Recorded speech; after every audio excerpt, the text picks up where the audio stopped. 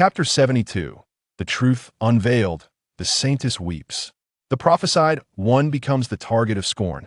Within the sacred sect of purity, gazing at the distant expanse illuminated by the shimmering, celestial light of the endless silver sea, and the powerful figures from various factions continuously soaring towards the hundredfold celestial mountains and the fallen celestial valley. Despair and fear coalesced into an inescapable haze that enveloped the hearts of the disciples of the sacred sect of purity. At this moment, a disciple of the sacred sect of purity seemed to have made a startling discovery. Pointing towards the distant horizon where grand and opulent floating vessels sailed, he exclaimed, "Look, those appear to be the flying celestial ships of the Qin Clan." Upon hearing this, the sect leader in Jiang Xitong's eyes flickered with a glimmer of hope, which swiftly dimmed once more. "Alas," he sighed, "the Qin Clan may not be here to assist our sacred sect of purity." The sect leader let out a deep sigh, his voice resonating with profound resolve. "All disciples of the sacred sect of purity, heed my command. Assemble and activate the annihilation divine formation. Even if it costs our last drop of blood, we shall not surrender and allow others to disgrace our sacred sect." Upon hearing these words, the sect's disciples brandished their celestial swords, their faces alight with the courage and determination to fight to the bitter end. With unwavering resolve, they shouted in unison, "Those who dare to offend our sect shall perish. We vow to protect our sect and the esteemed saintess with our lives." "Brother Xuanjun," she murmured, lowering her head as her delicate hands helplessly tugged at the pure white hem of her gown, her heart heavy with sorrow. At this very moment, within the Silver Sea, the four dominant powers, Yi Tian, the Heroine evil sect, Tian Yao Xin Pavilion, and Yin Tian Dao sect, had already established a foothold in the fallen celestial valley and swiftly infiltrated the Silver Sea. They soon located the ancient and magnificent cavern at the seabed. This cavern boasted two entrances. The first was a heavy bronze iron gate leading to the outer chamber, while the second was the nine-heaven celestial gate leading to the inner sanctum. With the cooperation of the leaders of the four great powers and numerous formidable warriors, the first bronze iron gate was quickly pushed open, revealing a plethora of invaluable resources and extraordinary treasures. These included profound techniques, divine-grade elixirs, celestial herbs, and magical artifacts. However, just as they plundered every resource from the outer chamber and prepared to force open the nine-heaven celestial gate to invade the inner sanctum, they discovered that the shimmering silver celestial gate was utterly immovable. "Damn it, why is this wretched gate so heavy and resistant? One must understand. Even though this celestial sea has suppressed my imperial cultivation to the pinnacle of the saint realm, it cannot possibly prevent me from opening a mere gate." The leader of the Heroine evil sect's complexion fluctuated between shades of green and white, struggling to catch his breath from overexertion. Yi Tian witnessed this, barely suppressing a smirk of schadenfreude. "How foolish! This celestial abode is a legacy of my ancestor from the Yi family. Only one imbued with destiny and the bloodline of the Yi family can unlock it. Do you truly think you can lay hands on my family's fortune? Dream on." Just then, the sea surged with tumultuous waves. As divine energy surged and raged, countless figures bursting through the heavens, showering down celestial light amidst a clamor of shouts. "Do you think you can thwart us with such tricks? Truly delusional. You shall not monopolize the opportunities of the cavern." Witnessing this, the leaders of the Heroine evil sect and others turned pale, their eyes reflecting a mix of anxiety and helplessness. "Gentlemen, even with the combined strength of all our four dominant factions, we cannot budge this celestial gate. They must indeed find themselves at a loss, rather than waiting idly. How about we seize the opportunity to jointly assault the pure holy sect while they come to explore the cave?" Yi Tian proactively suggested. The leaders of the Joyous Union and others could only nod in resignation, acquiescing to his proposal. After all, remaining here, while besieged by numerous factions from the western and southern divine domains, would yield no advantages whatsoever. As the four dominant powers departed alongside Yi Tian, they soared towards the pure holy sect. Yi Tian's figure reappeared before the celestial gate of the nine heavens. "A pack of fools.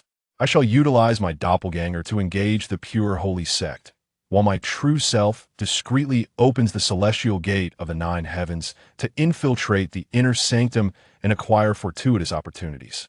A smug grin spread across Yi Tian's face, brimming with pride.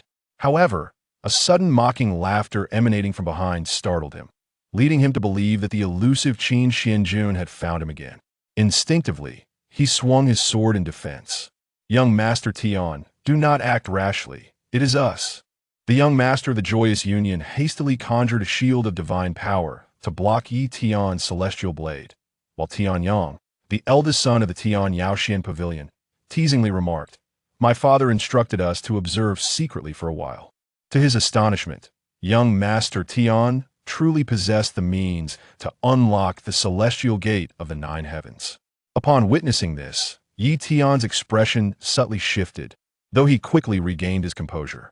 Noticing that the formidable powers of various factions were nearing the entrance of the cave, he cast aside his concerns, exchanging a few awkward yet polite pleasantries before effortlessly employing his bloodline and destined fortune to push open the celestial gate of the nine heavens and slip inside. Meanwhile, the practitioners from the other factions exerted themselves to no avail, unable to budge the heavy, celestial gate before them. Cursed be it, they truly understand the secrets of the fallen celestial valley's opportunity cave. Never mind, let's first search the outer sanctum for any remaining resources while we await their emergence. I refuse to believe they will not come out. The powerful figures of various factions, seething with rage, stood before the celestial gate of the nine heavens, enveloping the inner sanctum with barriers and sealing formations.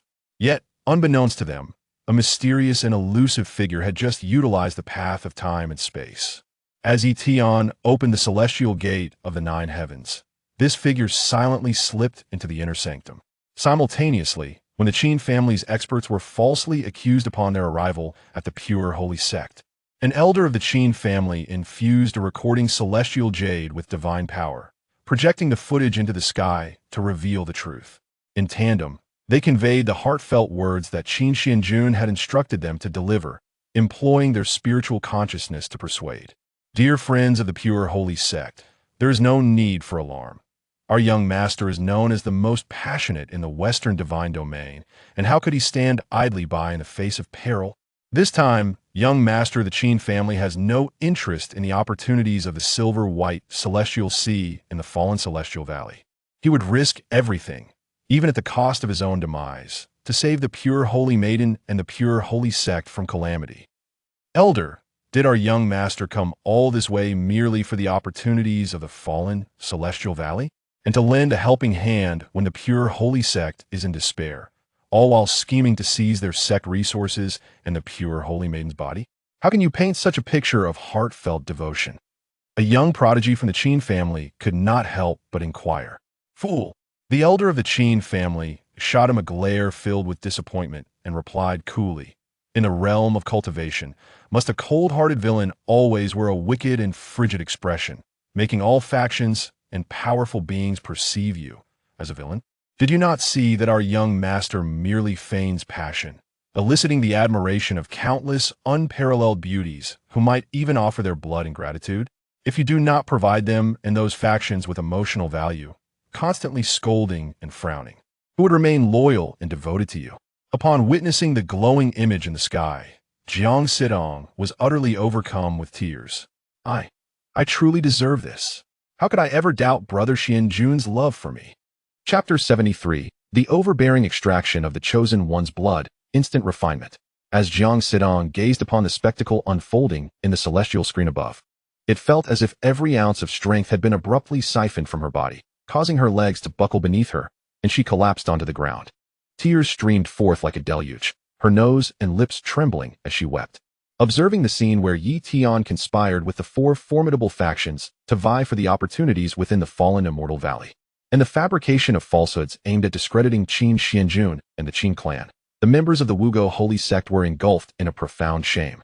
Their faces flushed and throats constricted. They had believed that the Qin Clan had betrayed them, only to discover that they had not only refrained from colluding with the likes of the Hehuan evil sect, but had also traversed great distances to provide assistance. However, the Tian Yaoxian Pavilion, Hehuan evil sect, Batian Divine Sect, and Yuntian Dao Sect were already poised at their doorstep. It seemed we would not be able to await the arrival of young Master Qin's aid. The Wugo Holy Sect sighed in resignation. Meanwhile, in the outside world, various factions, incensed upon learning they had been duped by Yi Tian and his ilk, seethed with rage, wishing to flay him alive. They accused him of colluding with external forces to undermine local factions, harboring aspirations to monopolize the opportunities within the fallen Immortal Valley, even promising to offer all the women of the Divine Realm as slaves to the Hahuan evil sect. Damn it! Locate that little thief clad in gray robes and adorned with an archaic patterned mask. Slay him and all those despicable cultivators who conspire with him. At this moment, within the silver-white celestial sea, deep within an underwater cavern, Yi Tian was traversing deeper into the inner sanctum alongside Tianyang and Lu Bing. His countenance shrouded in contemplation as he pondered how to outmaneuver them and seize the opportunities for himself. After all, he had no desire for the legacy of the Yi family's ancestors in the supreme divine realm to be shared with others. Upon reaching the innermost chamber, they beheld a massive skeletal remains of an emperor lying upon a central platform, accompanied by an ancient, dilapidated spirit tablet and 3 dusty, red sandalwood celestial boxes. As Yi Tian approached, eerie black runes suddenly shimmered upon the platform, and a celestial character, visible only to him and formed from the power of the emperor, materialized before him. Those possessing the bloodline of the Yi family may summon the heavenly Yi divine formation to fend off enemies and spill their blood upon the spirit tablet to awaken my lingering soul.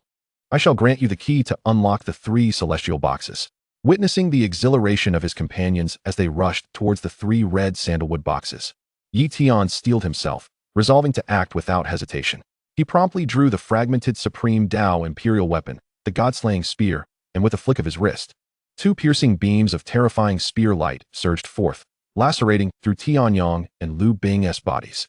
Though they desperately attempted to evade the imminent threat, their upper bodies were still punctured, blood gushing forth, while the dreadful aura of the spear and the inherent malevolence of the Supreme Dao weapon relentlessly corroded their flesh. Young Master Tian, we were hasty. How about this? Let us each take one of those celestial boxes. Lu Bing and Tianyang knelt before Yi Tian, clutching their bleeding wounds, their foreheads glistening with cold sweat, their pallor betraying their fear. They never anticipated that he would strike with such lethal intent against those who were the rightful heirs of a dominant faction. Damn it, a mere inconsequential character. Once we exit the celestial abode, we shall ensure our father and the powerful members of our faction render you into mincemeat. Anguish and fury flashed within their eyes.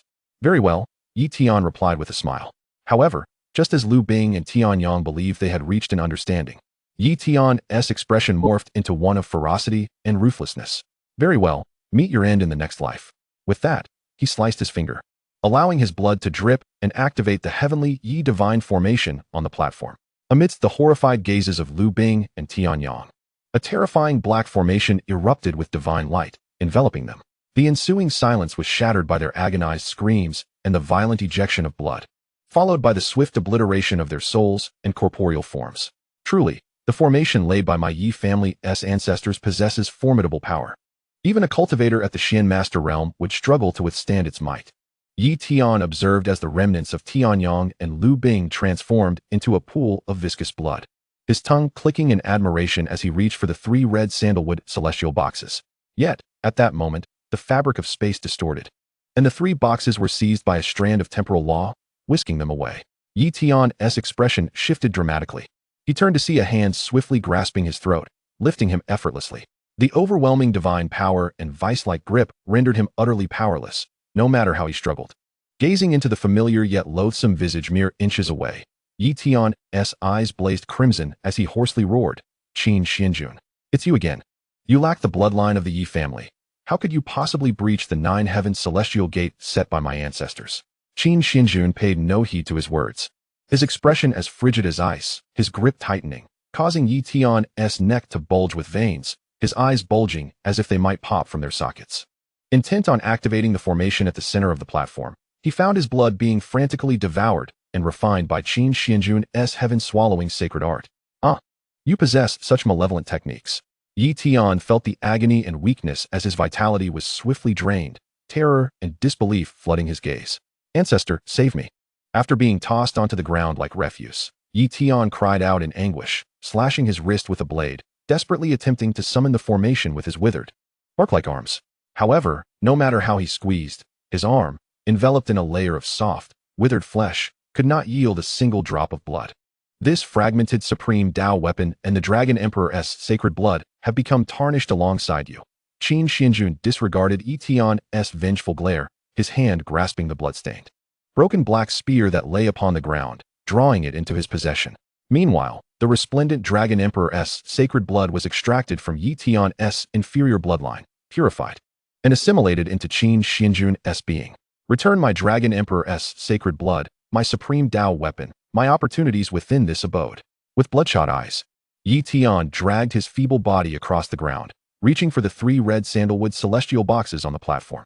Observing this, Qin Xuanjun raised his foot and brought it down with great force. Etion emitted a series of anguished screams as his hand was crushed into a pulp. The 3 ancient, dust-laden celestial boxes were then seized by Qin Xuanjun.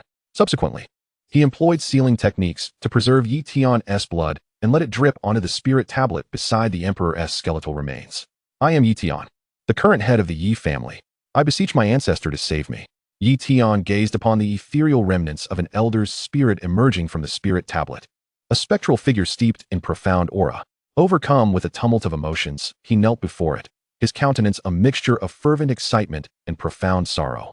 With trembling hands, he pointed at the side where Qin Xuanjun stood, his voice hoarse with anguish as he cried out, "Ancestral forebear, this person is despicable and cruel. He has employed wicked techniques to devour the blood of my Yi family and the sacred blood of the Dragon Emperor. I implore you, Ancestor, to avenge me." Chapter 74. How could our primordial ancestor be such a sycophant for Luo Hongyu? In response, Qin Xuanjun crossed his arms and let out a derisive laugh, retorting, "Just because you claim to be the son of the Yi family's head, does that make it so? Do you possess any evidence?" Etion glared at Qin Xuanjun with eyes ablaze with fury, momentarily at a loss for a retort. "Enough. I am the primordial ancestor of the Yi family. Who dares impersonate me? I shall discern the truth through soul-searching."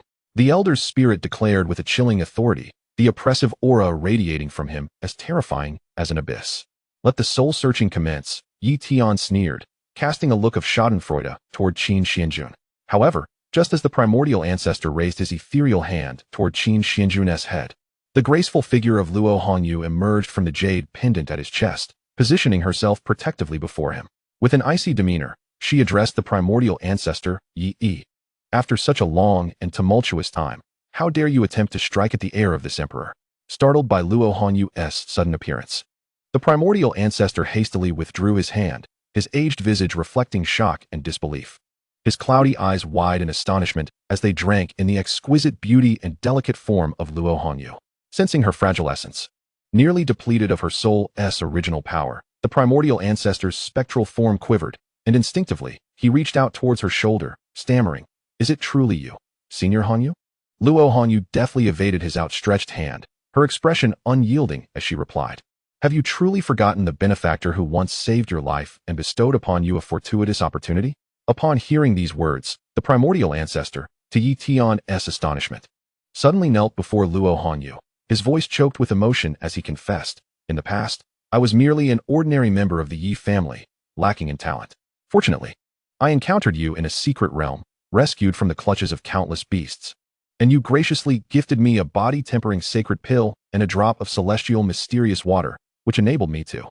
Witnessing his ancestor kneeling before his former master, weeping and lamenting, Etion's heart sank with dread, silently cursing, "This cannot be. My Yi family's primordial ancestor cannot possibly be a sycophant of that wretched woman, Luo Hongyu." As the primordial ancestor spoke, he earnestly produced the long-preserved netherworld resuscitation grass and several rare treasures that could restore soul power, presenting them to Luo Hongyu. "Senior Hongyu, these will aid in the restoration of your soul." Initially intending to refuse, Luo Hongyu caught a glance from Qin Xuanjun, compelling her to accept the offerings with reluctance. "Ancestor." Etion gritted his teeth and stepped forward, trembling as he interrupted the primordial ancestor's incessant chatter directed at Luo Hongyu, summoning his courage to inquire, "Are you still willing to stand up for the younger generation in seeking vengeance?" The primordial ancestor regarded Qin Xuanjun, who was shielded by Luo Hongyu, and with a tone of resignation, replied, "Since he is the heir of Senior Hongyu, let your grievances be set aside." Hearing the ancestor's seemingly casual dismissal of his vendetta left Etion feeling suffocated with indignation, yet he dared not retort, merely offering a sycophantic smile. But what of the 3 immortal boxes? Youth. The opportunities within those 3 rosewood and sandalwood immortal boxes were specifically prepared by me for the younger members of the clan and for my own revival. The primordial ancestor elucidated. With Luo Hongyu present, he could not resort to force, thus he attempted to reason with Qin Xuanjun. However, it appeared he had a plan already in place. With a calm smile, Qin Xuanjun replied, "Let us set aside the immortal boxes for now. Are you aware of why Senior Hongyu's soul's origin has been nearly exhausted, leaving her soul power in a state of utter weakness? Even compelled to remain by my side for care?" Upon hearing Qin Xuanjun's words, Yi Tian's pupils constricted. He was no fool and instantly grasped the pitfall Qin Xuanjun was preparing for him. He hastily dragged his battered body toward the entrance of the Jutian Immortal Gate, only to be effortlessly restrained by the primordial ancestor's will, unable to move. Such a guilty conscience. Have you committed some heinous act against Senior Hongyu? The primordial ancestor's countenance darkened as he extended his spectral hand, ruthlessly preparing to delve into Yi Tian's soul. Yi Tian emitted a wretched scream of agony, struggling helplessly as the memories within his mind were forcibly extracted. A naturally inept body, having disrespected his father's concubine, resulting in his father's complete rejection of him, leading to the confiscation of all resources and favoring a prodigious cousin instead. Eventually, he stumbled upon the god-devil overlord body and the dragon emperor's sacred blood, along with the jade pendant associated with Luo Hongyu. Initially, everything seemed relatively normal until the primordial ancestor observed Yi Tian repeatedly causing Luo Hongyu to exhaust her soul's origin and power, even attempting to assassinate his own master using the ancient formation she had taught him, all while hurling vile insults at her. "Ancestor, this is all Qin Xuanjun's doing. It has nothing to do with me." As the soul-searching concluded, Yi Tian beheld the ominous and fearsome visage of his primordial ancestor, prompting him to drop to the ground, repeatedly banging his head in a plea for mercy. Alongside this, an overwhelming tide of confusion and dread surged within him. Could it be that Qin Xuanjun has always known that the primordial ancestor residing in the silver-white immortal sea cave of the fallen immortal valley is indeed a sycophant for that wretched woman? Luo Hongyu? How could he know everything? To dare harm Senior Hongyu's soul, origin, and power, to insult her with the most despicable of terms, and to attempt to use formations to devour and refine her essence. Today, I shall cleanse the Yi family of this scourge. The primordial ancestor's expression ignited with fury as he unleashed his divine power, conjuring a terrifying imperial hand to strike down upon Yi Tian. Yet just as death loomed imminent, the life-preserving seal set by the 7-turn 9-stage elder Tianxing within him activated. "Ancestor, I beseech you to show mercy." A spectral figure of an elder materialized, interposing himself before Yi Tian, pleading with the primordial ancestor. Witnessing the arrival of elder Tianxing, Luo Hongyu furrowed her brow, a sense of unease washing over her. With her soul's origin and power nearly depleted, she had little strength to resist now. Meanwhile, Qin Xuanjun stood silently, exuding an air of composure as he observed the spectacle of the Yi family's 2 elders embroiled in a farcical drama. Even if the King of Heaven himself were to arrive today, he would not be able to shield this sinful descendant of the Yi family. The primordial ancestor, seething with rage, invoked the Primordial Creation Sutra, channeling primordial celestial energy, preparing to annihilate the spectral figure of Elder Tianxing along with Yi Tian. After all, while he may not rival the likes of Senior Hongyu or the likes of the ancient deities such as the ZY Emperor, he was certainly not a 7-turn elder that could be defied by the descendants of the Yi family. "Show mercy, ancestor. Otherwise, I shall self-destruct my soul origin and take them down with me." Elder Tianxing brandished his essence, his countenance resolute as he threatened. "You unfilial descendant." The primordial immortal ancestor observed the steadfastness in the face of death displayed by the young man before him, and although fury surged within him, he dared not advance once more. Simultaneously, he positioned himself protectively before Luo Hongyu, exuding an air of formidable vigilance. Witnessing this, Qin Xuanjun released Yi Tian's mother, Lingyu, from the sacred ring of the Qin, and with a mocking expression, derided the heavenly star ancestor, saying, "Explode. Go on, explode for me to see." As Lingyu, who bore an uncanny resemblance to his first love, stood before him, the heavenly star ancestor's eyes reddened with tears, and he questioned in a voice trembling with emotion, "Hongya, so you truly are alive. How wonderful." Yi Tian stood witness to this astonishing revelation, and a sense of clarity dawned upon him. So, the reason the heavenly star ancestor aided me in my childhood was that my mother resembled her first love? Yet simultaneously, he felt a sense of petrification and disbelief. What the hell? It turns out that all the ancestors of the Yi family are mere sycophants, and their objects of affection have all become the possessions of Qin Xuanjun?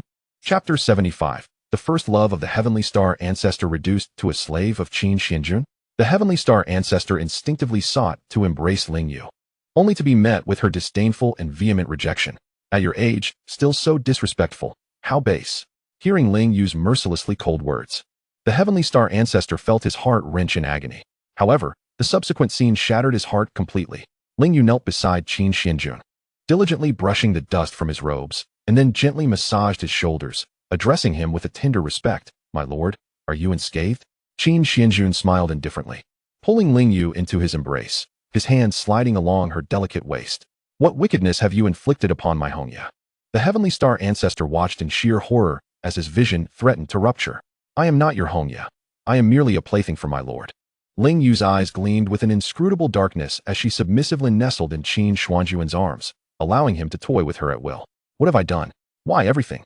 Qin Xuanjun scoffed, casting a gaze filled with derision at the Heavenly Star Ancestor. He was confident that the latter would not dare to harm Ling Yu, knowing that the explosion of the Emperor's essence could annihilate everything within a million miles. Even if he dared to act, Qin Xuanjun possessed the bells of the Empress Yaoji and the Dao seal of the Purple Weeping Emperor, and if absolutely necessary, he could summon their souls to assist him. Ah, despicable thief. How dare you desecrate the first love of this ancestor? The Heavenly Star Ancestor's face contorted with rage, resembling a deity of slaughter. Even Yi Tian shed tears of blood, consumed by profound sorrow and frustration. Nothing could be more agonizing than witnessing one's mother brainwashed and enslaved by an enemy, reduced to a puppet subjected to wanton violation. He felt as though he were destined to be the ultimate antagonist. If you wish to harm my lord, you must first step over my dead body. Ling Yu stood resolutely before Qin Xuanjun, her gaze unwavering as she faced the Heavenly Star Ancestor. Unbeknownst to her, Qin Xuanjun's palm pressed against her jade back, his hand crackling with divine thunder, and he whispered a mental threat to the Heavenly Star Ancestor. If you dare to take another step forward, I assure you that this slave's soul and body will perish, leaving not a trace behind. Ancestor, let us retreat for now. We can seek an opportunity to rescue my mother later. Yi Tian urged telepathically, sensing the urgency of their situation. The Heavenly Star Ancestor clenched his fists, his formidable power roiling around him, his face a mask of murderous intent. However, after a moment's confrontation with the remnants of the primordial immortal ancestor's soul, he ultimately chose to withdraw. One day, I shall make you pay for this. The Heavenly Star Ancestor bellowed with crimson eyes at Qin Xuanjun, before leading Yi Tian to push through the celestial gates in a bid for escape. Take care on your way, Yi Tian. Next time, remember to call me father when we meet. Qin Xuanjun called out with wicked amusement as he observed their retreating figures. And Heavenly Star Ancestor, when we next meet, perhaps I can bring you a child, he added, relishing the irony. Until their furious forms stumbled, their curses drowned out by the cacophony of battle outside the Nine Heavens Immortal Gate. Chapter 76. How could young Master Qin possibly be a villain? The thought of one day becoming a father, with Ling Yu urging an enemy to call him father, caused Yi Tian to lose his composure. The image of his first love, hand in hand with a young child, nestled against a youthful successor, was equally unbearable for the Heavenly Star Ancestor. Yet, upon witnessing the throngs of adversaries outside the cave, he cast aside his anger and sorrow, hastily guiding Yi Tian into hiding. Under the control of Qin Xuanjun's malevolent aura, the forces of the Western and Southern Divine Realms, along with the might of the Celestial Treasure Pavilion and the Scarlet Blood Dynasty, converged on Yi Tian in a relentless pursuit. How dare you conspire with outsiders, hoping to monopolize opportunities and attempt to swallow us whole. Today, we shall tear you to shreds, you little thief. The leaders of the two divine realms glared at Yi Tian with sinister, darkened eyes, unleashing a torrent of divine power and arcane techniques upon him. Damn it! Yi Tian could only grit his teeth and swallow his rage. Heavens, how many enemies have you made, my son? The Heavenly Star Ancestor lamented, burning his soul's power as he helped Yi Tian evade the onslaught, his expression filled with resignation. Fear not, Ancestor. We will soon escape this celestial sea. Once we reach the other side of this ocean, Yi Tian weakly reassured him. However, upon escaping the silvery celestial sea and returning to the fallen immortal valley, they were met with an army of foes on the far side. In the sky, an illusory image played, depicting Yi Tian pushing open the Nine Heavens Immortal Gate and entering the inner sanctum. It showcased his ruthless slaughter of the minor sect leader of the Harmonious Joy Evil sect and the eldest son of the Heavenly Bright Pavilion, all for the sake of monopolizing 3 precious wooden celestial boxes with his own blood. Damn it! Qin Xuanjun had the audacity to record that moment with a projection crystal. Yi Tian felt an icy chill wash over him. Young Master Tian, You clearly had a method to open the nine heavens immortal gate, yet chose to withhold it from us, secretly returning to the inner sanctum to seize the opportunities for yourself. We, of the Yuntian Dao sect and Batian Shin sect, treated you well, but you have betrayed us. Yun Xian, the minor sect leader of the Yuntian Dao sect, glared at Yi Tian with fury, stoking the flames of outrage. Curse you, you vile creature! Return my son's life! Roared the leader of the heavenly bright pavilion and the head of the harmonious joy evil sect. Their faces twisted with rage as they unleashed their divine power towards Yi Tian, the Yuntian Dao sect and Batian Shin sect. Believing that the three celestial boxes were in Yi Tian's possession, mobilized their strongest fighters and cultivators to pursue him relentlessly. Damn it! The celestial boxes are not in my hands. The opportunities of the inner sanctum have all been intercepted by that Qin family scion. Everything in the fallen immortal valley was orchestrated by him. Yi Tian's anguished cries echoed in despair. What a deceitful trickster you are, you vile little beast. Previously, you falsely accused the young master of the Qin family of stealing your wallet and even conspired that he colluded with the sinister sect of Hehuan to plot against the sacred sect of Wugong. How could the benevolent young master of the Qin family, who generously shares precious resources and elixirs with us, be the malicious and ruthless villain you claim? The crowd remained unconvinced by Yi Tian's words, instead holding unwavering faith in the character of Qin Xuanjun. Only that little thief could unlock the nine heavens immortal gate. And he was the first to lie in wait as the immortal sea emerged. It was evident he was in league with several powerful factions. All these nefarious deeds must surely be his doing. And yet, the young master of Qin had traveled thousands of miles to rescue the sacred sect of Wugong, besieged within the hundredfold immortal mountain. How could Qin Xiao possibly be a villain? Chapter 77. The Ancestor Emperor's puppet emerges, shocking the entire silver-white immortal sea. Ding! The destined child Yi Tian has been deceived, resulting in a relentless pursuit by all the strong from two major factions. The destined luck has been depleted, and the halo of destiny is lost. The host gains a complete transformation of luck into a destiny value of 1 million and receives the blessing of destiny. Gazing at the rewards displayed on the system panel, Qin Xuanjun maintained a calm demeanor, betraying no emotion. He collected his thoughts and refrained from immediately broaching the subject of the immortal box key. Instead, he smiled and addressed the Taichu immortal ancestor. Elder, your spiritual power is nearly depleted, and even your soul origin has suffered significant consumption. Why not take a moment to rest within the jade pendant of Elder Hanyu to replenish your spiritual strength? Upon hearing Qin Xuanjun's words, the Taichu immortal ancestor's eyes brightened, and a surge of excitement coursed through him. The mere thought of entering the jade pendant space once inhabited by his beloved goddess, to savor her lingering fragrance and warmth, filled him with immense joy. Well done, young lad. You truly understand.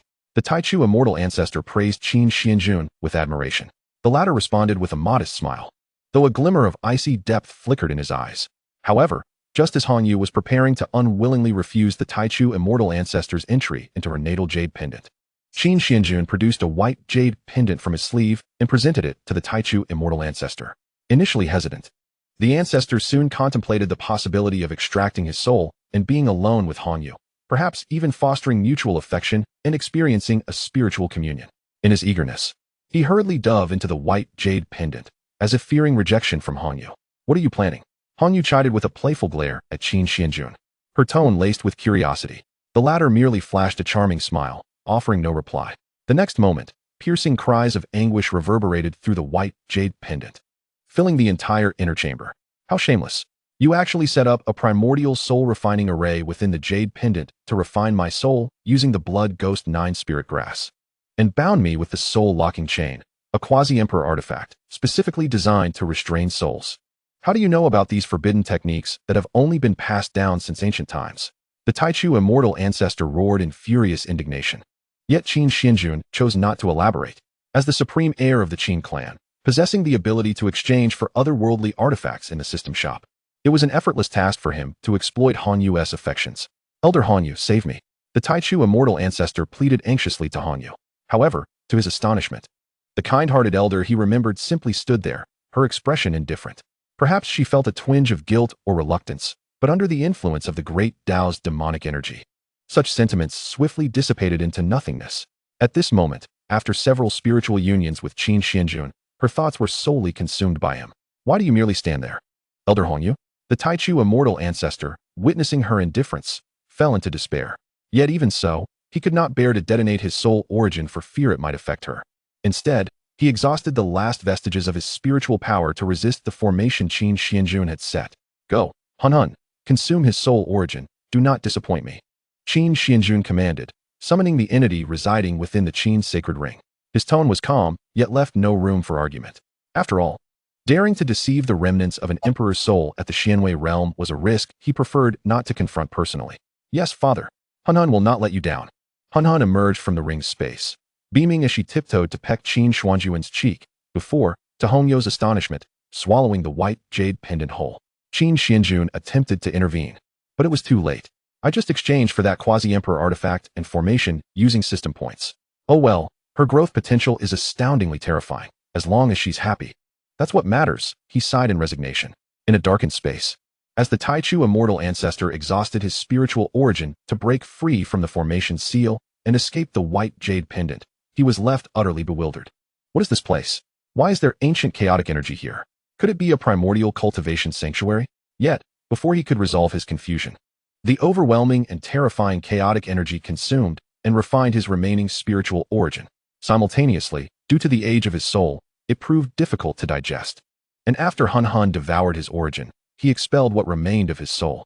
Qin Xuanjun then raised his hand and invoked the great Tao of demonic seeds, erasing the lingering consciousness of that remnant soul and merging it with the skeletal remains of the Taichu immortal ancestor.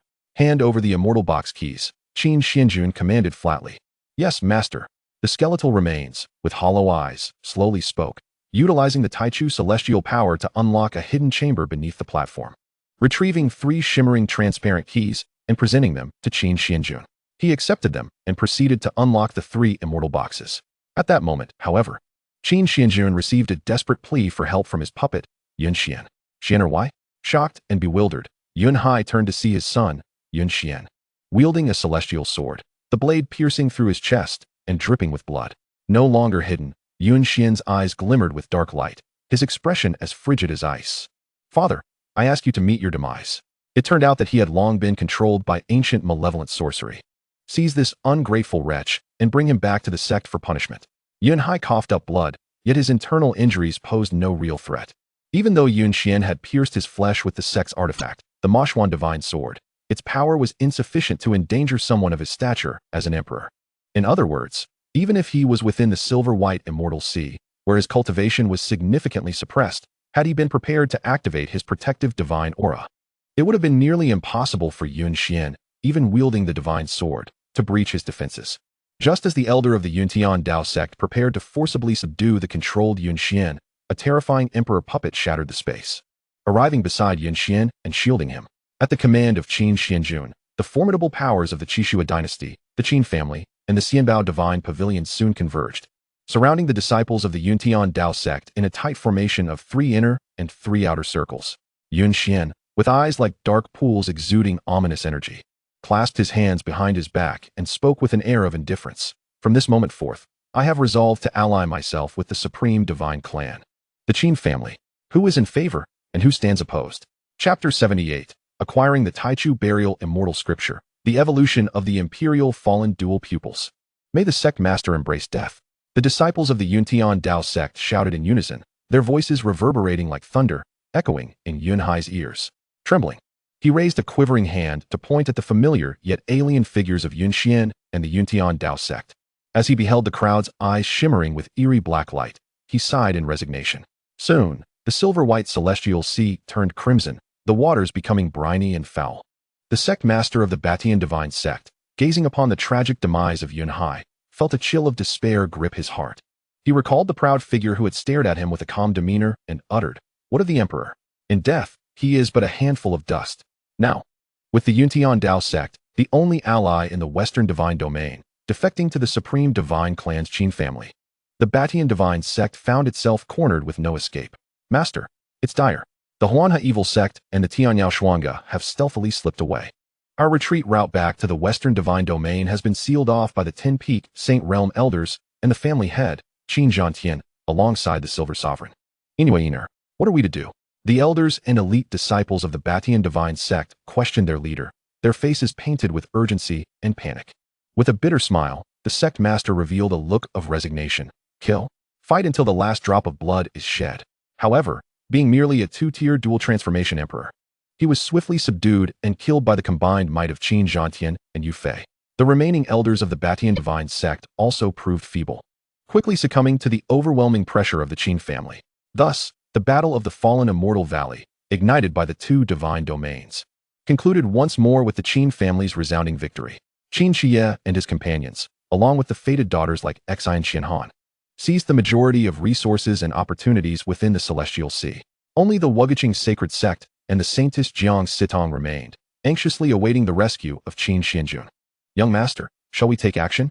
inquired an elder of the Qin family, concealed in the territories near the Wuguqing sacred sect.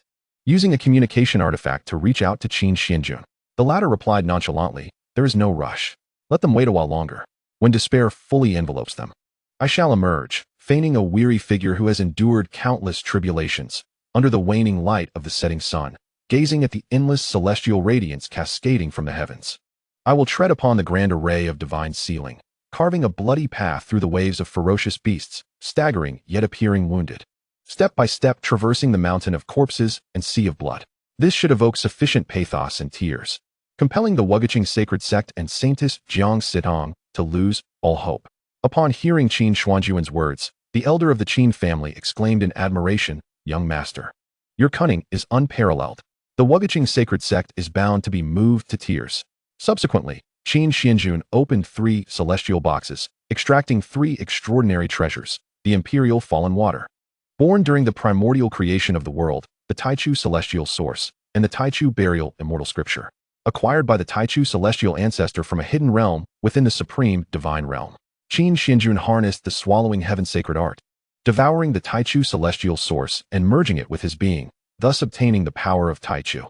He then let several drops of the imperial fallen water fall upon his dual pupils, causing them to undergo an extraordinary transformation, evolving into the imperial fallen dual pupils.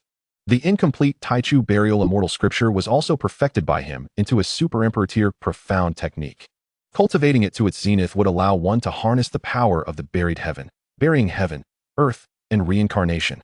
With the evolution of his dual pupils and the fusion of the Taichu celestial source, his cultivation soared to the 17th level of the Xianwei realm. His speed of advancement akin to a rocket, truly terrifying. "All right, it's time for you to assist that little saintess in the Wuguqing sacred sect, I assent it," remarked Luo Hanyu, casting a wistful glance at the treasures in the celestial boxes, feeling slightly left out. Observing her demeanor, Qin Xuanjun gently stroked her head, smiling reassuringly. "Why so glum, Senior Hanyu? Although I cannot bestow upon you the imperial fallen water, I can certainly grant you the Taichu celestial source and the Taichu creation scripture." Luo Hanyu pouted teasingly. "But you've already consumed them for yourself. How can you give them to me?" In response, Qin Xuanjun flashed a charming smile. Seeing the mischievous grin upon his face, Luo Hanyu instantly understood. Her cheeks flushed crimson as she lowered her head, softly murmuring, "I knew you would bully this empress." Soon, 2 divine souls emerged and intertwined. Through their spiritual fusion, Luo Hanyu received the impartation of the Taichu burial immortal scripture, the Taichu celestial source, and the imperial fallen gold from Qin Xuanjun. Meanwhile, within the Wuguqing sacred sect, the sect master, Jiang Sitong, and the elders stood atop the highest peak of the sect, gazing despondently at the vast beast tide in the fallen immortal valley, resembling a swarming mass of ants. They looked up at the endless celestial radiance cascading from the heavens and the ancient divine sealing array operating below, their faces etched with despair, anxiety, and helplessness. Alas, that beast tide is so dense, the number of demonic beasts in the Xianxian and Xianhai realms must be no fewer than several 100,000. Coupled with the celestial phenomena birthed by the opportunities manifesting, the endless celestial light suppressing our efforts, and the ancient divine sealing array laid by several dominant powers, I fear even the Qin family's experts would struggle to reach us, lamented the elders of the Wuguqing sacred sect, their hearts filled with disbelief in the possibility of aid from the Qin family. Just then, the communication jade in Jiang Sitong's hand lit up. It was the contact artifact Qin Xuanjun had given her before his departure. "Brother Xuanjun, how are you? Where are you now? Are you hurt?" Jiang Sitong poured her spiritual energy into the jade, her face reflecting concern and urgency, her voice trembling with anxiety. The jade responded with heavy, intermittent sounds. "I'm fine. I'm in the fallen immortal valley, fighting fiercely against countless demonic beasts. Sitong, do not worry.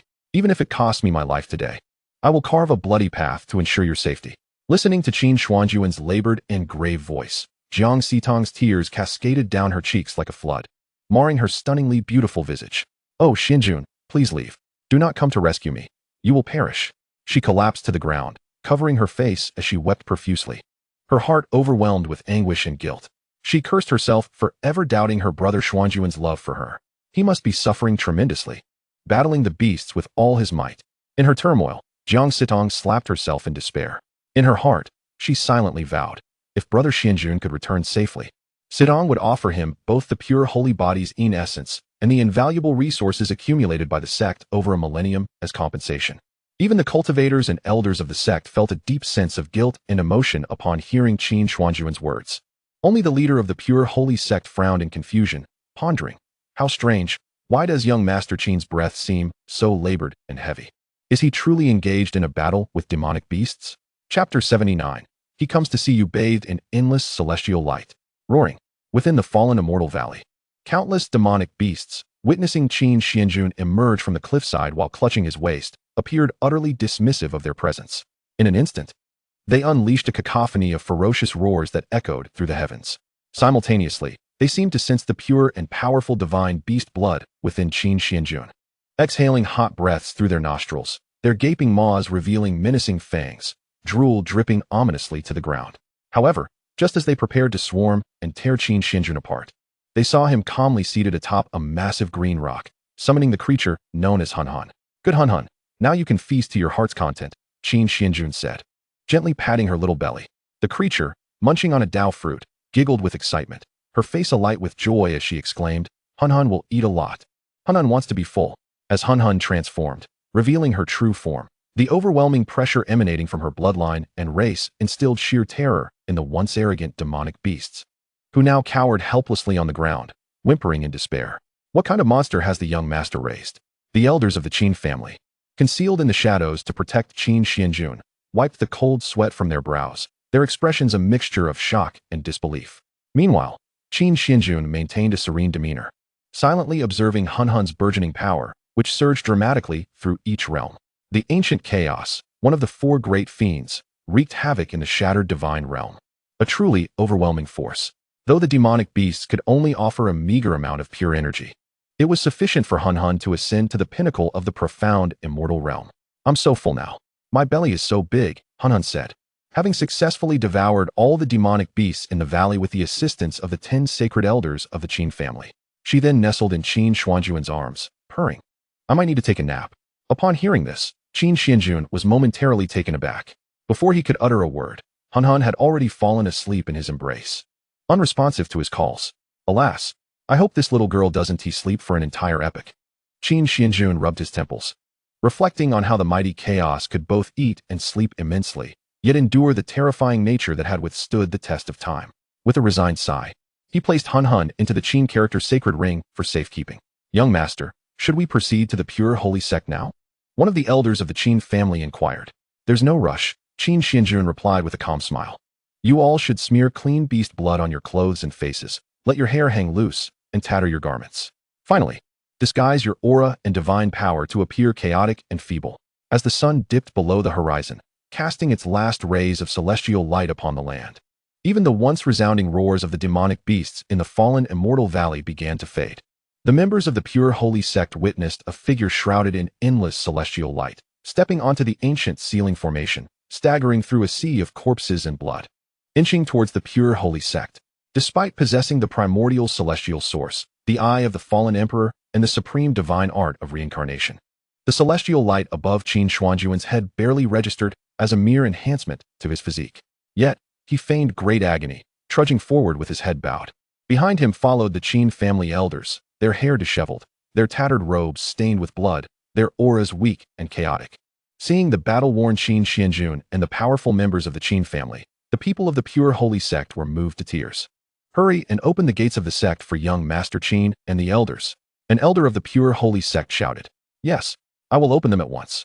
Thus, Qin Xuanjun and the elders of the Qin family were personally welcomed into the sect by the leader of the pure holy sect. Meanwhile, the hidden forces of the Hahuan evil sect and the Tianyao Xian pavilion felt a deep sense of frustration as they gritted their teeth and withdrew. Afterward, in gratitude for the rescue provided by Qin Xuanjun and the Qin family, The pure holy sect directly presented an array of heavenly materials and treasures accumulated over a millennium, offering them to Qin Xuanjun and the Qin family as a token of their immense gratitude and a bid for allegiance. After all, given the current state of affairs, they had no choice but to seek refuge with the Qin family to avoid being besieged by the Hehuan evil sect and the Tianyao pavilion. You are being too polite, sect leader. How can we accept such generosity? Qin Xuanjun feigned modesty while decisively gathering the resources into his possession. You need not be so humble, young Master Qin. This is rightfully yours and that of the Qin family. In the future, our pure holy sect will rely on the protection of the Qin family. The leader of the pure holy sect remarked with a smile, devoid of any reluctance, filled instead with anticipation for the future. He believed that Qin Xuanjun's future achievements would be far from ordinary, and that both the pure holy sect and the saintess Xianxiaaudiobooks would, with mutual support, rise to become dominating powers across the myriad realms. Brother Xianjun, Xianxiaaudiobooks exclaimed, gazing at the tattered robes scorched by her divine fire, the disarray of his hair, and the blood smeared across his face. Overcome with emotion, she threw herself into his embrace, sobbing with regret. Woo, it's all my fault. I caused you to risk your life to save me. I even doubted your love for me due to the rumors outside. How could I question your affections when you love me so dearly? I truly deserve punishment. In her lament, she added, as for your kindness, I can only repay it by dedicating myself to you. With tear-stained cheeks, she offered Qin Xuanjun a shy yet mischievous smile. How shameless of you to take advantage like this. Surely, this is a reward for you rather than a sacrifice. Xianxiaaudiobooks, standing nearby, could no longer contain herself. Her expression was as cold as ice, her tone laced with hostility as she chided Xianxiaaudiobooks, simultaneously declaring war on all the women present. As long as I, Xianxiaaudiobooks, live, you will forever be mere concubines. To which Xianxiaaudiobooks retorted with a cold laugh. Xianxiaaudiobooks, the cultivation world values compatibility. Can your Xiao family compare to my pure holy sect? If you relinquish Brother Xianjun to me, we could still be good sisters. Xianxiaaudiobooks' face flushed with rage, and an aura of ancient frost, terrifyingly potent, enveloped her. Thus, had it not been for the intervention of Xianxiaaudiobooks and the others, Xianxiaaudiobooks would have surely frozen Xianxiaaudiobooks into a lifelike ice sculpture. Ignoring the furious and darkened demeanor of Xianxiaaudiobooks, Xianxiaaudiobooks boldly rose on her tiptoes and planted a kiss on Qin Xuanjun's cheek, teasingly whispering in his ear as she departed, Brother Xianjun, come to my room tonight. There is a special reward awaiting you. Chapter 80. The Yuan Emperor's family faces calamity, and the child of fortune seeks to embrace beauty? Under the luminous moonlight that cascaded onto the bedside, an eye-catching crimson bloom was illuminated. Observing the slumbering Xianxiaaudiobooks, Qin Xuanjun gently tucked her in before stepping out of the room. He made his way to a certain cultivation peak within the sect, where he sat in meditation to refine the pure Yin essence he had acquired. This immaculate and sacred essence transformed into a formidable force, merging with his body and propelling his cultivation to an astounding breakthrough into the 10th level of the mystical path. The purity of the Yin essence was indeed terrifying. Qin Xuanjun mused, a faint smile gracing his lips. Yet, at that moment, several figures emerged from the shadows, pouncing upon him with a ghostly swiftness. My dear husband, you are being naughty. Brother Xianjun, why are you sneaking off to have a midnight snack without us? Is our sweet fare not to your liking? It seems we must administer a little punishment to you. When Qin Xuanjun awoke once more, 7 days had elapsed. During this time, Xianxiaaudiobooks and the others had blossomed, their skin radiant and youthful, imbued with newfound vigor. They had seized opportunities within the silvery celestial sea, elevating their prowess, second only to Qin Xuanjun, the prodigious and unparalleled supreme being. However, Lu Rian wore a despondent expression, her delicate features marred by sorrow. What troubles you, Rian? Qin Xuanjun inquired, his voice gentle. Brother Xianjun, my family is in peril, Lu Rian replied, her head bowed, her voice choked with emotion. For reasons unbeknownst to me. My father has offended the young master of a top-tier power in the northern divine realm. He has surrounded my Lu family with numerous formidable warriors, coercing my father and kin to surrender me as a concubine. Listening to Lu Rian's tearful lamentations, Qin Xuanjun raised an eyebrow, recalling the narrative regarding the Lu family, the northern divine realm, and the fateful child of fortune, Lu Hang. Do not weep. I shall intervene, he comforted, gently pinching her tear-streaked cheek. Yet, it seems that this top-tier force has the backing of a dominant power, Lu Rian warned, her tone laced with concern. To this, Qin Xuanjun responded with a nonchalant smile, his expression untroubled. A mere dominant power, in my eyes, is but a slightly larger insect compared to those second- or third-rate factions. Are they truly difficult to vanquish? At his audacious proclamation, Lu Rian's heart raced. Once, She may have merely sought to cling to Qin Xuanjun's coattails, but now she found herself captivated by his overwhelming prowess and unparalleled means. Let us go. I shall accompany you to your Lu family.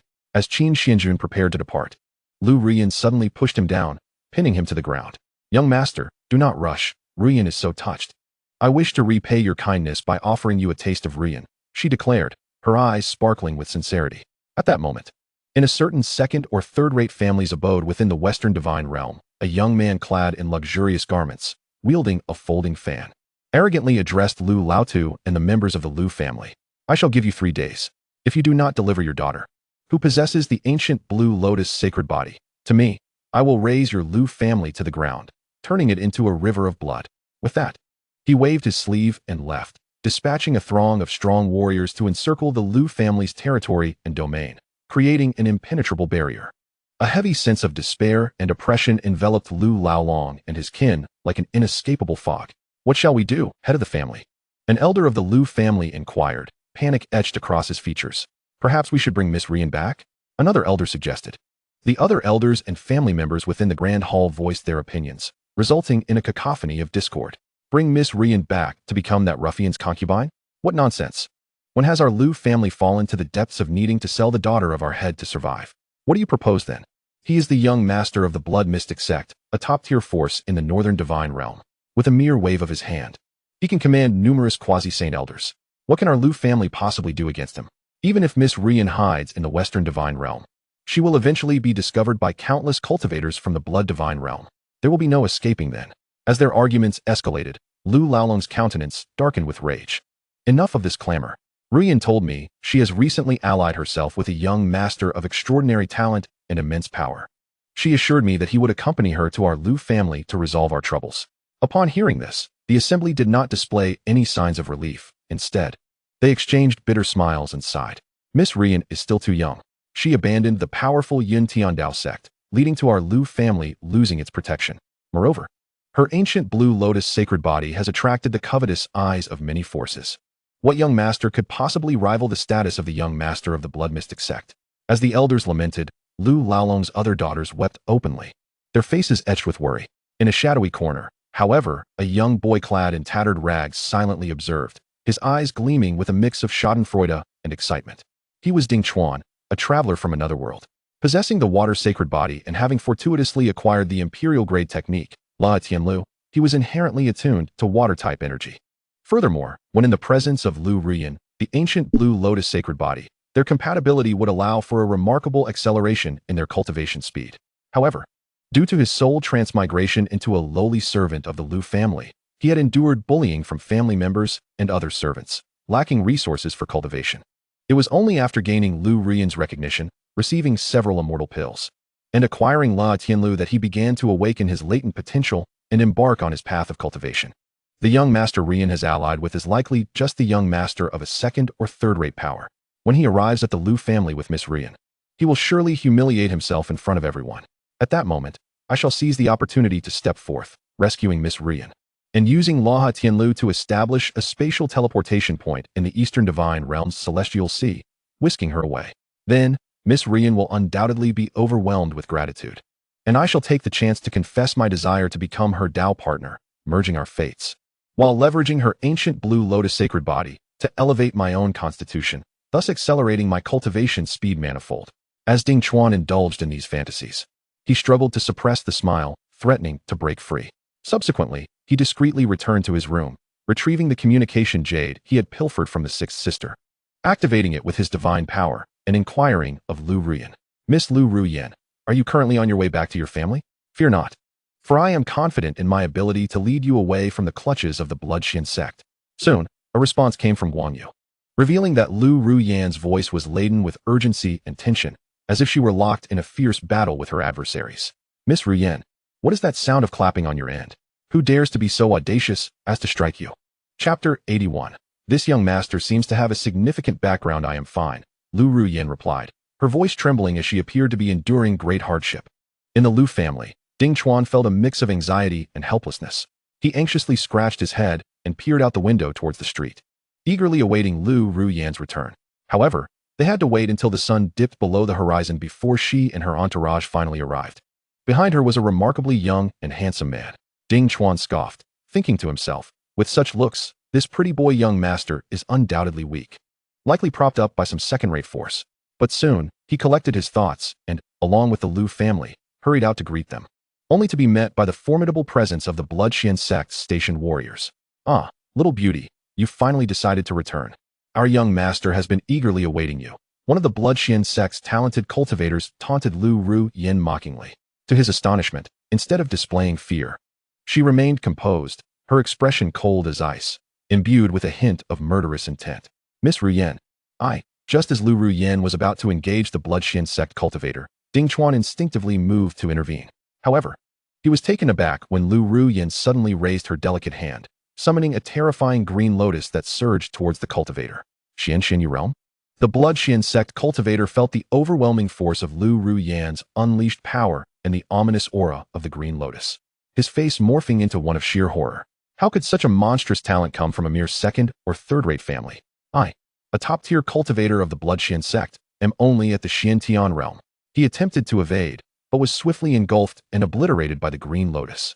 Reduced to ashes. Xianyu realm? How has Miss Ru Yan's cultivation progressed so fearfully? If she is this strong, how can I possibly show off in front of her? Ding Chuan furrowed his brow, overwhelmed with astonishment and frustration. Meanwhile, an elder from the Blood Xian sect, witnessing the brazen murder of his disciple, was seething with rage, ready to unleash his formidable Xianxin realm power to subdue Lu Ru Yen. In response, Ding Chuan, Lu Ru Long, Lu Ru Yen's sisters, and the elders of the Lu family all stepped forward, their faces etched with concern, prepared to plead for her. After all, killing a talented cultivator of the Blood Xian sect in public was a grave transgression. Observing this, Lu Ru Yen remained unfazed, hiding behind Qin Xuanjun.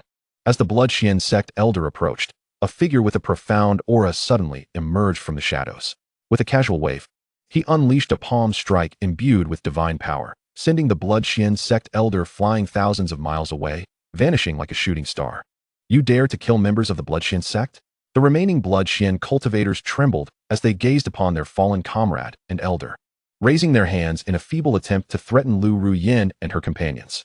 However, before they could finish their sentences, Qin Xuanjun reduced them to ashes with a single divine flame, leaving not a trace behind. Enough of your prattle. Take that to the divine flame in my hand. Qin Xuanjun replied coldly, having dispatched the Blood Xian sect cultivators as if it were a trivial task. Lu Ru Yen then respectfully brushed off the dust from his sleeves. The Lu family members exchanged shocked glances, while Ding Chuan clenched his fists, his eyes filled with jealousy and dissatisfaction. Miss Ru Yen, after your arduous journey and battles, allow me to prepare some tea for you. Ding Chuan approached her with a solicitous expression. Tea. Hurry and clear the way for young Master Xuanjun. Take him to the family's private chambers to rest. Lu Ru Yen reprimanded with disdain, her gaze towards Ding Chuan devoid of affection. Even the prior utilitarian sentiment had vanished. After all, she no longer required a mere pawn with a unique physique. She, Lu Ru Yen, aspired to be the young master's consort. Ding Chuan felt a pang of distress at Lu Ru Yan's cold rejection. Simultaneously, he sensed something was amiss with her. Her hair was disheveled, damp with sweat clinging to her fair neck, a button missing from her green lotus dress, her cheeks flushed, and her breath labored and trembling. Yet, he brushed off his concerns, casting a furtive glance at Qin Xuanjun. This young master appears to have quite the notable background. Once inside, Lu Ru Yen personally brewed tea for Qin Xuanjun, submissive and respectful like an obedient little maid. Witnessing his daughter exhibit such deference, Lu Ru Long was left in a state of shock and disbelief. He quickly bowed in gratitude to Qin Xuanjun and the elder from the Qin family standing beside him. Lu Ru Long, head of the Lu family, thank you, young master, and this esteemed elder for your timely assistance. In response, Qin Xuanjun merely nodded, while the elderly Qin member glanced briefly before returning his gaze elsewhere. As for his true cultivation level being misjudged, he offered no clarification. After all, a second or third-rate force like the Lu family had no knowledge of who Qin Xuanjun truly was, nor could they sense his and Qin Xuanjun's actual strength. A slight display of power from him could easily reduce them to mere dust. Daughter, tell me the truth. Who is this young master? Lu Ru Long inquired telepathically. With a gentle smile, Lu Ru Yen replied through their mental connection, it's a secret. Just know that he comes from an impressive background. Young master, should our Lu family take advantage of the absence of Blood Xian sect forces and relocate tonight? Lu Ru Qing, the eldest sister, asked with a worried expression. There's no need. Continue the music and dance. I will act when the time is right, Qin Xuanjun stated calmly. Very well. We shall prepare your evening meal and hot water for your bath, Lu Rulan, the second sister, replied respectfully. The ingredients and hot water are in this storage ring. Utilize these. Qin Xuanjun tossed a simple storage ring onto the table before Lu Ruyin and her 6 sisters. As they infused their celestial energy into it to retrieve its contents, they stood frozen in shock, mouths agape, eyes wide with disbelief. This young master seems to have quite the significant background. Chapter 82. The child of fortune is only fit to pick up my leftover bones. Is it merely some food and hot water? What is so remarkable about that? Do I, Ding Chuan, truly lack a bite or two to eat? It's laughable. It can't possibly be the meat of a celestial phoenix dragon. Ding Chuan disdainfully curled his lips, feeling utterly unimpressed. As evening approached, he gazed at the table adorned with soup made from an unknown celestial phoenix, braised dragon meat from an unrecognized young dragon, roasted chicken wings of the mystical Tianxian spirit chicken, and a plethora of unidentified dishes imbued with pure mystical energy. His mouth almost watered with anticipation. However, just as he was about to approach the table, he heard Qin Xuanjun's indifferent voice. As a servant, how dare you dine at the same table as your master? Go and wait with the dogs. Upon hearing Qin Xuanjun's cold and heartless words, Ding Chuan's steps faltered, and a wave of fury surged within him. Yet, before he could utter a word, he felt a harsh kick from the head of the Lu family, who scolded him with dissatisfaction. Did you not hear the young master's command? Go and stay with the dogs. At those words, Ding Chuan's heart blazed with resentment. He had intended to cast a pleading glance at Lu Ruoyan, hoping she might speak on his behalf, but to his dismay, she sat in Qin Xuanjun's lap like a devoted maid, serving him dishes and pouring wine. This sight filled him with jealousy, nearly shattering his resolve. Servants, wait to the side. You shall be given the leftovers later, Qin Xuanjun remarked, a smirk playing on his lips as he observed Ding Chuan's utterly humiliated expression. Yes, young master. The servants responded eagerly, bowing and expressing their gratitude with forced smiles. Do you not think that young master is being excessive? Even though we are merely servants of the Lu family, we labor diligently, yet he does not allow us at the table. Instead, he insists we stay with the dogs. Thus, Ding Chuan could only sulk in a corner, filled with seething anger, while he communicated telepathically with other servants who were also barred from the table. In response, the other servants scoffed and retorted, excessive?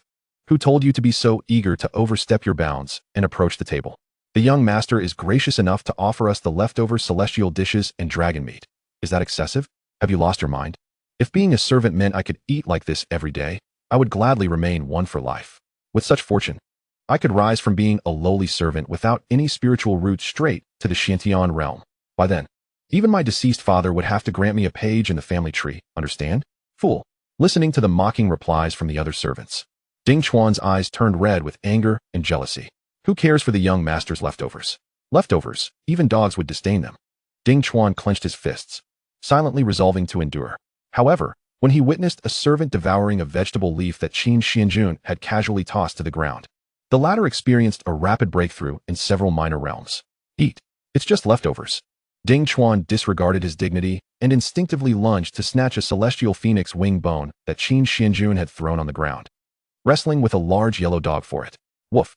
The dog, enraged at having its food wrested away, bit down hard on Ding Chuan.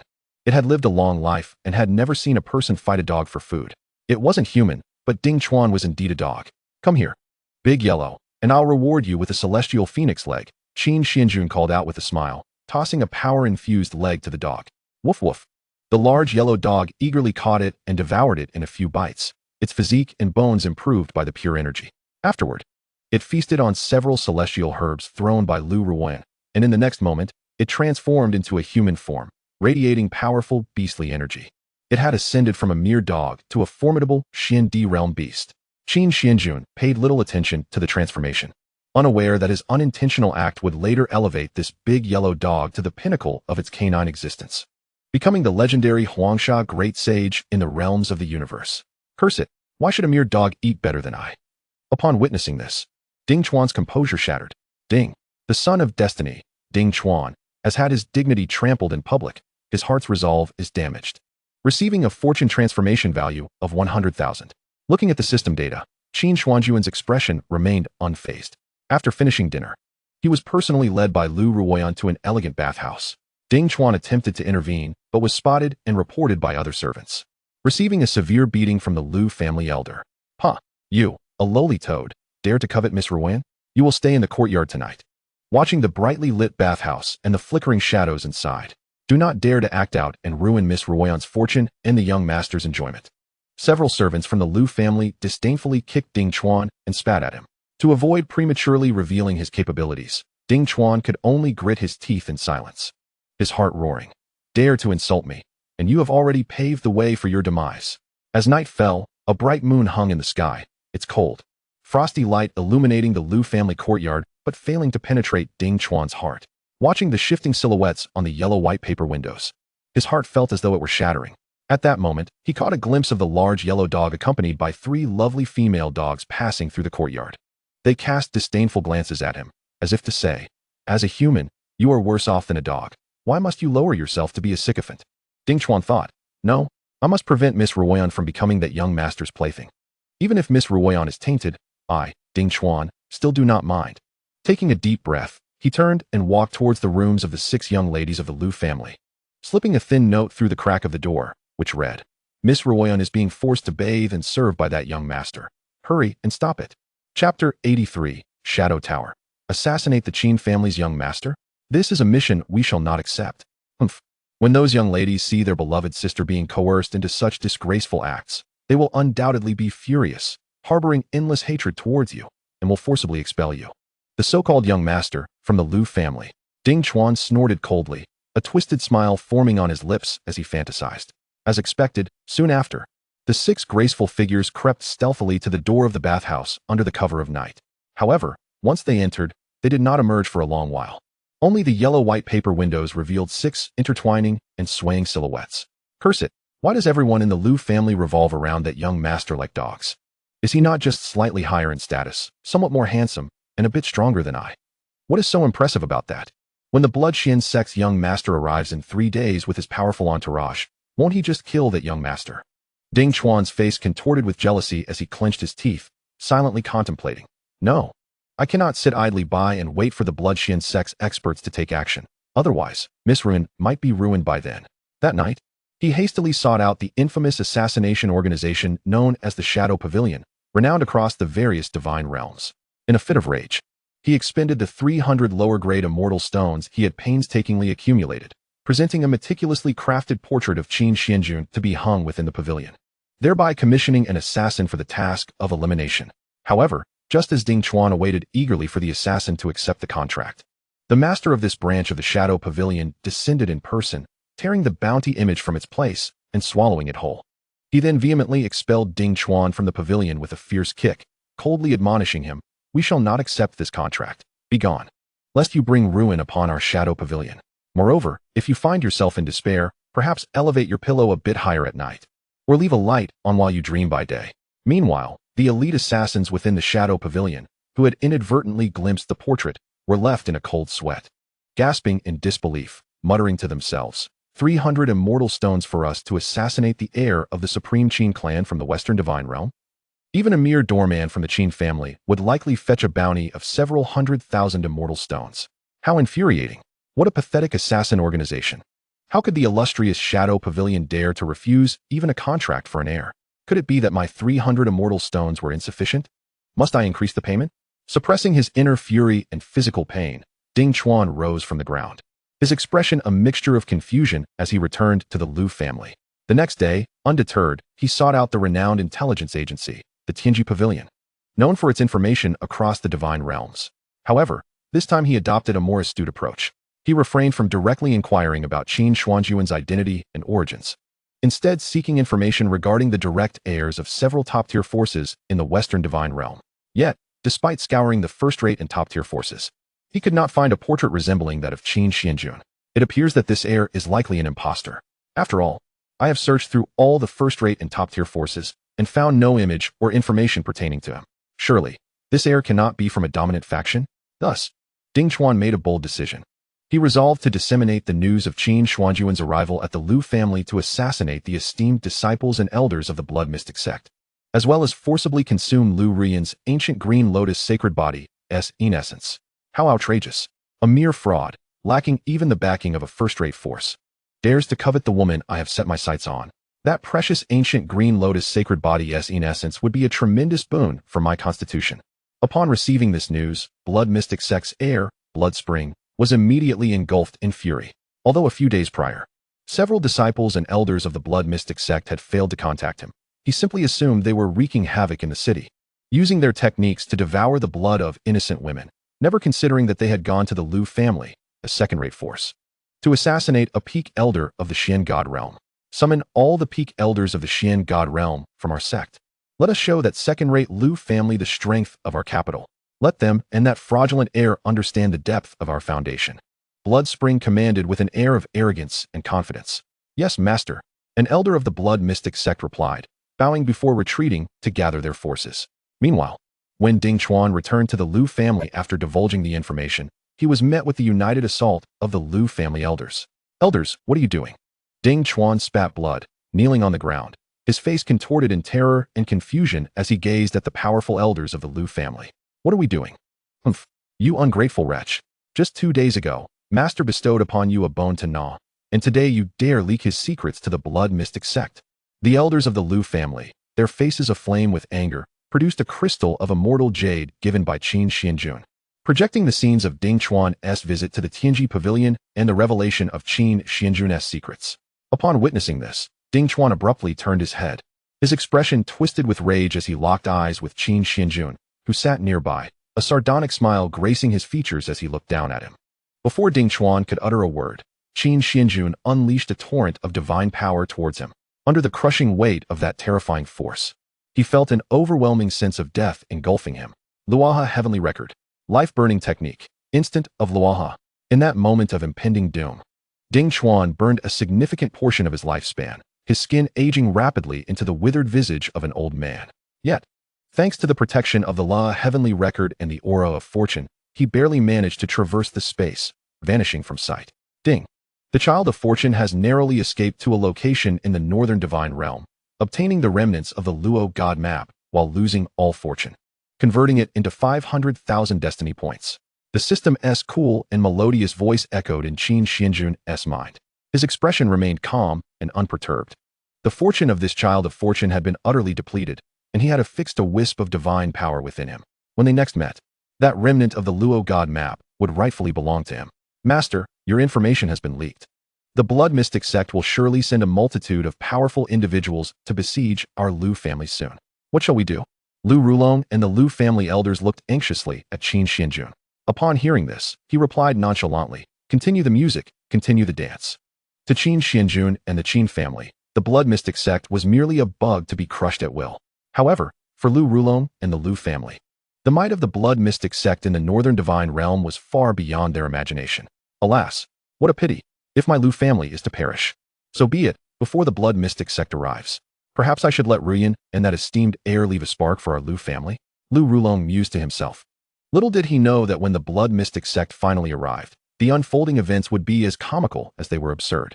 Upon discovering Qin Xuanjun's true identity, they would be utterly stunned, unable to believe their eyes, and Lu Ruyan's family tree would thus require an additional page. Chapter 84. I, Lu Ruyan, would rather serve as a dog for Master Qin than for you.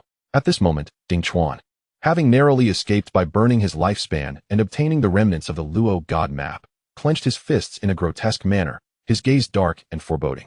Since your Lu family is so heartless, do not blame me, Ding Chuan. Having narrowly escaped this calamity and acquired the Luo God map, I shall ensure that your Lu family pays dearly. As he spoke, he dragged his battered and aged body, resembling that of a decrepit elder, step by step towards the Blood Mystic Sect in the Northern Divine Realm, intent on allying with them to annihilate the Lu family. The following day, Lu Ruyan lay exhausted in Qin Xuanjun's embrace, resembling a small cat that had run around all night, weary from play. Qin Xuanjun, in turn, lazily held her, relishing the tranquil moments together. One must admit, the Empress Ruyan is indeed delightful. Yet at that very moment, a frantic knocking at the door interrupted them. As Lu Rulong and several other women exclaimed anxiously, Master, a grave matter has arisen. The Blood Mystic Sect has come knocking. Upon hearing this, Qin Xuanjun calmly rose from the bed, cradling the Empress Ruyan, and replied in an unhurried tone, do not panic. It is they who should be in despair. Shortly thereafter, Qin Xuanjun, accompanied by Lu Ruyan and the elders of the Lu family, arrived at the main courtyard of the Lu family. In the courtyard, The young master of the Blood-Xian sect, Xiao Clan, was playfully toying with a menacing blood eagle beast perched on his shoulder. With a voice laced with arrogance and malice, he addressed Qin Xuanjun. You truly possess audacity. How dare you covet a woman that I have set my sights upon? Leaning on his cane, Ding Chuan, filled with bitterness, spoke hoarsely to the head of the Lu family and Lu Ruyan, declaring, Today marks the end of your Lu clan. Lu Ruyan, unfazed by Ding Chuan's feelings, retorted coldly, The young master of the Blood-Xian sect? Huh, merely a toad, no different from you. You have not even spent 1,000,000 top-grade immortal stones on me. Why would I bother with you? I would rather serve Master Xuanjun as a dog than submit to you. At her words, Ding Chuan's face turned crimson with rage. Even the young master of the Blood-Xian sect seethed with jealousy and anger. His eyes glowing a deep crimson as the Blood-Xian immortal power surged around him like a turbulent sea of blood. As the young master of the Blood-Xian sect, how had he ever endured such a profound humiliation? That young master, why does the name Xuanjun sound so familiar? An elder of the Blood-Xian sect remarked, a hint of unease and confusion in his tone. Xiao Clan scoffed dismissively, What does it matter? No one can surpass my status. With a grand wave of his hand, he commanded, All powerful members of the Blood-Xian sect, reveal yourselves and let the Lu clan witness the depth of our resources. Yes, young master. In an instant, countless cultivators donned in blood-red robes surged into the sky from all directions, numbering in the thousands, with several elders at the forefront. All at the peak of the Xian god realm. Oh, the heavens are set to doom my Lu clan.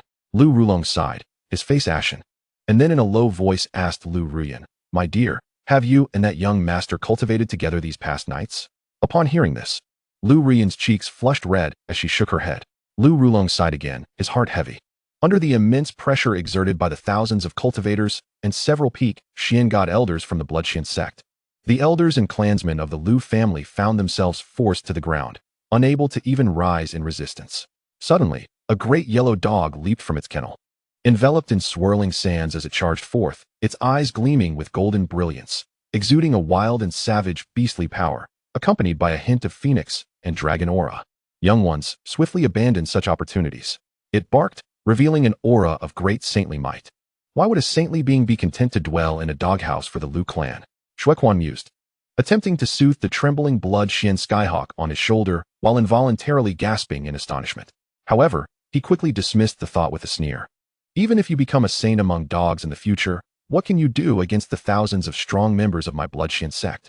With a glance, he signaled for the members of his sect to encircle the Lu clan completely, filling the streets with their presence. Miss Ruyan, if you kneel and plead with me, I may consider sparing your Lu clan. Holding a folding fan, Xiao Clan's expression twisted into a sinister smile. He believed that once Lu Ruyan witnessed the power of the Blood-Xian sect, she would undoubtedly abandon that fraud of a young master and grovel at his feet. Ding Chuan, too, stood with hands on his hips, brimming with sarcasm and anticipation. Yet, the scene that unfolded next left Xiao Clan, Ding Chuan, and all the members of the Blood-Xian sect utterly dumbfounded. Lu Ruyan suddenly knelt before them. Pretending to be noble? Now that the young master of the Blood-Xian sect is here, you still must kneel and seek forgiveness. Ding Chuan thought bitterly and enviously. However, to everyone's astonishment, instead of crawling to Xiao Clan, she knelt beside Qin Xuanjun, nuzzling against his leg like a docile kitten, then playfully nipping at his fingers with her cherry-red lips. Her face radiant with charm, she coldly mocked Ding Chuan and Xiao Clan, saying, Even if I serve Master Xuanjun as a slave, I would never submit to you. Witnessing this, Ding Chuan spat a mouthful of blood in fury, while Xiao Clan's expression twisted in rage as he commanded the elders beside him, Flatten the Lu clan. Capture Lu Ruyan. I shall humiliate her before everyone. The elders of the Blood-Xian sect, witnessing their young master's fury, did not dare hesitate, unleashing their formidable divine power to obliterate the Lu clan. Young master, you must take the girl and escape. Find a place where no one can find the remnants of the Lu clan. The head of the Lu family pleaded desperately to Qin Xuanjun. Meanwhile, the elders and clansmen of the Lu family braced themselves for their impending doom, their eyes ablaze with determination to fight against the Blood-Xian sect. Seeing this, Qin Xuanjun clapped his hands and said calmly, There is no need for such measures. The ones deserving of death are them. Xiao Clan sneered dismissively. Do you still intend to resist? If you truly have a powerful force backing you, why not call them out? However, an elder beside him tugged at his sleeve, panic-stricken, and warned, Young master, look at the sky. It has suddenly darkened. Xiao Clan looked up in the direction indicated, only to see the blazing sun that once hung high in the sky had vanished, and the azure horizon had turned ominously dark. resembling a tidal wave from a dead sea.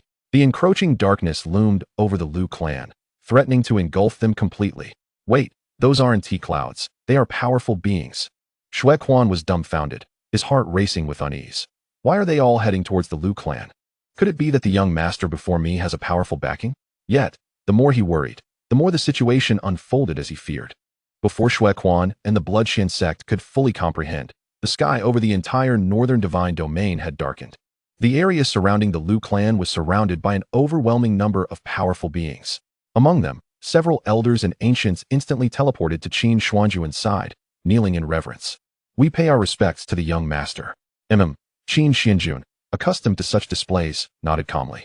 Meanwhile, the elders of the Blood Xian sect looked at the characters emblazoned on their robes and the overwhelming sacred aura radiating from the leading elders. Could they possibly be from the supreme Qin family of the Western divine domain?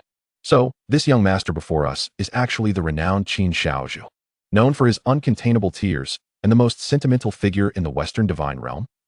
The chilling thought sent a shiver down the spines of Xue Quan and his companions. Some of the less resolute members of the Blood Xian sect collapsed in terror at the sight of the ominous throngs above. Did you not wish to showcase the depth of your resources? Please, summon forth the Xianxiang immortal clan, often referred to as the heavenly ones of the northern divine realm, that stands behind you. Qin Xuanjun, exuding divine power, lounged lazily upon his radiant celestial throne, mocking Xue Quan with a tone laced with derision. My apologies, I may have spoken too harshly earlier. Xue Quan struggled to maintain his composure, his trembling legs betraying him as he knelt before Qin Xuanjun, fervently knocking his head against the ground. Before raising it to reveal a grimace more sorrowful than tears as he pleaded, "Might you, esteemed Qin Xiaozhu, show mercy and let me go?" The surrounding elders of the Blood Xian sect, rather than feeling disheartened, also stepped forward to bow in apology. Under the oppressive gaze of several peaked Saint Realm powerhouses beside Qin Xuanjun, cold sweat trickled down their brows. After all, a mere fart from one of these peak saints could obliterate them. Ignoring the quaking members of the Blood Xian sect, Qin Xuanjun turned his gaze towards the utterly terrified Ding Chuan. Do you now comprehend the chasm between you and Xuanjun Xiaozhu? You are less than the dogs of his family. Lu Ruyan, with an air of pride, clung to Qin Xuanjun's arm. Her delicate face twisted in disdain as she taunted Ding Chuan. The Lu family members, jolted from their stupor, trembled as they prostrated themselves before Qin Xuanjun, particularly Lu Rulong, who could scarcely believe the magnitude of his daughter's words, that she had aligned herself with none other than the young master of the supreme Qin family in the Western divine realm. Facing the brink of annihilation, Ding Chuan, trembling, summoned the remnants of the Luo Shin map, hoping to harness its power for escape, only to be met with Qin Xuanjun's divine finger, infused with the Taichu Burial Immortal Sutra, piercing through his flesh and soul, followed by a terrifying crimson dragon-shaped flame that reduced him to naught but ash, leaving no trace behind. Confronted by the transcendent Qin Xuanjun, he was denied even the chance to scream in despair. The remnants of the Luo Shin map were seized by Qin Xuanjun, enveloped in the force of the temporal Dao. Today, if your Blood Xian sect lacks a formidable force to protect you, prepare for annihilation, Qin Xuanjun stated coldly to Xue Quan and the others. Upon hearing this, Xue Quan's heart turned to ashes. Though arrogant, he was acutely aware of the overwhelming might of dominion. The Xianxiang immortal clan, termed the Heavenly Ones, might stand against the supreme Qin family, but why would they risk incurring the wrath of another hegemonic force for him? When the sect leader, Xue Yu, received word from the elders and rushed over, his hair had turned half gray, and his countenance was dark as he struck Xue Quan twice across the face, declaring, "There is no longer a father-son bond between us." He then knelt beside Qin Xuanjun, pleading for mercy for both himself and the Blood Xian sect. Qin Xuanjun, however, paid him no mind, savoring the celestial tea brewed by Lu Ruyan, which intriguingly bore the flavor of divine mist. Shortly thereafter, Xianxiang Kong, the young master of the Xianxiang immortal clan, arrived with several elders who were on the cusp of the Saint Realm. Yet, fearing Qin Xuanjun's potential ire, they appeared only as ethereal shadows. How do you, Xianxiang Clan, regard the Blood Xian sect's attempt to harm my person? Qin Xuanjun queried, his demeanor indifferent as he surveyed Xianxiang Kong and the elders. This matter is of their own making. How it is resolved is entirely at your discretion, esteemed one. We of the Xianxiang immortal clan shall not interfere, Xianxiang Kong replied with a smile, though his concealed hand trembled within the confines of his golden sleeves. Although he came as a mere shadow, he could still feel the profound aura emanating from Qin Xuanjun, as both the strongest prodigies in their respective divine realms. The depth of Qin Xuanjun's power was unfathomable. The Chongqing elders felt similarly pressured, acutely aware of the overwhelming might of the peak Saint realm. It would not be an exaggeration to say that there was no discernible difference between the first and 36 stages of the Saint realm in the face of such supremacy. This child is more monstrous than even the young master of my Chongqing immortal clan. The future may prove exceedingly difficult to contend with. The elders of the Qin Clan were heavily burdened by these thoughts. Then let us eliminate them all, cleansing the northern divine realm with their blood, Qin Xuanjun commanded. His demeanor dictatorial and arrogant as he instructed the Qin family powerhouses beside him. Yes, master, they chorused in unison, proceeding to heed his orders without regard for the desperate pleas of Shui Quan and the others, executing each one with precision. Blood spilled forth from the gates of the Lu family, soon saturating the ground and streets for miles around in crimson. Chongqing Kong, initially expecting some semblance of courtesy from Qin Xuanjun, found himself compelled to conceal his anger as he departed with a smile, alongside his elders, having been entirely disregarded. Half a day later, after dealing with the Blood Xian sect, Qin Xuanjun instructed his men to eradicate several rival second- and third-rate factions within the Lu family. We are eternally grateful to Qin Xiaozhu for rescuing my Lu family. Lu Rulong and the members of the Lu family expressed with reverent gratitude as they bowed before Qin Xuanjun. To this, Qin Xuanjun merely nodded in acknowledgement. Let us return to the Qin family. He took Lu Ruyan aboard the flying celestial vessel of the Qin family, departing from the Lu residence. Unexpectedly, Qin Xuanjun learned that chaos had erupted in the Blood Red dynasty even earlier than in the original tale. Moreover, due to a previous incident at the Qin family, Shuifeng Yao had drawn forth a fortunate thread from an unguaranteed single draw. Chapter 86. The Child of Destiny is infuriated. Before I could confess, the princess has already conceived another seed. Upon receiving news from the Blood Red dynasty, Qin Xuanjun commanded the elders to exert their utmost effort in propelling the flying celestial vessel with utmost speed towards the Blood Red dynasty. Beside him, Lu Ruyan's exquisite and pure visage twisted with jealousy, her beauty contorted in rage. How infuriating! I have engaged in so many affairs without consequence. Yet why has she, with her negligible presence, succeeded? Lu Ruyan's eyes glinted with cold light, her heart heavy with bitterness and envy. Even Qin Xuanjun found himself in disbelief upon hearing this news. After all, his only interaction with Shuifeng Yao had been a mere leverage to secure her as a secondary tool in the Blood Red dynasty, intending to counterbalance her sister, Shuifeng Ji, to prevent her from turning against him. Meanwhile, within the grand hall of the Blood Red dynasty, a man clad in red armor, his features strikingly handsome yet stern, questioned the female royal physician before him. Are you certain of your findings? How could the princess be with child? The physician cast him a sidelong glance, her tone steady as she replied. Having practiced medicine for many years, it is inconceivable that I would overlook such a simple and evident matter. Moreover, the pulsations and the powerful aura emanating from the unborn fetus suggest that the male's bloodline must be extraordinarily remarkable and defiant of the heavens. Upon the child's birth, it is likely that it will invoke a terrifying phenomenon in the world. Listening to the female physician's words, the man's face grew increasingly furious. Who could it possibly be? Who dares to commit such a bold and rebellious act? How could they dare to make the esteemed princess experience such conditions in secret? Su Yi, enough. Do not disturb the rest of the child in my womb. Bloodwind Yao reprimanded Su Yi with a frosty countenance. Upon hearing this, he felt a profound sense of frustration and bitterness. Yet, in the face of Bloodwind Yao's admonishment, he could only obediently lower his proud head, clenching his fists tightly, producing a creaking sound. I have been an orphan since childhood, taken in by the princess due to my dragon battle physique, and brought into the palace to learn arcane arts and cultivate divine power. She is so ethereal and graceful, enchanting like a lily of the valley swaying in the breeze. Her fragrance and elegant composure leave me utterly captivated. As my dragon battle physique cannot be prematurely compromised, I resolve to dedicate my life to her, to guard her side and be with her for eternity.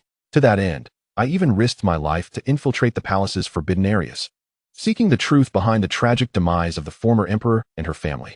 Yet now, having finally uncovered the truth, I have yet to confess my feelings to the princess. And now the physician reveals she is already with child. If it weren't for my physique preventing me from being compromised early, would the princess have found herself in such a predicament? The more Suyi pondered, the angrier he became, his eyes gradually reddening, as he roared within. Who dares to allow my princess to bear your offspring? If I discover who it is, Suyi, shall ensure your dismemberment. Just as he was consumed by rage, the sound of the Qin family's celestial vessel descending upon the plaza of the Crimson Blood Dynasty's palace echoed. Quickly, Let Brother Xianjun enter the palace.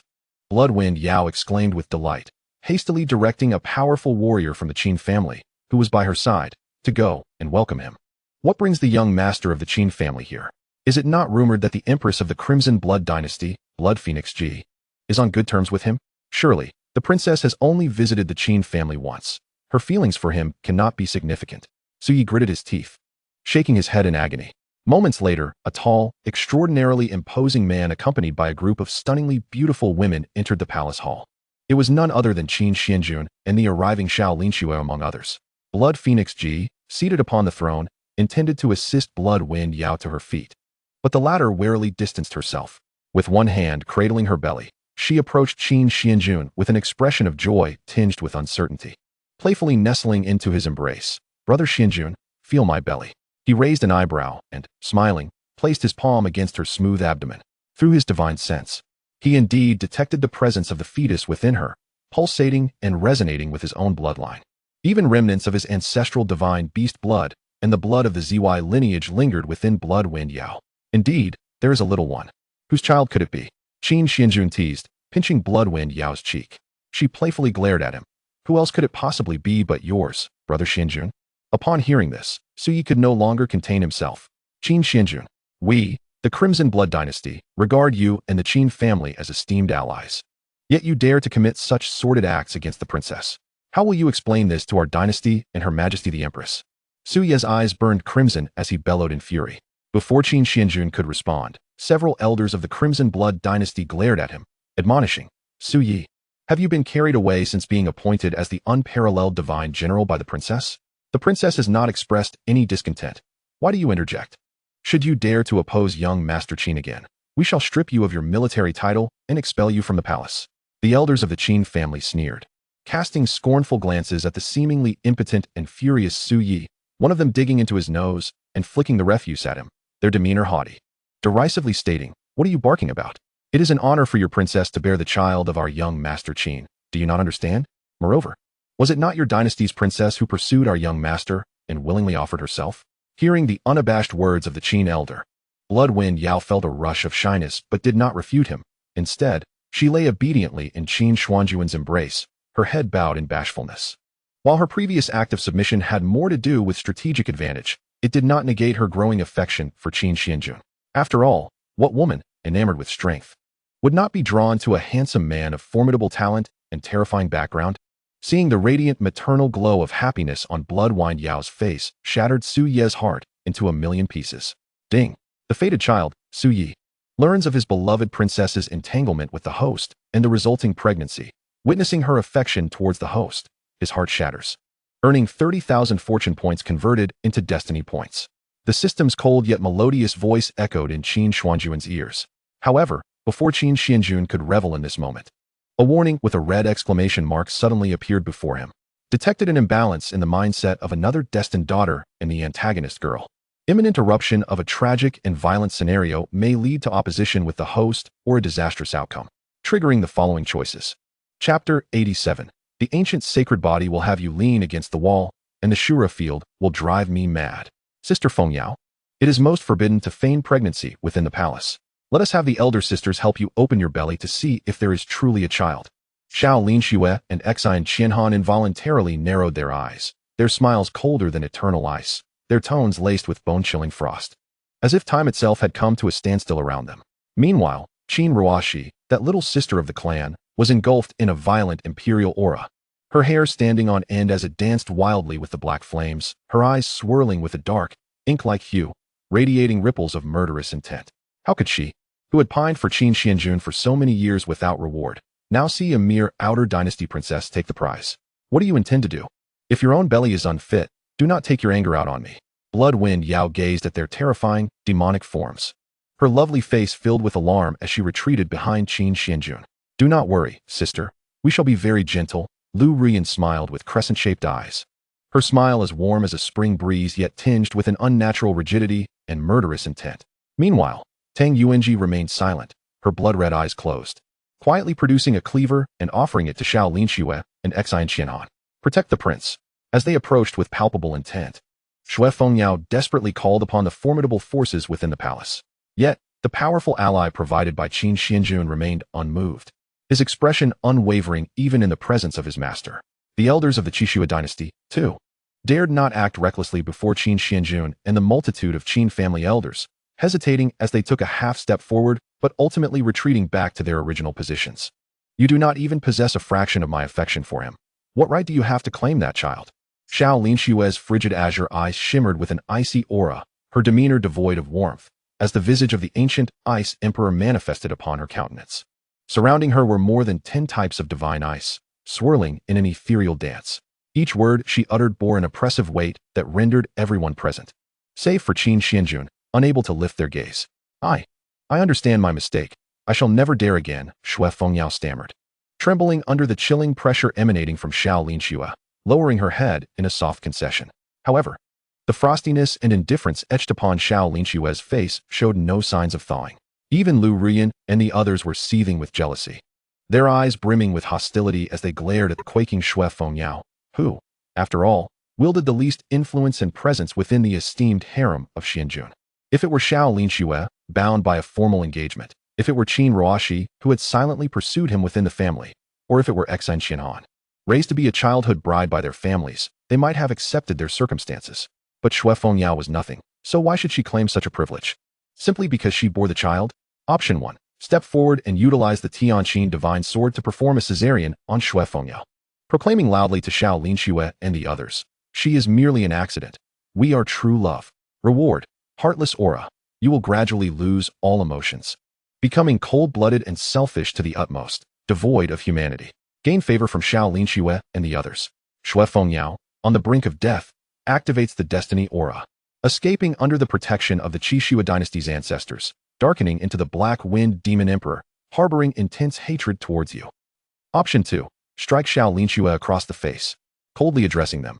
What do you intend to do to my beloved wife? Leave at once. Reward. 9 Transformations Golden Body Technique can help you withstand the impending threat behind you. Xue Fengyao's favor increases by 3 points, while Xiao Linxue and the others' darkening value and power temporarily increase tenfold. Option 3. Come to my chamber tonight, and I shall provide you with a reasonable explanation. Reward. Ancient Holy Body. Xiao Linxue and the others' subservience increases twofold. Qin Xuanjun, glancing at the choices before him, hastily made his decision. Tears glimmered within his dual-colored eyes, his expression steeped in affection tinged with guilt and pain, as he gently embraced Xiao Linxue and the others, soothingly assuring them, Shuer, Xinhan, Ruoxi, Fengji, Rian, and Yuaner, do not be upset. Come to my chamber tonight, and I shall provide you with a satisfactory answer. Feeling the warmth of Qin Xuanjun's tender gaze, Xiao Linxue and her companions felt a twinge of emotion but did not resist his embrace. Very well, I shall heed my husband. Xiao Linxue nodded, her voice trembling slightly, tinged with an imperceptible hint of sorrow. Qin Xuanjun, comprehending her feelings, cupped her delicate face, and as her surprised gaze lingered, she exclaimed, "Humph! My husband only knows how to bully Linxue." Feeling the sudden warmth from his lips, Xiao Linxue playfully struck Qin Xuanjun with her small fist, then, blushing, she dashed out of the grand hall. Young Master Xuanjun, Rian feels a bit parched, Lu Rian purred, lightly tapping Qin Xuanjun's lips with her fair fingers. He smiled nonchalantly, and despite the envious glare of Su Yi, the favored son of destiny, he lowered his head to bestow each of the beauties beside him with a gentle kiss. How infuriating! He is surrounded by such unparalleled beauties, yet he still seeks to claim my Fengyao. Su Ye's visage twisted with rage as he clenched his fists, the madness and hatred morphing into a shadowy beast that flickered ominously against the gilded walls of the palace illuminated by the divine flames. That evening, upon returning to the Qin residence, Xiao Linxue and her companions unanimously approached Qin Xuanjun's chamber, pushing open the door. Instantly, the temperature plummeted, resembling a glacial abyss in the heart of night. Should my husband fail to satisfy us, we may truly become quite angry, Xiao Linxue warned. Qin Xuanjun, reclining languidly on his couch, waved his hand dismissively, a confident smile gracing his lips. Fear not, I shall provide you all with a satisfactory answer. Thus, empowered by the ancient holy body, he prepared to navigate the tumultuous waters of their emotions.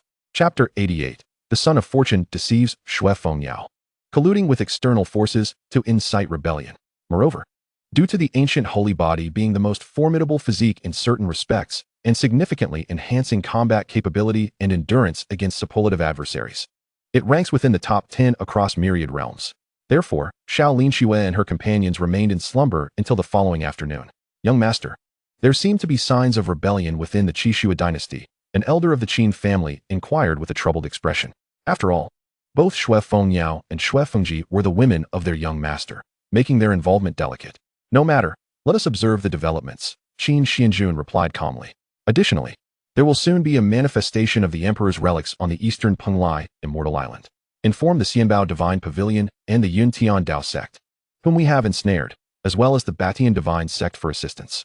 Have Xue Fengji feign defeat and retreat from the dynasty, leading her followers to rendezvous with us. Upon hearing Qin Xuanjun's directives, the elder displayed a look of astonishment, pondering, what a curious matter. How does our young master possess knowledge of everything? Could it be that, despite his ruthless and decisive demeanor, he is, in fact, a favored son of destiny blessed by the heavens? At that moment, within the Qixue dynasty, Xue Fengyao was in turmoil. Impossible.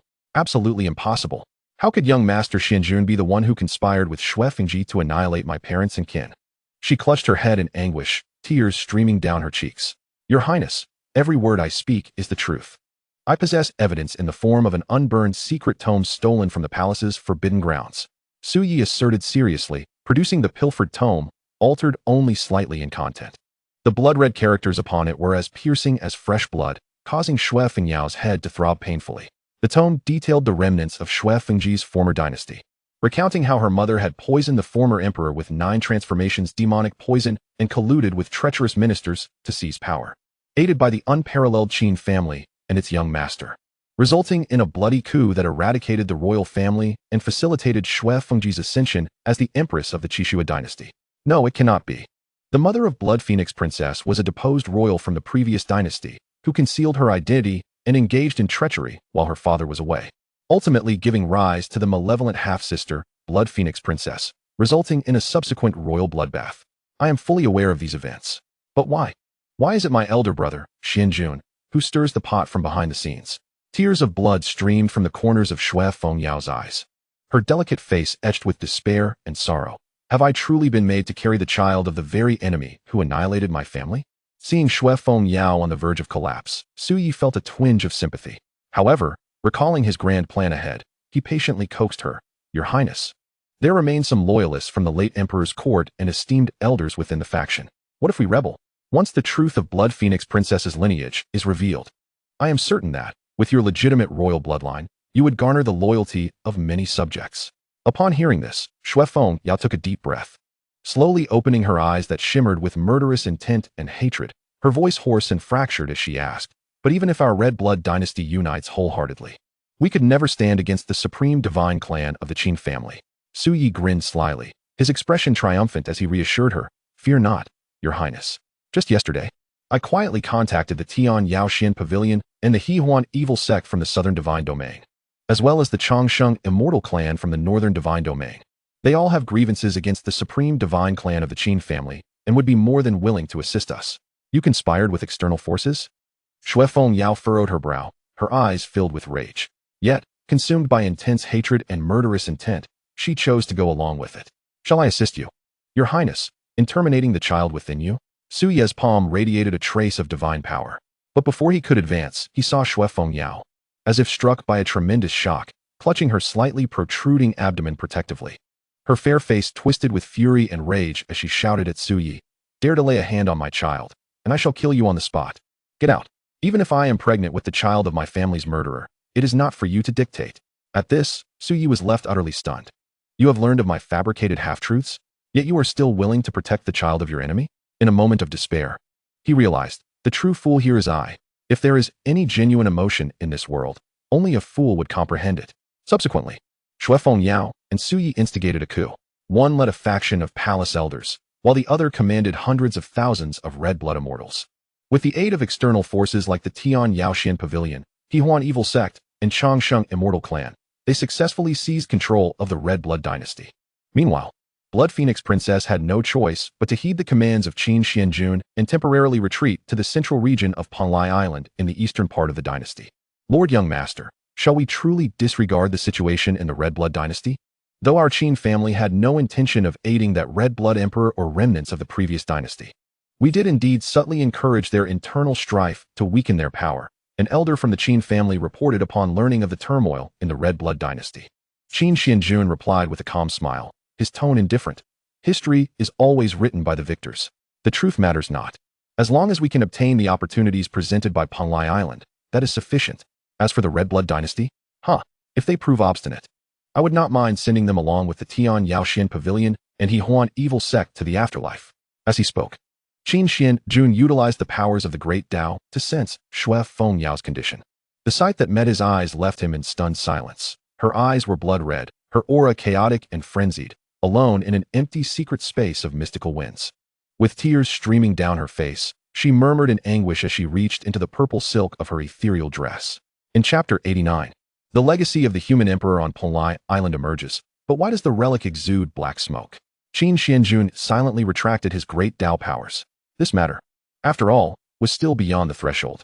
You all go to Penglai Island and await my arrival, he instructed the elders of the Qin family, then vanished into thin air, traversing the pathways of time and space. Upon entering the chamber of Xiao Lin Shui and the others, he could hardly contain his eagerness. Witnessing Shui Feng Yao's actions stirred a fervor within him.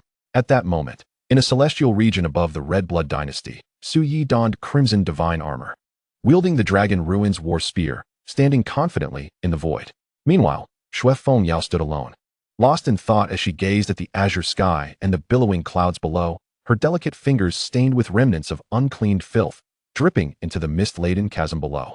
Fortunately, Su Yi and the elders, alongside hundreds of thousands of red blood immortals, were too engrossed in awaiting the arrival of Chang Shenkong and others to notice anything amiss with their revered princess. General, should we not concern ourselves with the Red Blood dynasty? Although the Tian Yaoxian Pavilion, Hehuan evil sect, and Changsheng immortal clan are willing to offer assistance, the supreme divine clan of the Qin family also has several dominant forces eager to help. Will we emerge victorious? An elder inquired anxiously. Su Yi scoffed, his confidence unwavering as he replied, even if Qin Xuanjun and the Qin family prove to be formidable, I, Su Yi, shall prevail. With that, he pointed towards Penglai Island, boasting with pride. Yesterday, while leading the celestial lords on a reconnaissance, I fortuitously discovered strange phenomena above Penglai Island. With the skies and winds in turmoil, and beams of golden light cascading from the heavens, illuminating thousands of mountains and seas, a grand opportunity is surely at hand. We will seize it first, and with the support of external forces, we shall prosper. Hearing Su Ye's declaration, the celestial warriors around him responded with fervor. If what the general says is true, unless that young master of the Qin family was already aware of the great opportunity at Penglai Island and prepared in advance, it is impossible for him to seize it from us, and the general shall surely rise to prominence, soaring like a true dragon through the heavens. Delighted by the flattery, Su Yi wore a smug smile. Once I rise to unify the shattered divine realm, I shall ensure that the princess falls for me and bears my children. He fantasized contentedly. Little did he know that after this expedition to Penglai Island, he would find himself at the mercy of Shui Feng Yao, who would transform him into a grotesque figure, submerged in a vat of beastly excrement for the remainder of his days. Not long after, the Tian Yaoxian Pavilion, Hehuan evil sect, and Changsheng immortal clan arrived in succession. The head of the Tian Yaoxian Pavilion, clad in black robes, treaded the path of the Tian Yao, smiling as he remarked, the recent unrest at Penglai Island in the Red Blood dynasty, with young general leading the way to explore opportunities, is indeed a fortunate event for us all. Su Yi puffed out his chest, twirling the dragon ruins war spear in his palm, and replied boisterously, you honor me. Though the Red Blood dynasty and the Tian Yaoxian Pavilion share no close ties, we possess a common enemy. Furthermore, such gifts from the heavens should be seized together, lest one monopolizes them. As soon as the words fell, the pale-faced and weak-breathed leader of the Hehuan evil sect, despite his darkened eyes and dizziness, stepped forward and spoke. General Su, you are indeed a straightforward individual. Although our Hehuan evil sect practices unorthodox methods, we are not oblivious to the principle of mutual dependence. The Qin family wields immense power, and it is only prudent for us to unite as one. Su Yi nodded, his gaze shifting toward the recently arrived young master of the Changsheng immortal clan, Chang Shenkong, accompanied by the ominous and mysterious white-haired elder beside him. The elder, enveloped in an aura of time-worn wisdom, stroked his beard and spoke. Our Changsheng immortal clan has sensed the presence of the emperor's power, a matter of grave significance. General Su, all we require is assurance that our clan will have priority access to the core of the ruins, and we shall dedicate ourselves wholeheartedly. Upon hearing this, a flicker of shadow and displeasure flashed in Su Ye's eyes, though he concealed it well. He let out a hearty laugh, responding with nonchalance. Rest assured, esteemed elder, as long as we can outmaneuver the Qin family, not only will the core region be accessible, but any treasures we discover shall be shared according to our contributions. The others exchanged knowing smiles, yet each harbored their own thoughts. Only Xue Fengyao remained rooted in place, her fingers stained and dried, leaving only faint white marks. Changxing Kong stood with a folding fan, hands clasped behind him, gazing toward the distant Punlai Island, a cold smile curling at the corners of his lips unnoticed by others. Aside from Qin Xuanjun, he regarded all the prodigies of the shattered divine realm with disdain. His purpose for coming was not simply to offer assistance. The Crimson Blood Dynasty? What a farce. How could they dare compete with his Changxing immortal clan for opportunities? Once I seize the emperor's power, even if you, Qin Xuanjun, are a prodigy, I shall have the right to contest you. Changxing Kong tightened his grip on the fan, his gaze sharp as lightning, his divine power profound as the abyss. At that moment, deep within the heart of Punlai Island, on a mountaintop shrouded in mist, Lu Rian lamented, "Young Master Xuanjun, truly, how many times must they come before you let it go?" She brushed aside the strands of hair that clung to her neck with sweat. Casting a playful glare at Qin Xuanjun, her eyes enchanting and captivating, exuding a blend of purity and allure, elegance intertwined with fervor, rendering onlookers restless with desire. Even Tang Yuaner and others were left blushing and speechless by her unabashed demeanor. Only Xue Fengji observed the powerful auras continuously emerging in the distance. Worry etched across her face, hesitating before asking Qin Xuanjun, "Young master, though my sister is in a delicate state, you need not concern yourself. She has conspired with the dynasty's generals to invite external forces into the dynasty. If you cannot act, I can personally eliminate the threat." Qin Xuanjun frowned. Yet he could not dismiss her. Xue Fengji's cheeks flushed as she mustered her courage, stating, "I can also bear children." Hearing this, Qin Xuanjun chuckled helplessly, pinching her cheek in a comforting manner. "No need to worry, I have my strategies." Just as their conversation unfolded, a sudden cascade of golden light enveloped the heavens. Above them, the golden radiance surged forth, spreading across the sky like a celestial river, cloaking the entirety of Punlai Island in a sacred glow. The ethereal mist that once surrounded them was dispelled by the golden light, transforming into countless luminous particles that descended upon the mountains, giving rise to fields of gilded immortal herbs, each leaf shimmering with golden patterns. A beam of light piercing through the heavens erupted from the center of the island, revealing the ethereal silhouette of a majestic palace. Golden white palace walls, crimson divine pillars, and numerous opulent palaces stood in splendid array. As the palace's illusion became clearer, a heavy and profound pressure emanated, the aura of the emperor manifesting, both a majestic dominion over myriad races and a warm sanctuary for all living beings. Yet, amidst the myriad golden lights, threads of ominous black mist intertwined, like ink droplets dispersing in a golden pool, sending shivers down the spine. "Young master, this emperor's relic seems to exude an aura of mystery. It is indeed an emperor's relic, but why does it constantly emanate black mist? Moreover, it appears to be guarded by countless ancient forbidden formations and puppet immortal corpses, as well as divine gate barriers. How shall we gain entry?" A solemn elder of the Qin family inquired of Qin Xuanjun. In response, he smiled nonchalantly. "Of course, we shall simply walk in." With that, Qin Xuanjun raised his hand and pressed against a divine brick on the resplendent palace wall, causing the barriers and puppet formations obstructing their path to dissipate entirely. The palace wall slowly parted, revealing a golden, unobstructed path to the immortals. Witnessing Qin Xuanjun's effortless entrance into the perilous relic as if returning home, the Qin family elders were left in utter astonishment. 666. Young master, are you not even pretending? Chapter 90. Xianyuan's sword, come forth. Gazing at the ethereal palace just within reach on the horizon, Su Yi and the others were filled with exhilaration and excitement. "General, according to our scouts, the Qin family has yet to send anyone to the Crimson Blood Dynasty to seize the opportunities of Punlai Island. The countless formations we set up along the borders have shown no signs of being triggered," an elder approached Su Yi to report. In response, Su Yi beamed with pride, boasting to the forces of Tianyao Xian Pavilion and others, "Did you see? Only I, Su Yi, was the first to discover and seal off Punlai Island. The Qin family and Qin Xuanjun have lost control over our dynasty. They probably have no idea that the emperor's relic is now revealed." As he spoke, Su Yi cast a sidelong glance at the distracted Xue Fengyao, her emerald phoenix skirt accentuating her rounded belly, silently thinking, "Once I, Su Yi, seize the emperor's power and the opportunities to become the emperor, Princess Fengyao will surely take notice of me and gradually come to like me. At that time, I will ensure she bears my offspring. Listening to Su Ye's confident declarations, the leaders of Tianyao Xin Pavilion and Haoan Evil Sect exhaled in relief, having been psychologically overshadowed by Qin Xuanjun and the Qin family. However, Chongqing Kong furrowed his brow, feeling a sense of inexplicable unease. He could not shake the feeling that the Qin family's behavior seemed excessively calm and subdued. They could not possibly have learned of the opportunities before the Crimson Blood dynasty and led countless powerful individuals into the depths of Panlai Island ahead of time. Could they? Young master, all the elixirs, immortal herbs, divine dew, and various precious resources within the relic have been thoroughly harvested. The only items remaining are the incomplete supreme artifact, the Xianyuan sword, within the underground palace's sword tomb, and the Emperor's banner in the center of the Grand Hall, both guarded by numerous divine weapons and forbidden formations. It may be quite challenging for us to acquire them, an elder of the Qin family said solemnly to Qin Xuanjun. With a calm smile, Qin Xuanjun raised his hand, grasping at the void and stating lightly, Xianyuan sword, come forth.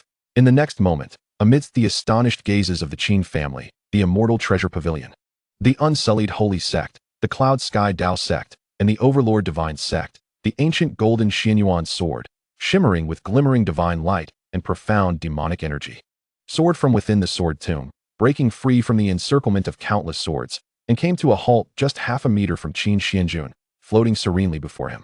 The latter raised his palm to gently grasp the frigid hilt of the sword, which immediately began to tremble violently, as if resisting.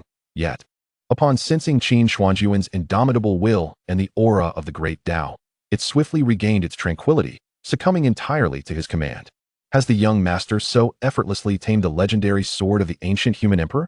The elders of the Qin family were left speechless, their eyes brimming with pride and astonishment. What Qin Xuanjun did next astounded them even further. With the Xianyuan sword in hand, he unleashed a blade of terrifying light imbued with the essence of transcendence and mastery, cleaving through the myriad of forbidden formations and celestial puppet corpses.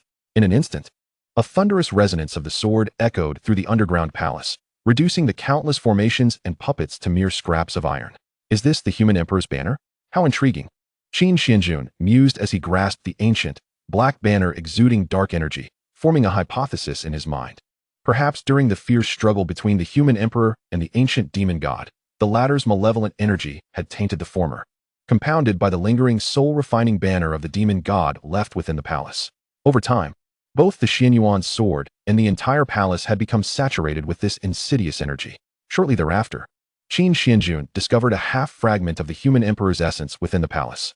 Yet, this fragment was also suffused with the same dark energy, leaving one uncertain whether it was the essence of the human emperor or that of the demon god. Brother Xuanjun, this human emperor's essence seems rather peculiar, Jiang Sitong remarked. Sensing the fear and resistance radiating from the pure holy power, her delicate face etched with concern. Qin Xuanjun responded with a calm smile, fear not. This fragment has indeed been corroded by some force. My current cultivation level is insufficient. I shall not hasten to consume it. With that, he placed the Xianyuan sword and the half-fragment of the human emperor's essence into the demon god's banner. Brother Xuanjun, what are you doing? Qin Ruoxi inquired, her expression one of confusion. Meanwhile, Lu Rian covered her mouth with a smile, her gaze thoughtful. This banner is, in fact, the soul-refining banner of the ancient demon god, a supreme imperial artifact. Although it has endured the ravages of time and is somewhat damaged, its power of devouring and refining remains formidable enough to consume the heavens and devour the moon. By placing the Xianyuan sword and the human emperor's essence within, and inscribing a character of the human emperor's power upon it, I can cast aside the entire legacy trial within the Grand Hall. Whoever enters shall be granted a seat of honor by the human emperor's banner, Qin Xuanjun explained. Upon hearing this, Jiang Sitong's mouth fell open in surprise, instinctively exclaiming, that could be disastrous. Chapter 91. If you cannot grasp the Golden Dragon Emperor's manifestation, leave it to me, the villain. At this moment, Su Yi, accompanied by the traitorous Scarlet Blood Dynasty's Scarlet Blood Celestial Army, along with the Tianyao Xin Pavilion, the Hecate Evil Sect, the Longevity Clan, and other factions, arrived at the depths of Panlai Island, floating beneath the dome in front of the Golden Palace of the Human Emperor. My dear friends, why not split up and pursue our own interests? What we see, we shall obtain, Su Yi proposed, a glint of cunning malice flashing in his eyes as he felt the resonance between the Dragon Battle's celestial body and the Golden Dragon aura within the palace. That sounds splendid, Longevity Kong replied, standing with his fan in hand, his posture regal as he looked down on Su Yi and the other powerful factions with a cold gaze filled with indifference and disdain. In his view, despite being fellow sovereign forces, these factions, repeatedly beaten by the supreme divine clan, the Qin family, were utterly incomparable to his longevity, Celestial Clan. After having faced the oppressive presence of Qin Xuanjun, he regarded Su Yi, an ordinary genius, with even greater disdain. I shall take my leave first. Should I encounter the Qin family or Qin Xuanjun vying for opportunities, I would appreciate your assistance in extricating me. Su Yi feigned politeness. Before leading the Scarlet Blood Dynasty's celestial army and Blood Wind Yao deeper into the palace. A bunch of fools. The opportunities within the human emperor's palace are destined to fall into the hands of one as fortunate as I. Your willingness to act separately truly saves me a great deal of trouble. Once I seize the human emperor's opportunities and rise to prominence, Princess Wind Yao will surely be unable to resist falling in love with me. Su Yi grinned, lost in dreams of his forthcoming splendid life. Subsequently, he followed the guidance of the Dragon Battle Celestial Body and the Golden Dragon Aura of the human emperor's palace, arriving at an exceedingly concealed Golden Dragon Great Hall. As he pushed open the door, countless Golden Dragon auras intertwined, forming vivid and majestic Golden Dragon phantoms, each radiating immense and unparalleled power. Upon a Golden Dragon pillar within the hall, ancient script was inscribed densely, Golden Dragon Emperor's Manifestation, among the myriad realms and skies. It ranks within the top 5 of the heavenly laws. According to the cultivation method inscribed on the pillar, one may cultivate by absorbing dragon aura or dragon blood. However, the requirements for the cultivator's physique are exceedingly stringent, and a vast amount of resources is necessary to continuously strengthen and upgrade the manifestation. Therefore, all prodigies or emperors who cultivate this manifestation will inevitably perish from physical incapacity upon breaking through to the 9th stage of the 9 transformations emperor, as no one has ever been able to cultivate it to its pinnacle. Only those with great fortune and exceptional talent should tread carefully in its cultivation. Viewing the inscription on the celestial pillar, Su Ye's expression was one of exuberant excitement. He disregarded the subsequent side effects, for in his eyes, how could one destined with fate and the Dragon Battle Celestial Body lack opportunities regarding physique in the future, even with such harsh restrictions? The Golden Dragon Emperor's manifestation ranked among the top 5 in the heavenly laws, illustrating its extraordinary nature. Filled with fervor, Su Yi sat cross-legged on the ground, utilizing the Dragon Battle Celestial Body to absorb the countless dragon auras within the hall. Enduring the pain of blood streaming from his 7 orifices due to the backlash of the dragon aura, he turned to Blood Wind Yao and declared, Princess, once I condense the dragon aura within this hall into the Golden Dragon manifestation, I shall not be inferior to that young master of the Qin family. Blood Wind Yao, however, paid him no heed, lost in her own thoughts. The notion of her future child's father being the nemesis of her clan caused her immense anguish. After enduring half a day's torment while refining the dragon aura, Su Yi finally condensed the multitude of golden celestial dragons and dragon aura into a 10-meter-tall miniature version of the Golden Dragon Emperor's manifestation. Golden Dragon Emperor's manifestation. At last, I, Su Yi, have succeeded. His expression radiated joy as he wiped the blood streaming from his orifices with his sleeve, preparing to fully merge the Golden Dragon Emperor's manifestation with his body. Just then, a voice, deep and mocking, echoed from behind him. If you cannot grasp the Golden Dragon Emperor's manifestation, it would be better for me, the villain, to take it. Chapter 92, Wind Yao. You should be ashamed. Su Yi turned in shock, his expression one of horror. Emerging from the shadows of the Great Hall was a figure of unparalleled grace and confidence, flanked by several peak elders of the sacred realm, who approached him. Young master of the Qin family, how did you discover this place? Su Yi stammered, retreating in panic. Meanwhile, Blood Wind Yao stood frozen, her expression complex as she bit her lip, tears shimmering in her eyes. Upon encountering Qin Xuanjun once more, she found herself momentarily at a loss, unsure whether to feel joy or animosity. Your mission is complete. You may now perish. Qin Xuanjun did not address Su Ye's bewilderment but unleashed the pathways of the sun and moon, intertwined with the pathways of time and space, merging them with the void immortal palm derived from the Taichu burial of immortal scripture. With a swift motion, she seized Su Yi by the neck and lifted him from the ground. Cough, cough. Release me, you fiend. Su Yi's face flushed crimson as he attempted to struggle against her grip. Yet the chasm of power between them rendered him incapable of even self-detonating his soul or body. Qin Xuanjun wasted no words. She directly activated the record of the Great Devil Seed, allowing an endless tide of demonic energy to surge into Su Ye's body.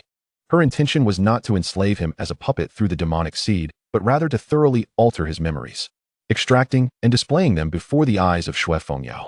As the latter beheld the distorted memories of Su Yi's soul, her eyes widened in shock.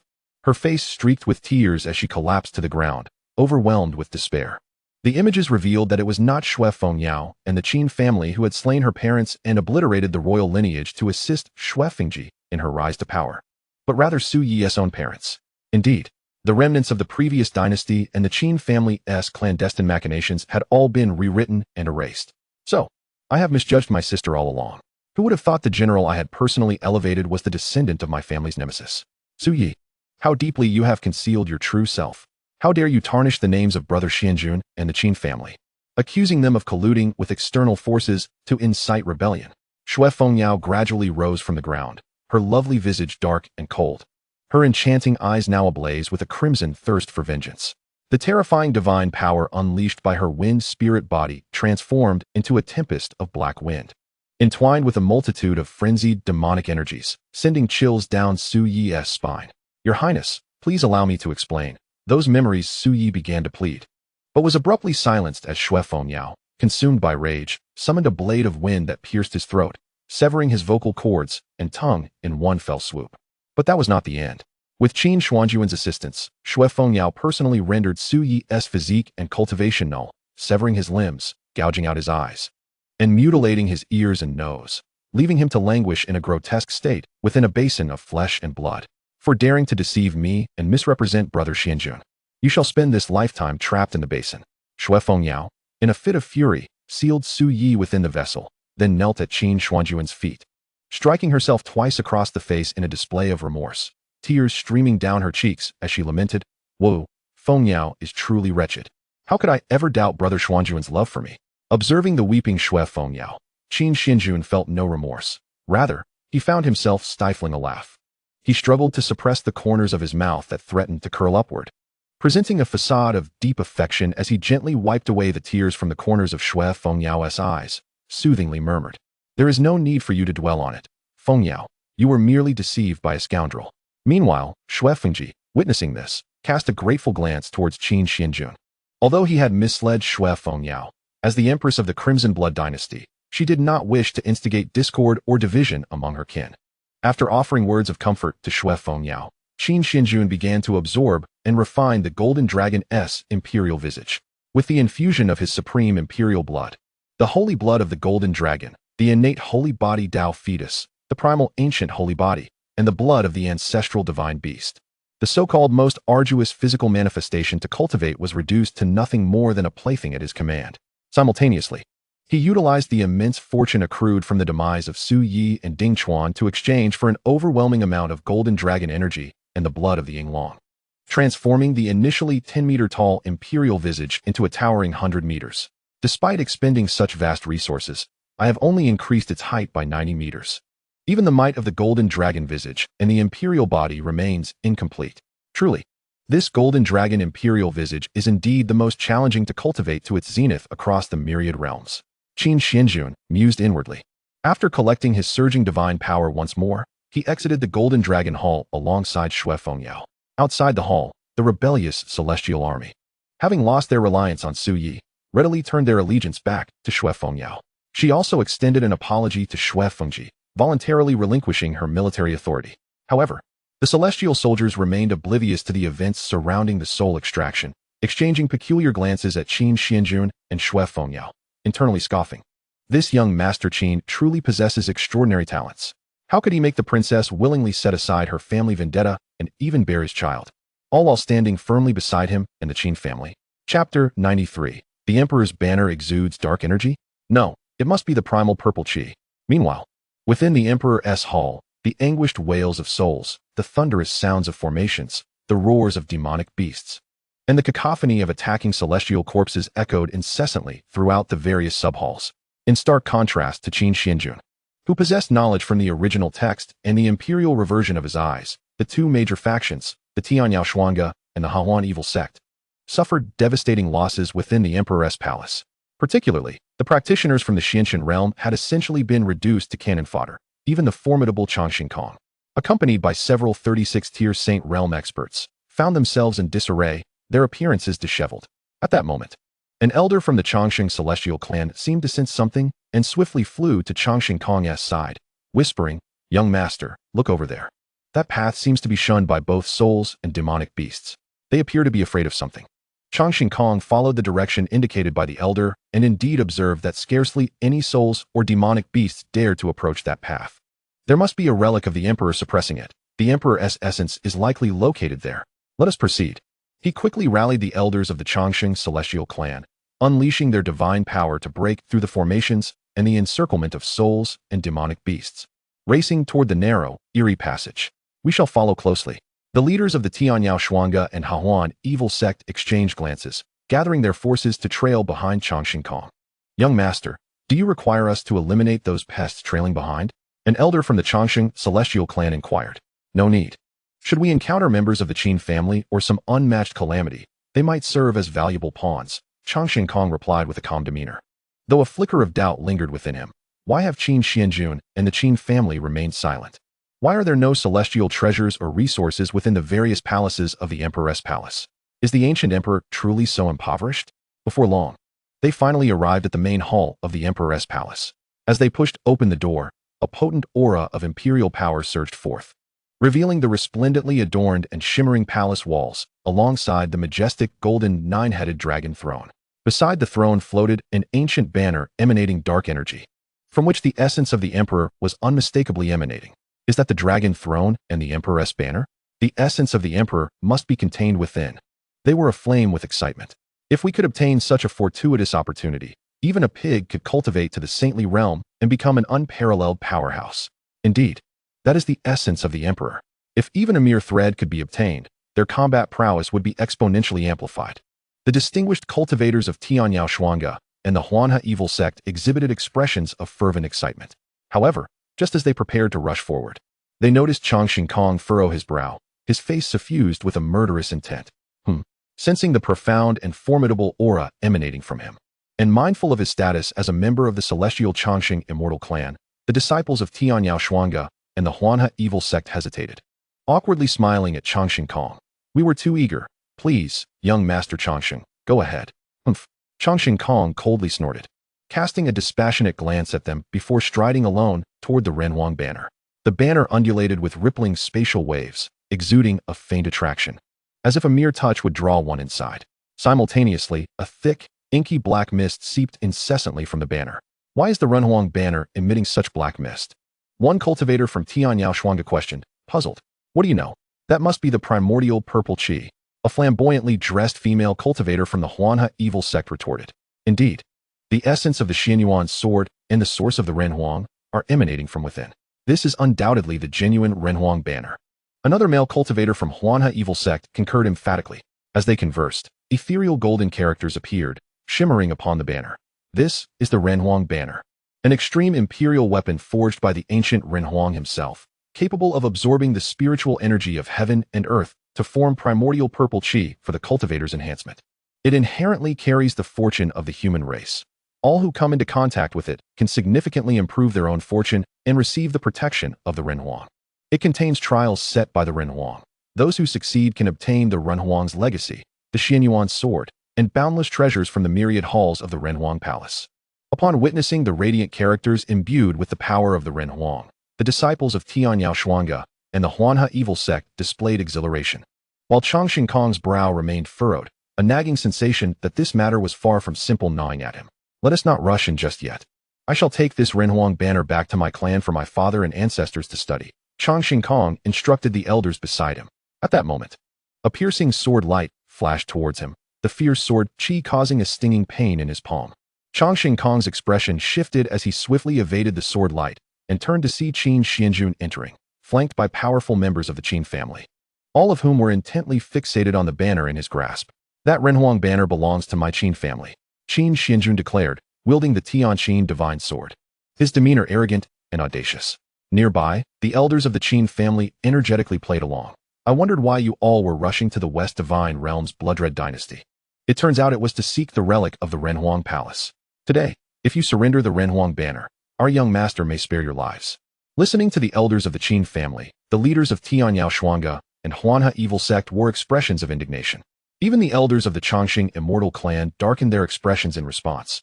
If you think you can monopolize the opportunity in front of the Changxing immortal clan, we shall see if you possess the capability. In response, Qin Xuanjun suddenly unleashed the Golden Dragon Emperor's form, striking a palm towards Changxing Kong. The overwhelming pressure causing the very fabric of space to shatter. Changxing Kong, equally proud, summoned his Changxing immortal form, materializing a colossal manifestation, and retaliated with a palm strike against Qin Xuanjun's golden hand. The explosive sound reverberated throughout the Renhuang Palace, the shockwaves forcing many to stumble backward. As the dust settled, Qin Xuanjun remained steadfast, while Changxing Kong, despite not retreating, had blood trickling from the corner of his mouth, his immortal form bearing visible cracks. Cursed be it! What kind of form is that? How can it surpass my Changxing immortal form, which ranks among the top 1,000 in the celestial realms? Changxing Kong thought, his wrist trembling slightly, pain radiating from his hand. He exchanged a glance with the powerful beings beside him, signaling the members of Tianyao Shuangge and the Huanhe evil sect to obstruct the Qin elders and Qin Xuanjun while he maintained his form, unleashing the power of the Changxing path against the exquisite women near Qin Xuanjun. In his estimation, those women would surely be easily subdued, mere playthings of the lustful young master of the Qin family. Yet, if he could seize them, even if he couldn't compel them to relinquish the opportunity of the Renhuang banner, he could still humiliate Qin Xuanjun's pride and dignity. Seems like the young master of Changxing considers us merely ornamental. Xiao Linshue's eyes narrowed, her expression as cold as steel as she raised her delicate hand. Surrounded by a multitude of ancient divine ice and various ice paths, Heart Shihan and the others, unwilling to be outdone, showcased their formidable innate talents and divine powers, launching devastating attacks toward Changxing Kong. Damn it, how can they be so strong? Each one possesses the strength of a direct descendant of a dominant power and possesses top-tier innate abilities? Changxing Kong was immediately sent reeling, blood spewing forth as he was knocked back, his silver-white Changxing immortal form severely damaged. The elders of the Changxing immortal clan displayed expressions of disbelief, their eyes widening in shock as they beheld Xiao Linshue and her companions. As the members of Tianyao Shuangge and the Huanhe evil sect observed Changxing Kong struggling to maintain his ground, they resolutely charged toward the Renhuang banner. Do you dare to seize the opportunity at such a moment? Are you seeking death? Changxing Kong wiped the blood from his lips, his expression furious as he bellowed at them. Yet, the members of Tianyao Shuangge and the Huanhe evil sect paid him no heed, vying to leap into the Renhuang banner. In their view, it mattered little who emerged victorious between the Changxing immortal clan and the Qin family. In due time, they would inevitably engage in internal strife to seize the opportunity. Thus, it seemed more prudent to enter the Renhuang banner and face the trials within to gain the advantage. Jump in, jump in. Once you're inside, each will be rewarded with a seat at the Renhuang banner. Qin Xuanjun smirked slightly, quietly watching as Changxing Kong and the others leaped into the billowing black mist of the Renhuang banner. Friends, come forth to refine my soul, no? Let us converse within the Renhuang banner. However, in the instant that Changxing Kong and the others lunged into the Renhuang banner like ravenous wolves, their steps abruptly halted, their faces frozen in ecstatic anticipation, replaced instantly by profound bewilderment and dread. The Xianyuan sword hung silently, the essence of the Renhuang faintly perceptible. Yet the space within the banner, which should have been suffused with primordial purple qi, was now filled with a dense, inky black mist. This black mist was not the auspicious qi heralding the dawn of creation, but rather a malevolent energy imbued with a chilling essence of destruction, tendrils of it coiling around, as if countless vengeful spirits were howling within. Changxing Kong's moon-white robe was instantly tainted with streaks of ashen gray, his handsome features tightening in alarm. The unflappable composure he had maintained for millennia shattered.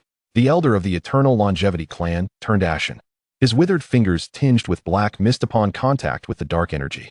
He abruptly withdrew his hand, his voice trembling with fear. Young master, this is not the primordial purple qi. It is demonic energy, an ancient malevolent force capable of devouring souls and corrupting flesh. Before he could finish his words, intricate blood vessels erupted on the back of his hand as the black mist surged through his meridians, causing veins to bulge on his forehead and cold sweat to soak through his robes. This is bad. We've fallen into a trap. Changxing Kong's pupils constricted sharply, the demonic energy swirling within the banner, threatening to rend his Dao heart apart. He glanced back, realizing that Qin Xuanjun and the members of the Qin Clan had failed to follow. A chill coursed from his feet straight to the crown of his head. He hastily reached out, his long fingers imbued with formidable divine power, grasping for the Xianyuan sword and the essence of the Emperor of Humanity, determined to shatter the banner and return to his clan. However, the moment his hand brushed against the hilt of the Xianyuan sword, an overwhelming force of malevolence erupted like a tsunami, violently hurling him away. Long Kong crashed against the barrier formed by the gathering black mist, spitting out blood that stained the moon-white hem of his robe.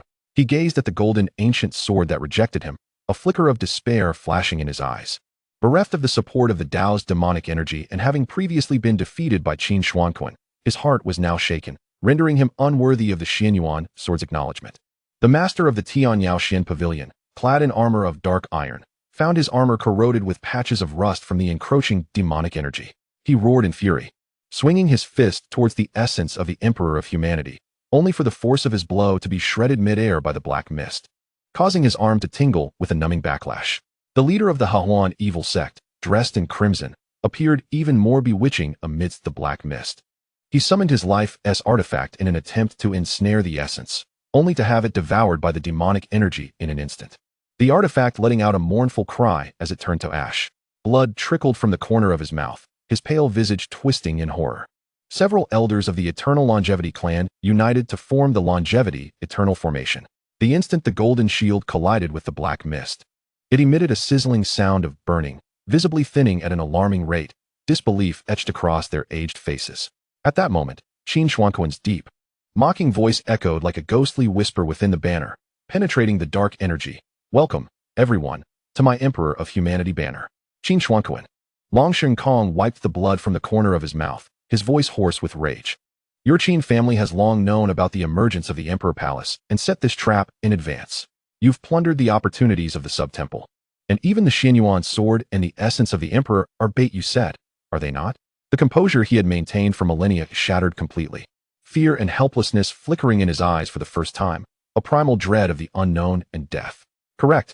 Qin Xuanjun's voice was laced with an icy chill, veiled in mockery, yet underscored by an undeniable murderous intent. "Unfortunately, there are no rewards for you. Do enjoy bathing in the primordial purple qi here, and strive for ascension at the earliest opportunity." As his words fell, dark demonic runes coalesced at his fingertips. The record of the great Dao's demonic seed was activated to its utmost, and his eyes, cold as ice, unleashed a chilling command. "Soul-refining banner, obey my will, refine." A piercing scream erupted within the banner. A cultivator from the Heroines evil sect was ensnared by the black mist, his fair skin visibly rotting at an alarming rate. Flesh dripping like molten wax to reveal gleaming white bones, reducing to a pool of bubbling black ichor within mere breaths, the stench overwhelming the senses. "Devil! You dare disguise the soul-refining banner as the Emperor of Humanity banner. You wield such forbidden techniques to harm fellow cultivators. Do you not fear the four divine realms will unite against you?" A cultivator from the Tianyao Pavilion shouted, slashing at the encroaching black mist with his sword. Yet his blade had long been eroded, and he was soon engulfed by the darkness, his screams abruptly silenced. Qin Xuanjun remained unfazed, his fingers moving the demonic runes with increasing speed, the mist within the banner boiling like black water, surging towards every corner.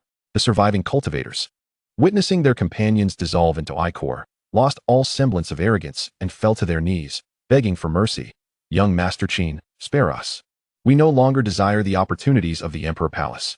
Truly, we do not." They implored for clemency, their robes torn by the black mist, hair disheveled, faces smeared with blood and grime, stripped of any semblance of their former strength. The only responses to their pleas were the gurgling sounds of the roiling mist and the encroaching scent of death. "Qin the devil!" A furious roar sent ripples through the black mist, as the master of the Tianyao Pavilion erupted with a surge of power, his dark iron armor shattering piece by piece, revealing the bulging veins on his bronzed skin. He exuded the oppressive aura of a great emperor, yet was firmly suppressed by the demonic energy. "Leave a thread of life for future encounters. We are cultivators who have trained for millennia. You, a mere junior at the Xian Dao realm, dare to refine an emperor?" The leader of the Heroines evil sect, his crimson robes torn, revealed skin marred with bloodstains, a glimmer of madness in his eyes. "I have cultivated for 13,000 years to attain the realm of emperor. If you dare to touch a single hair on my head, the Heroines evil sect will ensure not a single member of your Qin family remains." The three elders of the Eternal Longevity Clan, their hair standing on end, erupted with golden flames that clashed violently with the black mist. The flames continuously devoured their aged faces, twisted in agony. "Qin Xuanjun, do you comprehend the consequences of slaying an emperor? Our Eternal Longevity Clan in the heavenly realm and the entirety of the northern domain will be your eternal enemies." Standing outside the banner, Qin Xuanjun's lips curled into a cold smirk. His voice cut through the mist, clear and indifferent, as if he were discussing a trivial matter. An emperor? I refine emperors. As he spoke, he raised his hand, pressing down vigorously, his murderous intent as deep and silent as a dead sea. Refine the soul. No, the Emperor of Humanity banner. Grant me immediate transcendence. Chapter 95. How could young master be a devil? As it became evident that Qin Xuanjun truly intended to refine his companions, even the three elders of the Eternal Longevity clan were thrown into a state of panic. Rest assured, young master, today we shall protect your safe return to the clan, even at the cost of our lives. The three elders declared resolutely. They inhaled deeply, their murky eyes glinting with sharp cold light, as if having resolved to ignite their very souls, sacrificing their peak sanctified realm gained over millennia and forever damaging their foundations, forcing a desperate burst of divine power to break through the spatial blockade and escape from the soul-refining banner. The master of the Tianyao Pavilion and the leader of the Hahuan evil sect followed suit, sacrificing their lifespans and the essence of their souls to shatter the seal of the soul-refining banner. Master, do not just think of your own escape. Take us with you. Countless cultivators from the two factions knelt in despair, wailing. But the masters, unable to preserve their own lives, had no energy left to consider them. Qin the devil. We will remember this grudge today, both the Hahuan evil sect and the Tianyao Pavilion. The leader of the Hahuan evil sect, pale and ashen, felt a mix of relief and dread as he shouted at Qin Xuanjun, brimming with a feigned bravado. Yet, just as he prepared to depart alongside the master of the Tianyao Pavilion and several surviving elders, they found themselves besieged by powerful figures from the Wugong Holy Sect, Yuntian Dao Sect, Batian Divine Sect, and the Xiangbao Divine Pavilion, emerging from the void. Even the Qi Shui Immortal Monarch, who was originally meant to stand with Su Yi and Shui Fengyao in their ranks, now found himself alongside the forces of the Qin Clan. Despicable! You shameless, rotund princess! You promised to summon us to assist you in dealing with the Qin Clan, yet here you are, standing beside that tyrant Qin with a swollen belly and surrounded by those celestial soldiers? The master of the Tianyao Pavilion exclaimed furiously, pointing an accusatory finger at Bloodwind Yao. The leader of the Hahuan evil sect echoed his sentiments, exasperated. What extraordinary qualities does he possess that compel you to follow him so devotedly? In response, Bloodwind Yao could only lower her head, her cheeks flushed with embarrassment.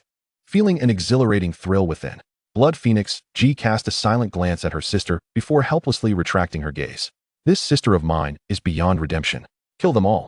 The one who slays the most shall be rewarded with opportunities from the Imperial Palace, Qin Xuanjun commanded, manipulating the soul-refining banner to continuously refine the myriad cultivators trapped within. To him, there were no true allies, only tools for exploitation.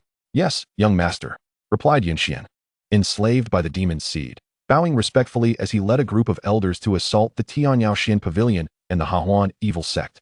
The forces of the Wugong Holy Sect, the Xianbao Divine Pavilion, and the Crimson Blood Dynasty closely followed. After half a day of brutal combat, only Changxing Kong managed to escape the Imperial Palace. Thanks to the protective prohibitions of the ancestral guardian from the Changxing Celestial Clan and the self-immolating efforts of three elders safeguarding his existence, albeit in a wretched state. I'm sorry, elders. As he gazed back at the magnificent palace crumbling behind him, Changxing Kong clenched his fists, his eyes bloodshot with rage and resentment.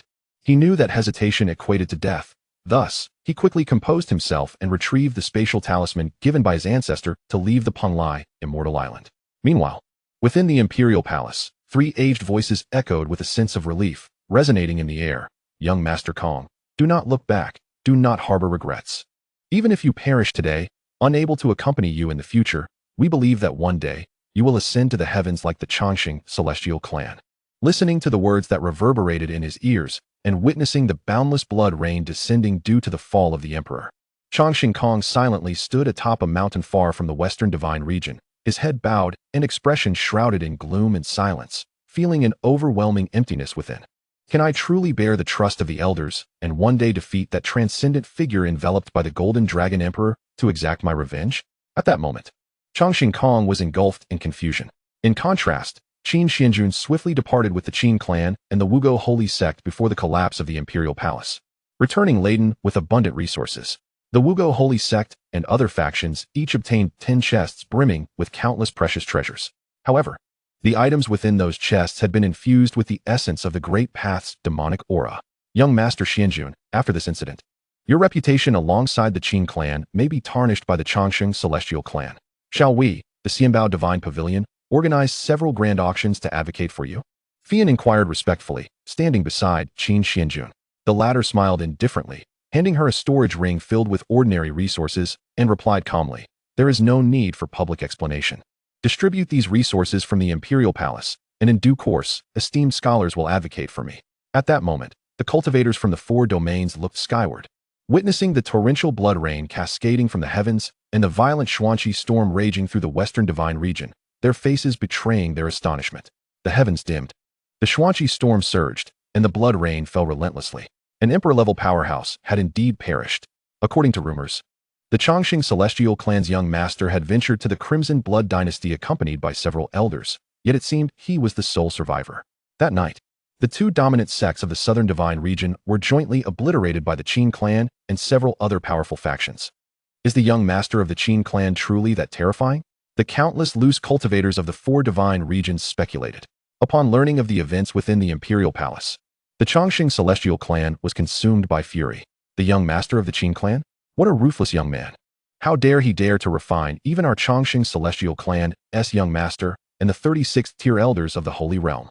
The patriarch of the Chongqing celestial clan, Chongqing Wushi, sat upon his throne, gazing at the disheveled and battered Chongqing Kong below, his heart bleeding with anguish. Chongqing Kong had mobilized 3 36th tier elders of the Holy Realm to the Western Divine Region's Crimson Blood dynasty, and he was aware of this.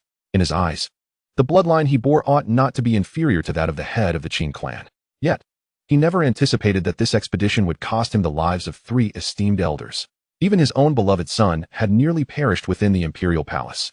"Father, we could disseminate the news regarding Qin Xuanjun's use of the evil and sinister soul-refining banner, inciting fear of the unknown evil to compel the fractured powers of the 4 domains to unite against the Qin Clan," Chongqing Kong proposed, stepping forward. Yet, simultaneously, he felt a deep-seated frustration and sense of defeat. He, Chongqing Kong, who had always prided himself on his extraordinary prowess and relied on strength to prevail, found himself resorting to underhanded tactics. "That plan is indeed astute, my son. We, the Chongqing celestial clan, can step forth to testify and employ stratagems to force the Qin Clan to relinquish the soul-refining banner and all opportunities obtained from the imperial palace." Chongqing Wushi nodded, instructing the elders below, "Immediately dispatch personnel to spread the news, claiming that the young master of the Qin Clan possesses a malevolent treasure and has heinously slaughtered countless cultivators from our Chongqing celestial clan and the 2 dominant sects of the southern divine region, compelling them to surrender the soul-refining banner and the opportunities from the imperial palace." "Yes, esteemed patriarch." The elders of the Chongqing celestial clan nodded in agreement and swiftly transformed into streaks of light, departing. However, it was not long before they returned. "Why have you returned so quickly? Has the news not been disseminated?" Chongqing Wushi inquired, his brow furrowed in confusion.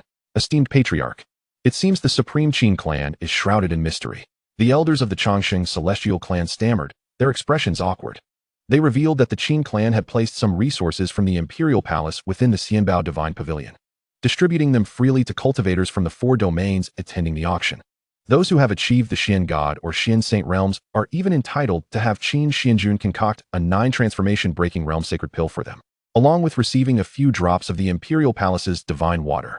Consequently, cultivators from all factions, regardless of their standing, now revere the young master of the Qin Clan as a reincarnation of a living Buddha, proclaiming that the supreme Qin Clan ought to be honored as the virtuous and righteous lineage of future generations. At this juncture, one of the elders, visibly dejected, mumbled, "I merely spoke a word or two against the young master of the Qin Clan at an inn, and the elders present, alongside numerous peak Xian God cultivators, were ready to draw their swords against me." Chapter 96. The Cookies Made by Bloodwind Yao? Listening to the reports from the elders below, Chongqing Wushi's brow furrowed deeply, his countenance exceedingly grim. He gripped the armchair with both hands and spoke with gravity. "Quickly summon all the elders and formidable members of the Chongqing clan. I must convene a family meeting." Upon hearing this, an elder in the audience chuckled awkwardly and scratched his face. "Well, esteemed patriarch, the family meeting may have to be postponed for a while." Chongqing Wushi frowned and inquired, "Oh, why is that?" Several elders exchanged furtive glances, their expressions tinged with embarrassment as they replied, "Patriarch, many of the young clan members and elder experts have been concealing their identities and disguising themselves to obtain free supplies from the Xianbao Divine Pavilion, courtesy of young Master Qin." As they spoke, the group swiftly made their way out of the grand hall. "Patriarch, We have been stagnated in our realms for so long without a hint of breakthrough.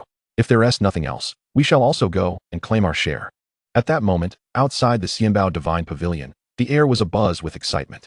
Countless powerful beings from various domains had gathered, drawn by the allure of the free resources. How outrageous! The Qin Clan dares to slander young Master Qin as a devilish scourge. One voice exclaimed, "Young Master Qin generously bestows upon us free resources, akin to a benefactor for wandering cultivators, deserving of the title of a righteous father." Another echoed, "Indeed, with such unselfish and magnanimous contributions, how could young Master Qin possibly be a villain?" As the cultivators from the four realms collected the free resources distributed by the pavilion, their faces radiated fervor in support of Qin Xuanjun.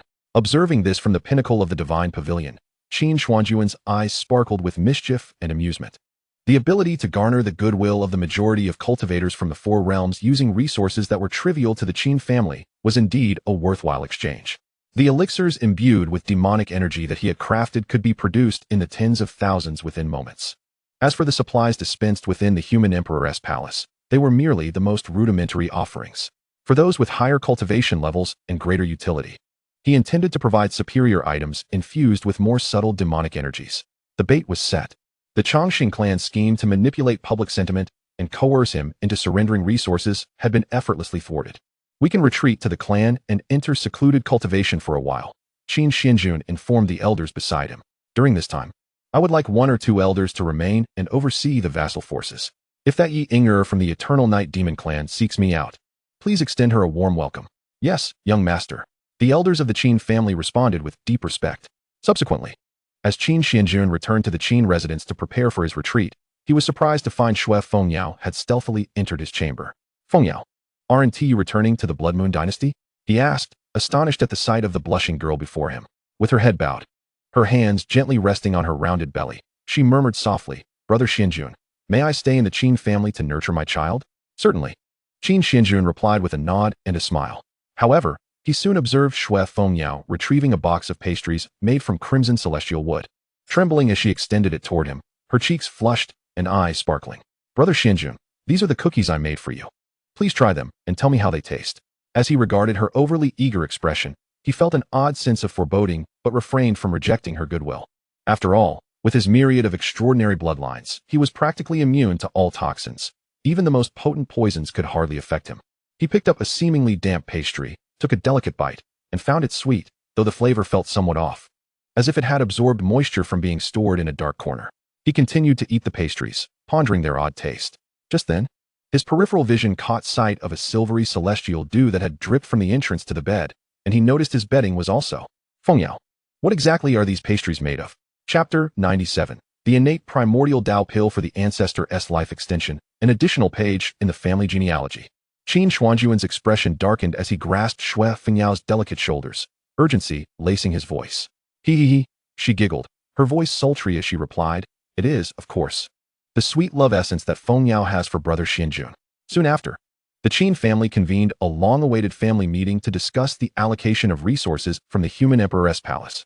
Unlike the tainted resources distributed for free by the Xianbao Divine Pavilion, these were carefully selected by Qin Xuanjun and the elders, intended solely for the cultivation of their clan members. "Xianxia, Huowang, Lan, you three may choose first. Roashi has just been well fed by the young master and is not in need of provisions at this moment." The elders of the Qin family presented a bounty of exquisite celestial peaches and countless precious elixirs before Qin Xia and the others. They received the offerings with tears of gratitude and admiration in their eyes, exclaiming, "We can only repay the young master's kindness by striving to become emperors." At that moment, Qin Roashi surveyed her surroundings but could not find Qin Xuanjun, prompting her to ask, "Where is brother Xuanjun? He isn't off accompanying that pregnant princess again, is he? With such constant exertion, how is his body supposed to endure?" Upon hearing this, the elders of the Qin family exchanged exasperated glances, one silently rolling his eyes, thinking, "Isn't it you who is always pestering the young master for food?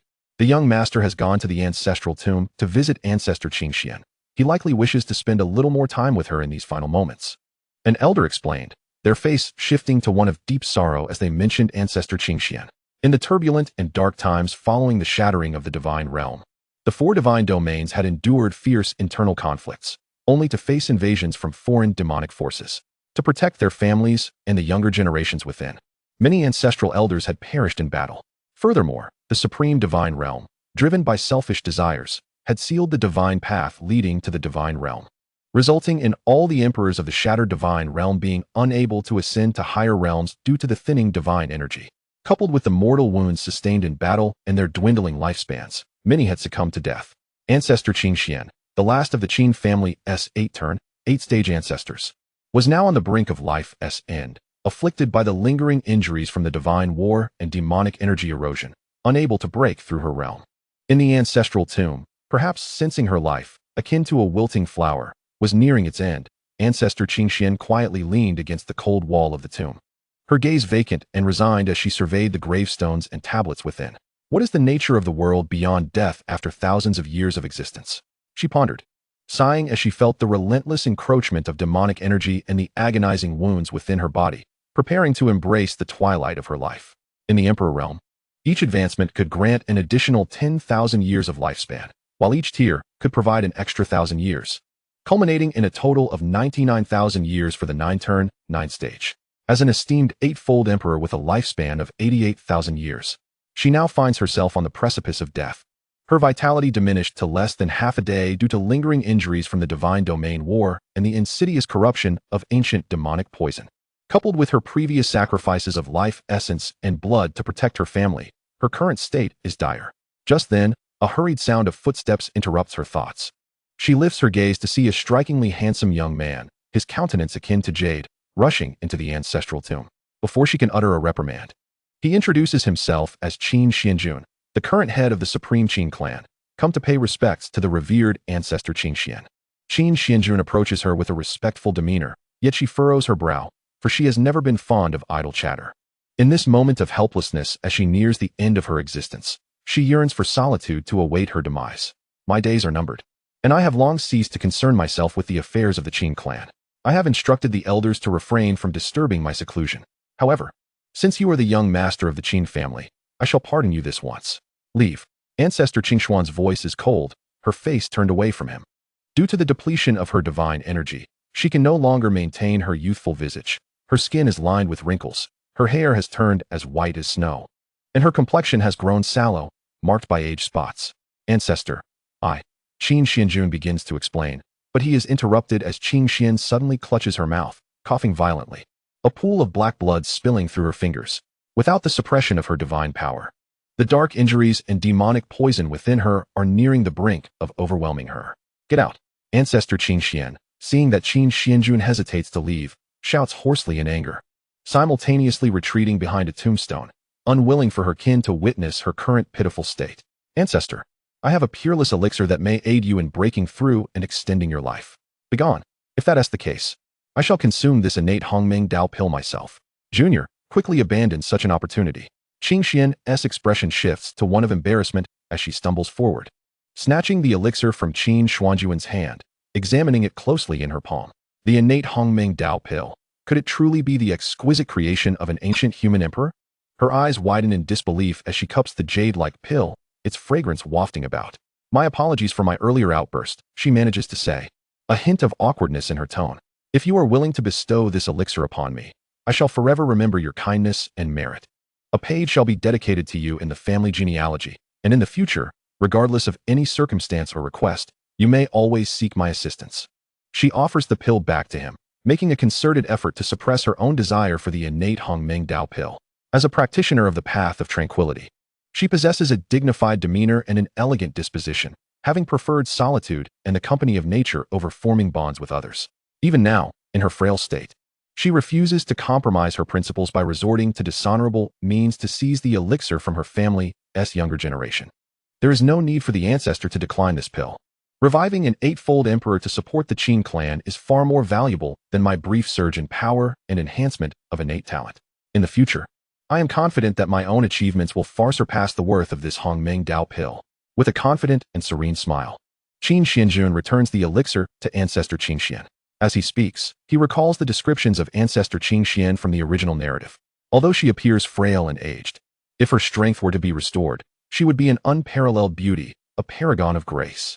Not only is she exquisite in appearance, but she also possesses the 9-fold Linglong immortal body and the ancient Qin Xuanjun spiritual power, capable of harnessing the essence of the universe. Despite her heart being untouched for millennia, she remains a solitary flower atop a cold peak, inciting a desire for conquest within those who behold her. Upon receiving Qin Xuanjun's voluntary gift, Ancestor Qin Xian consumes the human emperor pill without hesitation.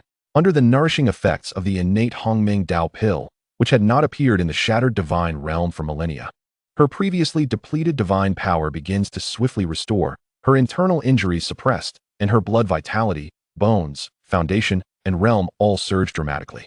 Her aged countenance and sallow skin rejuvenate to the perfect form of a youthful maiden of 18.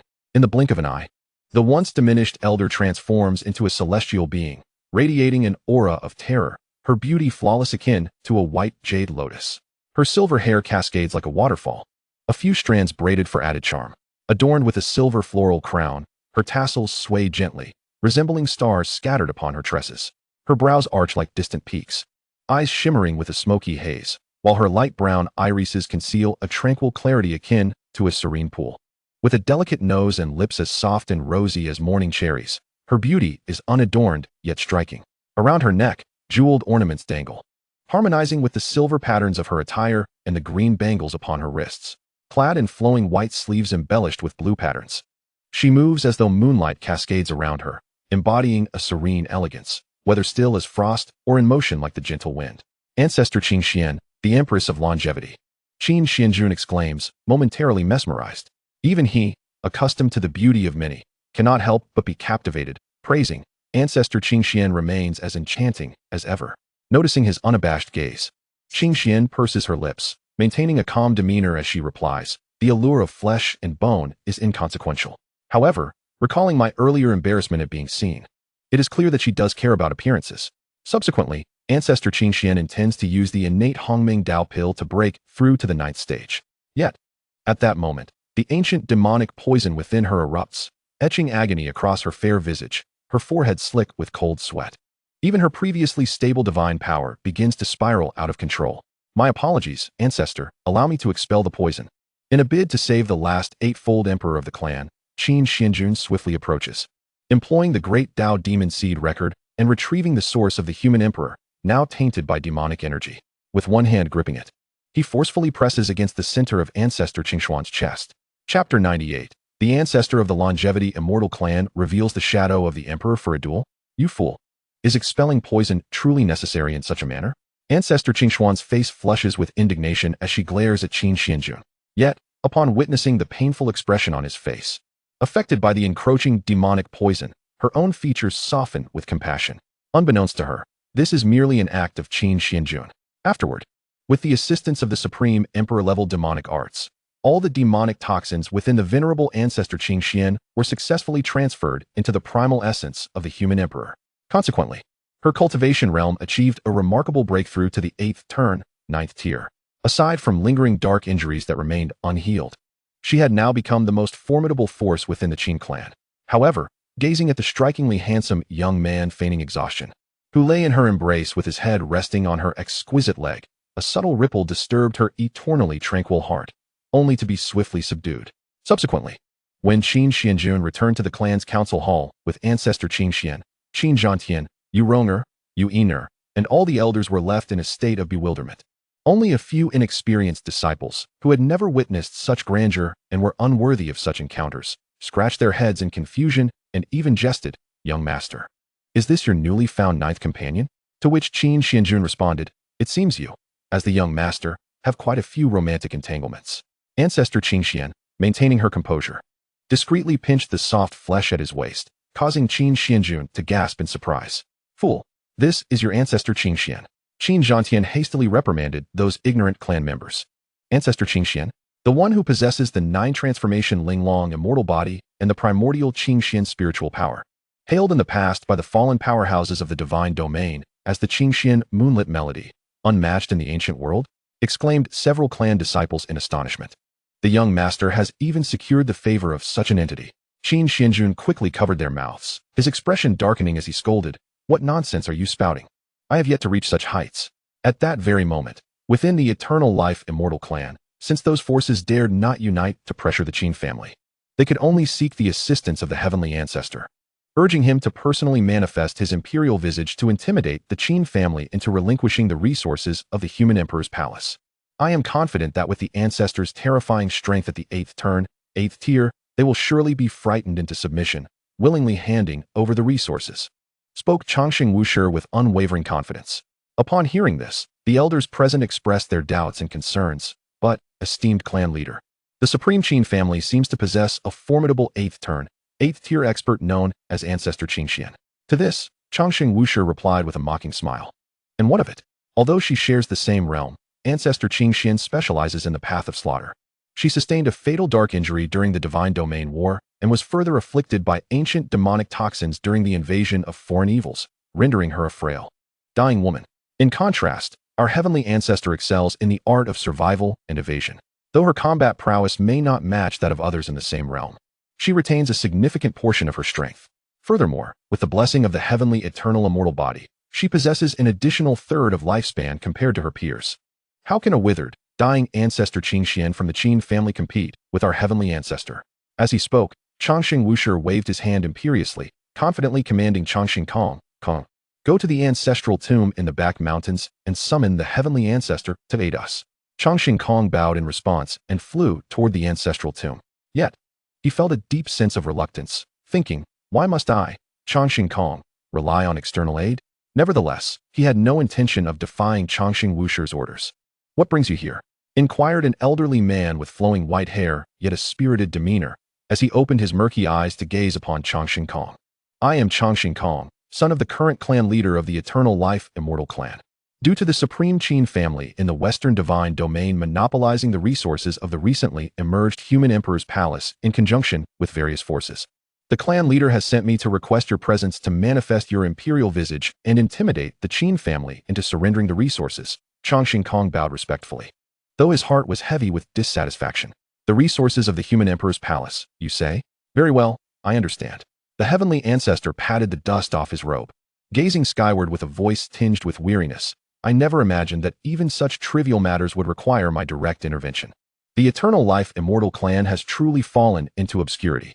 Upon hearing this, Changxing Kong's face contorted with rage, his handsome features twisting in fury. Yet, he merely clenched his fists in silence, vowing internally, we shall prevail. Next time, I will not lose, even if it costs me my life. Soon after, the news of the heavenly ancestor of the Eternal Life Immortal Clan emerging and challenging the Qin family's ancestor sent shockwaves across the 4 domains. However, what astonished everyone was that the Supreme Qin family accepted the challenge. Chapter 99. The demonic witch's cultivation ruined and expelled from the clan? Boom. The terrifying aura of the 8th turn, 8th tier emperor surged from the Eternal Life Immortal Clan, causing the unaware forces and rogue cultivators in the outside 4 domains to gasp in horror, exclaiming, that is the aura of the heavenly ancestor from the Eternal Life Immortal Clan. What do they intend to do? Could it be that the young master is unable to contend and has summoned the ancestor to hold the Qin family accountable? Who knows? The ancestor Qingxian of the Qin family has suffered fatal dark injuries and is afflicted by demonic toxins, her lifespan dwindling. The Qin family is likely to face calamity. As the heavenly ancestor manifested his imperial visage in the skies above the Qin family's territory, it only solidified their suspicions. The once bright firmament above the Qin family's domain darkened abruptly, as a towering imperial visage, enveloped in boundless terrifying divine power, descended through the rift in the heavens. With each breath, the surrounding celestial mountains trembled, and the defensive array of the Qin territory crumbled before him. As a mere glance from his ancient eyes sent shivers down their spines, as if time itself had frozen. The Eternal Life Immortal Clan has remained silent for far too long in the Northern Divine Domain, to the point of being forgotten and disregarded. The heavenly ancestor slowly opened the enormous golden eyes of his imperial visage, his expression indifferent as he looked down upon the Qin clan members.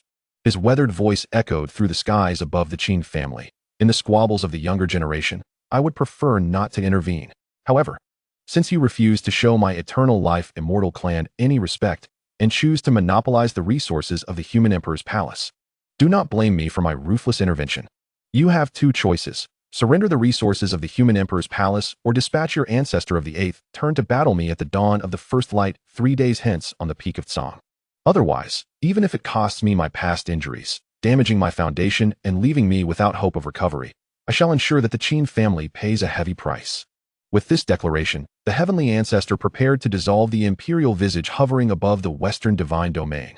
After all, although he had preserved much of his strength, manifesting the imperial visage and traversing the divine domain to showcase his imperial power was still an exhausting endeavor. Yet, what he never anticipated was that the supreme Qin family would accept the challenge. Qin Xuanjun stepped out of the clan's grand hall, hands clasped behind his back, responding with a calm demeanor. He did not gaze upward at the immense imperial visage in the sky, for no one in this world was worthy of his gaze. He had always stood atop the peak, looking down upon those who admired his extraordinary presence. What an ignorant youngling, utterly unaware of the heavens above and the earth below. The ancestor of heaven gazed at Qin Xuanjun, who deliberately averted his eyes, and could not help but feel a flicker of anger. However, what predominated was a sense of recognition and admiration. The audacity of the young, unafraid of the tiger, was akin to a newborn calf confronting a wolf. He had encountered numerous young prodigies from the Eternal Life, Celestial Clan, and various prestigious families. In their naive youth, they would boldly declare their intentions to surpass the esteemed elders of the Holy Realm and the patriarchs of powerful clans. Yet, once they matured into formidable talents themselves, they would only bow and flatter, losing all traces of their once indomitable spirit. In 3 days, I shall await you at the peak of the shattered divine realm. If your Qin family merely seeks to delay, then what awaits you will be my wrath, even more tempestuous than before. With that proclamation, the ancestor of heaven dissipated the imperial shadow and departed the western divine domain, returning to the Eternal Life, Celestial Clan. What say you, ancestor? Will the Qin family accept the challenge or relinquish the resources of the human emperor's palace? Longsheng Wushi inquired eagerly. The young master of the Qin family has accepted the challenge on their behalf. I shall engage in battle with the ancestor of their clan, who has attained the emperor realm, on the peak in 3 days, replied the ancestor of heaven with a calm demeanor. Upon hearing this, Longsheng Wushi and the other elders were taken aback, immediately pressing for clarification. Dare they accept the challenge? Could it be that the venerable Qin Xian is not yet deceased and still possesses the strength to contend? The ancestor of heaven shook his head, memories of a once distant, cold visage flashing through his mind. With a low sigh, he murmured, "No, the venerable Qin Xian has not made her appearance." At this revelation, a collective sigh of relief swept through Longsheng Wushi and the elders of the Eternal Life, Celestial Clan. Their expressions turned smug as they speculated. Then there is nothing to fear. It seems the venerable Qin Xian has indeed passed, and the Qin family wishes to leverage her name to intimidate the 4 domains. Unwilling to announce her demise, they aim to employ a stalling tactic and feign composure, hoping to sow doubt within us. How laughable. The ancestor of heaven remained silent, an inexplicable sense of unease gnawing at him. Meanwhile, within the Qin family, I am manifestly safe and reborn from the shattered mirror. Why do you not allow me to reveal myself? The venerable Qin Xian questioned Qin Xuanjun, her expression laced with confusion. With a serene smile, he responded slowly. Should I make my appearance now, the Eternal Life Celestial Clan would undoubtedly be intimidated. Would they then permit our ancestor to come and endure a beating? If they refrain from sending their ancestor to confront me, might I seize the opportunity to jeopardize him and extort resources from the Eternal Life Celestial Clan? The venerable Qin Xian fell silent for a long moment before casting a sidelong glance at Qin Xuanjun and muttering, "Shameless." He grinned brightly in response. "Thank you for the compliment." Suddenly, a thought seemed to strike him, and he advised the venerable Qin Xian and the elders of the Qin family. By the way, in the coming days, the witch of the Evernight Demon Clan, Yi Ying'er, will likely come to seek me out due to her cultivation level and the failure of her Evernight Demon body. I am currently in need of seclusion to assimilate the vast resources I've absorbed from the human emperor's palace, so please be sure to treat her well. Upon hearing this, the venerable Qin Xian nodded, her beautiful, icy visage radiating wisdom and calmness. Rest assured, we will host her graciously while you focus on your cultivation. With that assurance, Qin Xuanjun felt at ease and retreated into seclusion to solidify his foundational cultivation. He believed he had taken adequate precautions, and the narrative of Yi Ying'er being cast out by her family, only to be met with harsh rejection from the Qin family, would surely not repeat itself. Meanwhile, within the Evernight Demon Clan, Yi Ying'er, you possess the inherently ruthless Evernight Demon body. Our clan has expended immense resources to nurture you, even designating you as our demoness. Yet, you dare to meditate on the cliffs of the heartless abyss, engaging in matters of intimacy with the young master of the Qin family, leading to a catastrophic loss of your burgeoning powers, even causing your Evernight Demon body to collapse due to emotional turmoil. Do you not realize your error? The clan leader and several elders of the Evernight Demon Clan berated Yi Ying'er from the platform below. Being infatuated is a natural human emotion. Why can't a demoness experience affection? I simply have feelings for someone. What is my fault in that? Despite being crushed to her knees by the overwhelming power of the elders, the fiercely beautiful girl's face remained defiant and unyielding. This incensed the clan leader further. Do you think that your infatuation with the young master of the supreme, divine Qin family grants you the freedom to act without consequence? Let me inform you. The Eternal Life Celestial Clan and the 8-turn 8-stage Ancestor have already turned their ire towards the Qin family. Do you honestly believe that, with their impending doom, they would have the leisure to concern themselves with a waste of a demoness whose physique and powers have been utterly obliterated? With that, the clan leader commanded the enforcement elders, bind Yi Ying'er with the blood chain of the demon lock, strip her of her position as demoness, and expel her from the Evernight Demon Clan. Chapter 100. Brother Xuanjun, do you truly wish to abandon me? Let the illustrious demon prodigy Yi Fuqin be appointed as the new demon son of our clan. She shall wield authority over all disciples of the demon sect and some elders, as well as the future leadership of our demon sect. A demoness consumed by emotion is unworthy to lead our Evernight Demon Clan. Hearing the leader's cold and ruthless words, Yi Ying'er's face turned ashen. Yet, she struggled to suppress the tremors of her body and the panic within her heart, reassuring herself, "It's all right. Even if my physique and powers are lost, even if I am cast out from the Evernight Demon Clan, even if the whole world forsakes me, Brother Xuanjun will not abandon me." Meanwhile, a man named Yi Fuqin emerged from the shadows of the Great Hall, his face adorned with a smug smirk and a cruel grin. He was none other than Yi Tian, who had survived against all odds and now bore the name Yi Fuqin. In this life, his sole purpose was to eradicate the Qin family. If Qin Xuanjun were present, he would notice that the golden halo of destiny around him had vanished, replaced by a blood-black aura of villainy. Though he had lost his destined fortune, he awakened the heart of the celestial evil demon through a boundless sea of hatred. Fleeing to the border territory of the Evernight Demon Clan after exhausting the Ancestor of the Heavenly Star, where he was discovered by the clan leader, who recognized his immense potential for malice and talent, and thus brought him into the fold of the Evernight Demon Clan. Later, he faced trials within the demon tower of the clan, overcoming the challenges of the demon god, and acquired a half-step imperial technique, the demon heaven evil art, which elevated him to his current status. Junior Sister Ying'er, if you are willing to plead with me, I could intercede on your behalf to have the clan leader revoke your punishment. In that case, you can remain as our demoness while I assume the role of demon son. How does that sound?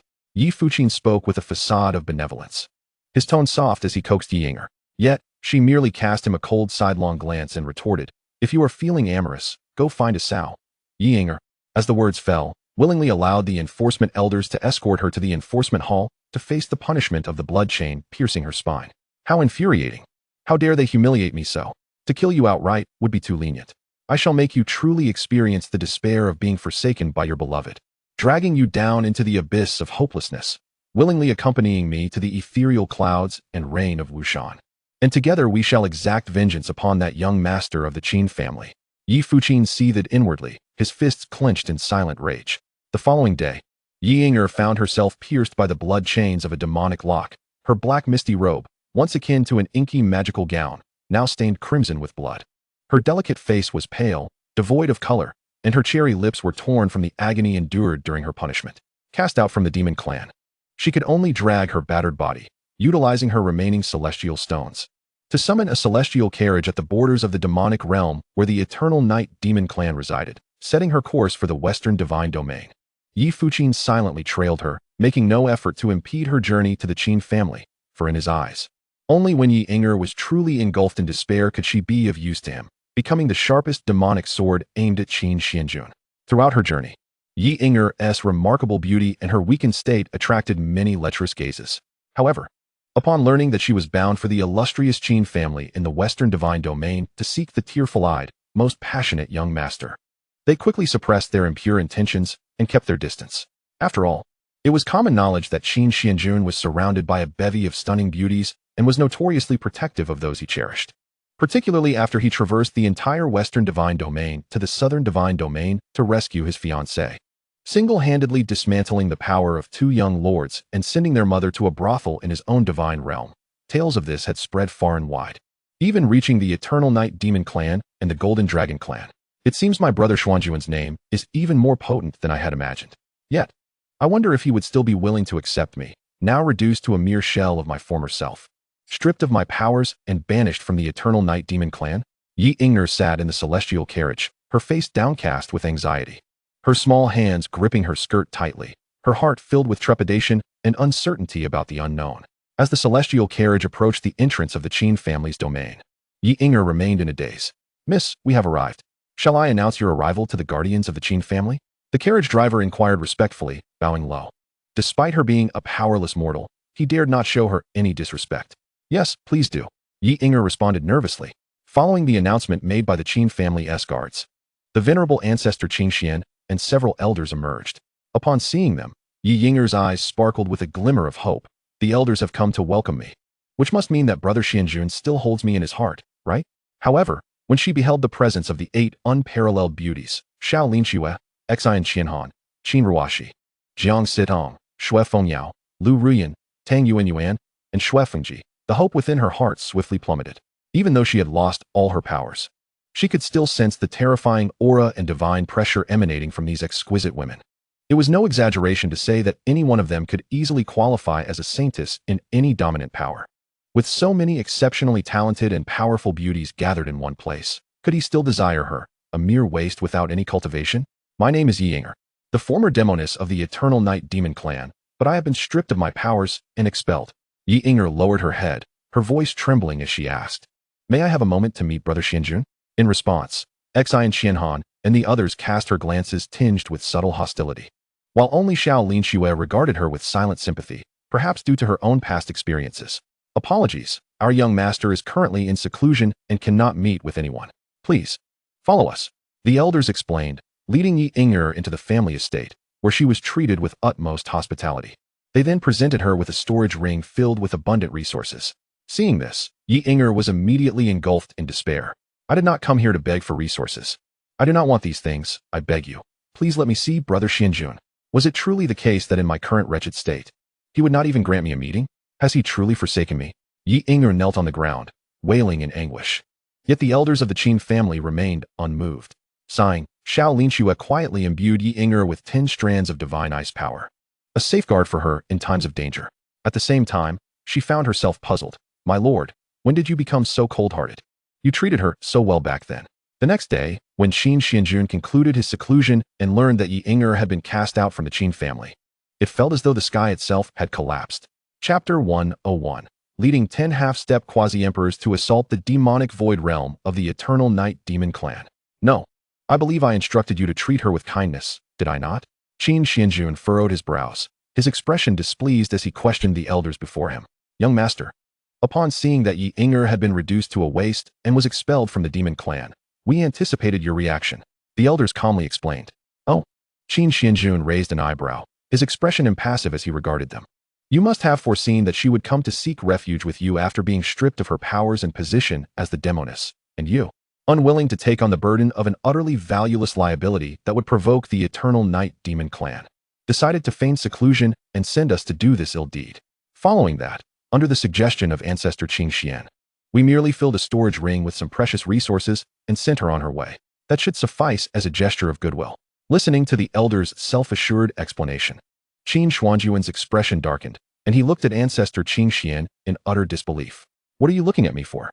Ancestor Qin Xian instinctively took a few steps back, raising his hands protectively in front of his chest, warily observing Qin Xuanjun, his beautiful countenance bearing an innocent and bewildered expression. "Sigh, forget it, forget it. Just indulge your own elders." Qin Xuanjun gazed skyward, exhaling a resigned sigh. At that moment, a selection panel appeared before him. Ding. It has been detected that the host is about to face a catastrophic conclusion, which will result in the host being slain in the secret realm by the otherworldly demon lord, Yi Inger's great-grandfather, in Chapter 199. A crucial fate selection has been triggered, which will determine the host's subsequent narrative trajectory. Option 1. Stand idly by while Yi Inger is cast into the merciless abyss of the frozen lake of eternal ice, succumbing to punishment and demonic corruption, ultimately leading her to harbor boundless resentment against you. Joining forces with Yi Fuqin, the disguised scion of the Eternal Night Demon Clan, to seek revenge. Reward: ruthless divine power, Dao Law domain of emotional extinction and reincarnation, Imperial artifact Xuanwu turtle armor. Harem Witch 1, Bullhead Hat 1, favorability of Yi Inger's great-grandfather. The foreign demon sovereign, reduced by 100. Option 2. Bring along 10 elders who have just refined resources from the human emperor palace to break through to half a step towards quasi-emperor. and head directly to the Demon Void Realm to confront the Eternal Night Demon Clan, seeking justice for Yi Yinger. Reward: 9 Demon Tower, an ancient chaotic spiritual treasure born from the demon ancestor Rahu, each level exuding boundless demonic energy, imbued with intense malevolence and murderous intent. Possessing formidable capabilities in attack, defense, formations, refinement, and invisibility. Dao Law Domain of demonic refinement across 1,000 domains. In an instant, 1,000 domains and myriad worlds are refined at your command. You are the great love, immortal sovereign of the demon realm. Imperial grade demon path, forbidden technique. 6 paths, demon god finger. Cultivated to its pinnacle, with a mere flick of your fingers, you can obliterate the 6 paths of reincarnation. Harem which one? Favorability of Yi Yinger's great-grandfather, the foreign demon sovereign, increased by 100. Gazing at the panel of choices, Qin Xuanjun made his decision without a moment's hesitation. Opting for the latter, not to mention the rewards, even if there were none, he would still choose it with his eyes closed. After all, he did not wish for Yi Yinger to fall into despair and align herself with that wretched Yi Tian, thereby betraying him. Ding. Option 2 has been confirmed. Rewards are being distributed. As the cold mechanical notification echoed, Qin Xuanjun felt a surge of vitality erupt within him, as if the surrounding air was suddenly enveloped by a thick, inky demonic aura. The first to manifest was the 9 Demon Tower. The tower, entirely black, spiraled with chaotic currents, its pinnacle crackling with blood-red lightning. It immediately hovered above Qin Xuanjun's head, each level releasing demonic energy potent enough to crush mountains and rivers. Its malevolence almost palpable, flowing through him with the power to refine all things at the mere flick of his fingers. He attempted to probe a wisp of divine thought within, and to his astonishment, he directly encountered the remnants of the ancient demon ancestor sealed within the tower. A domineering consciousness, embodying the path of demons and the refinement of the heavens, instantly fused with the foundation of his Dao. Following this, the Dao Law Domain of demonic refinement across 1,000 domains thunderously awakened. With a slight narrowing of his eyes, when he reopened them, they seemed to contain countless worlds of life and death. With a casual wave of his hand, the void beside him coalesced like a boiling alchemical furnace, instantly disassembling and reshaping the mountains, stones, and foliage within 100 zhang into spears entwined with demonic flames. This domain was not merely destruction. It was a domineering force that commanded all things, ready to refine 1,000 realms in an instant. Lastly, the 6 paths demon god finger entered his body. An obscure and profound law surged through his arm's veins, rushing towards his mind, where the training method for the 6-finger techniques materialized. Merely brushing the surface, he felt the power coalescing at his fingertips, capable of tearing apart space itself. A gentle flick could shatter the very laws of heaven and earth before him. The aura of the young master surged dramatically in an instant. An elder couldn't help but exclaim. The other elders also displayed expressions of astonishment. Qin Xuanjun retracted the Dao Law Domain into himself and stated calmly, "Today, I shall let the Eternal Night Demon Clan know that none shall touch those I, Qin Xuanjun, protect." Before his words faded, the 10 half-step quasi-emperor elders had already activated their paths, transforming into streaks of light. Under the augmentation of Qin Xuanjun's temporal Dao, they shattered space and surged towards the demon void realm. The simultaneous eruption of the 10 half-step quasi-emperors stirred countless divine power storms across the 4 realms. In an instant, the heavens and earth shifted, with tsunamis and landslides. The major forces of the 4 realms and countless rogue cultivators looked on in shock and disbelief. Isn't that the young master of the supreme divine clan, Qin family, whose eyes gleam with infinite radiant holy light, treading the path of time and space? And the 10 elders following him are already half-step quasi-emperors? They had only recently broken through to the pinnacle of the holy realm. Their destination appeared to be the demon void realm, seemingly not for a mere visit, but rather to provoke trouble.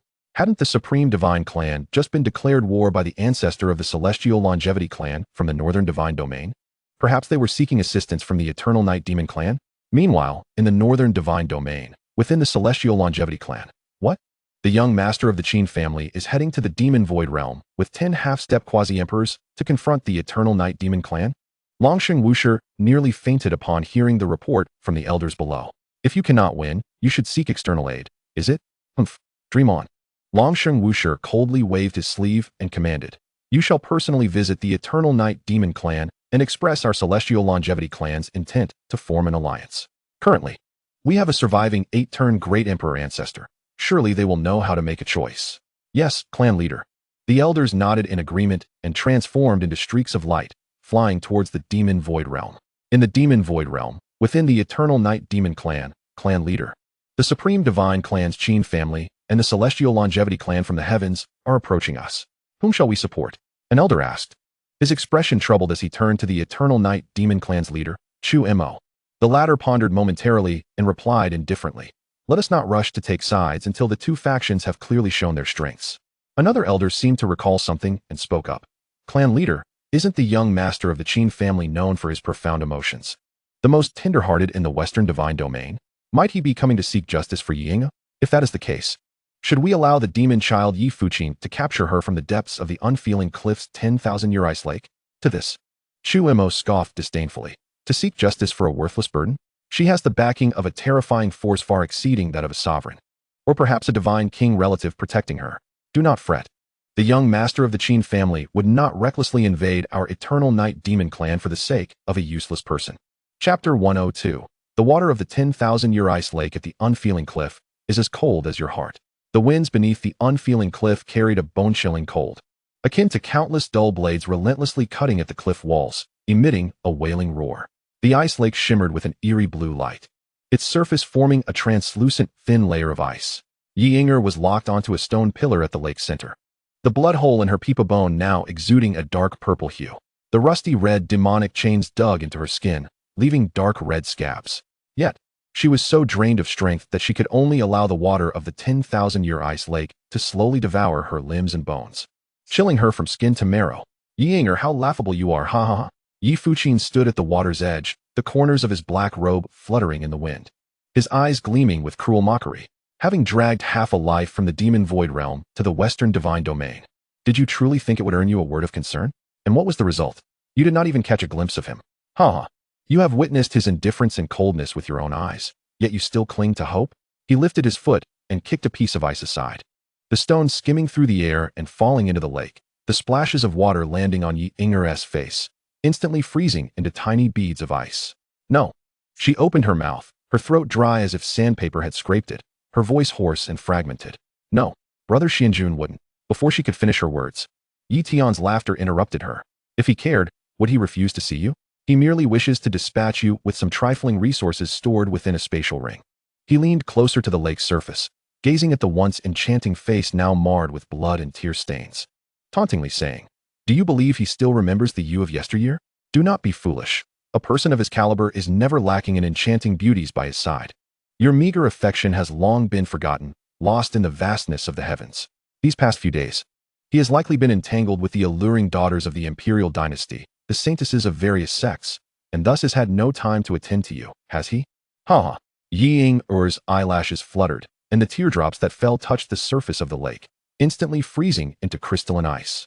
At that moment, a demonic cultivator hurriedly approached from behind Yi Tian, whispering a few words in his ear. The mockery on Yi Tian's face swiftly morphed into a sinister expression as he turned abruptly towards Yi Inger, his voice lowered to a venomous hiss. "Just stay here and savor your anguish. See whether the waters of this eternal ice lake are colder or the heart of your beloved." He paused, a sly smile curling at the corner of his mouth. "When you finally comprehend that the coldest thing in this world is not the waters of the 10,000-year ice lake, but the heart of Qin Xuanjun that cannot be warmed, then," he continued, "when you are consumed by despair and hatred for him, I, Yi Fuqin, will be more than willing to aid you in your vengeance." Yi Tian laughed maniacally as he turned and departed, his footsteps echoing in the desolate chasm, leaving Yi Inger alone at the center of the lake, enveloped by an endless chill. At that moment, she suddenly felt a faint warmth rising within her chest. Immediately following, a strand of colorful light emerged from her collar, wrapping around her like the finest silk, temporarily shielding her from the piercing cold. This radiance bore a gentle, icy divine power, not at all frigid, but rather soothingly warm. Was it the sister with ice blue hair from the Qin family, radiating a chilling aura? Yi Inger gazed vacantly at the glimmer, reminiscing about the compassion and sympathy in Xiao Linshua's eyes when she looked at her. "Thank you," she whispered, her voice barely audible, "but alas, it cannot lead me back to the light." A stream of blood tears cascaded down the corners of her eyes, etching two stark red lines on her pale cheeks. These were the tears of a long-dried tear duct, seeping from her eye sockets as blood. The once fervent love had transformed into a pain that gnawed at her very bones. The affections hidden in her heart for over a decade sank like stones tossed into the icy lake, producing not even a ripple, shattering into fragments at the bottom. Brother Xianjun, do you truly not want her anymore? She raised her hand to touch the traces of tears on her face, only to be painfully yanked back by iron chains, forced to allow the blood tears to congeal upon her skin. Was it all merely my unrequited feelings all these years? She laughed, her voice hoarse like a worn-out bellows. As she laughed, the blood tears flowed with even greater ferocity. Her face, marred by blood and tears, reflected a hauntingly beautiful desolation in the ethereal glow of the ice lake. When the last vestige of xianxia's power dissipated entirely, the icy coldness of the lake surged back, consuming Yi-Ing-Er completely. Compared to the bitter chill of the 10,000-year ice lake, Brother Xianjun, your heart is far colder. Yi-Ing-Er murmured despairingly, her face downcast, as the hatred, despair, and boundless pain within her reached a crescendo. Suddenly, from the depths of the heartless cliff, a series of rumblings erupted from the demon mountain as countless thick, ink-like demonic energies broke free from their restraints, converging frantically towards the heart of the lake like venomous snakes drawn by an unseen force. Yi-Ing-Er's black hair stood on end, animated without wind, entwined with the dark, demonic energy. The whites of her eyes were visibly devoured by the inky darkness, and her previously pallid skin began to manifest eerie black patterns that spread along her veins, as if intent on consuming her entirely. She felt the suppressed suffering, despair, and unwillingness igniting at this moment, transforming into a blazing fire that scorched her reason. A voice echoed in her mind, incessantly tempting her. Give in. Only by becoming a demon can you seek vengeance. Only by being heartless will you cease to feel pain. She envisioned herself treading upon a mountain of corpses, a sea of blood. Indeed, she murmured, a frosty smile gracing her lips. Once the blood tears have dried, only blood remains. From this moment forward, there would no longer be the naive Yi-Ing-Er, only a heart consumed by vengeance, a merciless demoness. Just as her consciousness was on the verge of being completely engulfed by demonic energy, just as she was about to plunge into darkness, a familiar voice resonated within her heart. My heart is not cold. Yi-Ing-Er abruptly opened her eyes, a flicker of confusion glimmering in her crimson pupils. She struggled to lift her head, gazing towards the shore. It was empty, save for the howling cold winds whipping through the ice shards that swept across the lake's surface. Surely, it was just an illusion? Yi-Ing-Er bitterly smiled at her own self-mockery, silently shedding blood tears in her helplessness. Yet, as she was about to be entirely consumed by darkness, the tranquil ice lake echoed with the sound of footsteps. She looked up once more, stunned into silence. Before her stood Qin Xuanjun, disheveled, his robe stained with fresh crimson blood, exuding an aura of weakness and fatigue as he staggered into the 10,000-year ice lake, taking halting steps towards her. Ing-Er, how could you doubt Brother Xuanjun's love? Yi-Ing-Er's breath caught in her throat. She believed she was hallucinating and blinked forcefully, wishing to dispel the figure before her. Yet, the apparition continued its advance, drawing ever closer until she could discern his pale, paper-like face, the dried blood at the corner of his mouth, and the profound guilt and heartache reflected in his eyes. Xianxiadrama, she tentatively called out, her voice trembling with an unrecognized quaver. Unbeknownst to her, the hidden elder Qin Xian and Yi-Ing-Er observed this scene with silent concern. Has he always been like this? Elder Qin Xian inquired. Yi-Ing-Er remained silent. Then, as though resolutely determined, she turned to leave. It must be an illusion, Yi-Ing-Er thought, a self-deprecating smile curling her lips. Is it? Then what about this? Qin Xuanjun gently cradled Yi-Ing-Er's pale, icy face, filled with boundless hatred and frost, leaning down to softly kiss her bloodied lips. As she felt the warmth of his lips, tears streamed down her cheeks, and she wished to speak, yet could only emit a choked, trembling sound of helplessness and pain. I'm sorry for being late. Qin Xuanjun's tear-filled gaze held endless heartache and self-reproach as he gently embraced Yi-Ing-Er, his expression imbued with profound tenderness, his eyes warmer than the spring breeze, radiating infinite concern and love. Brother Xianjun, did you not wish to be rid of Ing-Er? Yi-Ing-Er asked, her lips quivering, her voice barely above a whisper. I love Ing-Er most. How could I ever wish to be rid of her? Qin Xuanjun rested his face against her cold, pale cheek, his voice soft yet imbued with unwavering conviction. Then why did you not come to see me and allowed others to drive me away? Yi-Ing-Er's voice was faint, devoid of malice and hatred, only laden with grievance and helplessness. I heard that your cultivation was completely depleted. I spent the night poring over tomes, seeking a way to restore you, and even journeyed to my clan to procure numerous treasures infused with potent demonic energy. Regrettably, the elders have misconstrued my intentions. My refusal to allow you to reside in the Qin family is not born of disdain. Rather, I am preparing to venture personally into the Demon Void realm to confront the Eternal Night Demon Clan and seek justice for you," Qin Xuanjun earnestly elucidated.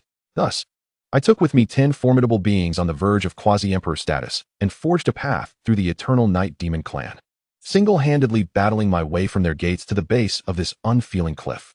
In the end, I ignited my own divine soul and blood, unleashing my powers just to barely fend off the demonic disciples who sought to obstruct my progress. As he spoke, Qin Xuanjun lifted his robe, revealing his arms marred by wounds and blood-stained punctures inflicted by his own sword, along with the charred, bloody scars from his celestial thunder and dragon flame, displaying them for Yi Yinger to see. Simultaneously, he exerted immense effort to suppress the myriad of bloodlines within him that sought to heal his injuries. After all, without sealing the temporal nodes of his injuries with the might of time, they would be mended in an instant by his innate sacred body and numerous bloodlines. Furthermore, he allowed the powers of Tianqin and Taichu to clash within him, creating a facade of chaotic divine energy. "Brother Xuanjun, you have sustained such grievous wounds to see me. Yet I, in my ignorance, believed you no longer wished for my presence and even harbored resentment and murderous intent towards you. Oh, how wretched I am." Upon hearing Qin Xuanjun's account, Yi Yinger was immediately engulfed in guilt and despair, breaking down in tears, her hatred and anger dissipating, leaving only boundless love for Qin Xuanjun. She completely forgot the resolve she had previously nurtured in her heart. In the wake of the impending shattering of the divine realm, one ruthless demon emperor would be absent, while a lovesick maiden would emerge. "Do not weep, Yinger. Brother Xuanjun will protect you as he did in our youth." Observing the successfully deceived Yi Yinger, Qin Xuanjun struggled to suppress the burgeoning smile at the corners of his mouth and tenderly enveloped her in his embrace. His fingers grazed the chains binding her, and in the next moment, those chains piercing her bones and ensnaring her were displaced by spatial power, falling into the lake below, thus sparing her the agony of physical removal. "Brother Xuanjun," Yi Yinger lay in his arms, feeling the tenderness of his actions. Her cheeks flushed as she pressed tightly against his broad, warm chest. Ding! The host has altered the previously doomed narrative, deeply moving the fated daughter Yi Yinger, dissolving her hatred and converting her admiration into 500,000 destiny points. The system's cool, melodic voice resonated in Qin Xuanjun's mind. He breathed a sigh of relief, sensing that the ominous, untraceable murderous intent had vanished. He understood that it was the otherworldly demon Lord Yishuyo retracting her scrutiny and hostility towards him. Though she was unable to interfere with the shattering of the divine realm due to her own injuries and the seal from her realm, she still presented a considerable challenge for Qin Xuanjun.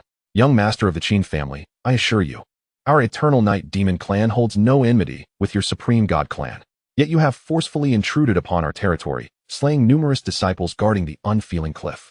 What, pray tell, is your purpose?" At that moment, an irate voice echoed from the void.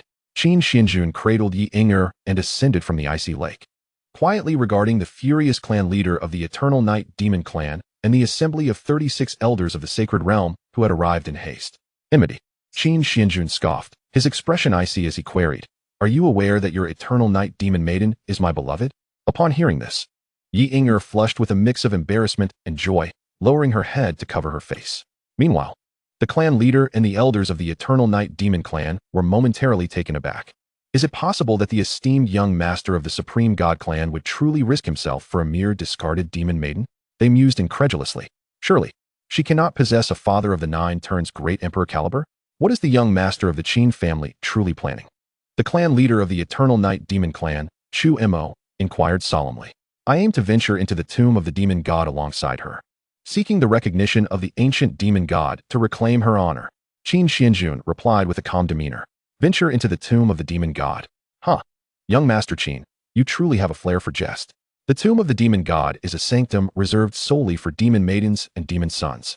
Only those who pass the demon goddess trials can attain the legacy and supreme authority of the demon god.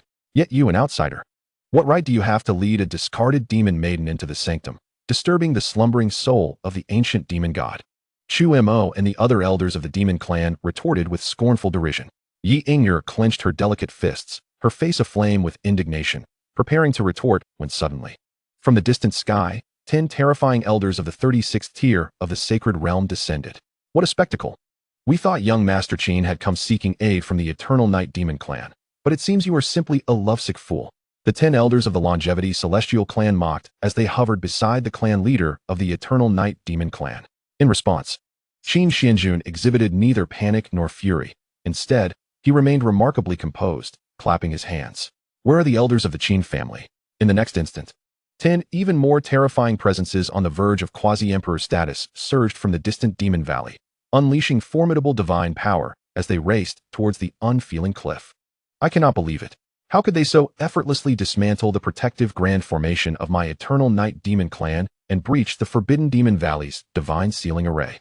The clan leader Chu Mo and several elders of the demon clan were struck with horror. To this, Qin Xuanjun felt no surprise. After all, prior to his arrival, he had entrusted the Chaos Spirit Treasure, the 9 Demon Tower, to those 10 elders for temporary use.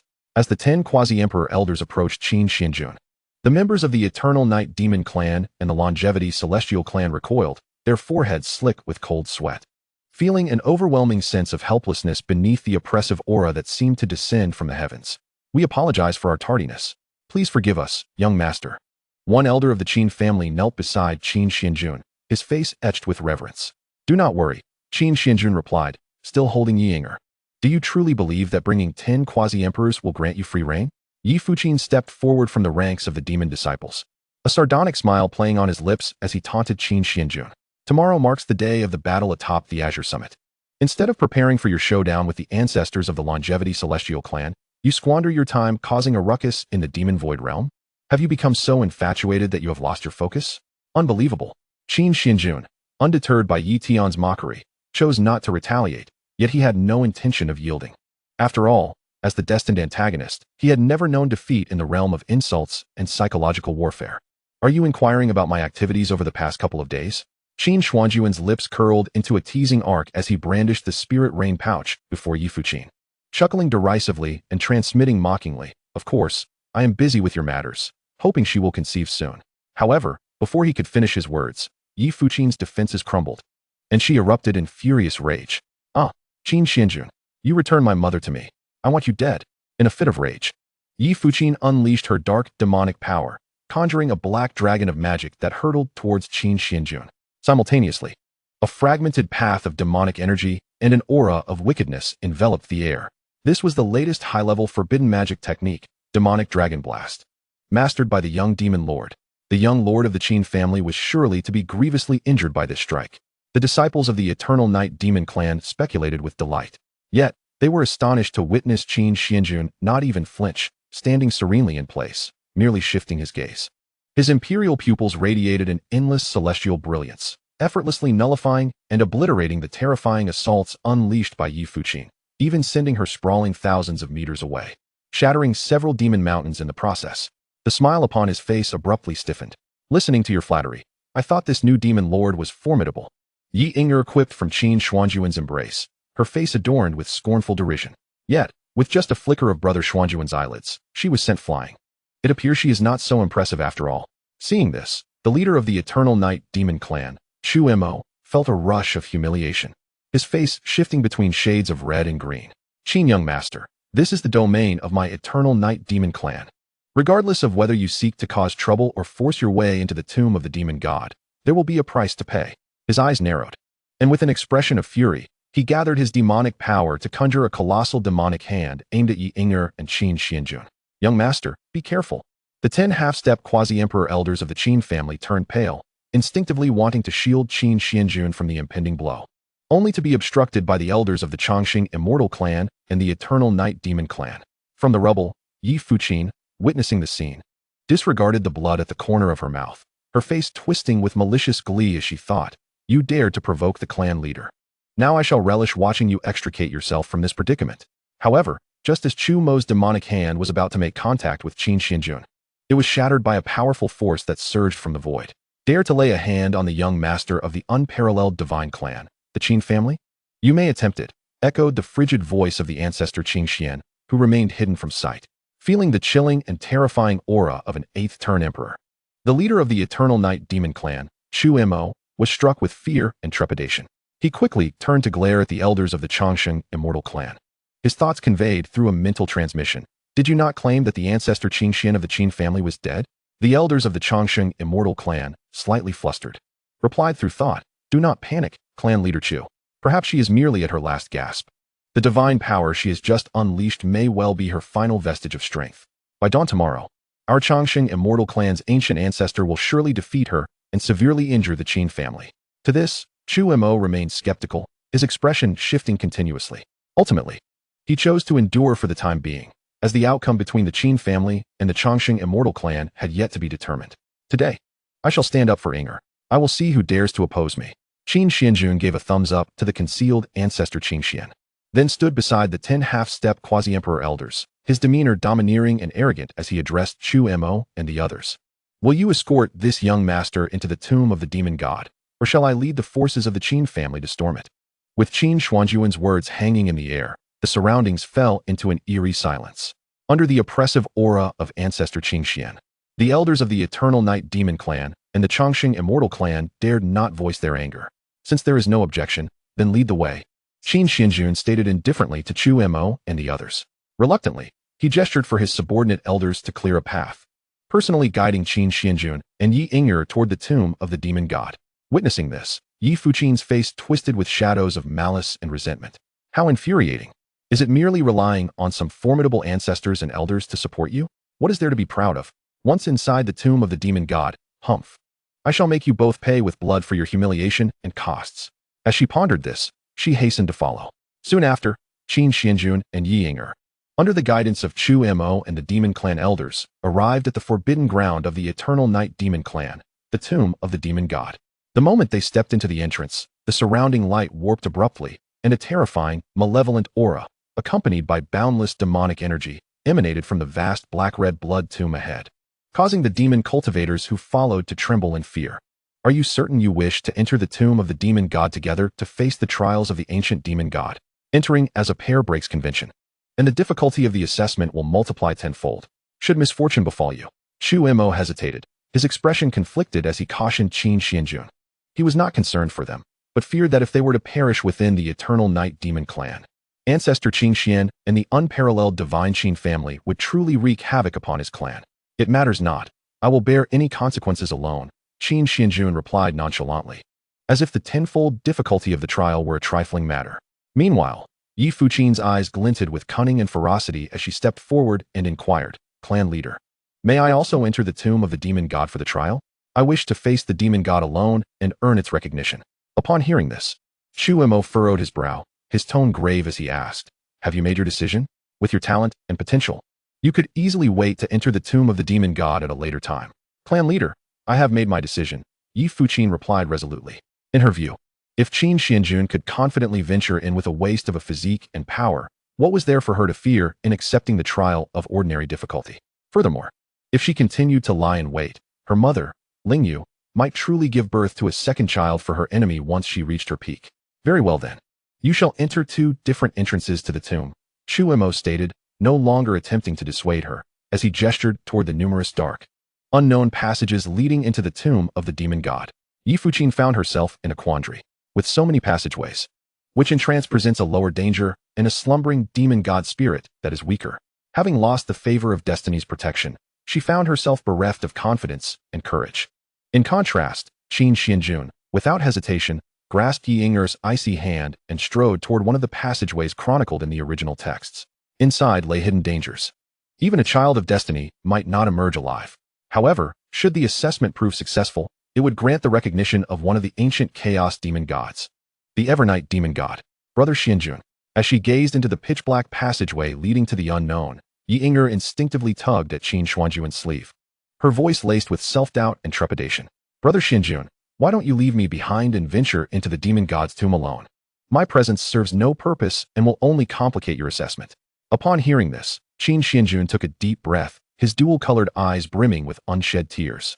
With a gaze that was both tender and resolute, he replied, what does it matter if the difficulty is multiplied tenfold? Inger, I shall never abandon you to face this alone. Should I break this vow, may I be struck by lightning and consumed by flames. Listening to Qin Xuanjun's heartfelt words, Yi Inger felt an overwhelming warmth fill her heart. Gradually, tears brimmed and spilled over, obscuring her vision. Brother Xuanjun, you foolish boy. How can you make such a dire vow? She chided, gently thumping her small fist against his chest. Meanwhile, Qin Xuanjun stifled a smile that threatened to break free as he took her cool, delicate hand and ventured deeper into the cave. In the original narrative, Yi Inger was the key to passing the trial of the demon goddess tomb. She would awaken the ancient evil demon blood within her, gaining countless dark powers and experiencing a rebirth that would propel her back to the realm of the Xian Dao. The oath Qin Xuanjun made was trivial in comparison. With the dragon form Emperor Flame and the 9 heavens divine thunder within him, how could he ever be harmed by thunder and fire? As they delved deeper into the cavernous passage, Yi Inger suddenly felt a wave of dizziness wash over her, and when she looked up, Qin Xuanjun had vanished from sight. Before her stretched an endless sea of black, demonic flowers, each blossom housing half-open black eyes. As the wind stirred, countless eyes blinked in unison, instilling a profound sense of dread within her. Her body began to tremble, and cold sweat soaked her back, just as panic threatened to engulf her. A pair of long arms enveloped her trembling figure, and a soothing voice whispered, "Do not fear, I am here." Then, 2 beams of terrifying divine light erupted from Qin Xuanjun's imperial falling heavy eyes, piercing through the illusions that shrouded the cave and illuminating the darkened space. Brother Xuanjun. Yi Inger felt a rush of emotion and threw herself into his embrace, reluctant to part from him. After dispelling the illusions with the power of his imperial falling eyes, Qin Xuanjun led Yi Inger further into the cave's tunnel. They soon encountered the second trial. A surge of demonic power enveloped them, transporting them to a shattered microcosm teeming with relentless beast tides. In this realm, the number of magical beasts was incalculable, ranging from those weak enough to be classified as Xianren to those formidable enough to reach Xian Dao and even xianxian realms. The resulting terrifying tide of beasts covered a 1,000-mile radius, enveloping both the sky and ground, leaving no space for escape. Brother Xuanjun, what shall we do? Yi Inger's delicate features turned pale with fear. Even at her peak, she would have been brutally torn apart and devoured by this endless horde of beasts, but now, stripped of her power, she was utterly helpless. Do not worry, I have a plan, Qin Xuanjun reassured her with a smile. He then summoned the dormant Huanhuan from his Qin sacred ring. Outside the demon goddess tomb, Elder Xiao of the Eternal Life Celestial Clan turned to Xiao Mo and inquired, "Is there any way for us to observe the situation inside the demon goddess tomb?" Xiao Mo produced an extraordinary black mirror and replied, "As long as they are in the final trial, and before reaching the apex of the tomb. This mystic spirit mirror will allow us to see the images of the challengers." As they beheld the scene of Qin Xuanjun and Yi Inger being transported to a world filled with magical beasts, the elders of the Eternal Life Celestial Clan and disciples of the Evernight Demon Clan displayed expressions of schadenfreude. The young master of the Qin family truly is unfortunate, one elder remarked. Indeed, to be sent to a microcosm brimming with 1,000,000 beasts. Even a cultivator at the Xuanjun or even Xian Lord level would find it impossible to succeed. Another chimed in, and to make matters worse, he has a powerless waste of a demoness by his side. I can only imagine how despairing he must feel. However, their amusement was quickly extinguished when they saw Huanhuan emerge from Qin Xuanjun's ring, transforming into chaos and voraciously consuming everything in sight. Chapter 106, My Daughter is Chaos. She devours without hesitation. That was a delightful nap, Huanhuan yawned, fluttering over to Qin Xuanjun and wrapping her arms around his waist. Daddy hug. Feeling the terrifying surge of power as Huanhuan's realm ascended to xianxian, Qin Xuanjun couldn't help but gasp as her small hands tightened around him. Yi Inger, however, was taken aback, her face filled with astonishment as she compared the two before her, her thoughts racing. Brother Xuanjun has a daughter? But she doesn't resemble him at all. Do not jump to conclusions. She is the manifestation of ancient chaos, Qin Xuanjun said, pinching Yi Inger's cheek playfully before addressing Huanhuan. Huanhuan, all the magical beasts in this microcosm are yours to feast upon. Indulge yourself. And when you can no longer move from overindulgence, your father will step in to assist. All right, Huanhuan replied, her eyes sparkling with delight, revealing a small, sharp canine tooth. With that, she transformed into her ancient fierce beast form and unleashed a relentless slaughter upon the 1,000,000 magical beasts in the current microcosm. Roar. The once fearsome and brutal magical beasts, now under the overwhelming pressure of Huanhuan's near-invincible bloodline, instinctively cowered, lacking any courage to resist. Utilizing her extraordinary devouring abilities, Huanhuan not only killed and consumed the magical beasts, but also transformed them into pure power. Even as the microcosm sensed a third party assisting the trial and summoned even stronger beasts, they were no match for Huanhuan, one of the 4 ancient ferocious beasts. No matter how numerous or powerful they were, a snake was still a snake, and a dragon was still a dragon. All they could do was fill Huanhuan's belly to the brim. Why aren't the demon gods intervening? Outside the demon goddess tomb, a disgruntled disciple of the demon cult exclaimed. The young master of the Qin family is assisted by a pet that can endlessly devour and evolve. How is this not cheating? Xiao Mo of the Evernight Demon Clan wiped the sweat from his brow with his sleeve and replied with a wry smile. I consulted the demon gods within the tomb using my demon thoughts, but they merely stated that we demons are inherently unscrupulous beings, and the worse, the better. Besides, they never prohibited the assistance of beast companions. The difficulty has increased tenfold, yet they and their companions can still fight. Hearing this, the elders of the Eternal Life Celestial Clan frowned, their expressions grave. If he can continue to bring that extraordinary pet along, the young master of the Qin family may indeed succeed in navigating the trials of the demon goddess tomb and earn the recognition and inheritance of the demon god. Chu Mo smiled lightly, responding slowly, rest assured, the Lord of Demons will establish rules in the next challenge that prohibit the use of beast companions in battle. With a soft touch on her round belly, Huan, feeling utterly fatigued, collapsed onto the ground. The immense energy from countless magical beasts surging within her body, rendering her momentarily immobile. This was a trivial weakness shared by her and the ancient ferocious beast, Tao Tai. Before fully maturing, despite their initially formidable combat power and boundless capacity for consumption and evolution, they required deep slumber to digest excessive energy after each meal. By the time they awoke again, their realm would almost transcend by significant levels. Dear Huan, you should rest now. Qin Xuanjun affectionately patted Huan's little head and withdrew her into the Qin character's sacred ring for recuperation. He then unsheathed the Tian Qin divine sword, and with sword in hand, he swiftly eliminated the remaining tens of thousands of magical beasts before being transported back to the demon god's tomb for the next trial. You, young one, are neither a member of my Eternal Night Demon Clan nor a demon cultivator, yet I do not concern myself with such matters. However, in the forthcoming trial, you shall not be permitted to bring beast companions to aid you in combat, a spectral image of the demon god declared before Qin Xuanjun. In response, Qin Xuanjun remained unfazed, maintaining a demeanor of tranquility, and replied, it matters not. I shall reach the end with my own strength. Seeing this, the demon goddess Spectre ceased further discourse and directly initiated the third trial. In an instant, countless souls of ancient powerful beings slain by the demon god, along with many demonic cultivators reduced to mere husks, surged forth from the various caverns of the demon goddess tomb. Their faces contorted in rage as they howled towards Qin Xuanjun and Ying Air. The sheer number was not in the slightest diminished compared to the magical beasts from the previous realm. Observing this from outside the demon goddess tomb, elders of the Longevity Immortal Clan and the Eternal Night Demon Clan smirked, their faces painted with delight at the misfortune. The disciples of the Eternal Night Demon Clan gleefully remarked, with so many vengeful souls and demonic cultivators, the young master of the Qin Clan, devoid of his celestial beast companion, is bound to falter in this trial. Indeed, I am eager to witness how he will navigate this tenfold enhanced challenge. Even Ying Air and the venerable Qin Xian, who were secretly watching from the void, expressed their concern. Elder, the night has fallen. Perhaps you should meditate to gather your strength for tomorrow's battle at the Zhangji summit while I handle things here, Ying Air suggested to Qin Xian. The latter shook his head, offering no reply, his gaze fixated on the imposing demon goddess tomb. Perhaps even he did not comprehend why he felt such concern for a younger member of his clan. For the first time in 88,000 years, the tranquility of Qin Xian's heart was disrupted by ripples. However, the subsequent events unfolding within the demon spirit mirror left all present utterly astounded. Qin Xuanjun, facing millions of demonic cultivators and vengeful souls, not only exhibited no sign of panic, but instead remained remarkably composed as he produced a flag emanating dark energy. Chapter 107. How can his path and magical prowess surpass mine? It has been ages since I witnessed someone foolish enough to enter the demon goddess tomb seeking death.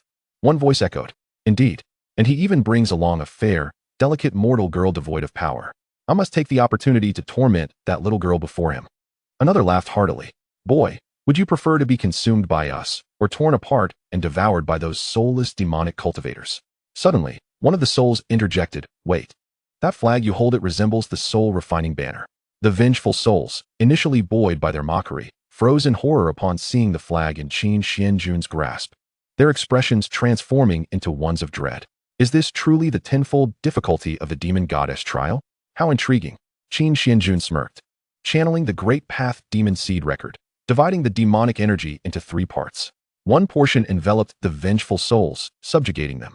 The second infused the soul-refining banner, causing it to swell dramatically, radiating an irresistible allure that enveloped all cultivators and souls.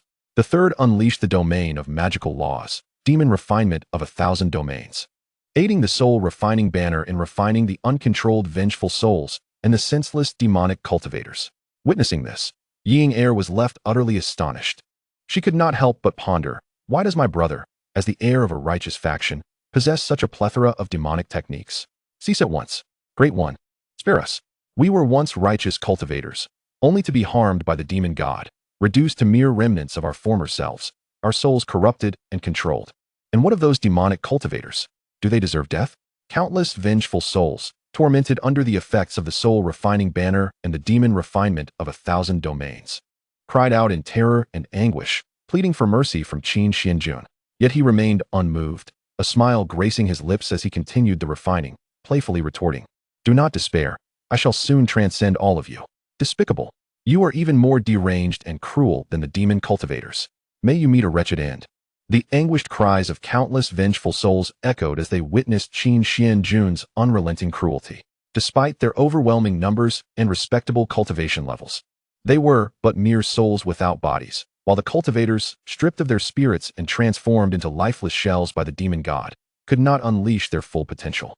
In such circumstances, facing Qin Xuanjun, who wielded the soul-refining banner, the forbidden art of demonic cultivation, and the domain of magical laws, they were utterly outmatched. Even the demon gods within the tomb felt a chill, pondering, how has this young man prepared so thoroughly for the magical beast trial? He utilized the ancient ferocious beast Chaos as an infinite devourer, and for the vengeful souls and blood corpses, he employs the soul-refining banner and the unique properties of his demonic laws. Could it be that he anticipated the nature of each trial? Furthermore, how could his magical prowess and domain of demonic laws surpass mine?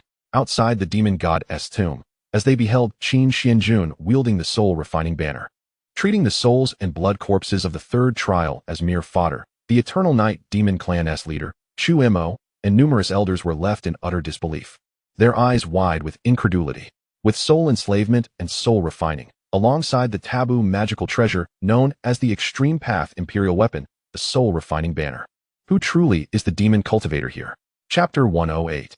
If he perishes, I shall ensure the annihilation of your Eternal Night Demon Clan. Before the piercing wails of the vengeful souls had dissipated, they, along with the senseless, demonic puppets, were entirely refined, leaving behind not a trace. Wisps of dark energy dissipated from Qin Xuanjun's palm, erasing even the final remnants of their struggles. Throughout this ordeal, his most formidable trump cards had yet to reveal themselves, proving to be even more monstrous than anticipated. The formidable and otherworldly demonic cultivation technique, coupled with the ancient forbidden soul-forging artifact, the Soul Banner, poses an enigmatic challenge. How shall you confront the impending, merciless trials of life and death? Several ethereal shadows of demonic gods coalesced from the void, casting an oppressive weight that felt as if the heavens themselves were collapsing, effectively sealing off the space surrounding Qin Xuanjun and Ying heir. The might of the demonic gods transformed into an invisible prison, abruptly transporting the two. The surrounding light and shadows whirled at a breathtaking pace, and amid the tumult, when Qin Xuanjun and Ying heir steadied themselves and opened their eyes, they found themselves upon an endless expanse of blood-red sea. The viscous, dark crimson waters churned violently, exuding a nauseatingly sweet and bone-chilling stench, as if countless vengeful souls were thrashing and screaming beneath the blood-laden waves. Arranged along the path to the opposite shore stood serpentine black celestial pillars, their surfaces etched with arcane and bizarre runes, glimmering with a chilling sheen under the sanguine light. Meanwhile, the surface of the blood sea was rising at a visible rate, the dark red waves lapping at the bases of the celestial pillars with a hissing sound, seemingly intent on consuming this last bastion of safety. Brother Xuanjun. Ying heir's voice trembled with an unmistakable intensity as she instinctively reached out, clutching tightly to Qin Xuanjun's sleeve, her knuckles turning pale from the pressure. The usually radiant and enchanting visage of hers was now marked by panic, her clear eyes reflecting the tumultuous blood sea, appearing as lost as a frightened fawn, her body trembling slightly from fear. Yet, Qin Xuanjun remained unperturbed, having anticipated this very scenario.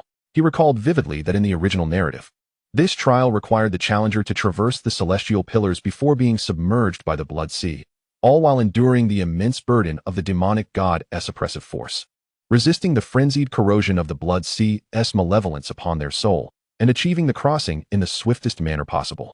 The rules here were exceedingly harsh. Spatial abilities would be forcibly restrained, and attempting to fly would subject one to tenfold the usual pressure. Only by maintaining a firm footing and stepping upon the celestial pillars could one minimize the weight of the demonic god's might. At this moment, should he carry Yi Inger along, he would bear the full brunt of the demonic pressure for both of them, an evidently monumental task. Brother Xuanjun, why don't you go ahead first? Yi Inger bit her lip, her voice choked with emotion. She understood she would be a burden. Her crystalline eyes brimmed with guilt and unease. I will wait for you here. Perhaps there is another way. Qin Xuanjun looked down at her, easily discerning her thoughts. Her intention was clear. She wished for him to abandon her and cross the sea alone, to face death on his own. Despite having already formed a plan in his mind, he feigned the appearance of being overwhelmed by the pressure. Beads of sweat forming on his forehead, his breathing becoming labored. Gasping for air, he spoke with unwavering determination. Inger, do not speak such foolishness. Even in death, I will never abandon you. Before his words could fade, he reached down, securing her waist and lifting her onto his back. Yi Inger gasped in surprise. Instinctively wrapping her arms around his neck, her cheek pressed against his back, acutely aware of his labored breaths. Taking a deep breath, Qin Xuanjun poised himself on the black pillar, leaping with all his might. Yet, mid-air, it felt as though an unseen force struck him down. His body plummeting as if repelled by the demonic pressure, stumbling against the celestial pillar behind him. He feigned a low, pained cry, as if utterly spent.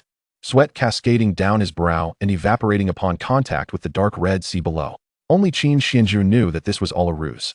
To others, this boundless blood sea represented an inevitable doom, a forbidden realm that could corrode even the soul.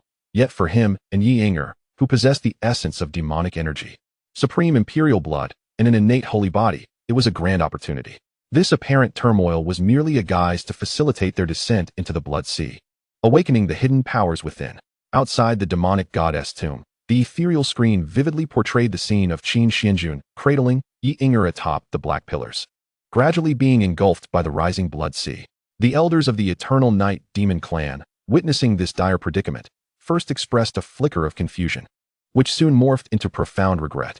If the young master of the Qin family were to abandon Yi Inger and cross the pillars alone, he might just withstand the demonic pressure and surmount this trial. Alas, he is too emotionally attached, and it has cost him dearly. In contrast, the elders of the Longevity Celestial Clan scoffed at the scene, one of them nonchalantly picking their nose, their tone dripping with malicious glee and mockery. What a grand farce. The prodigy we have strived so hard to eliminate has ultimately fallen to a woman, meeting his demise with such ease. He could have crossed the sea alone but chose instead to sink with a useless, discarded vessel, resulting in his corporeal destruction. How foolish. To forsake a path to the pinnacle for a woman of no worth, such folly could only be his doing. Their words were sharp and piercing. And just as they reveled in their triumph, a deafening crack of space fracturing erupted in the void. Yu Yinger and the esteemed Master Qingxian could no longer contain themselves. Their figures emerged from the rift in space, their divine powers swirling like a tempest, exuding a terrifying aura capable of annihilating the heavens. As they advanced, even the air trembled in their wake. Yu Yinger's exquisite face was as cold as ice from the ninth heaven, her usually gentle eyes now blazing with a tempest of murderous intent, her brow furrowed with lines of rage, her voice resonating with icy clarity. If he dies, I will ensure that your Eternal Night Demon Clan is reduced to ashes in an instant. As her words fell, she and Master Qingxian unleashed their furious divine power, causing the very fabric of reality outside the tomb to tremble in response. Chapter 109. What are you doing now? Watching the scene in the magical mirror, where Qin Xuanjun held Yi Inger atop the black pillars, gradually being consumed by the rising blood sea, Yu Yinger felt her heart shatter. From childhood, she had been alongside Qin Xuanjun, the prodigious and handsome boy who had gradually etched his way into her heart. This was why, despite her ruthless battle style earning her the title of Silver Sovereign, she had softened and become more playful. Yet, when the person most dear to her faced a tragic demise before her eyes, fury and the thirst for vengeance eclipsed all the light within her. The surge of terrifying divine power erupted explosively, propelling her realm to an unprecedented level, forcibly breaking through to the third transformation of the Emperor. The chilling and sharp silver divine power enveloped her, with the silver path coiling around her fingertips, each strand pulsating with overwhelming terror. Even her silken silver hair danced without wind, and her delicate face exuded an icy ferocity, resembling the vengeful deity from the ninth heaven. Open the demonic god's tomb immediately. Otherwise, Master Qingxian's expression was equally frigid as he fixed a steely gaze upon Chu Mo and the others. She paid no heed to the fierce battle at the summit of the Celestial Clan against the ancient ancestor of the Eternal Life Immortals. She remained indifferent to the bitter confrontation with the Eternal Night Demonic Clan and the Celestial Clan. Nor did she concern herself with the excruciating pain of her hidden wounds and the chaotic aura that engulfed her. All she knew was that her heart ached profoundly. It was unclear whether this pain stemmed from a hazy, transcendent love that spanned countless generations or from the guilt of placing her family's savior, a prodigy of the younger generation, in a perilous situation. In any case, her tranquil heart had been utterly thrown into disarray, and all she yearned for was a swift and decisive kill. Silver Sovereign, Ancestor Qin, please calm yourselves. We never intended for young Master Qin to find himself in such a dire predicament. The elders of the Eternal Night Demonic Clan felt the terrifying aura radiating from Yuebing and Ancestor Qin, their foreheads dripping with cold sweat as they hastily waved their hands in a fearful explanation. Once one enters the demon god's tomb, they must find their own way out. We cannot open the tomb's passage. If we forcefully breach the tomb of the demonic serpent, it will surely provoke the wrath of the ancient remnants of the demon gods. The elders of the Celestial Clan were equally drenched in sweat, inwardly cursing that young Master Qin truly excels in the art of seduction. He is engulfed by a sea of blood, and yet the Silver Sovereign and Ancestor are going mad with grief. With an all-out conflict now inevitable, the leader of the Eternal Night Demonic Clan, Chu Mo, chose to shut down the visual feed from the mystic realm of demonic spirits. In his view, with Qin Xuanjun and Yi Ying'er swallowed by the boundless sea of blood, their demise was a certainty, and there was no need to witness the mystic realm any further. We too lament the loss of young Master Qin in the demon god's tomb, yet should you dare to destroy it, do not blame us for activating the forbidden formations of our clan and resorting to terrifying measures, Chu Mo declared darkly, as demonic energy surged and coalesced in his palm. Seeing this, Ancestor Qin gently closed her eyes, deciding to no longer abide by Qin Xuanjun's orders to conceal her strength. Streams of terrifying 8-turn Imperial Realm Qin spiritual energy began to emanate from her fingertips, causing the elders of the Eternal Night Demonic Clan and the Celestial Clan to change color, their eyes filled with boundless shock and terror. But she is gravely wounded and corrupted by demonic energy, her lifespan nearly extinguished, teetering on the brink of death. Instinctively, several elders of the Celestial Clan disregarded Chu Mo and the Eternal Night Demonic Clan, turning instead to sacrifice their blood and lifespan to amplify their power. Retrieving powerful artifacts to open a spatial passage, ready to flee. Alliances, dignity, and pride were all secondary to survival. Want to escape? Then you shall sacrifice your lives to honor him. Ancestor Qin eyes flew open, her gaze radiating a silvery, holy light akin to the stars in the night sky as she raised her hand to conjure several pathways of the domain, accompanied by countless terrifying forbidden techniques, preparing to obliterate Chu Mo and the others with overwhelming force. If you wish to annihilate my Eternal Night Demonic Clan, you shall first lay down your lives. In the demon god's tomb and the ancestral tomb of the Eternal Night Demonic Clan, numerous remnants of ancient demon gods stirred, ready to disregard their wounds and emerge to thwart and encircle Ancestor Qin and Yuebing. However, at that moment, a divine energy belonging to Qin Xuanjun flickered from her chest, conveying a message. I'm fine. Don't worry, hiss. Don't worry about me and Ing. The heavy voice of Qin Xuanjun resonated. Instantly, the divine energy that Ancestor Qin was about to unleash faltered, her pretty face filled with surprise and confusion. Are you truly unharmed? But why does your voice sound so heavy? Were you in that eternal night, which not swallowed by the boundless sea of blood? What is that clapping sound? What are you both doing now? Chapter 110. Will the Supreme Divine Clan Qin family become nothing more than a sidewalk? In response to Ancestor Qin inquiry, Qin Xuanjun refrained from elaborating, instead severing the divine communication and urging her and Yuebing to temporarily avoid a confrontation with the Eternal Night Demonic Clan. After all, at this moment, he had not yet established the Supreme Divine Clan Qin family as the rulers of the entire fractured divine domain. Engaging in battle with the demonic void realm and the celestial clan of the northern region would only lead to mutual destruction.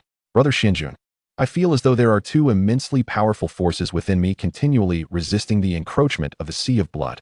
Yi Ying'er tightly clung to Qin Xuanjun's neck, resembling a small cat nestled in his embrace. Relax, open your divine sea and allow the waters of the blood sea to flow into it, Qin Xuanjun comforted, stroking her head. Upon hearing this, she did not hesitate and complied obediently. Soon, she was astonished to discover that the waters of the blood sea not only failed to erode her physical body and divine soul, but instead transformed into pure energy that surged into her Dantian divine sea. Moreover, her previously lost cultivation began to rapidly recover and multiply by dozens of times. Brother Xuanjun, my strength has all returned, Yi Inger exclaimed with joy, her face radiant as she looked at Qin Xuanjun.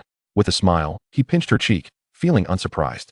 In the original narrative, Yi Inger possessed several reincarnated identities. Although she lost the memories of her previous lives upon reincarnating as the Eternal Night Witch, she retained the physical bloodlines from her past lives. Specifically the ancient heavenly demon body and the evil demon divine blood. Both bore numerous extraordinary abilities and devouring powers. However, due to awakening the advanced demonic body of the Eternal Night in this life, those two extraordinary bloodlines had remained dormant and unactivated. Now the Blood Sea, filled with malevolent and sanguine energy, proved to be a tremendous boon for her. Brother Xuanjun, you have truly sacrificed so much for me. As Yi Inger gazed at Qin Xuanjun, who feigned a pallid complexion, seemingly eroded by the malevolent blood waters, her joy at regaining her strength transformed into concern and guilt. This made her reconsider her earlier thoughts of diving back into the Blood Sea. Ding. The destined daughter Yi Inger converts her Yin essence into destiny value. Ding. The destined daughter Yi Inger is profoundly moved by the host, converting her destiny value. Observing the frenzied accumulation of destiny value on the system panel, Qin Xuanjun quickly suppressed the corners of his mouth that threatened to curl upward. Utilizing the grand demonic energy to continually refine and devour the malevolent energy of the Blood Sea, thereby enhancing the demonic energy with an additional malevolent attribute. While his cultivation power began to rise, outside the demon god's tomb, after relaying Qin Xuanjun's message to Yuebing via mental transmission, Ancestor Qin Xuan's face turned pale as she spat out a mouthful of blood, bending over as she and Yuebing escaped into the spatial realm. Despite her lifelong determination and disdain for such underhanded tactics, she understood that the Celestial Clan was about to be severely compromised by Qin Xuanjun and the Qin family. Wait, we have sacrificed our blood essence and lifespan to prepare for a desperate escape. The two ancestors in the ancestral tomb of the Eternal Night demonic clan and the remnants of the demon gods within the demon god's tomb were also prepared for a fight to the death.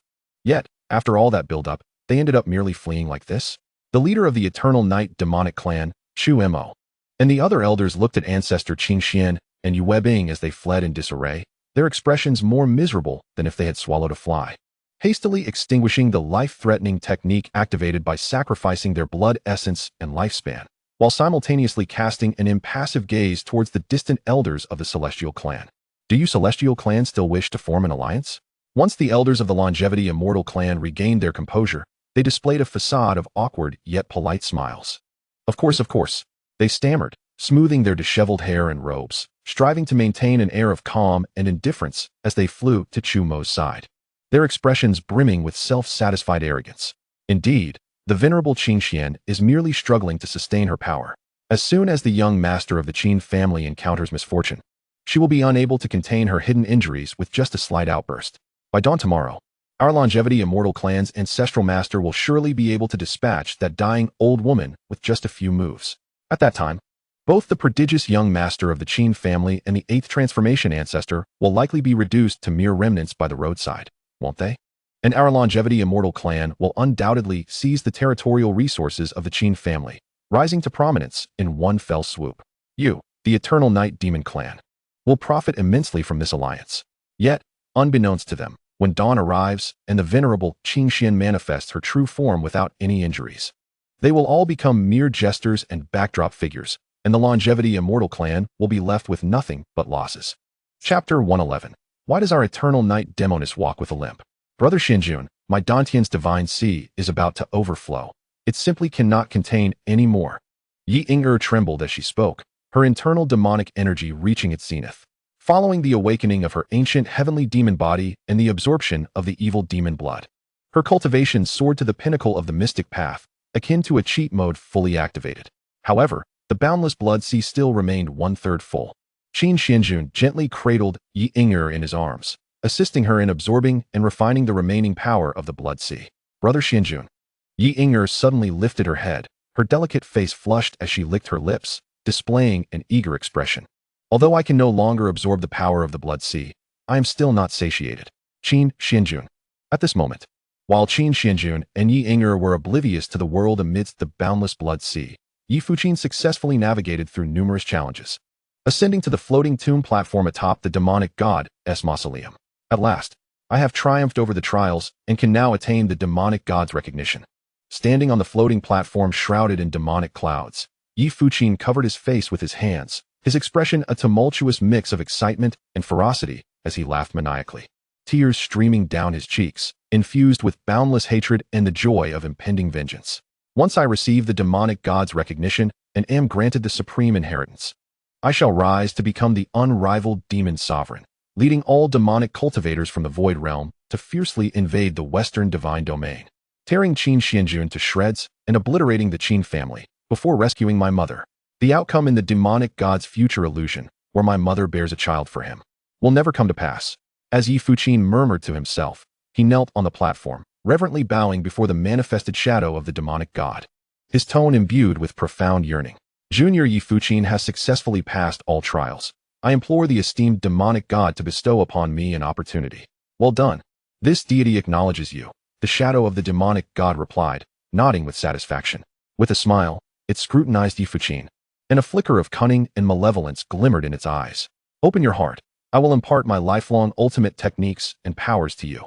In the future, you shall surely annihilate your enemies and avenge your grievances. The shadow of the demonic god spoke to Yi Fuqin, the words laced with fervor and concern. Yes, esteemed demonic god, Yi Fuqin responded with utmost reverence. He then knelt upon the ground, allowing the shadow of the demonic god to place its wicked, malevolent hand upon his head. However, the subsequent actions of the shadow sent Yi Fuqin into a state of horror. It suddenly unleashed a torrent of demonic energy directed at his spiritual soul. Simultaneously, the shadow forcefully breached his Dantian defenses and invaded his divine sea. This was not an infusion of power, it was a blatant attempt at possession. Yi Fuqin collapsed in agony, blood oozing from his 7 orifices.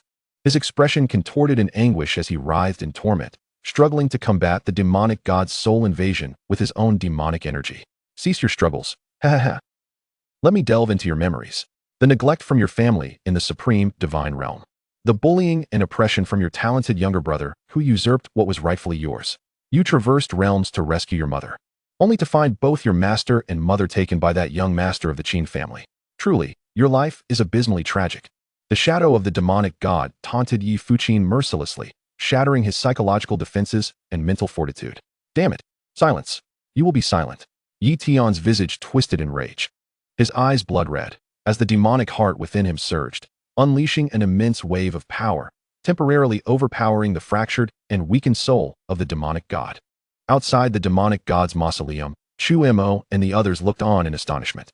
Yet, they did not overly concern themselves with the struggle between Yi Fuqin and the fragment of the demonic goddess soul. After all, demons are inherently ruthless. Whether it be an additional demonic prodigy who had possessed the remnant soul of the demonic god, or a long-lost ancestor regaining new life in the form of a young prodigy, it was of no detriment to the Eternal Night Demon Clan. The crux was that their heritage and resources did not fall into the hands of the Qin family's young master, preserving the face of their demonic lineage. Just as Yi Fuqin was on the verge of countering the remnant soul of the demonic god and reclaiming control of his body, a familiar voice filled with mockery suddenly echoed from behind him. You have failed to obtain the demonic goddess inheritance and are now at risk of being possessed. How pitiful you truly are. Yi Fuqin turned in a daze to see Qin Xuanjun, not only alive within the demonic god's mausoleum, but also emerging from the blackened walls, leading the delicate and fair-skinned Yi Inger, who walked with a limp. Witnessing the unscathed Qin Xuanjun and the limping Yi Inger, both Yi Fuqin and the shadow of the demonic god, along with the members of the Eternal Night Demon Clan and the elders of the Longevity Immortal Clan, gazing up at the floating tomb platform, wore expressions akin to having seen a ghost. Meanwhile, the demonic disciples who once admired Yi Inger murmured in bewilderment, "Strange, our Eternal Night Demoness never walked like that before." Chapter 112. The Chaos Demonic God appears in person, targeting Qin Xuanjun. Moreover, how is it that the young master of the Qin family and the Eternal Night Demoness are still alive? It seems the latter has even regained her former strength. What on earth transpired in that blood sea? The demonic disciples and elders were utterly astonished, gazing at the seemingly invincible figure of Qin Xuanjun. The hatred in Yi Fuqin's heart ignited completely, yet sensing the overwhelming aura emanating from him, akin to an unfathomable abyss, his mental defenses crumbled. He willingly relinquished his efforts to expel the remnant soul of the demonic god. If you can help me kill him, my body is yours. In the realm of his divine sea, Yi Fuqin's soul surrendered, his eyes reddening as he roared at the remnant soul of the demonic god. Rest assured, I shall personally eliminate that wretch. The cunning visage of the demon god's phantom replied, before seizing the opportunity to consume Yi Fuqin's soul and spirit, usurping his corporeal form. What a youthful and powerful body this is. Young man, your physique appears to surpass even that of this eternal night demon prince. Did you willingly allow me to devour you, or did I seize your body unbidden, intending to treat your charming little girlfriend as a reserve vessel and servant? Controlled by the remnants of the demon god, Yi Fuqin cast a mocking and cruel smile at Qin Xuanjun. He had never entertained the thought of avenging Yi Fuqin by slaying them. Yet, Qin Xuanjun exhibited no trace of fear in the face of the corporeal demon god's remnants. Instead, he calmly retorted, "You seek to claim the bodies of me and Ingra? You are unworthy. You are destined to serve merely as sustenance for my soul-refining banner." Upon hearing this, Yi Fuqin's expression twisted into a fierce grimace, his eyes ablaze with murderous intent as he declared in a sharp voice, "Very well.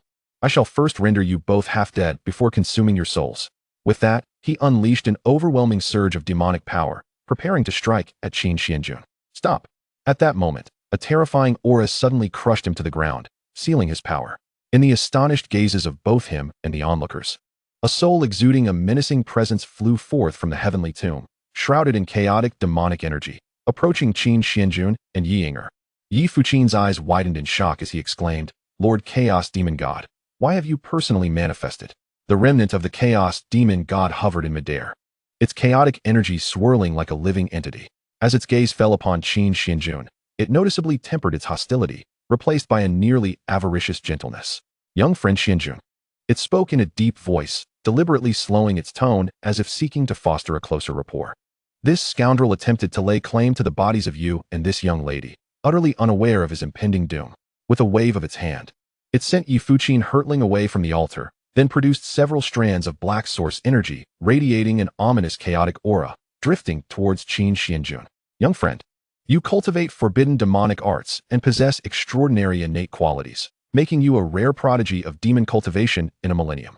This is a portion of the source of chaotic demonic energy, which can assist you in elevating the essence of your demonic power as a token of my apology." The onlooking disciples and elders of the heavenly tomb erupted into chaos, initially believing that Yi Fuqin would kill Qin Xuanjun with the possession of the demon god's remnant, only to find themselves in stunned silence, followed by a more intense uproar.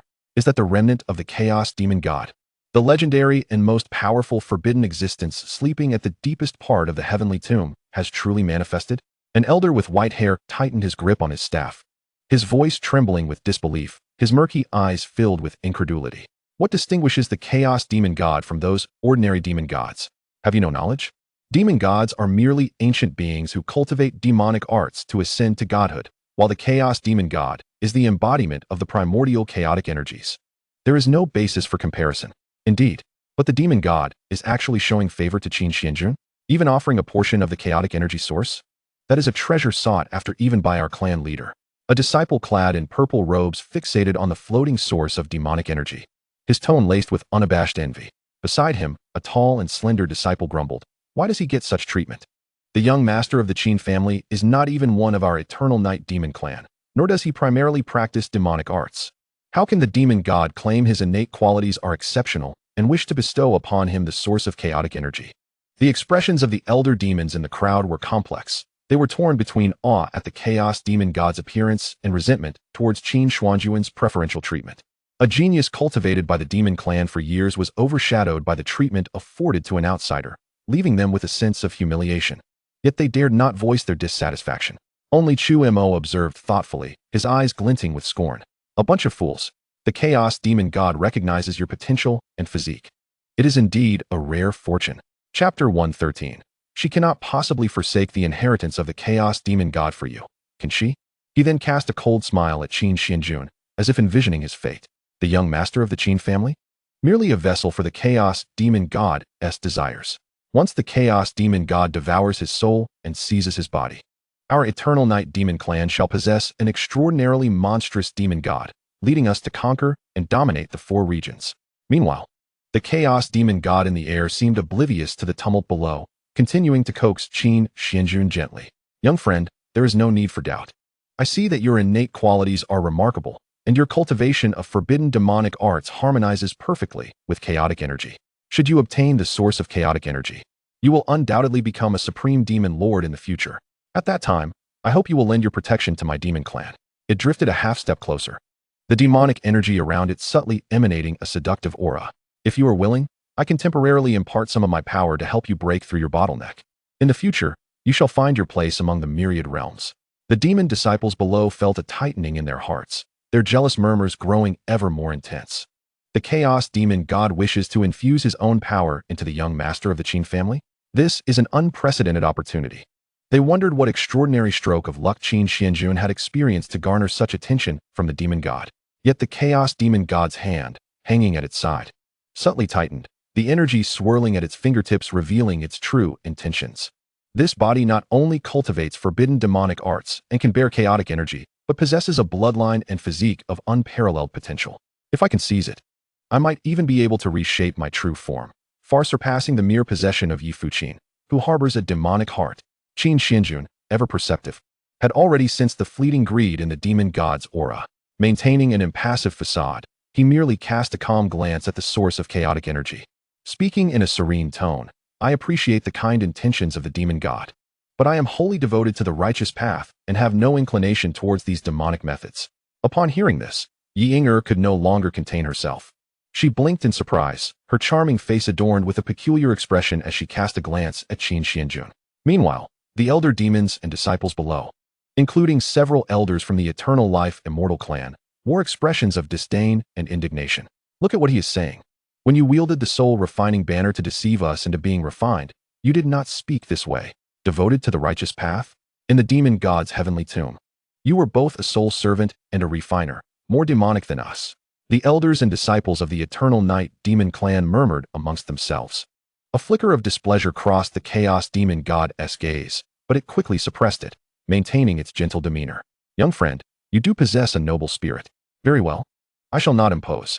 In the future, should you encounter any difficulties, my dear friend, simply call upon me with the essence of demonic energy, and I shall undoubtedly lend my aid. As he spoke, he turned his gaze towards the nearby Yi Ying'er, fervently declaring, little girl, I sense that within you lies the ancient blood of an evil deity and a constitution of unparalleled demonic taboo, making you a prodigious supreme of the demonic path.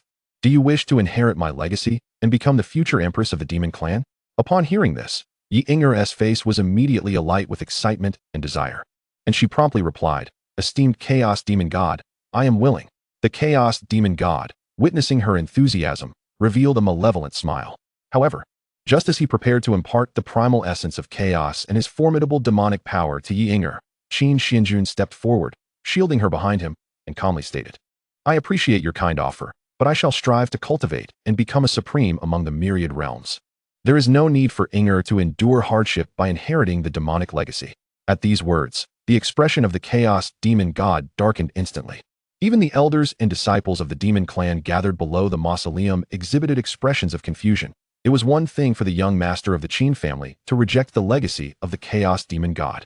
But why would he obstruct Yi Ying'er's inheritance of the chaos demon god's legacy and primal demonic essence? Indeed, is he not being excessively selfish and domineering? This would surely lead to a rift between him and Yi Ying. That would be splendid. Sister Ying'er, having awakened her extraordinary constitution and regained her full powers, is fully qualified to assume the title of Demoness and inherit the legacy of the chaos demon god, leading our Eternal Night Demon Clan to become the mightiest overlord of the shattered divine realms. Amidst the murmurs from those below, Qin Xuanjun remained indifferent, simply holding Yi Ying'er's icy hand and keeping her behind him. You refuse to accept my legacy. Are you not willing for your companion to accept it either? Do you not realize you are hindering her growth and future? The chaos demon god, feigning righteous indignation, questioned with restrained impatience. In response, Qin Xuanjun transformed into a seasoned actor, his eyes brimming with unshed tears, gently cradling Yi Ying'er's face in his hands, and sincerely replied, selfish? No, I merely cannot bear to see my beloved suffer. As his words fell, the onlookers among the demon disciples were struck with astonishment and admiration. Is young Master Qin for real? I could weep. I thought he was merely enamored with our demoness beauty, yet he is willing to go to such lengths for her. However, for the chaos demon god, who had lived for countless millennia and was accustomed to the ugliness of human nature, he was wholly unimpressed by Qin Xuanjun's display. This lad is clever. seemingly discerning my intentions. But what of it? I do not believe that girl by his side can resist the allure of the Chaos Demon God's legacy and primal demonic essence. With this thought, the Chaos Demon God narrowed his eyes slightly, coldly glancing at Yi Yinger. The decision to accept the legacy ultimately lies with the individual. Why not allow your companion to choose for herself? As he spoke, the Chaos Demon God struggled to suppress a smirk, casting a sidelong glance at Qin Xuanjun, inwardly mocking. Surely she would not forsake the Chaos Demon Goddess legacy for you? Surely not. Yet, just as the Chaos Demon God anticipated, Yi Yinger would gladly accept the legacy and primal essence, leading to a rift with Qin Xuanjun. She replied resolutely, I refuse. Her demeanor was calm, yet her rejection was unwavering and resolute. The air fell silent. Even the demon cultivators below, who had been observing, were left speechless, questioning if they had heard correctly. You truly intend to reject the Chaos Demon God's legacy and primal essence for him? The Chaos Demon God glared at Yi Yinger, his voice thick with disbelief. Do you not find your companion's decision somewhat overbearing and selfish? To this, Yi Yinger shook her head, her mind recalling Qin Xuanjun's earlier tenderness and deep affection. Her cheeks flushed as she clasped her legs and declared, If Brother Xuanjun does not wish for me to accept the legacy, then I shall not. I will heed whatever Brother Xuanjun says. The Chaos Demon God, undeterred, attempted another angle of persuasion. Though you possess the blood of an evil deity and a top-tier demonic constitution, should you abandon this opportunity and squander your talent? When your companion ascends to the pinnacle and becomes a supreme among the realms, you may find yourself merely a housewife, forsaking the path of cultivation, spending your days cooking, washing, and raising children. To this, Yi Yinger, far from displaying any hesitation, became increasingly animated, exclaiming, That sounds wonderful. If I can wash clothes and cook for Brother Xuanjun, and raise a brood of healthy children, then I would consider my life fulfilled. Upon hearing this, the Chaos Demon God was rendered speechless. Was his prestigious legacy not worthy? Did it not surpass the allure of a mere man? With such a powerful demonic legacy, she could become the demon empress among the myriad realms. Surely, she could find any number of suitors. Meanwhile, the demon disciples below exchanged bewildered glances at Yi Yinger, who had grown fond of crossing her legs, and murmured in exasperation. Look at this. Young Master Qin has turned our demoness into a lovesick fool. That is the legacy of the Chaos Demon God. You should want it, not dismiss it. Amidst the raucous discussions below, Yi Yinger remained unperturbed. Perhaps in the past, she would not have loved Qin Xuanjun to such an extent, nor would she have considered forsaking the legacy of the Chaos Demon God for him.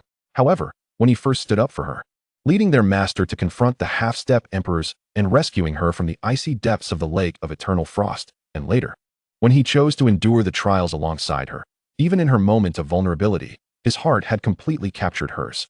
Now, not only would she willingly forsake the legacy of the Chaos Demon God and the primal essence for Qin Xuanjun, but she would gladly lay down her life for him. Since you refuse my goodwill, do not blame me for being merciless. The Chaos Demon God, having completely lost his patience, darkened his expression and raised his hand to unleash a terrifying wave of demonic power towards Qin Xuanjun. With a tone laced with cruel mockery, he sneered, Once I extract your soul and seize your corporeal form, I shall teach your insufferable partner a lesson she won't soon forget. Let her truly grasp the despair and humiliation that comes with inciting my wrath. However, just as the malevolent energy coalesced by the Chaos Demon was about to make contact with Qin Xuanjun's body, for breathtakingly beautiful figures shattered the void and appeared. Chapter 115, The Chaos Demon. Who is this boy truly?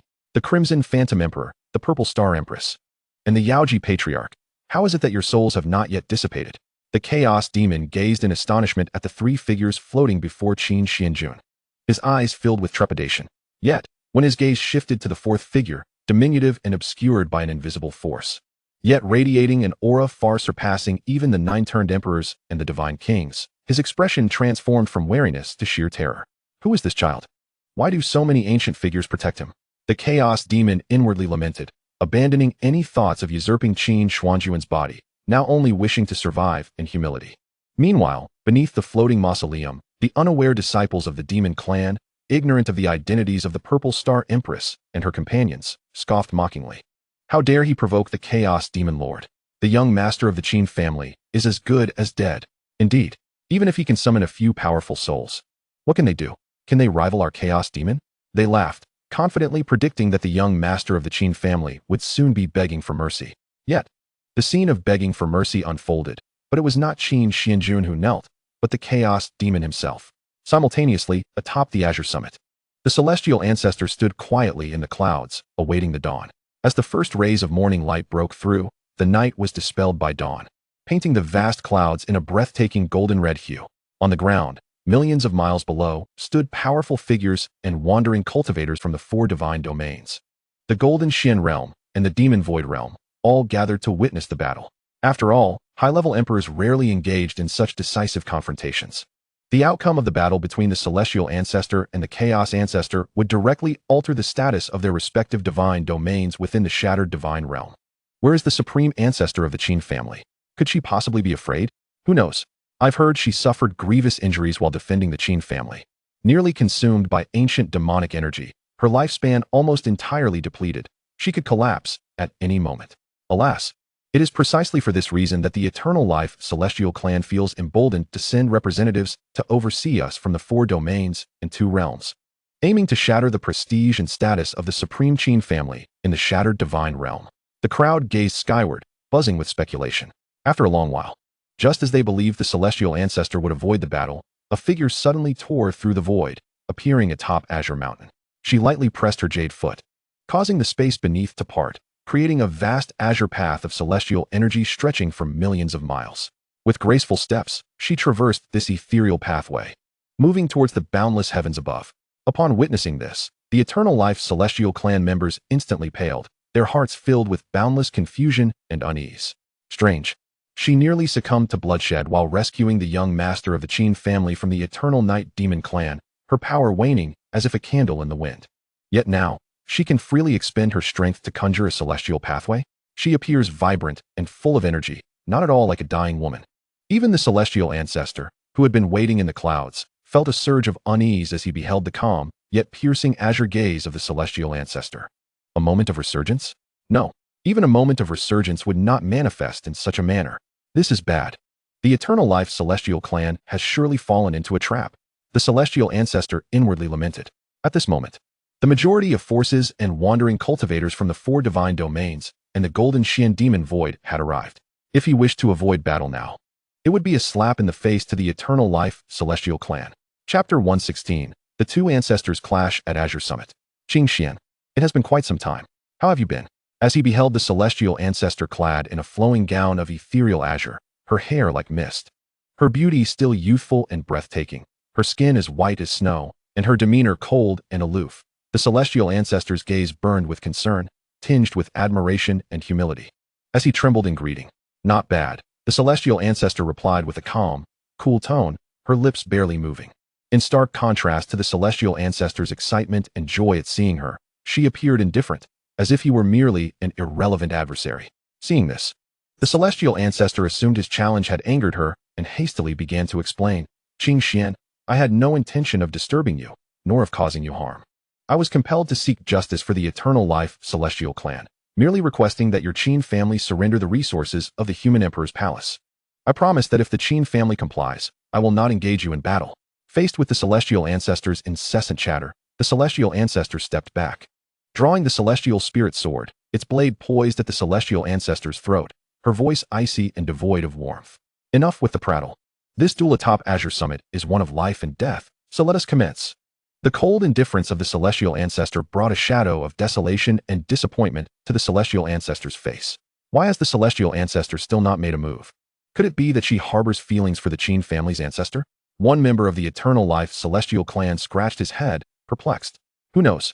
I've only heard my father, a longtime elder of the Eternal Life Celestial Clan, mention that the Celestial Ancestor was once praised as Qin Xian, illuminating the moon, a celestial being of the ancient era, and was exceptionally skilled in the path of combat.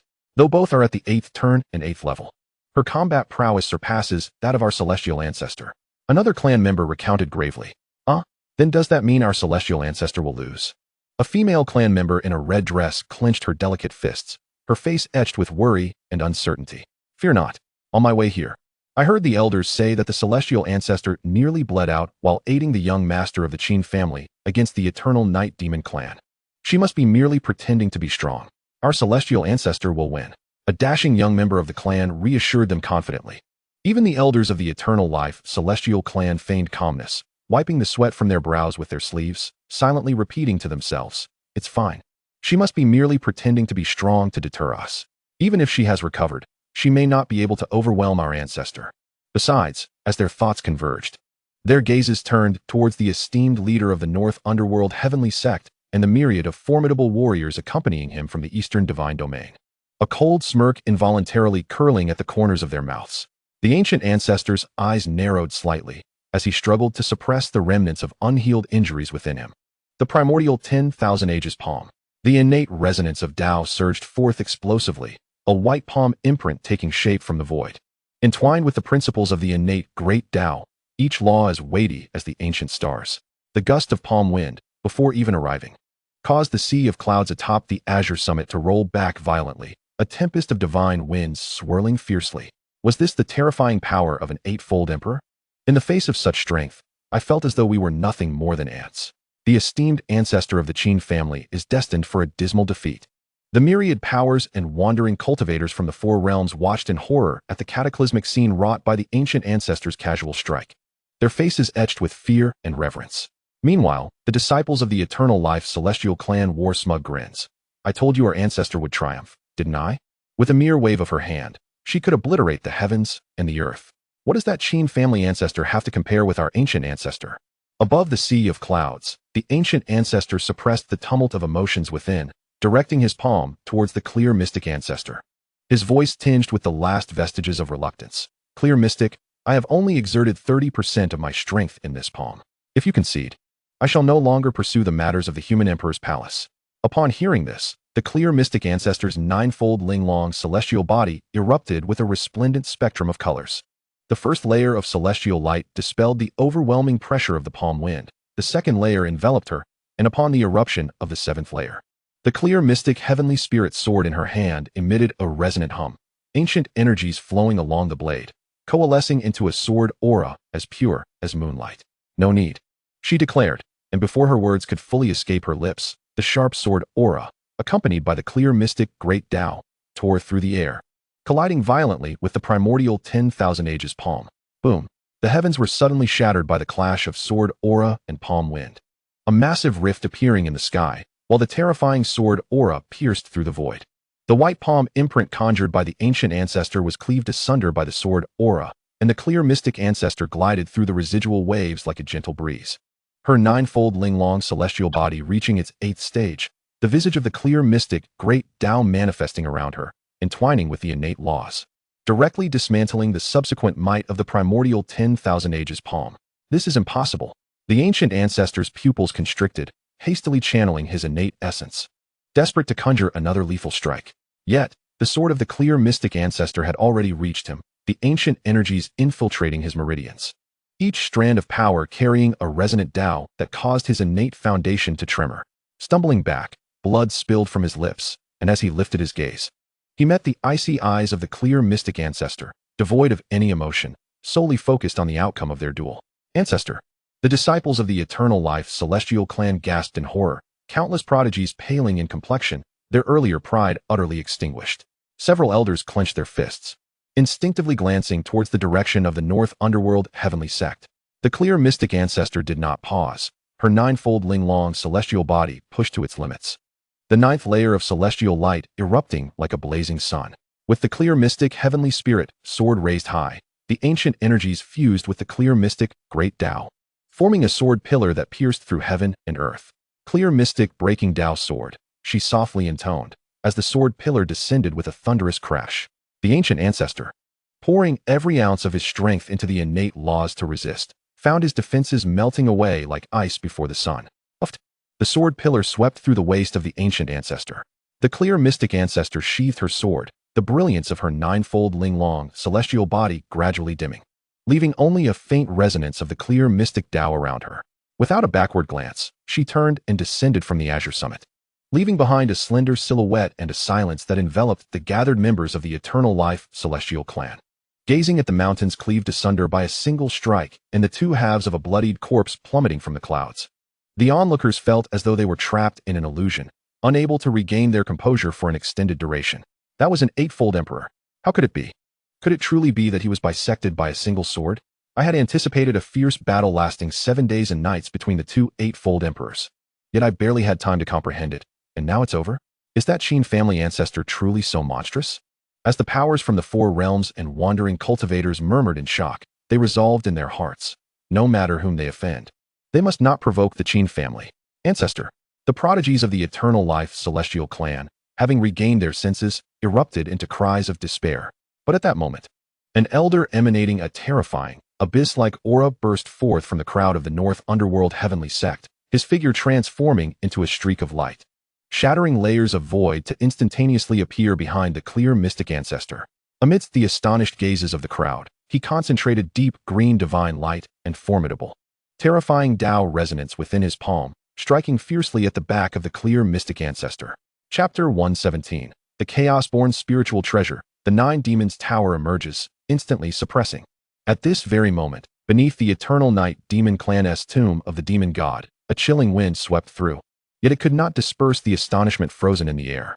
Witnessing the once invincible chaos demon god kneeling before the four stunning figures of Qin Xuanjun, the clan leader Chu Mo's pupils dilated, his fingers unconsciously tightening around the enchanted robe. The surrounding disciples of the demon clan stood as if petrified, even forgetting to maintain their protective demonic aura, frozen in place. That was the chaos demon god, a being they could only revere from ancient texts. How could he kneel so easily? It was not until an elder from the clan trembled as he unfolded a yellowed tome, tracing his fingers over the illustrations of ancient powers, that the silence of the tomb was shattered by a low sigh. So it is these three, a white-haired elder murmured, his voice filled with relief, yet laced with deeper shock. All three were peak powers of the ancient divine kings, on par with the chaos demon god. In addition to the mysterious young girl whose aura resembled an endless abyss, with no record in any ancient texts. How many hidden cards does this young master of the Qin family possess? Chu Mo's back was already drenched in cold sweat, the chill of his enchanted armor pressing against him. He gazed at the back of Qin Xuanjun, his heart swirling with regret and helplessness. Had I known the Qin family's hidden cards were so formidable, I should have decisively allied with them from the start, instead of hesitating in a wait-and-see attitude until now. On the other side, the elders of the Eternal Life Celestial Clan exchanged glances, subtly retreating a half-step, their expansive celestial robes sweeping across the ground, producing faint sounds. Their fingertips shimmered with a faint celestial power, indicating their readiness to flee at any moment. To covet the person we have set our sights on, you possess quite the audacity. The system's lady transformed into a twin-tailed girl, donned in a vibrant red skirt, its hem swaying gently with her movements. Her small face was taut, her once lively eyes now filled with fierce intent, gazing at the chaos demon god as if he were prey, her youthful voice carrying an undeniable threat. Luo Hanyu, the Zy Empress, and the Yaoji Emperor Ancestor formed a triangular formation, steadily surrounding the chaos demon god. The Qiyu Emperor was enveloped in dark red demonic flames, each breath causing the surrounding air to tremble slightly. The Emperor Zihua raised her delicate hand, the fingertips entwined with the resplendent power of the Zihua, her lips curving into a charming smile, yet her eyes betrayed not a trace of warmth. The Yaoji Emperor, on the other hand, lowered her gaze, long lashes casting faint shadows beneath her eyes, but a glimmer of icy murderous intent flickered across her exquisite visage, causing the surrounding temperature to plummet abruptly. Dear friends, please do not be angered. The chaos demon god quickly forced a sheepish smile, attempting to mask his inner embarrassment. I merely intended to jest with that young friend. Yet, inwardly, he seethed with rage. How infuriating. I shall endure this humiliation for now. Once I find a suitable vessel for rebirth and restore my peak power, I will undoubtedly shatter this brat's soul and refine his body into a puppet, ensuring he never escapes the cycle of reincarnation. This subtle yet ominous gaze barely brushed past Qin Xuanjun before it was captured by the latter. Qin Xuanjun merely smiled indifferently, his tone calm and devoid of waves, yet imbued with an extraordinary sense of dominance. Surrender all your inheritance and the essence of chaos, and I might spare your life. You wish to take my inheritance and the essence of chaos? The chaos demon god suddenly sprang to his feet, his voice rising in astonishment and fury. Earlier, he had been willing to part with a portion of his inheritance and essence merely to placate the crowd, intending to reclaim them all once he seized Qin Xuanjun's body. But now, not only was his perfect vessel lost, but the other party also sought to strip him of his very foundation. Do you have any objections? At last, the Yaoji Emperor lifted her gaze, her eyes half closed, the murderous intent locking onto the chaos demon god as if it were a palpable force, causing him to involuntarily shudder. Will you surrender willingly, or shall we take it by force? The Zihua Emperor's fingertips intensified with divine power, the dazzling brilliance blinding, while the oppressive aura bore down on the chaos demon goddess soul. Should you refuse to comply, we shall not hesitate to obliterate your soul. The Qiyu Emperor's lips curled into a chilling smile, crimson flames dancing in her palm, as though ready to surge forth at any moment. The system miss also stood defiantly, hands on her hips, chin slightly raised, glaring fiercely at the chaos demon god. Her youthful voice exerting pressure. Be sensible and hand it over quickly, or you shall face dire consequences. The chaos demon god surveyed the four formidable figures before him, taking a deep breath, his chest heaving violently as if he had resolved to make a decision. Very well, I shall comply. Trembling, he extracted a fragment of the chaos essence from his fractured soul, the pitch-black power emitting a faint wail as it left his body. He then enclosed his lifetime of inheritance within a black ring etched with demonic runes and presented it to Qin Xuanjun with trembling hands. What I require is the entirety of the essence. Qin Xuanjun's expression remained impassive as his gaze fell upon the meager portion of chaos essence. His tone devoid of any ripple. You offer but a fraction, as if attempting to appease a beggar? The chaos demon god's breath caught sharply, his chest rising and falling with intensity, a fierce glint flashing in his eyes, brimming with malice and shadow. Gritting his teeth, he slowly withdrew the remaining essence from his soul. As it departed, his already translucent soul flickered precariously, as though a gust of wind could disperse it, and his aura dwindled significantly. Yet, just as Qin Xuanjun reached out to accept it, a ruthless glimmer flashed in the chaos demon goddess' eyes. He unleashed his full magical power, the dark energy coiling forth like a venomous serpent, simultaneously invoking a temporal binding technique, a dim black barrier enveloping the Zihua Emperor, momentarily sealing her movements. He then curled his claw, infused with the most malevolent chaos, and lunged for Qin Xuanjun's neck, exclaiming, "Die, brat!" The demon cultivators beneath the tomb sighed in relief, their faces displaying a mix of glee and pride. A young cultivator clad in demonic armor even couldn't help but mock audibly. What if the Qin family's young master has the protection of several ancient souls? As long as the chaos demon god can seize him, the tide will surely turn. The expressions of the Qiyu Emperor and her companions darkened, their faces suffused with anger and murderous intent. Just as they prepared to intervene, the chaos demon god's technique momentarily delayed them. In that fleeting instant, his claw was almost upon Qin Xuanjun. The system miss's eyes narrowed, her small hand lifting, an ethereal power emanating from her palm, the very fabric of space rippling around her as she readied to intervene. But at that moment, an ancient and exquisite black-red tower suddenly erupted from within Qin Xuanjun. The tower, inscribed with mysterious demonic runes, swelled dramatically upon separation, transforming into a towering demon spire, radiating a terrifying power that caused the entire demon god's tomb to tremble. In the chaos demon god's shocked and fearful gaze, the tower crashed down, ensnaring his fractured soul and forcibly suppressing it within. This is the Nine-Demon Tower? The chaos demon god's voice trembled with disbelief. You possess the companion chaos treasure of the ancient demon Ancestor Luoho. Trapped within the tower, he frantically battered against the walls, his tone quaking as he pleaded. I was wrong. I truly see my error. Please, young friend, have mercy and release me. I promise, you shall remain imprisoned within the tower, enslaved by the Nine-Demon Tower. Qin Xuanjun's voice was cold and unfeeling, cutting off his pleas. As the words fell, with a mere thought, the towering spire shrank instantaneously, transforming into a streak of light, like a docile pet, merging into his body. The moment the Nine-Demon Tower integrated within, the disciples of the Eternal Night Demon Clan fell into a profound silence. The chilling winds of the tomb swept by, rustling their garments, yet none dared to utter a sound. The first to shatter the silence was a sharp intake of breath, echoing piercingly in the vast tomb. This was swiftly followed by a cacophony of gasps. Some disciples, overwhelmed by shock, bit their own tongues, tears streaming from the pain, yet too stunned to voice their anguish. The once boisterous silver-armored cultivator now appeared as pale as a ghost, his mouth agape wide enough to fit a fist, his eyes reflecting sheer disbelief and terror. Instinctively, he stumbled back 2 paces until he collided with a stone pillar, the cold touch snapping him back to reality. Yet as he recalled his previous remarks, his back was instantly drenched in cold sweat. Just now, I claimed he would be seized, yet how could the chaos demon god be so easily subdued by a tower? The companion treasure of the demon ancestor.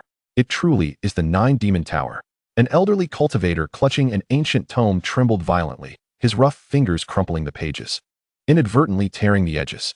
His aged face was filled with horror, his murky eyes fixed intently on Qin Xuanjun, his voice quivering. The ancient texts state that the 9-demon tower can suppress chaos and bind demon gods. It is the supreme treasure of the demonic path. How could the young master of the Qin family possess such a thing? The nearby young disciples had long lost their previous arrogance. Some instinctively shrank back into the crowd, seeking refuge behind their kin, as if that alone would spare them from Qin Xuanjun's gaze. Others clutched the hems of their garments tightly, knuckles widening, their eyes betraying an unmistakable fear. A young cultivator who had recently joined the clan, with his shallow cultivation base, was utterly overwhelmed by the residual pressure emanating from the 9-demon tower. His legs buckled beneath him, and he fell to the ground, only to be swiftly caught by his elder brother beside him. Leaning against his brother's embrace, he murmured with a trembling voice, "Just now, I was cursing him in my heart for overestimating himself.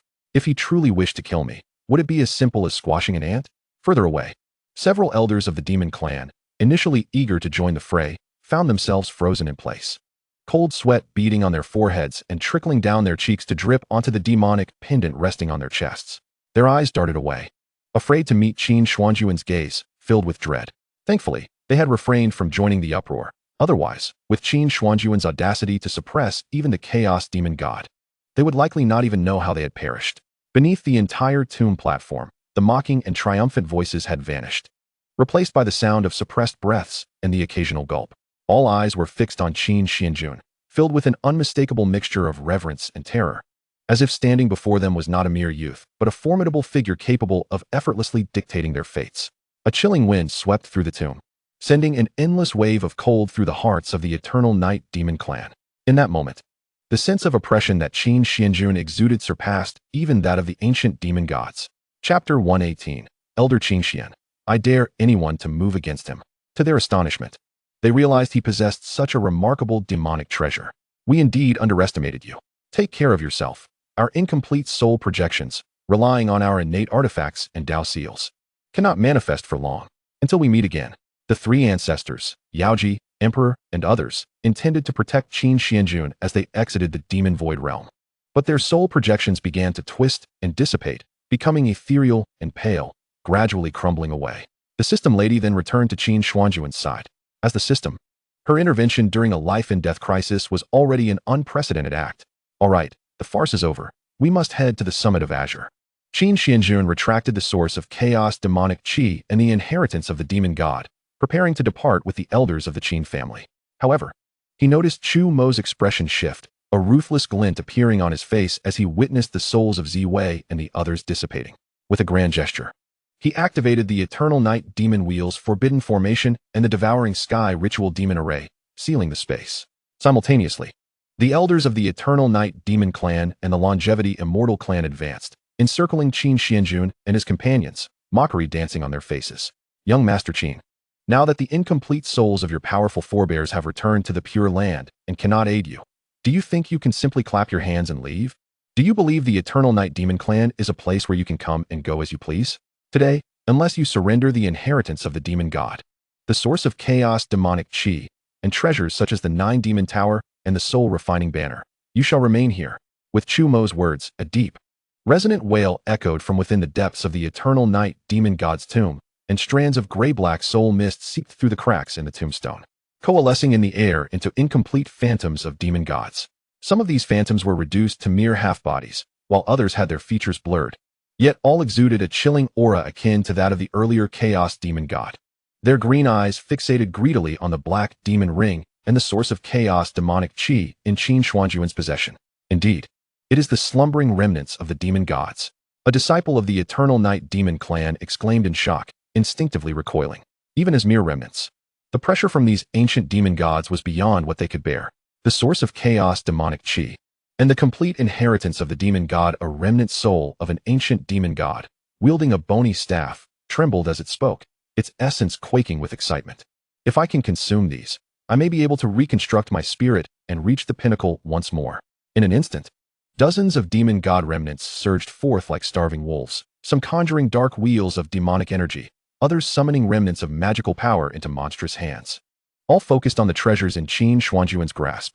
The Eternal Night Demon Clan believed that with the absence of the ancient divine sovereign's protective remnants, they would soon have the aid of the Longevity Immortal Clan's 8th Transmutation Emperor Ancestor after the battle at the summit of Azure. Even if they had to offend a few ancient divine sovereign remnants in the future, it would be worth it. Once they possessed the 9-demon tower, the soul-refining banner, and the source of chaos demonic chi, they would no longer fear anyone. Do you think you are worthy to seize treasures from my hands? A cold smirk crept onto Qin Xuanjun's lips, his voice like shattered jade striking ice. The Xianyuan ancient sword materialized in response, its 3-foot blade humming incessantly, radiating a hidden brilliance. Golden light erupted around him, the golden dragon emperor manifesting with a thunderous roar. The cycles of sun and moon entwined with the 4-colored Dao patterns enveloping him, each thread brimming with the pressure of supreme mediums. 2 divine domains unfurled beneath his feet. The demonic refinement, 1,000 domains igniting with black, demonic flames, incinerating all in their path. The 9 dragons heaven manifested a golden dragon shadow, locking down the universe. His dual imperial eyes shone with divine radiance, cold and piercing like a millennium-old icy pool, exuding unmatched pride.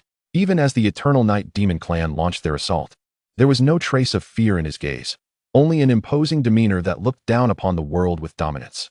The 10 elders of the Qin family, each a half-step to becoming a quasi-emperor, stood resolutely by Qin Xuanjun's side, embodying a steadfast determination to fight to the end. Feeling the terrifying aura emanating from them, Chu Mo and the elders of the Eternal Night Demon Clan trembled slightly as they clutched their magical artifacts. However, driven by the temptation of the 9-demon tower and other forbidden treasures alongside the inheritance of the Chaos Demon God, they gritted their teeth, their eyes gleaming with ferocity. Unleashing their magical powers to utilize the home field advantage and the countless forbidden formations within their clan to forcibly suppress Qin Xuanjun and the elders of the Qin family. Boom. At that moment, the void shattered like glass. Amidst the scattering light fragments, a breathtaking figure descended from the sky, dressed in flowing white robes. The chaotic demonic mist was instantly swept away, and the surrounding brilliance, like moonlight spilling upon the earth, forced the black aura of the Eternal Night Demon Wheel's forbidden formation to retreat step by step.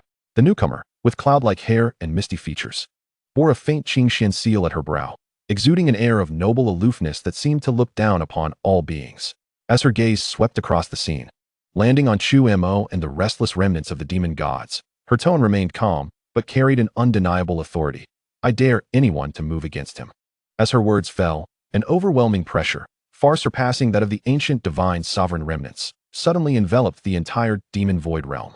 The devouring sky ritual demon array, which Chu Mo was about to activate, instantly came to a standstill, and the magical artifacts in the hands of the Eternal Night Demon Clan elders trembled uncontrollably. Even the remnants of the demon gods lunging toward Qin Xuanjun halted mid-air as if struck, their green eyes filled with terror. This aura, was it the elder Qingxian? Damn it! Wasn't she engaged in battle with the innate ancestor at the summit of Azure? How could she have come here? Could it be that the innate ancestor of the longevity immortal clan was defeated? Chu Mo's expression darkened as he glanced at the astonished elders of the longevity immortal clan, who were equally perplexed. Even if the innate ancestor were to falter, they still had contingencies. How was it that the elder from the beaming heavenly sect had not intervened? How could you possibly be here? An elder of the longevity immortal clan pointed at Elder Qingxian, his face pale with shock. How is it that after my victory, I must remain atop the Azure Pinnacle? The venerable Qingxian ancestor replied with an air of indifference. It is inconceivable, absolutely impossible, exclaimed another elder of the Eternal Life Celestial Clan, his countenance darkening as he clenched his fists, his eyes filled with doubt and disbelief, demanding, how could you possibly have triumphed over our innate ancestor? In response, the Qingxian ancestor raised his hand and rent the very fabric of space, casting forth 2 severed bloodied corpses enveloped in Qingxian divine power before the elders of the Eternal Life Celestial Clan. With a calm demeanor, he stated, he has been cleaved in twain by my hand. As they beheld the gruesome sight of the bloodied remnants strewn upon the ground, the elders of the Eternal Life Celestial Clan, along with Chu Mo and all the elders and disciples of the Eternal Night Demon Clan, stood frozen in a state of shock and terror. The innate ancestor of the Eternal Life Celestial Clan, an 8-turn, 8-stage emperor, had, astonishingly, been felled in such a manner? They were loath to accept such a ludicrous reality, yet the presence of the bloodied corpses and the fallen emperor, accompanied by the ominous blood rain beginning to cascade from the heavens and the tempest of divine energy that ensued, laid bare this gruesome truth before their eyes. It is over. All is lost. A profound chill and despair surged through the hearts of the elders of the Eternal Life Celestial Clan. 2.5 minutes earlier, when the Qingxian ancestor was ambushed by the Yomi ancestor of the beaming celestial sect, All the powerful factions and wandering cultivators across the four domains believed that the Qingxian ancestor would surely sustain grievous injuries and perish. The Yomi ancestor initially wore a cold smirk of triumph, but soon felt an unsettling disquiet. How could the back of the Qingxian ancestor be harder than the celestial star-fallen iron? Before he could fully comprehend the situation, a terrifying hand, entwined with the essence of the Qingxian Dao and Qingxian divine power, loomed ever larger in his vision, hurtling toward his chest. Boom! The ferocious force detonated upon the Yomi ancestor's chest, sending him hurtling thousands of miles away, obliterating countless celestial mountains along his path, until he ultimately crashed into a celestial sea in a state of utter disarray. Ancestor. The elders and cultivators of the beaming celestial sect, forsaking their astonishment and contemplation, hurriedly turned to chase after the direction in which the Yomi ancestor had plummeted. Meanwhile, the elders of the Eternal Life Celestial Clan remained in a daze, struggling to process the rapid succession of events, from the collusion of the Yomi ancestor with their clan to ambush the Qingxian ancestor, to the latter's effortless counterattack that sent the former flying like a shooting star, all transpiring in the blink of an eye.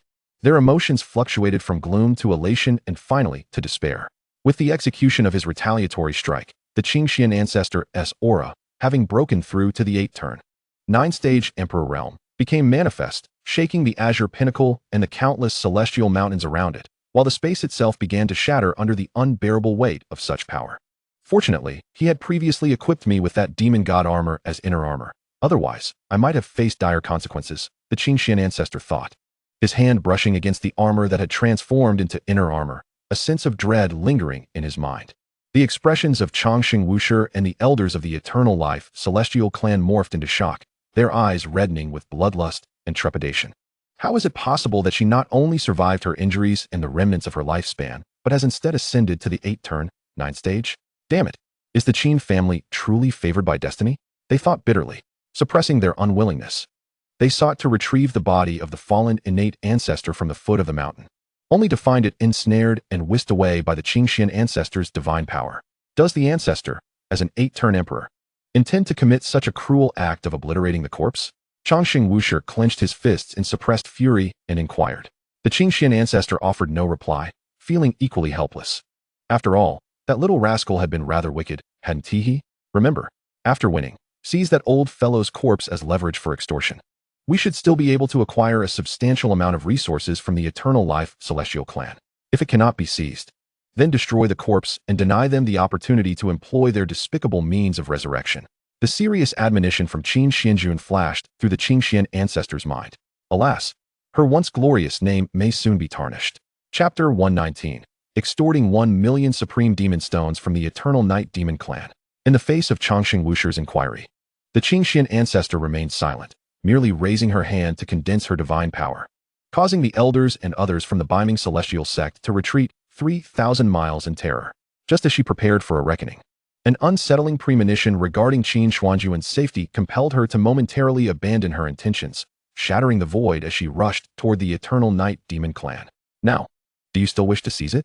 Qin Xuanjun, standing beside the Qingxian ancestor, inquired mockingly of Chu Mo and the elders of the Eternal Night Demon Clan. Under the oppressive weight of the Qingxian ancestor's formidable aura, they could only muster a bitter smile, awkwardly waving their hands in denial. Young Master Qin, what are you saying? The Eternal Night Demon Clan has not yet reached the point of robbing others. We were merely jesting with young Master Qin earlier. Young Master Qin may leave with the Chaos Demon God legacy now. We will not impede you. Upon hearing this, Qin Xuanjun let out a cold laugh, emboldened by the backing of the Qingxian ancestor, and sarcastically retorted, "Did you not just claim that the Eternal Night Demon Clan is not a place one can enter or exit at will?" Chu Mo furrowed his brow, his voice low as he queried, "What does young Master Qin desire? 1 million Supreme Demon Stones as compensation for and then?" Qin Xuanjun had initially intended to extort a significant amount from the Eternal Night Demon Clan, but noticed the Qingxian ancestor's delicate fingers trembling, beads of sweat forming on her brow. Could it be that the demonic energy and poison within her have not yet been purged? Or has the battle atop the azure pinnacle caused her latent injuries to resurface, or even a backlash of divine power?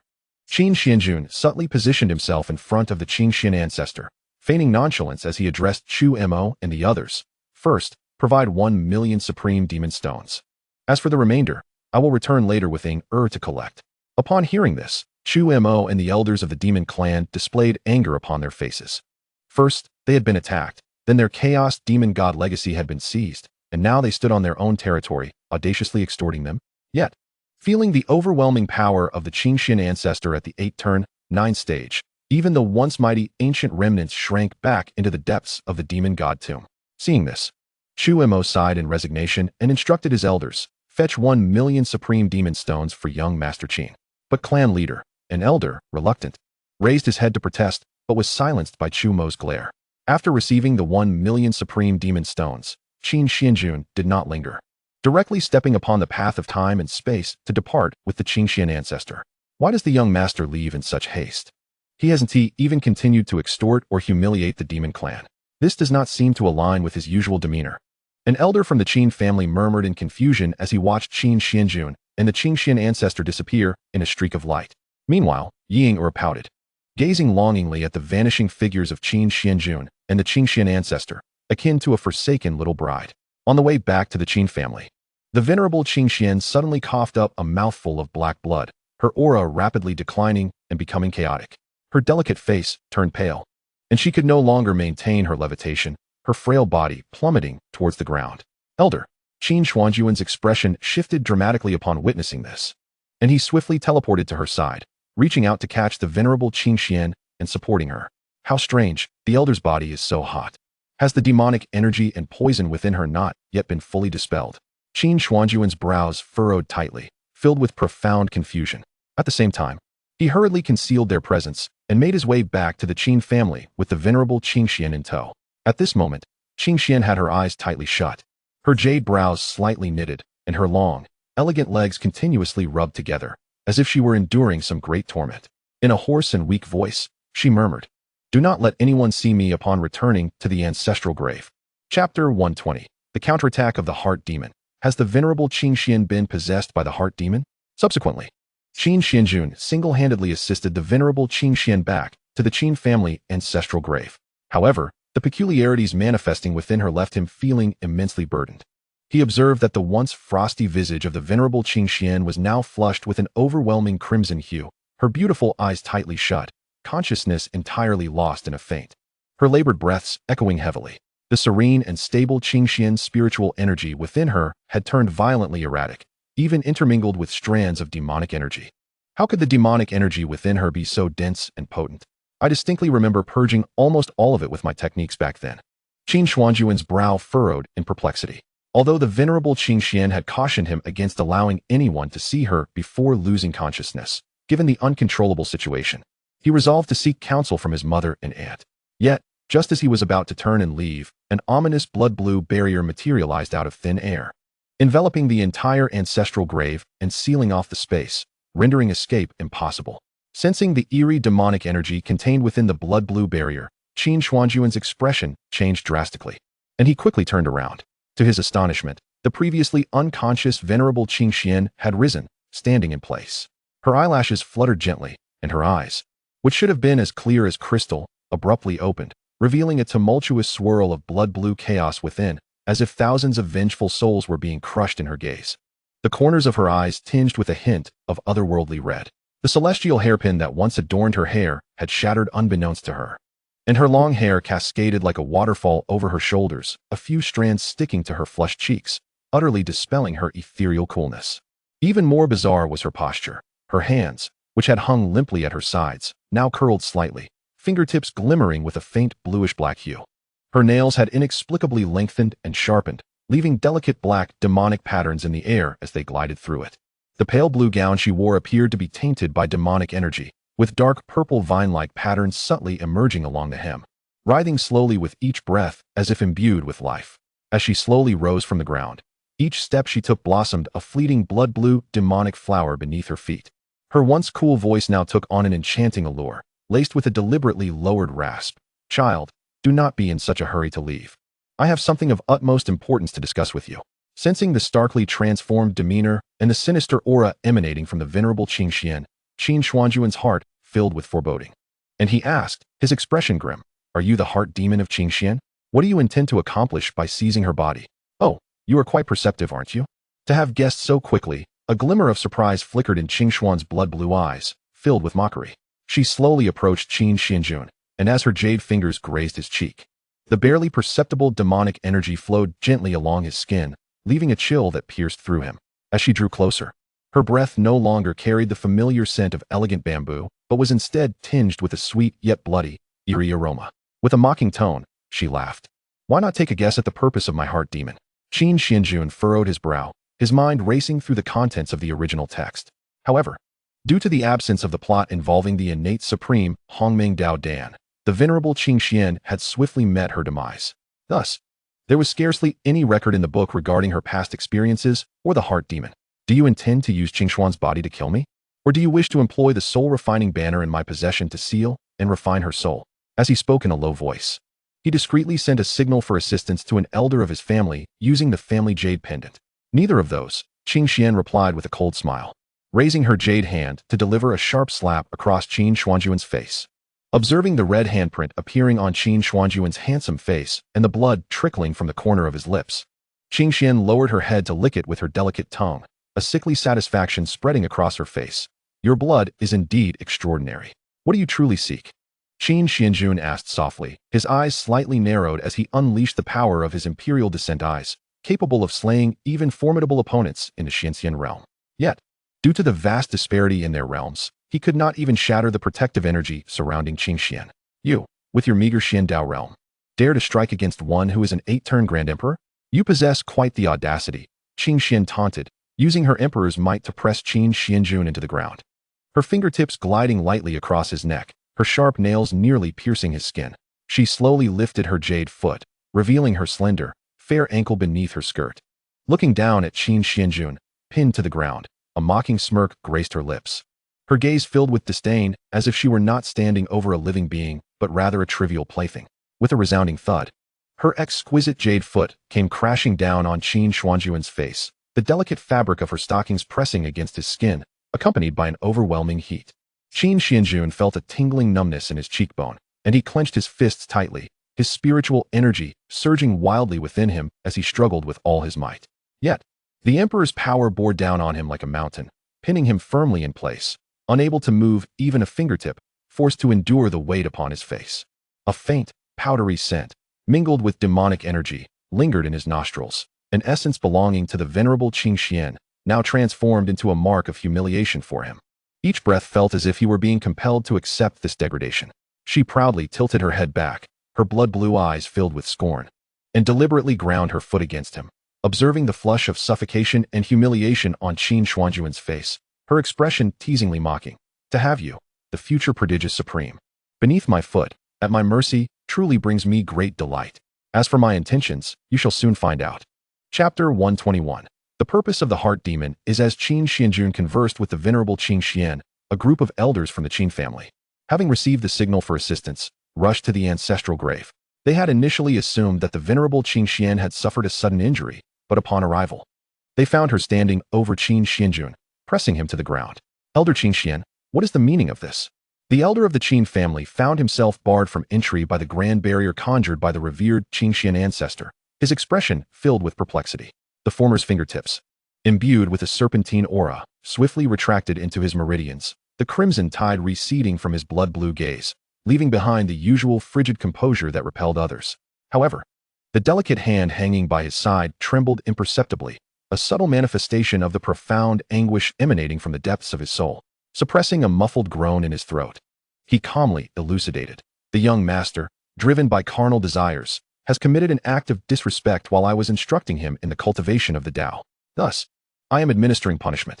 A vague protest escaped Qin Xuanjun's lips, and as he attempted to raise his eyes in defense, the Qin Xian ancestor's jade foot suddenly pressed down upon his mouth, stifling his words. A fleeting flicker of guilt flashed across her eyes, only to be swiftly overshadowed by an even deeper chill, for she could not allow any sign of weakness to be perceived. Otherwise, the inner demon would seize the opportunity to strike. Understanding dawned upon the elders of the Qin family, their expressions shifting to one of comprehension as they turned to depart. Murmuring with lingering doubt, "Punishment? Surely, that must be a reward for the young master, rather."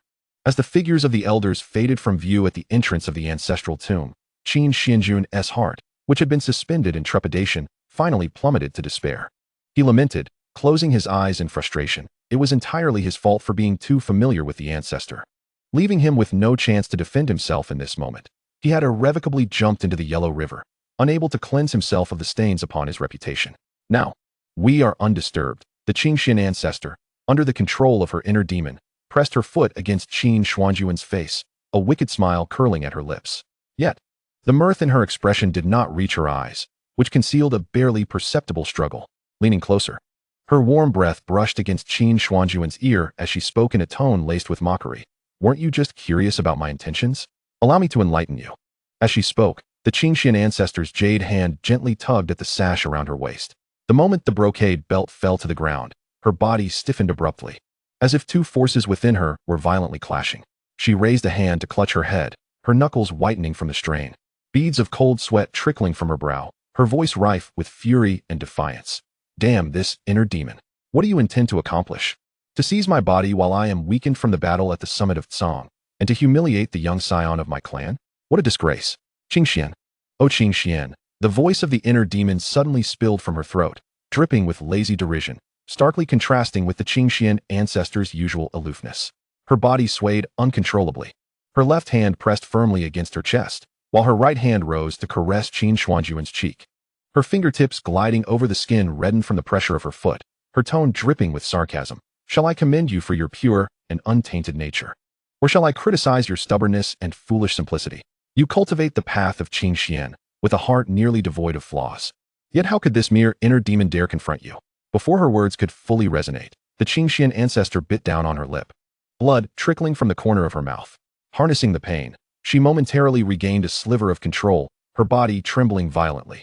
The path of Qingxian requires no such filth. But you lack the flexibility to comprehend. The voice of the inner demon once again overpowered her, laced with temptation. Her eyes regained their crimson hue, and the hand that had pressed against her chest gradually descended, seizing Qin Xuanjun's chin, compelling him to look up. Her fingers digging into his jaw with a painful grip. Achieving the pinnacle of the Qingxian path is far too arduous. Why not cultivate alongside me? Merging our souls as one. Should you agree, we can subdue this boy together and utilize him as a vessel. Though our bodies may not withstand the essence of his blood, through such means we may also attain the fusion and refinement of his blood's power. Should you refuse, the voice of the inner demon turned suddenly vicious, her body retreating half a step as if resisting something, only to be seized once more by the inner demon, a wild grin curling her lips. I shall forcefully take him before your eyes, shattering your so-called heart of Qingxian, utterly suppressing and sealing your soul, permanently usurping your flesh. As the triumphant words of the inner demon rang in his ears, Qin Xuanjun's pupils constricted, the mysteries within his heart finally unraveling. So, the purpose of the inner demon is to use me to breach the Qin ancestor's mental defenses, while simultaneously turning my body, blessed with the innate sacred physique and numerous top-tier bloodlines, into a crucible for cultivation. Contemplating the unfortunate fate that awaited him, Qin Xuanjun unleashed the full force of his Tianqin divine power and Taichu energy, golden and purple light swirling within him. Yet, the moment he sought to reach the Qin ancestor's body, it felt as though he had collided with an impenetrable wall, utterly incapable of shaking off the grip of the inner demon's power. At that moment, the Qin ancestor's soul was undergoing an unprecedented torment. Every word and action from the inner demon pierced like a dagger into her heart of Qingxian, and the ripples of unbidden affection she had once felt for Qin Xuanjun now compelled her into actions she never wished to take, causing her mental state to spiral into chaos. She could vividly feel her soul being gradually suppressed by the inner demon, akin to the tide engulfing the shore, steadily drowning her reason. Ancestor, please endure. Do not succumb to the inner demon. Qin Xuanjun, witnessing her agonized expression, could only shout encouragement, his voice laden with urgency. Silence. The Qin ancestor's voice erupted suddenly, tinged with irritation, yet the next moment was steeped in shame and anger. No. Close your eyes. She could sense every inch of her being under Qin Xuanjun's gaze, her body flushing with heat, even her soul ablaze. Qin Xuanjun hastily covered his face with his palm, yet his fingers instinctively failed to close completely. He could not shake the concern for the Qin ancestor's plight. Upon noticing this, a wave of indignation surged within her chest. Her once feeble spiritual power ignited like a flame, fiercely rebounding. Her body swayed violently, the crimson hue in her eyes fading significantly. Her voice filled with furious reproach. Once I conquer and expel this inner demon, I shall teach you what it means to respect your master and uphold the path. Eager to retrieve the pale blue gauze skirt that lay on the ground, she bent down, but her body was once again overtaken by the inner demon, her motion abruptly stalling. She could feel the inner demon mocking her ambition, that malevolent force coiling around her soul like vines, sapping her strength to even raise her hand. The inner demon seemed to have discerned her weakness, a cruel smile curling at her lips. With a swift motion, she unleashed a jet-black malevolent force, obliterating the gauze skirt in an instant. Following this, she conjured a blade exuding a terrifying aura, poised above Qin Xuanjun's dual pupils, her voice dripping with mockery and threat. Qingxian, oh Qingxian, you wouldn't want this boy's imperial falling dual pupils to become a pair of blind eyes, would you? You. Despicable. The Qingxian ancestor's voice was saturated with rage, yet her spiritual power suddenly faltered. The imperial falling dual pupils were the very essence of Qin Xuanjun. If destroyed, his future would be irrevocably shattered. She could not allow such a calamity to occur. Despicable? Huh? The inner demon's voice dripped with scorn. Does your pretentiousness serve any purpose? As long as victory is secured, does it not suffice? Before her words could fade, the inner demon regained dominance, forcefully sealing the Qingxian ancestor's soul deep within her consciousness. She raised her hand, conjuring an ominous and profound magical seal, the tips of her fingers glimmering with a chilling aura. Without a moment's hesitation, she thrust the seal into Qin Xuanjun's chest, watching with delight as he curled up in pain, unable to resist. The depths of her eyes were filled with a wicked pleasure. From now on, you may simply watch. The voice of the heart demon was frigid, laced with endless temptation and mockery.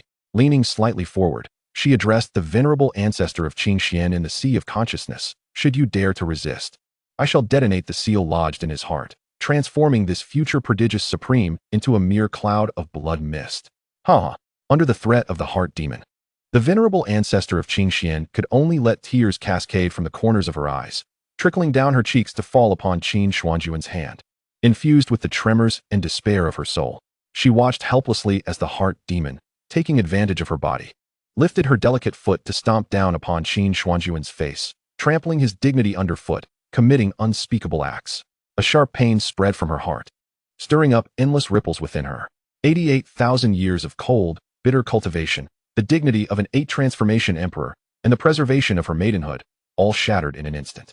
Despairing, she closed her eyes, her mind consumed by a singular thought. She could never eradicate the heart demon. Chapter 122. The heart demon's scheme harms both sages. It seems our young master has been severely chastised by our venerable ancestor. Should we not intervene? What do you understand? To be lashed by the ethereal Qingxian, who stands unparalleled in the ancient world, our young master is likely reveling in it. Do not disturb his enjoyment. Outside the ancestral mausoleum, several elders of the Qin family did not depart immediately, but rather stood silently outside the blood-blue barrier, vigilantly awaiting developments.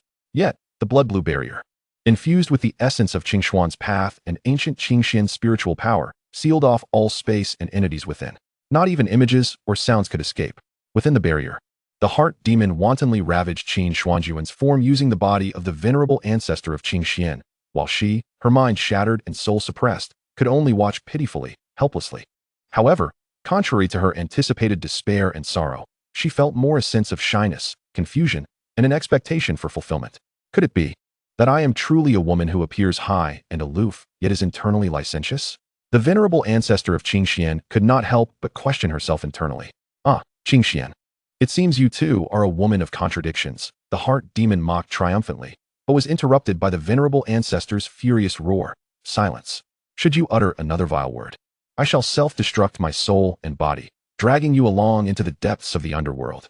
At these words, the heart demon's expression shifted dramatically, and she refrained from further provoking the venerable ancestor.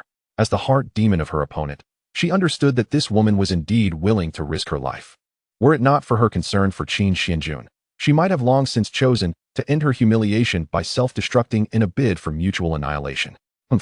Once I fully seize control of your body and become its true master, I shall no longer need to regard your expressions. The heart demon thought silently with a cold snort. As time passed, the venerable ancestor's soul seemed on the verge of complete descent.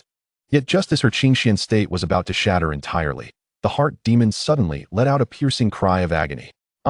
She leaped back several meters from Qin Xuanjun, her eyes blood-red, her expression twisted with rage. You little brat, what have you done to me? Qin Xuanjun slowly rose, a serene smile gracing his face as he replied, What have I done? Why not guess for yourself? Hearing the familiar tone of mockery, the heart demon, in a fit of rage, retorted with a bitter laugh, "You can't possibly believe that your blood and body hold any significance for me, making me reluctant to kill you in order to use you as a vessel for cultivation?" In response, Qin Xuanjun scoffed lightly and said, "I never wager on whether others will kill me. Rather, it is you. Do you truly think that planting a wisp of my primal magic within me grants you control over me?"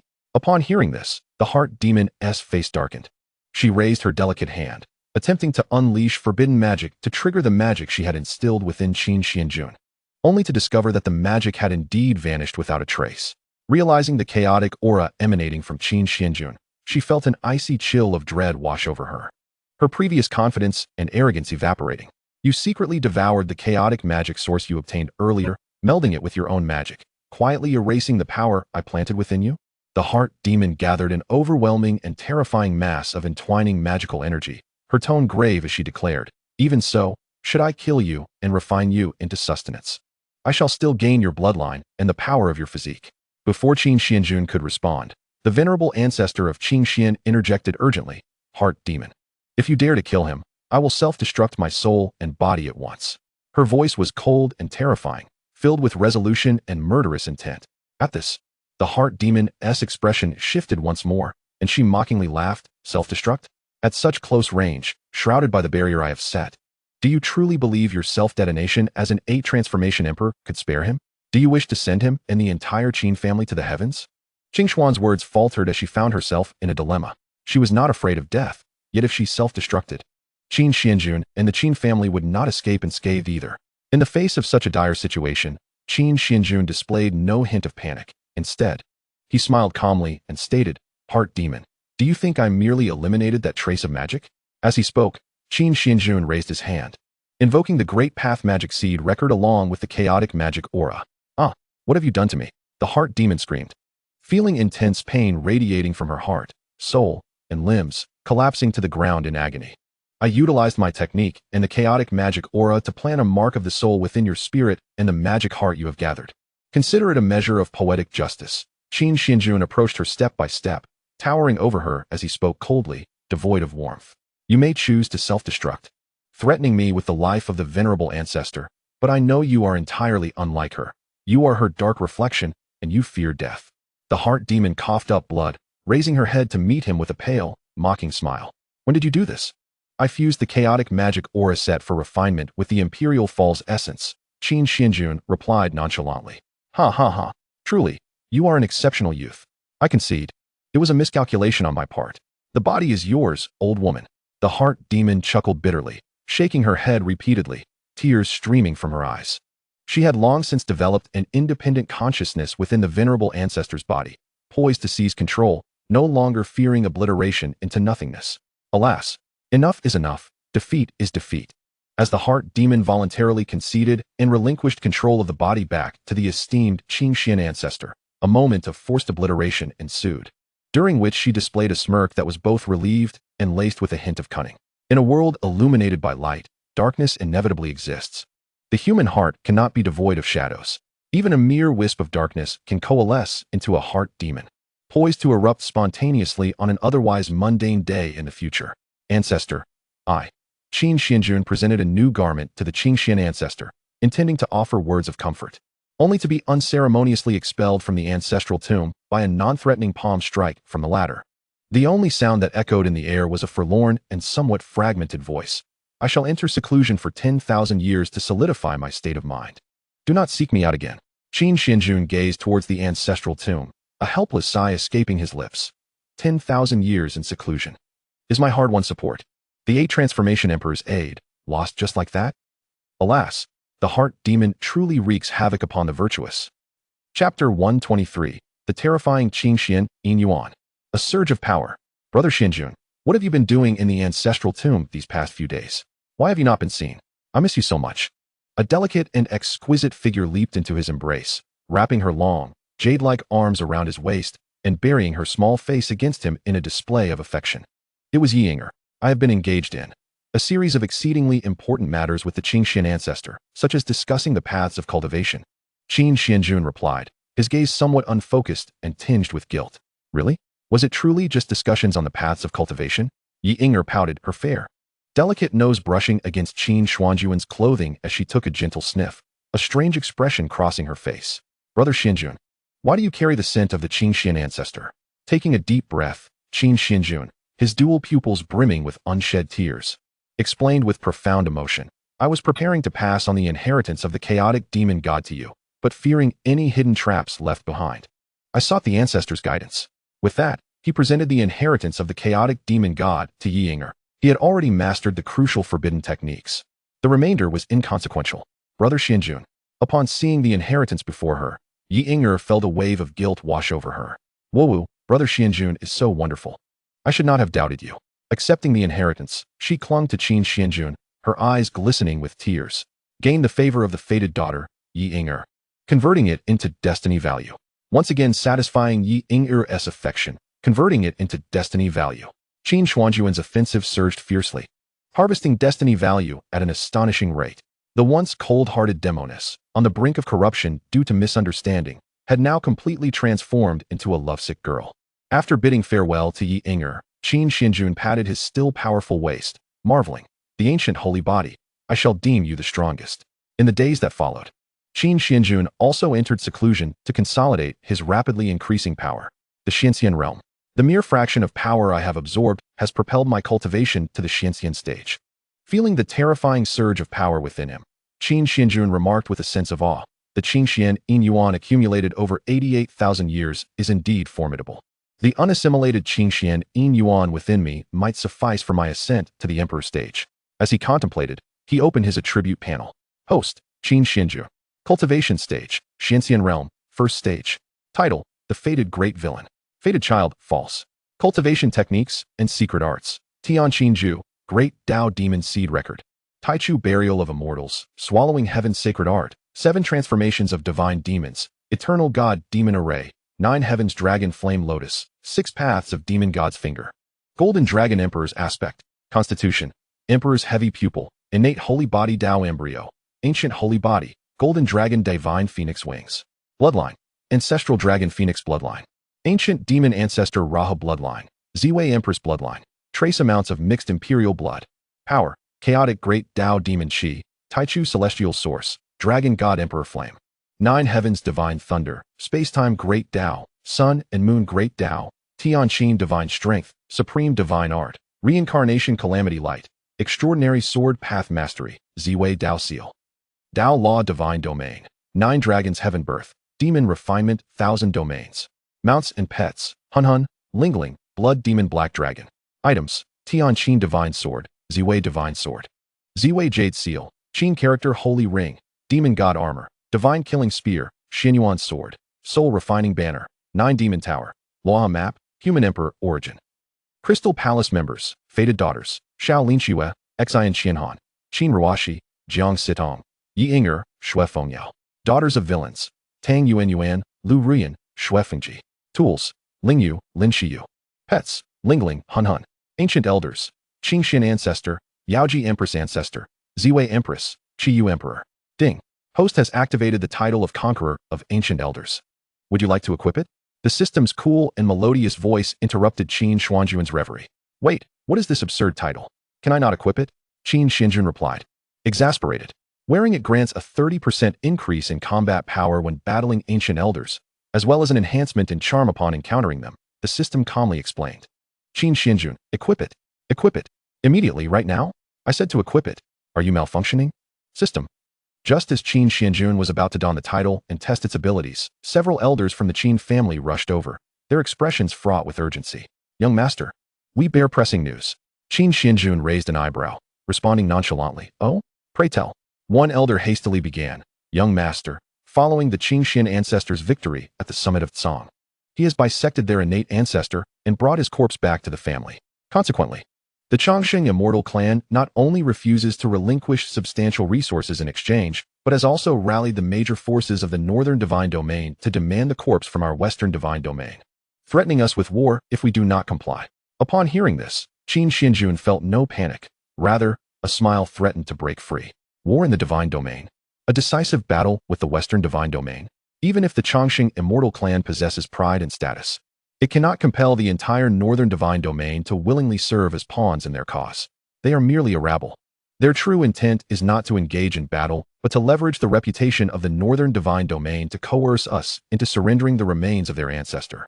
With a cold smile, Qin Xuanjun commanded icily, "Dispose of the bisected remains of their ancestor at the Immortal Treasure Pavilion."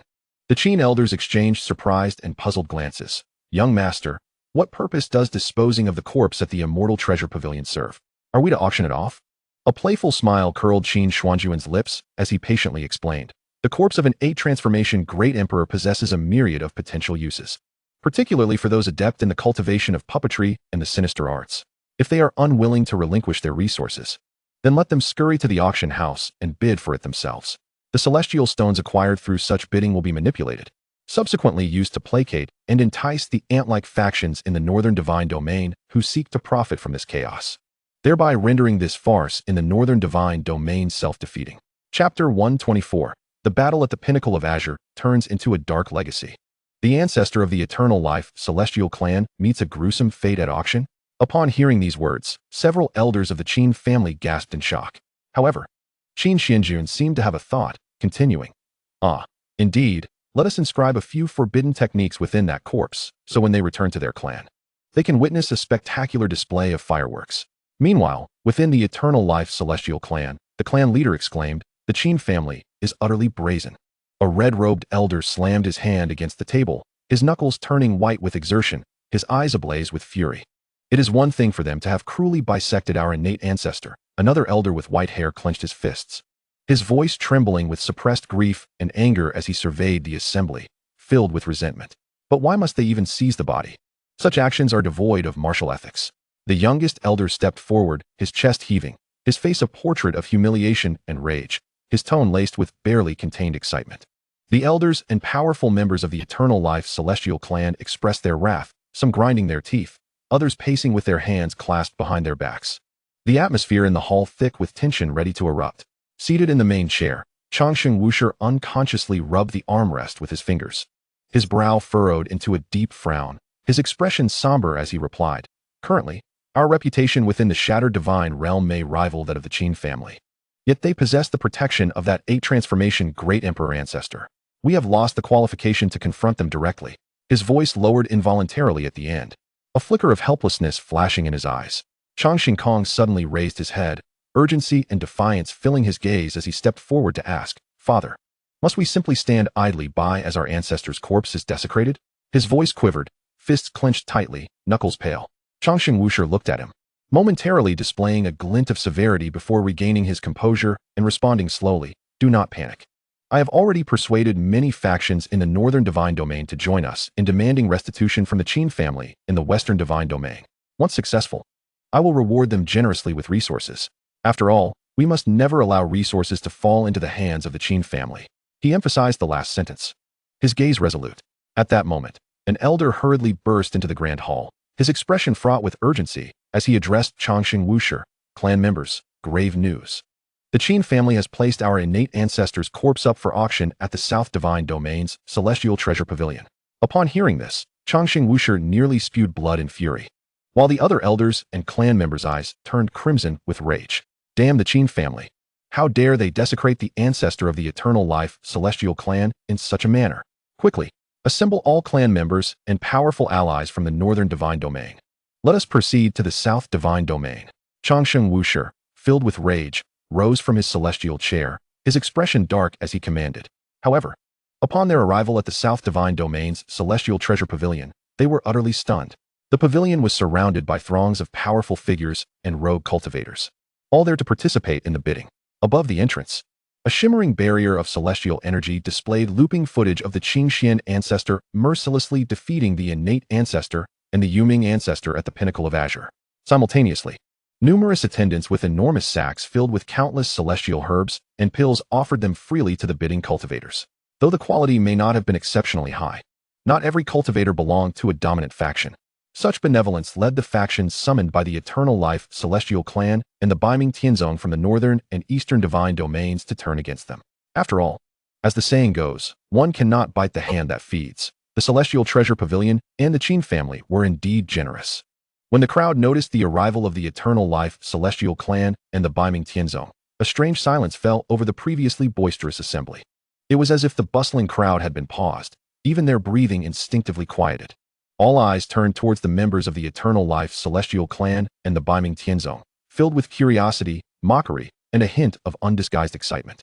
As some cautiously took a step back, as if fearing to incur trouble, a flurry of mental transmissions buzzed through the air. Is that really the Eternal Life Celestial Clan? Just a moment ago, we saw footage of their ancestor being bisected. How fortuitous that the principal has now arrived. The Baiming Tianzong is here too? I heard their ancestor faced even more humiliation, attempting to ambush the Qingxian ancestor, but ended up being swatted away like a fly. I imagine he is still nursing his wounds back home. Do you think the Eternal Life Celestial Clan has come to reclaim the ancestor's body? But I just heard from the Celestial Treasure Pavilion staff that the starting bid is 10 billion premium celestial stones. Can they even afford that? It would be utterly laughable if they cannot. Their own ancestor's corpse is being auctioned, and they have to await others' bids? Their dignity is tarnished throughout the shattered divine realm. I overheard a rogue cultivator from the dark arts say that if they could win the bid, they could refine the remains into a demonic puppet, perhaps retaining some of the Emperor's aura, making for a formidable enforcer. Do you think the Eternal Life Celestial Clan would faint upon hearing this? Do not speak carelessly. Have you not seen how Chongqing Wusher's face has turned as black as a pot's bottom?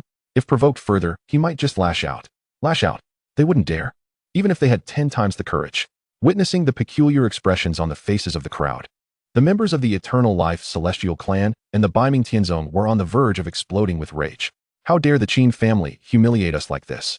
One day, when the opportunity arises, we shall join forces to obliterate the Qin family. Chongqing Wusher and Baiming Wu, the sect leader of the Baiming Tianzong, said with indignation. Yet, acknowledging that they were not on their home turf, and considering the Qin family's overwhelming might and popularity, not to mention the presence of the Qingxian ancestor in their clan, they could only suppress their fury and begrudgingly enter the auction hall to take their seats. Little did they expect that members of the Golden Dragon Clan and the Eternal Night Demon Clan would also make an appearance. Though they did not reveal their intentions, it was evident they either sought to acquire the 8 transformation Great Emperor's corpse for artifact crafting or wished to enslave and refine it into a blood puppet using dark arts. Once all parties were assembled, the auction officially commenced. The item for bid was the corpse of the 8 transformation Great Emperor of the Eternal Life Celestial Clan, suitable for bone crafting into artifacts or for the dark arts to be refined into 8 transformation blood puppets. The starting bid was set at 10 billion premium celestial stones. Standing on the platform, Qin Xuanjun disregarded the furious, ashen expressions of Chongqing Wusher and the others, instructing Fian to bring forth a casket containing 2 segments of the corpse while he personally oversaw the auction. Qin Xuanjun, to profane our ancestor's corpse with such an auction will surely bring you retribution. Chongqing Wusher rose in anger, his expression one of fury as he shouted. The elders and clan members beside him displayed similar indignation. In response, Qin Xuanjun merely cast a disdainful glance at them, calmly stating, "If you won't bid, then leave. If you refuse to participate, there are plenty who will." Chapter 125, The Longevity Immortal Clan, nearly blown to the skies by the corpse of the Great Emperor. Observing Qin Xuanjun's domineering and arrogant demeanor, Chongqing Wusher and Bei Mingwu felt their faces flush crimson, yet they dared not retaliate on the spot, silently gritting their teeth in endurance. However, they were unprepared for the fact that the dominant powers of the 4 domains and 2 realms were immensely interested in the corpse of the Great Emperor from the Longevity Immortal Clan, engaging in a frenzied bidding war. Meanwhile, some 2nd and 3rd tier forces and loose cultivators, though unable to muster such vast resources for bidding, remained cheerfully watching, unwilling to leave, eager to see who would ultimately claim this 8-turn, 8-tier Great Emperor's corpse. Esteemed friends, might you grant the Longevity Immortal Clan a favor by refraining from bidding and desecrating our ancestor's corpse? In return, we of the Longevity Immortal Clan are willing to offer generous rewards, Chongqing Wusher implored, rising to address the formidable powers. Faced with the dominance of the Longevity Immortal Clan in the Northern Divine Domain, the crowd hesitated. Seeing this, Qin Xuanjun sneered, his expression brimming with arrogance as he declared, "Anyone who dares to voluntarily forego bidding will be disrespecting my supreme Qin clan. In the aftermath, I shall send our clan's elder Qin Xian, who has broken through to the 8-turn, 9-tier realm, to pay each of you a visit." Upon hearing this, the major powers deliberated briefly, ultimately choosing to offend the Longevity Immortal Clan rather than the Qin Clan. After all, the Qin Clan was indeed stronger than the Longevity Immortal Clan at present and boasted a formidable 8-turn, 9-tier Great Emperor Elder. I bid 13 billion top-grade Immortal Stones. I offer 15 billion top-grade Immortal Stones. 17 billion. As the bidding grew increasingly heated, Changxing Wushi and Bei Ming Tianzong felt their combined influence insufficient to make a significant impact. Gritting his teeth in humiliation, Changxing Wushi raised the bidding token and solemnly declared, "The longevity immortal clan offers." Yet before he could finish, he was interrupted by Qin Xuanjun. "You of the longevity immortal clan must additionally provide 7 supreme immortal mind veins. The domain of the 100-fold immortal mountain faction, 90,000 immortal herbs, flowers, and pills, along with 100,000 high-tier magical artifacts and runes. And let us not forget an additional 3,000 fair-skinned, beautiful young maidens from your clan." At these words, Changxing Wushi and the members of the longevity immortal clan turned ashen with fury. Changxing Kong abruptly stood, his face aflame with indignation as he demanded, "Qin Xuanjun, your demands are excessively outrageous. Moreover, surrounded by such beauty, why would you still seek maidens from the longevity immortal clan?" In response, Qin Xuanjun merely shot him a dispassionate sidelong glance, his icy gaze chilling Changxing Kong to the bone, fear tightening around his throat like a constrictor snake. Damn it! How could he have grown so much stronger in such a short time? I feel that he could likely defeat me in just 3 moves, Changxing Kong thought, trembling as he gripped his folding fan, now too intimidated to speak further. With a mocking smile, Qin Xuanjun explained, "Your longevity immortal clan and my Qin clan are adversaries. Should I show you leniency? Furthermore, I am not a lecherous man.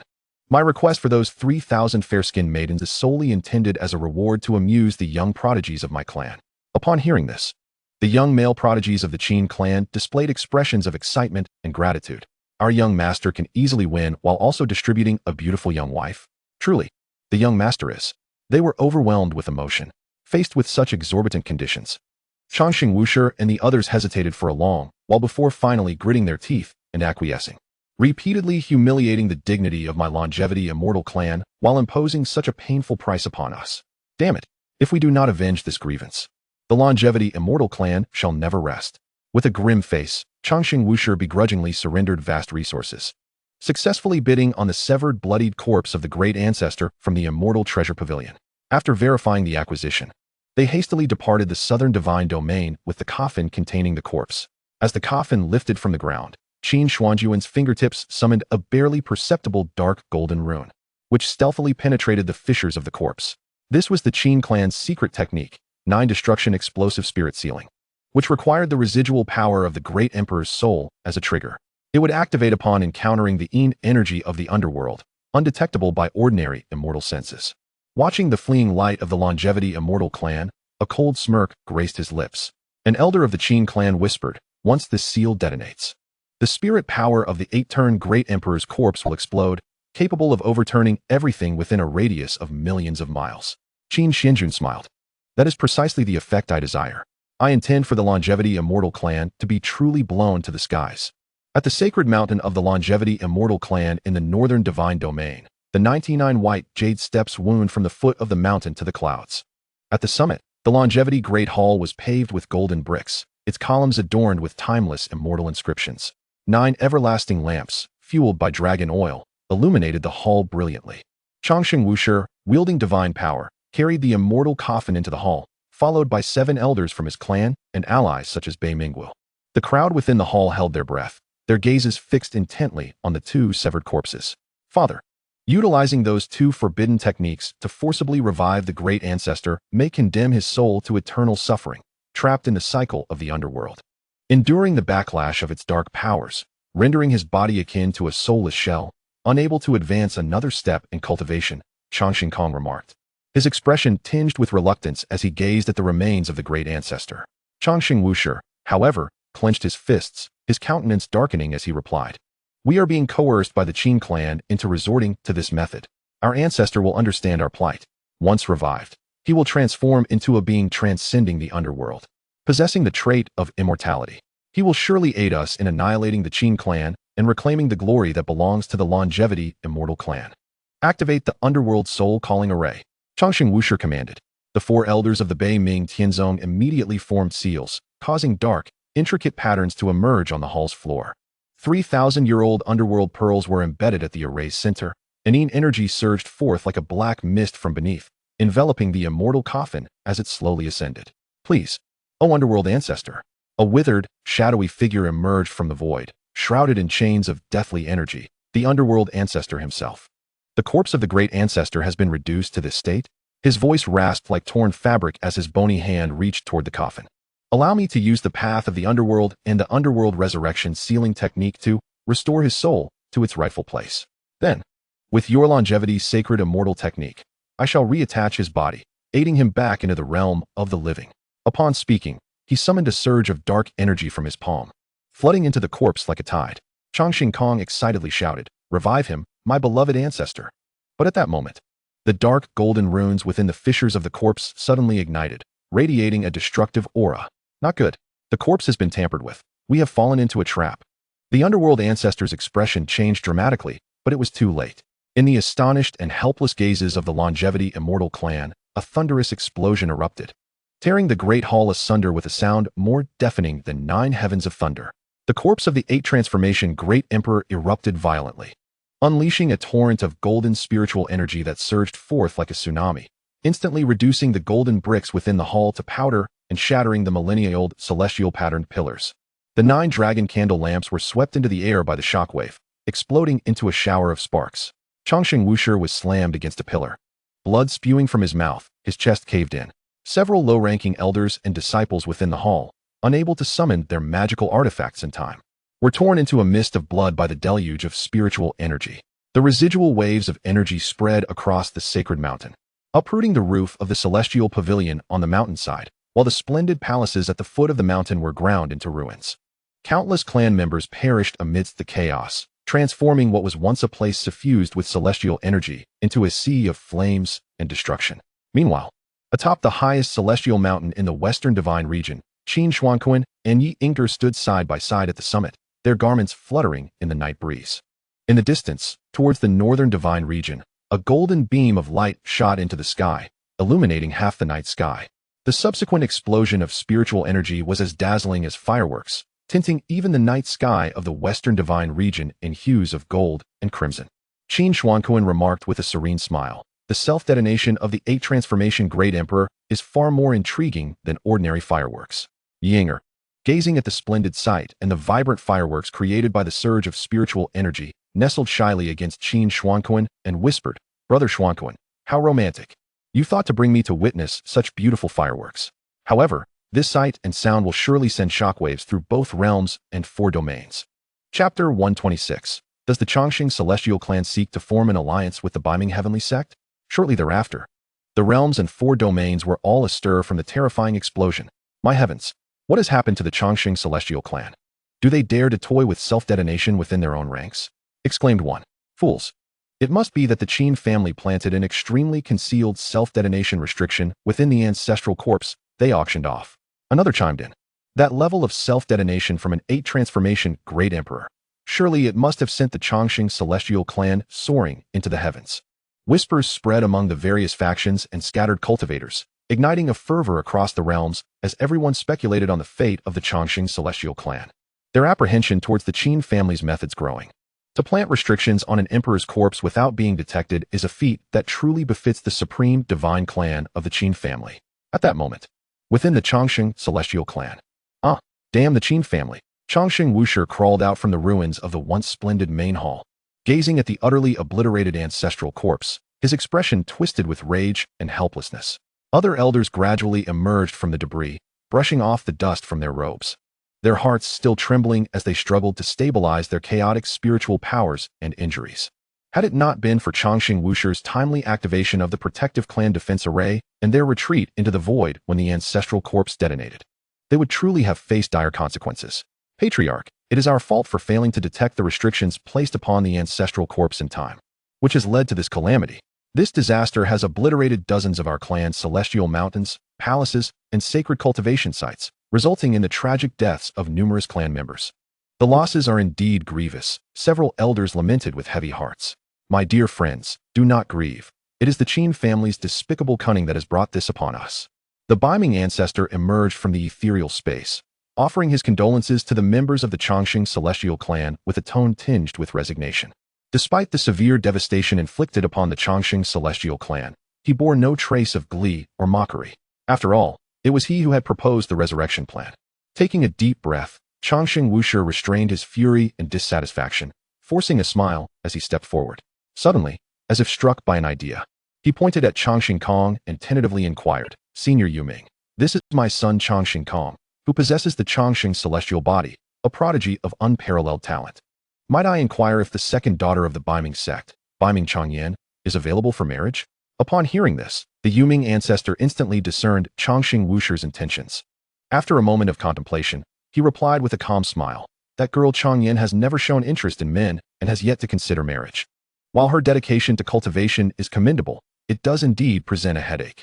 Seizing the opportunity, Changxing Wusher continued, if that is the case, shall we form an alliance through marriage between our two clans to jointly resist the Qin family? Excellent idea, the Yuming ancestor responded with a smile. Changxing Kong, standing nearby, also displayed a look of delight. It was rumored that Baiming Changyan, the second daughter of Baiming Wu, was a stunning beauty and a peerless prodigy. Endowed with the Baiming divine body and a clear Dao heart, the mere pursuit of her was said to be enough to circle the entire eastern divine region. Faced with such exquisite beauty, one could hardly expect any man to remain unmoved. I shall return to the Baiming heavenly sect to inform the sect master and Changyan of the proposed union. With a flick of his sleeve, the Yuming ancestor transformed into a stream of light and vanished from sight. As the Baiming heavenly sect appeared willing to accept the proposed alliance, the countenances of Changxing Wusher and the others brightened with joy, the sorrow from their previous setbacks and the ancestral explosion dissipating like smoke. Should this alliance materialize, the Changxing celestial clan would gain 2 additional powerful allies. In due course, they would ensure that Qin Xuanjun and the Qin family would pay a steep price. Changxing Wusher's expression turned smug as he chuckled coldly. Father, why 2 additional powerful allies? Changxing Kong inquired with confusion. Konger, do you really believe I am solely interested in the second daughter of Baiming Wu and the Baiming heavenly sect? Changxing Wusher explained with confidence. Baiming Wu has 1 son and 2 daughters. Aside from the third daughter, who is criticized for her congenital deficiencies, both the eldest son Baiming Feng and the second daughter Baiming Changyan are extraordinary prodigies. Moreover, Baiming Feng has even cultivated within the ethereal celestial manor located in a void space at the edge of the shattered divine realm, where he was taken under the wing of a core disciple of the manor.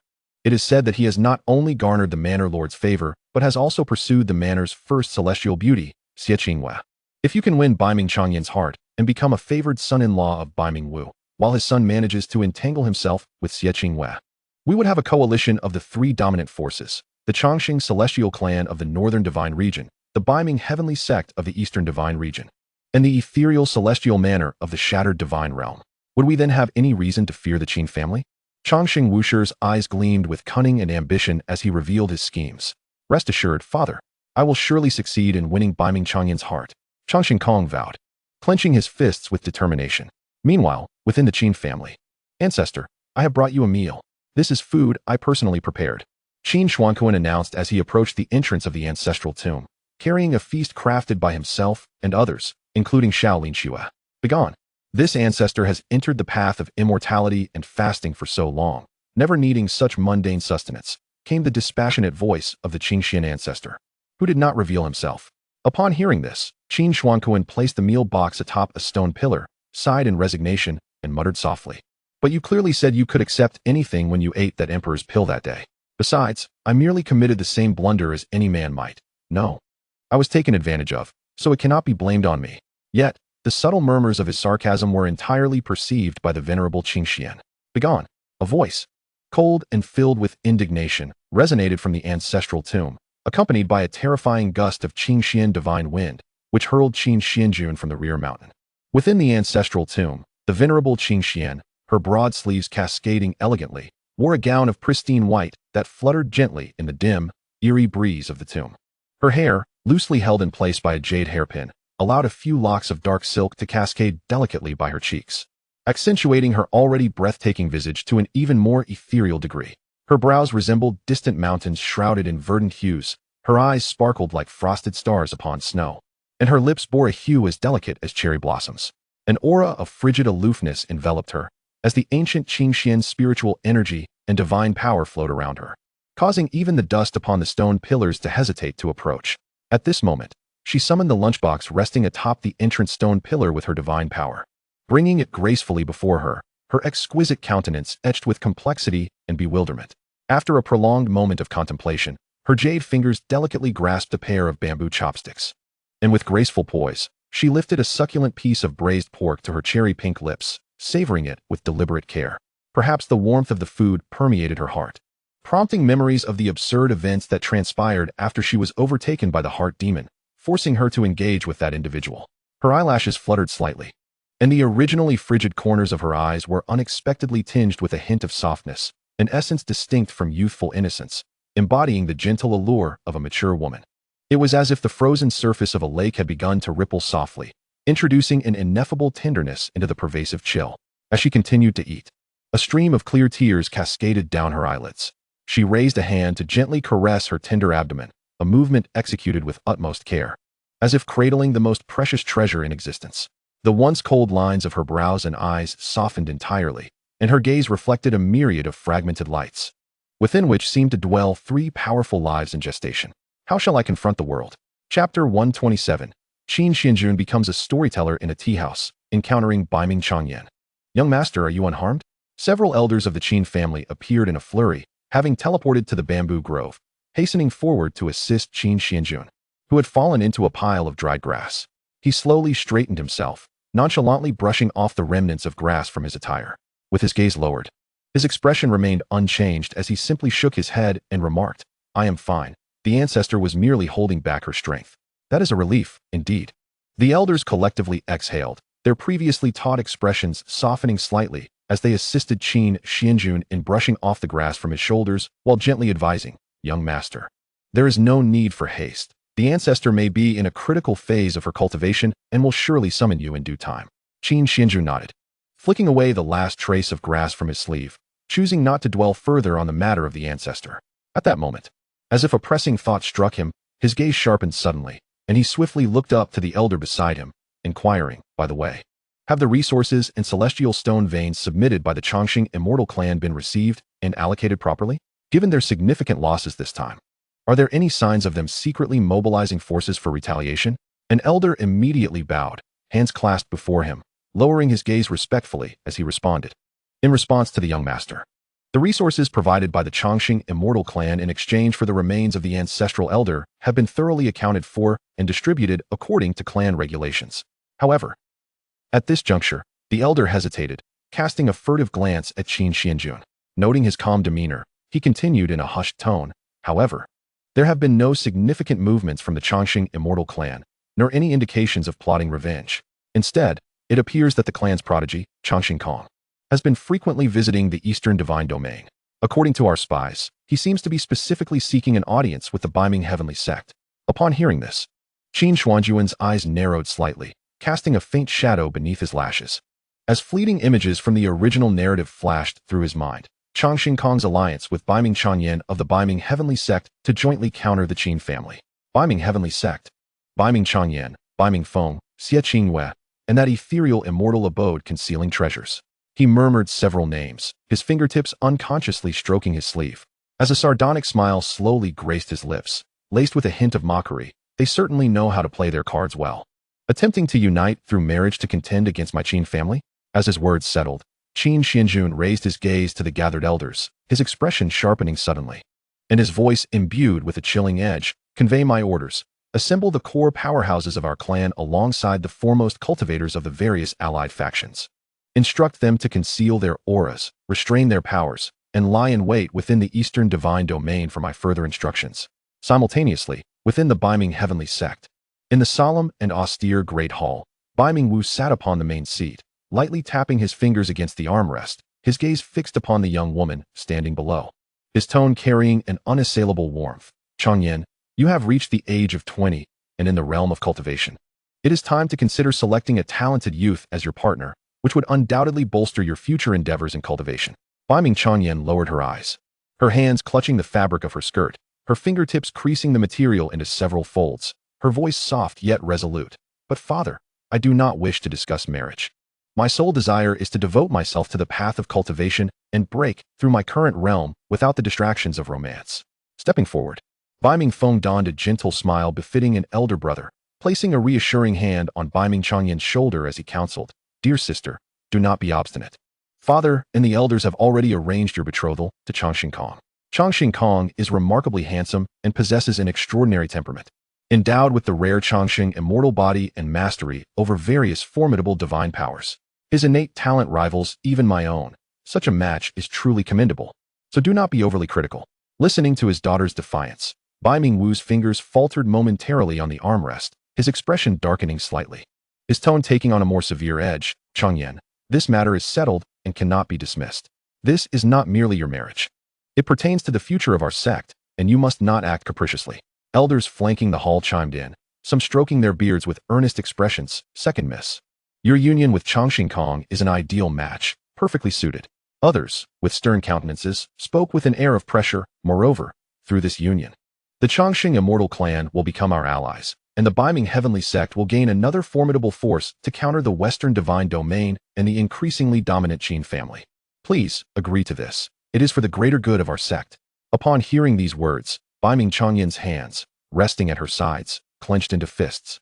Her knuckles turning pale from the strain, the veins on the back of her hands subtly protruding. She suddenly lifted her gaze to the assembly.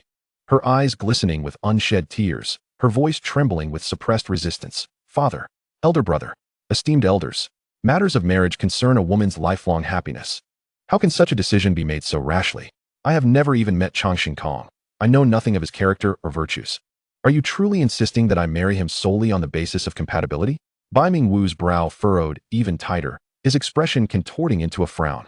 His tone growing icily stern, laced with reprimand. Changyan, you are the second miss of the Baiming Heavenly Sect, and sacrificing personal desires for the greater good of the sect is your duty. You cannot act so recklessly. Duty? As tears began to well in Baiming Changyan's eyes, she fought to hold them back, her father's notion of duty demanding that she forsake the path she had pursued for years to wed a stranger, trapping her within the confines of a marriage alliance. My elder brother just asserted that Changxing Kong's innate talents rival yours. However, that is his path, not mine. My heart is solely devoted to the Tao, yearning to traverse further along the path of cultivation and behold a vaster expanse of the world. Bai Mingfeng observed the glistening tears in his sister's eyes, his smile waning slightly. He stepped forward, attempting to place a comforting hand on her shoulder to ease the tension. Second sister, please remain calm. The Changxing Immortal Clan possesses formidable strength. This union would yield no detriment to our sect. Reflect upon it carefully. It benefits both you and our clan. Brother, there is no need for further discourse. Baiming Changyan retreated abruptly, evading Baiming Feng's hand. Her tone resolute, and her gaze filled with unwavering determination. I have made up my mind. I shall never consent to this marriage. The elders within the hall, witnessing the scene, rose one after another to encircle her. Some pleaded earnestly, grasping Baiming Changyan's wrist in a bid to persuade her. Second miss, the sect has nurtured you for many years. Now is the time for you to contribute to our clan. Others wore solemn expressions, their voices tinged with discontent. Second miss, how can you be so oblivious to the greater good? Are you willing to jeopardize the sect's safety for your own selfish desires? As Baiming Changyan listened to the cacophony of advice and reproach echoing in her ears, she felt a suffocating weight in her chest, as if an invisible hand were constricting her throat. She gazed upon the familiar faces of her relatives and elders, their expressions filled with concern for her well-being. Yet their words pierced her heart like icy daggers, leaving her enveloped in an unfamiliar chill. Words are futile. Baiming Changyan inhaled deeply, resolutely wiping away the moisture at the corners of her eyes. With a sudden turn, the sound of her movement resonated sharply in the stillness of the grand hall. With a forceful push of her spiritual energy, the hall doors flew open with a crash, allowing a gust of frigid air to sweep in, tousling her hair and skirt. Without glancing back at the astonished expressions of those behind her, nor heeding Bai Mingwu's furious shout of "Dare you try to leave," she sprang forth, her form a streak of azure light as she dashed from the hall. Her silhouette accelerated, her garments billowing in the wind as she soared past the pavilions and towers of Baiming Tianzong, leaving the outlines of her sect far behind. The wind whistled past her ears, bringing with it a biting chill, yet the resentment and grievances within Baiming Changyan's heart showed no signs of dissipating. She was uncertain of her destination and lacked the resolute determination to abandon her sect and parents. Yet at that moment, she passed by an immortal city on the outskirts of Baiming Tianzong and was captivated by a banner at the entrance of a tea house and the storyteller standing at its door. The tea house's sign bore 4 grand characters, J.O. Tea House.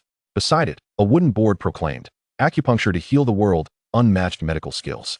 Exceptional tea artistry. Savor the essence of life. Relieve worries and sorrows, clear your heart's path. Engaging storytelling, witty and captivating." The storyteller before the tea house possessed an extraordinarily striking appearance. His skin was as pale as snow, exuding an almost ethereal beauty, with long silver hair cascading like a waterfall, gently swaying in the breeze. His eyes, soft yet piercing, seemed to penetrate the depths of the soul. Beneath a straight nose, his lips were a deep crimson, beautifully contoured yet perpetually pressed together, hinting at an aloofness that kept others at bay. Clad in a flowing black robe, he embodied both the refined elegance of a scholar and an indefinable air of cold pride and mystery. Baiming Changyan tentatively extended her spiritual senses but found no trace of his power, dismissing him as an ordinary mortal. At that moment, the storyteller held a book of folk tales in his hands, his peripheral gaze subtly darting towards Baiming Changyan not far away, a smirk playing at the corners of his mouth, resembling a wolf lying in wait for its prey. He, in fact, was Qin Xuanjun, disguised as the storyteller. Chapter 128. The Tea of Worry Relief and the Allure of Baiming Changyan. Perhaps drawn by the unique sign of the tea house and Qin Xuanjun's ethereal presence, Baiming Changyan, initially merely glancing, found herself unwittingly approaching the tea house, and before she knew it, she was amidst the gathered crowd. Her attributes were now laid bare before Qin Xuanjun.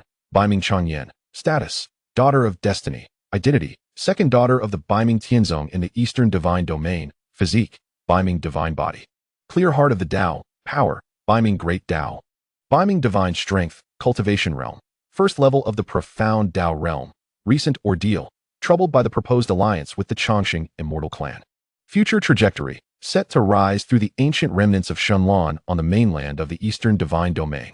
Mr. You mentioned Su Wukong causing a ruckus in the Heavenly Palace yesterday, and then you abruptly stopped telling the tale. Please continue with the subsequent events. A plump man clad in white robes eagerly implored. Qin Xuanjun reined in his gaze, offering a serene smile, while feigning ignorance of Baiming Changyan's presence in the crowd. With a serious yet animated demeanor, he recounted, Su Wukong, in his tumultuous escapade in the Heavenly Palace, intoxicated the Holy Mother with divine wine during the peach banquet. The Holy Mother, unable to withstand her drink, became enamored with Su Wukong. When the situation unraveled, to rescue the Holy Mother, Su Wukong single-handedly commanded an army of 100,000 celestial soldiers, ultimately triumphing over the heavenly court, and spent a lifetime with the Holy Mother, even begetting a son. The Golden Toad. Listening to the modified tale, Baiming Changyan couldn't help but break into a radiant smile, her earlier worries and frustrations somewhat alleviated. Tea smoke curls around the cup, life stories unfurl, suddenly joyous laughter shatters the tranquil silence. A smile parts a millennium of snow, blooming forth the blossoms of autumn's grace. Stars in her eyes drift like waves, soft winds caress her tresses. Do not say tales lack charm, they pale beside the radiance of her smile. The girl beams with delight, even winter's snowflakes seem to pale in comparison. Yet what unspoken sorrows linger? Why did she wear a frown before? Qin Xuanjun turned to Baiming Changyan, a smile gracing his features. May I ask, what troubles you, second miss? At his words, Baiming Changyan stiffened slightly, her fingers instinctively tightening around her skirt. She had been lost in her mirth and lingering melancholy when suddenly, under the public gaze, her emotions were laid bare. And receiving such candid praise caused her cheeks to flush a soft hue, her breath momentarily faltering. She lifted her gaze to Qin Xuanjun, initially filled with a hint of wariness, but as their eyes met, she found only clarity. There was no lewd appraisal, nor any forced flattery, only a tranquil and serene demeanor, rendering his earlier compliment as effortless as a gentle remark about the pleasant moonlight. The shyness that had arisen from his sudden address began to dissipate under the weight of his clear, appreciative gaze. She pressed her lips together, softening her previously startled expression into a quiet response. You flatter me, sir. Without further elaboration, she gracefully turned to depart. In her view, an ordinary storyteller could offer her no assistance, and might even become embroiled in her troubles. Watching her figure vanish around the street corner, Qin Xuanjun refrained from calling out. After all, excessive insistence could arouse suspicion. However, on the following day, and the days after, Baiming Changyan returned to the tea house daily, seeking solace in the stories. The reason lies in Chongqing Kong's arrival at the Baiming Heavenly Sect. She harbors a disdain for Chongqing Kong, and is further tormented by her father's relentless pressure regarding marriage, leading her to remain outside the sect, refusing to return. After a lengthy conversation, Baiming Changyan finally revealed her identity and the predicament she faces. Sir, the reason I have remained silent these past few days is that I am Baiming Changyan, the daughter of the sect master of Baiming Heavenly Sect. Although I am quite renowned, my sole desire is to cultivate my path, and I have no intention of engaging in romantic affairs at this early stage. Yet, my father and the elders of the sect have persistently pressured me to wed the young master of the Chongqing Celestial Clan from the North Divine region. Baiming Changyan. shedding her disguise, conveyed her sorrowful tale with a troubled expression.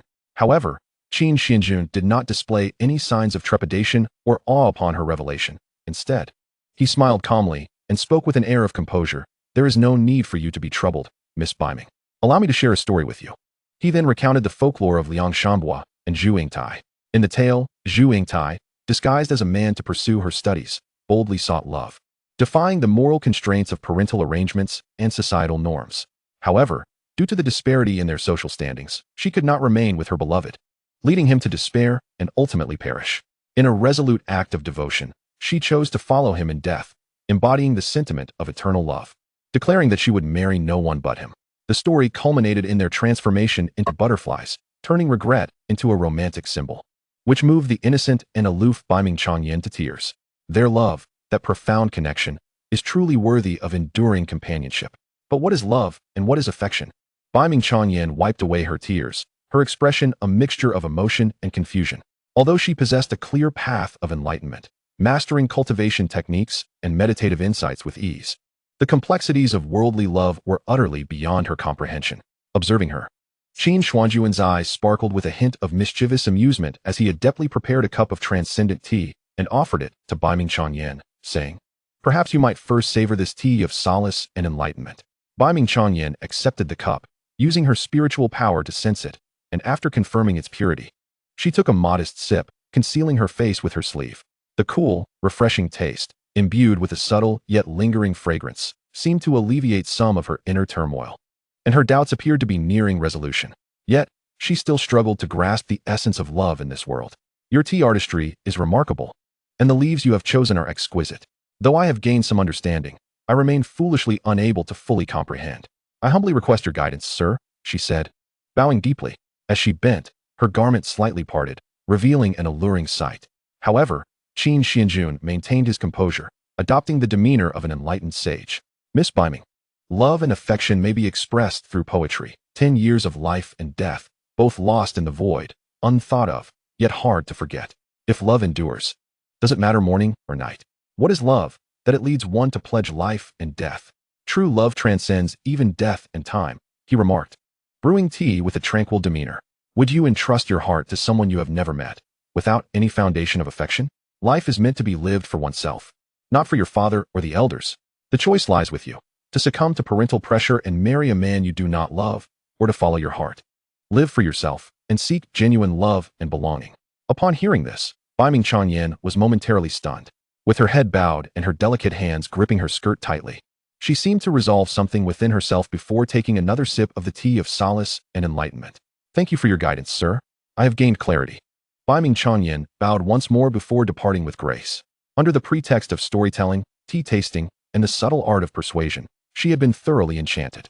Yet, within the remnants of her tea, a sinister, eerie black glow swirled ominously. The innocent and romantic, yet naive girl was clearly beguiled. Qin Xuanjun lifted the celestial cup, savoring the essence of the tea that Biming Changyan had left behind. The fragrant aroma of the tea mingled with the sweetness of her youthful lips, rendering it an extraordinary delight. The host has successfully bewitched the fated child, Biming Changyan, significantly diverting her from her original path. Gained 30,000 destiny transformation points. Meanwhile, within the Biming heavenly sect, Changxing Kong was engaged in a discussion regarding cultivation and matrimonial alliances with Biming Feng and Biming Wu. Suddenly, a few vibrant green leaves fluttered down from the trees above, landing atop his head, their vivid hue startling. Chapter 129. The innocent and inept Biming Xianxia. Pursued and taking refuge in a tea house. Shortly thereafter, Biming Changyan returned to the Biming heavenly sect. "Changyan, you have finally returned," exclaimed Biming Wu with a hint of exasperation. "Sister, have you made your decision at last?" Biming Feng inquired with a smile. Changxing Kong, meanwhile, regarded Biming Changyan with keen interest. She appeared in a diaphanous white and green garment, as delicate as a cicada's wing, with silver thread embroidery shimmering like stars and flowers in a dream. The sleeves slipped off her shoulders slightly, revealing her fair skin, while a silver lace choker accentuated her graceful neck. Her flowing green hair resembled a cascading spring, adorned with silver branch-like hairpins and green gem tassels that swayed gently. A delicate floral adornment graced her forehead, and her eyes sparkled like clear pools of glass. Deep and profound, her lips, as vibrant as flower petals, were naturally radiant. Her demeanor was cool and aloof, like a spirit of the forest, surrounded by an ethereal aura that made her seem otherworldly and enigmatic. In an instant, Qin Kong was captivated, in contrast to the exceptional women surrounding Qin Xuanjun, who were either destined daughters or antagonists. Qin Kong found himself lacking immunity to such extraordinary beauty. Indeed, Miss Changyan is as beautiful as a flower, utterly captivating, he praised with a smile. However, Baiming Changyan frowned, a flicker of distaste crossing her mind. The intense, unabashed gaze of desire from Qin Kong and his overtly flattering words felt jarring compared to the calm, serene demeanor and words of Qin Xuanjun, only serving to create a sense of distance. I have indeed made my decision, Baiming Changyan replied coolly. Qin Kong's expression brightened immediately. Baiming Wu and Baiming Foam also exhaled in relief. Yet, just then, Baiming Changyan's eyes narrowed slightly, and she resolutely added, I will never agree to the marriage. With that, she disregarded the displeased expressions of Baiming Wu and the awkwardness of Qin Kong, striding away. Watching her retreating figure, Qin Kong clenched his fists in frustration. Feeling deeply unsatisfied, Qin Xuanjun is surrounded by an array of exceptionally gifted and beautiful women, while I, Qin Kong, cannot even manage one woman.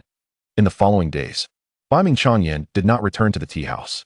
Qin Xuanjun did not close down his establishment. Instead, he continued to wait and had people monitor the Baiming heavenly sect and the entire eastern divine region. That night, Qin Xuanjun lay comfortably upon his bed, serenely listening to the sounds of wind and rain outside.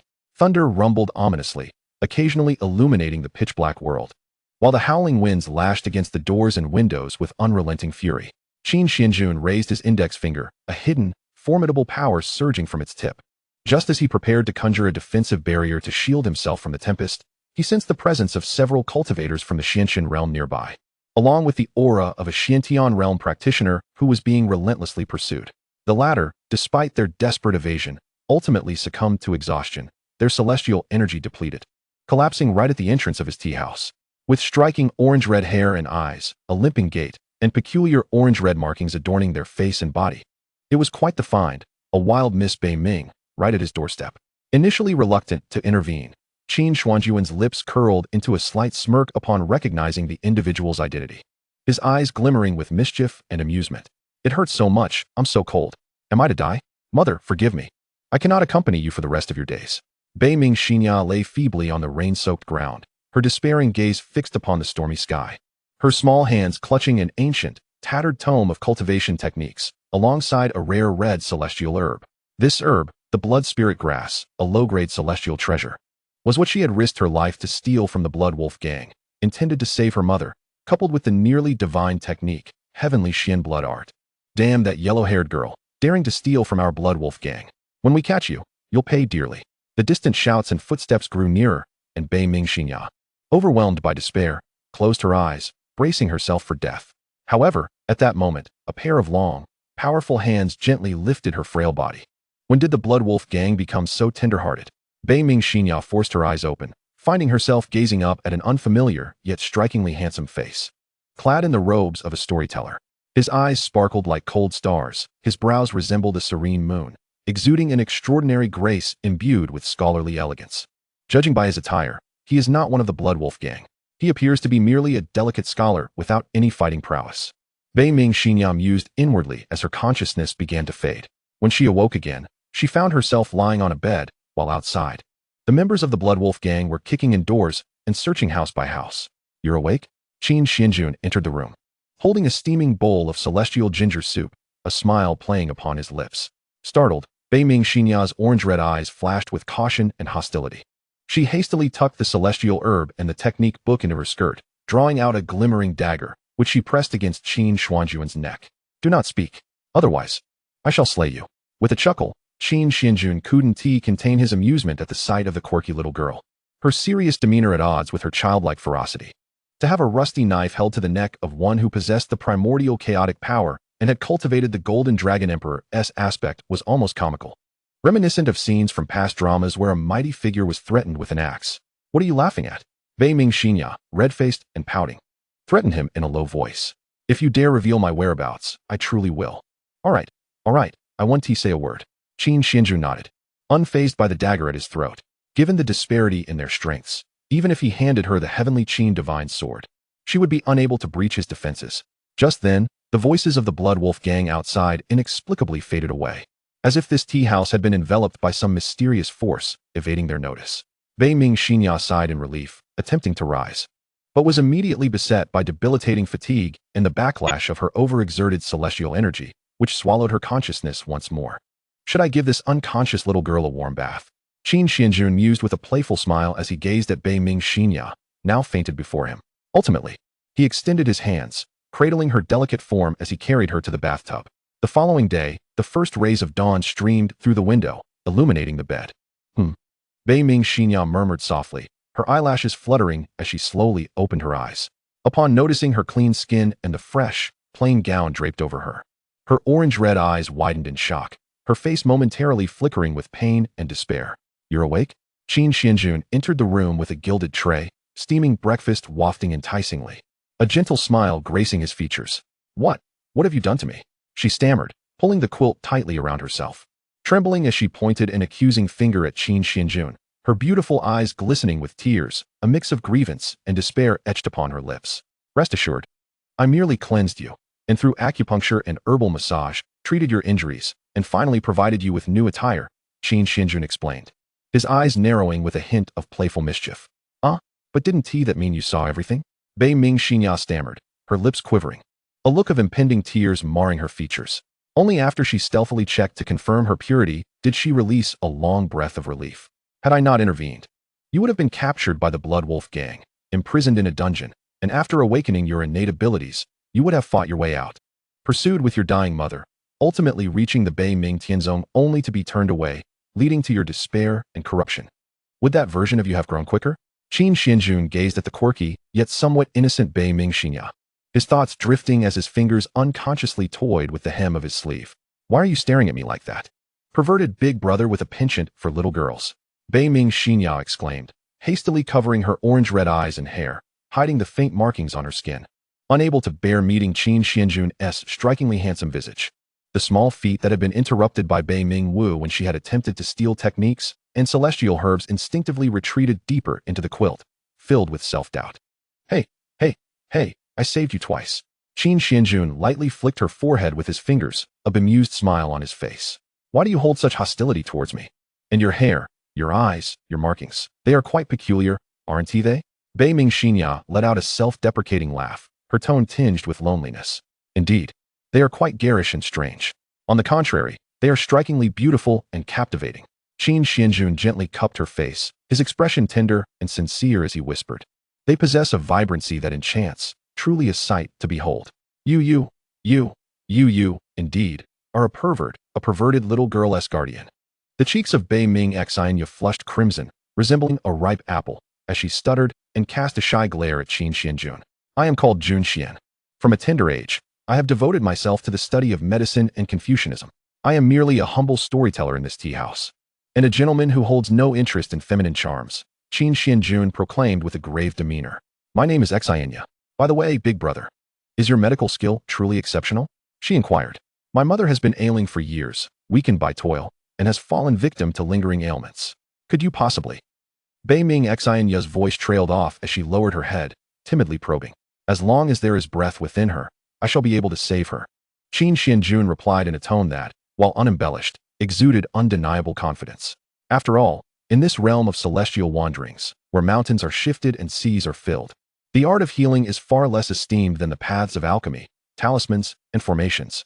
The value required to master medical skills is exceedingly low, and thus, Qin Xuanjun had casually maxed out his proficiency. "Then I shall entrust this to you, big brother. I will certainly repay the consultation fee in the future," Bei Ming Xianxia said, her head bowed even lower, fingers nervously clutching her garment, filled with the embarrassment of financial constraints. However, Qin Xuanjun waved his hand dismissively. Not taking the matter to heart, Bei Ming Xianxia bit her lip, retrieving a plain silk handkerchief from the bedside. She lifted it to cover Qin Xuanjun's eyes and gently took hold of his sleeve, guiding him out of the tea house. "This little girl is indeed quite cautious." Qin Xuanjun chuckled inwardly, his fingertips gliding over the smooth fabric of the handkerchief. Possessing the imperial falling heavy eyes, he could, not to mention the world-shattering gaze, discern the essence of all things and pierce through the cycle of reincarnation. What was mere blindfolding to him? If he wished, he could see everything about Bei Ming Xianxia with utmost clarity. Yet at this moment, he simply followed her lead, walking at a leisurely pace. His feet first stepped upon the intricately carved wooden planks of the tea house, then transitioned to the damp, green slate path. As the sounds of chirping insects mingled with the gentle flow of water reached his ears. After a while, Bei Ming Xianxia finally came to a halt and softly said, "We have arrived. Big brother, please wait a moment." Qin Xuanjun heard the soft rustle of fabric, followed by a creaking sound, as if a humble wooden door was being pushed open. "Mother, I have brought the doctor." Bei Ming Xianxia's voice was gentle, laced with a hint of cautious trepidation. Inside, a weak cough broke the silence, and a soft yet breathless voice echoed, "Xianxia, do not trouble the gentleman." "Mother, please do not speak, just listen to the doctor." Bei Ming Xianxia quickly interjected, then turned to Qin Xuanjun, saying, "Big brother, I have removed the handkerchief." As the silk was removed, Qin Xuanjun beheld the scene before him. It was a thatched cottage built against the mountainside, its roof adorned with dried, yellowed straw. The interior was sparsely furnished, containing only an old wooden bed and a cracked wooden table. Upon the bed lay a pale woman, her hair streaked with gray, her lips chapped and cracked, and her breathing shallow and rapid. Bei Ming Xianxia hurried to the bedside, gently taking the woman's hand and speaking softly, "Mother, this is Brother Junxian. He is the one who healed my injuries. His medical skills are extraordinary." Qin Xuanjun stepped forward, lightly placing his fingertips on the woman's wrist, a trace of imperceptible spiritual energy quietly probing within. After a brief moment, he withdrew his hand, speaking in a calm yet assured tone, "Madam, you have long suffered from lung damage due to overexertion, and the invasion of wind and cold has depleted your vital essence to its foundation. Common elixirs and herbs may only alleviate the symptoms temporarily. A special technique is required for a complete cure." Special technique? The flicker of hope that ignited in the woman's eyes dimmed slightly, her voice growing even weaker. "But we truly cannot offer precious consultation fees." "Do not worry, mother." Bei Ming Xianxia tightened her grip on the woman's hand, turning to Qin Xuanjun with eyes alight like flickering flames. "Brother Junxian, no matter what method it takes to heal my mother, I will gather herbs, work labor, and find a way." Upon hearing this, Qin Xuanjun's lips curled into a gentle smile. His gaze swept over the woman's pallid face as he spoke softly, "Madam, I am well versed in the 9 heavenly needles and the divine palace spirit pushing technique. By combining the two, I can directly channel spiritual energy into your lungs, expelling the cold and repairing the damage.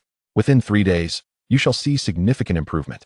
A glimmer of joy flickered in the woman's eyes, and just as she was about to express her gratitude, Qin Xuanjun paused, his tone remaining calm. "However, the 9 heavenly needles require puncturing the lung meridian's vital points, and the divine palace spirit pushing technique necessitates contact with the perineum, the curved bone, the central extreme, the guanyuan, the qihai, and the 3 yin intersection points. Therefore, madam, you will need to remove your garments."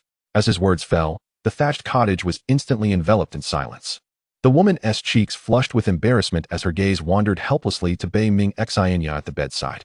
Bei Ming Xianxia stood frozen, her small hands instinctively clutching her garment, her orange-red eyes filled with hesitation. She trusted Qin Xuanjun's medical expertise, yet it felt inappropriate to have her mother undress before a strange man. Seemingly discerning the concerns of the mother and daughter, Qin Xuanjun added, "Rest assured, madam, I swear in the name of a healer that during the procedure, I shall focus solely on the meridians and acupoints, with no intent to transgress. Xianxia may remain in the room to witness the entire process." Bei Ming Xianxia immediately looked up at her mother, softly urging, "Mother, Brother Junxian is a good person.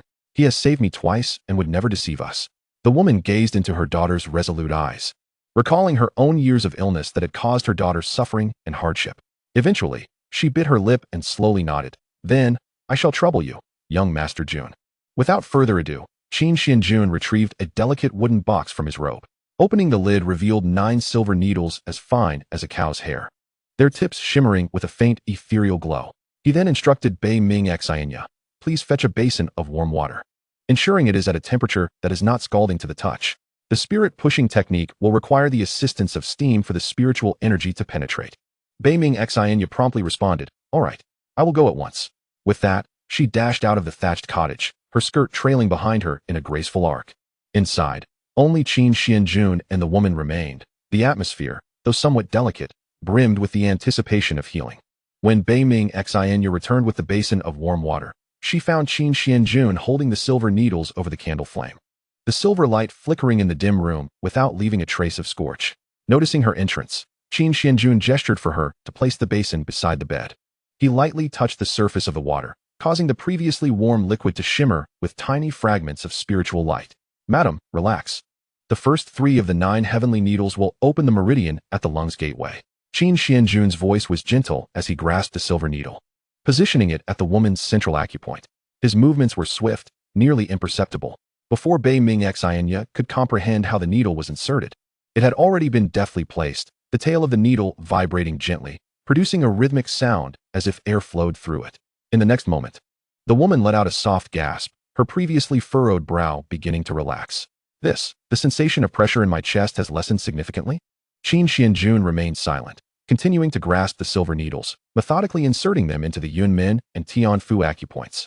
With the final needle in place, a faint golden aura emanated from his fingertips as he gently rested them on the needle's end.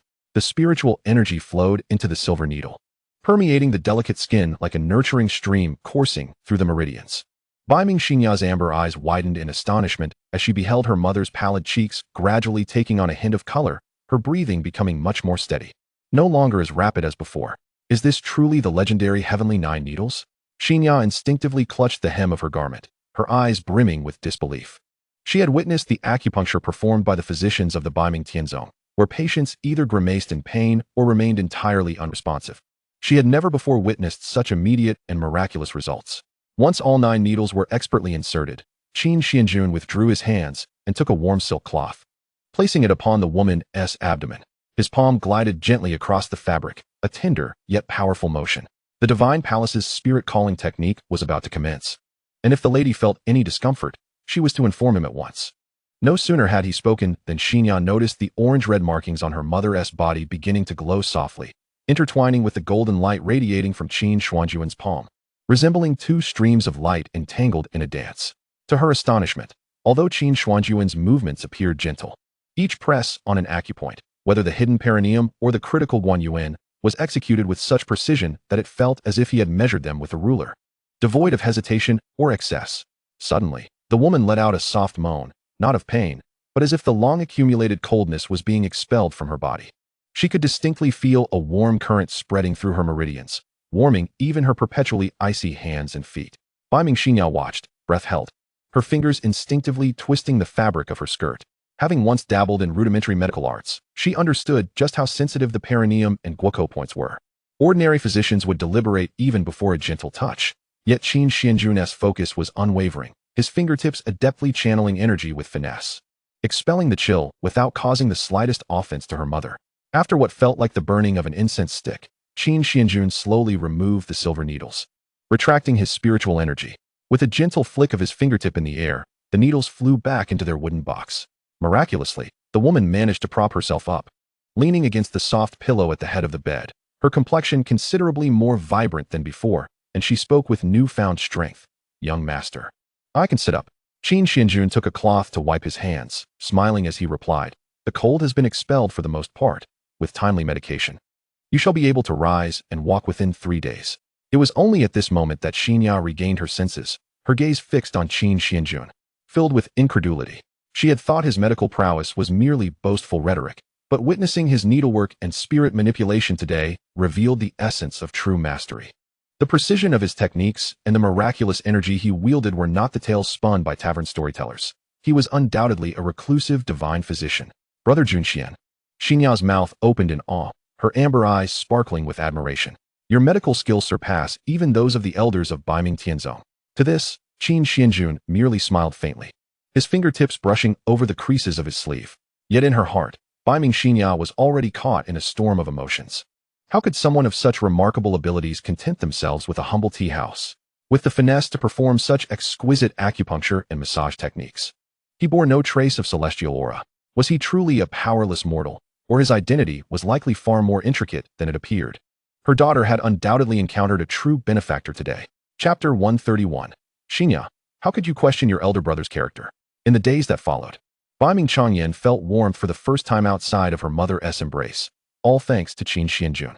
He regaled her with curious folk tales to bring her joy, prepared delicious meals and herbal teas, and even healed her mother's ailment.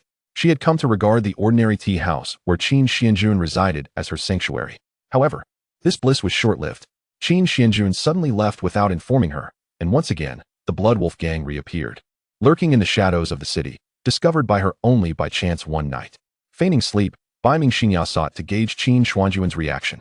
Meanwhile, Qin Xuanjun pretended not to notice her ruse, rising cautiously to lift her blanket. "Brother, you have saved me twice, healed my mother's illness, and treated me with such kindness. Is it merely to covet the high-level techniques and celestial herbs I possess? Did you summon the Blood Wolf gang as well? Brother, have you truly betrayed me?" Bai Mingxinya's eyes were tightly shut, her heart swelling with disappointment and anger. The tender feelings she had nurtured began to morph into distaste and estrangement. Just as she prepared to confront him, she felt someone lift her foot. Yet her celestial herbs and techniques were not hidden there. What delicate, fair feet she had. Though her ankle had been cruelly broken in childhood, rendering her unable to walk normally, her proficiency in medicine, paired with the top-tier herbs she had recently gathered from deep in the mountains, would surely allow for healing given time. Qin Xuanjun cradled Bai Mingxinya's injured foot, murmuring to himself. In truth, he only spoke for her benefit, seeking to endear himself to her. How could he lack for herbs? His frequent secretive departures from Bai Mingxinya were solely for the purpose of meeting with the elders of the Qin family to discuss matters concerning Bai Mingtianzong, the mysterious celestial abode, and the eastern divine domain. Brother Junxian, he wasn't scheming for my techniques and herbs. He was secretly trying to treat my foot ailment instead. Brother has saved me twice, healed my mother, and treated me so kindly. Yet I suspected him of collusion with the Blood Wolf gang. I truly am despicable for questioning his character. At this moment, Bai Mingxinya felt an overwhelming sense of guilt, tears brimming in her eyes. Simultaneously, a powerful emotion began to blossom in her heart. However, upon sensing Qin Xuanjun's intense gaze fixated on her foot, especially as he applied a paste of crushed herbs to her instep, her face flushed crimson, her heart racing uncontrollably. Her 10 delicate toes curled and tensed, as if bracing against something. "Brother, how could you? My feet are so dirty." Bai Mingxinya's breathing quickened, her heart pounding wildly. She continued to feign sleep, struggling to endure the prolonged night. In the days that followed, Qin Xuanjun persisted in treating her in this manner. Though such an injury could be effortlessly healed with a top-tier celestial pill in his hands, he indulged in the rare delicacy of her dainty foot. "Thank you, big brother. I'm sorry for ever doubting your intentions toward me. From now on, I vow to repay your kindness for the rest of my life." One morning, Bai Mingxinya, filled with remorse and profound gratitude, proactively brought a basin of fresh water for Qin Xuanjun to wash his face. In response, Qin Xuanjun merely smiled faintly, a glimmer of deep mockery flashing in his eyes. "Harboring ill intentions towards you? My original intent was to cultivate you as a useful tool," Qin Xuanjun mused silently. How could Bai Mingxinya, possessing the traits of an antagonist, be an ordinary little girl? If he could manage to bring her and the destined daughter Bai Mingchangyan to the Qin family, he had ample means to deal with the Bai Mingtianzong.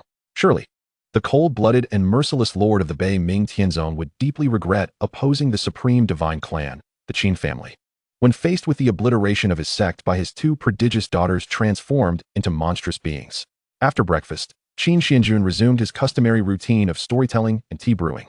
However, an unexpected visitor arrived at the tea house, one that Bai Mingxinya had not anticipated. "What is Bai Mingchangyan doing here?" Bai Mingxinya's pupils contracted, and she hurriedly retreated into her room to stealthily observe from the windowsill. Thanks to the previous guidance from the gentleman, Changyan felt her heart clear and enlightened once more. No need for thanks. As long as you can discern your true self, that is sufficient. Watching Qin Xuanjun smilingly converse with Bai Mingchangyan, Bai Mingxinya felt a wave of bitterness wash over her. "Your mother is the legitimate wife, while mine is merely the favored maid of the sect leader. What does she desire? With a mere beckoning, countless people willingly offer themselves to her. When I merely wished to learn some low-tier techniques, I was met with a slap from my father when I sought to pilfer a couple of ordinary medicinal herbs to help my mother's health. The sect leader broke my leg. After awakening my flawed physique, I was expelled from the sect alongside my mother. Throughout my life, love from my parents, family resources, the prestige of being a genius, high-tier artifacts and techniques. Everything has been seized from me. Now, even the only kind-hearted elder brother, who accepts my imperfections and skin markings, you wish to take him away too." Bai Mingxinya's delicate face was filled with anger and resentment, her small hands clenching tightly around the hem of her dress, her crimson eyes shimmering with an eerie glow, her skin markings flickering with peculiar brilliance, as if boundless terrifying power surged within her, roaring and churning. "Sir, your room." Bai Mingchangyan sensed the strange and formidable aura and instinctively shielded herself in front of Qin Xuanjun, her delicate brows furrowing. "Do not concern yourself. There is merely a playful and adorable little girl in the room." Qin Xuanjun waved his hand lightly, smiling indifferently. She is the most beautiful little girl I have ever encountered. She harbors no malicious intent. Upon hearing this, Bei Ming Changyan reigned in her burgeoning divine power, her expression relaxing as she smiled faintly. That is good. After all, you are not well versed in martial arts, so caution is advisable. Inside the room, listening to Qin Xuanjun's sincere and straightforward words, the anger and jealousy Bei Ming Xinya felt towards her half-sister instantly transformed into shyness and awkwardness. He said, "I am the most beautiful girl he has ever met." Bei Ming Xinya blissfully overlooked the diminutive prefix, mistakenly believing herself to be Qin Xuanjun's number one in his heart. However, before she could revel in her joy for long, a group of uninvited guests arrived at the tea house after Bei Ming Changyan's departure. Observing their attire, Bei Ming Xinya felt her breath catch. It was the Blood Wolf gang. At that moment, the gang's leader personally led a group of elite members into the tea house. "Kit, my subordinates reported seeing that yellow-haired girl hiding in your tea house. You had better hand her over to me. My brothers and I are bursting with pent-up frustration that needs an outlet." The leader of the Blood Wolf gang, Blood Wolf, spoke with a cold and sinister smile. "This is bad. The elder brother is utterly defenseless. He is no match for them. What should I do? Perhaps I should assume a different identity? Yes, that is the plan. It would be best if I could pretend to be someone of higher status." Taking a deep breath, Bei Ming Xinya donned an imposing demeanor, striding out of the room with a commanding presence, positioning herself protectively behind Qin Xuanjun, and fiercely declared, "I am the woman of the young master of the supreme divine clan, the Qin family. Dare you lay a finger on him?" Chapter 132. A chance encounter with the ethereal fairy sister, Xie Qinghua, whose sword technique leaves one soaked. Upon hearing this, Qin Xuanjun nearly burst into laughter. Bei Ming Xinya, this quirky little girl, truly dared to boast. "Ha! You truly believe we have not investigated your identity? You are merely a discarded waste expelled from the Bei Ming Tianzong." The leader of the Blood Wolf gang and his companions erupted into laughter, their faces filled with disdain and contempt. Upon having her identity revealed, Bei Ming Xinya tightened her small fists, her delicate face brimming with indignation and hatred. Noticing this, Qin Xuanjun embraced her petite form, a smile gracing his lips as he regarded the members of the Blood Wolf gang. His eyes glinting with a mocking coldness that went unnoticed, his demeanor domineering and audacious, his voice as frigid as ice. "I shall lay my cards on the table. I am indeed the young master of the Qin family. If you grant me this favor, we shall let this matter rest. Leave at once." Upon hearing these words, Bei Ming Xinya's expression shifted in shock. "Oh dear, although elder brother, your impersonation is quite convincing. Do not assume such a grand identity," she gently reminded, pouting. However, an unexpected scene unfolded before her eyes. The members of the Blood Wolf gang appeared as if they had encountered something extraordinarily terrifying. Their expressions filled with shock as they scrambled away from the tea house, fleeing into the distance without daring to look back. A fleeting glimmer of chaotic demonic energy flashed in Qin Xuanjun's eyes, only to vanish without a trace. He had planted seeds of demonic energy within them, and with the vast disparity in power, he could at any moment will them to self-destruct from afar. "Heavens, elder brother, your impersonation is astonishingly good. It's a pity you lack any celestial power. If only you had profound cultivation and disguised yourself further, you might genuinely confuse the two," Bei Ming Xinya exclaimed. Her little face filled with admiration as she gave Qin Xuanjun a thumbs up. The latter smiled indifferently and did not elaborate. Coincidentally, Xie Qinghua and others passed by, witnessing the members of the Blood Wolf gang scurrying out of the tea house in a state of panic. "Junior sister, that tea house seems suspicious. Through my divine perception, I sense only the aura of a lowly little girl within. How could she possibly scare off so many Xianxian realm experts?" A man clad in luxurious attire remarked with a serious expression. "Let us go in and take a look," Xie Qinghua replied nonchalantly, drawing her blue-white divine sword as she approached the tea house. With her strength, she could effortlessly annihilate 10 members of the Blood Wolf gang, a motley crew that barely qualified as a third-rate force. Should there be any demonic cultivators inside, she could also eradicate them while honing her sword techniques. However, upon entering the tea house, she discovered a man of unremarkable attire but strikingly handsome features, alongside a little girl adorned with vibrant orange-red hair and eyes, her skin marked with peculiar patterns. After sensing her surroundings once more, she confirmed that there was indeed no third person present. "Damn it, why is there yet another beautiful woman?" Bei Ming Xinya pouted, clearly displeased. "I do not recall having offended her, have I?" Xie Qinghua furrowed her delicate brows, perplexed by Bei Ming Xinya's hostility. "Sir, please brew us a pot of tea and regale us with a tale to alleviate our boredom." Xie Qinghua placed a premium celestial stone on the counter. Qin Xuanjun did not rush to take it. After all, A premium celestial stone held little worth in his family, hardly enough to pave a path for him or even for constructing a lavatory. He cast a glance at Xie Qingwei, who had brows like distant mountains and eyes as clear as if they contained stars, her long, lustrous black hair elegantly styled into an intricate updo, dressed in a flowing gown predominantly white, adorned with black floral patterns. Her overall aura was ethereal, reminiscent of a fairy untouched by the mundane world, yet wielding a sword that exuded a fierce nobility. Xie Qingwei, yet another addition to the harem. Despite her unparalleled beauty and grace, Qin Xuanjun merely glanced at her before averting his gaze, offering a mild smile as he expertly brewed the celestial tea.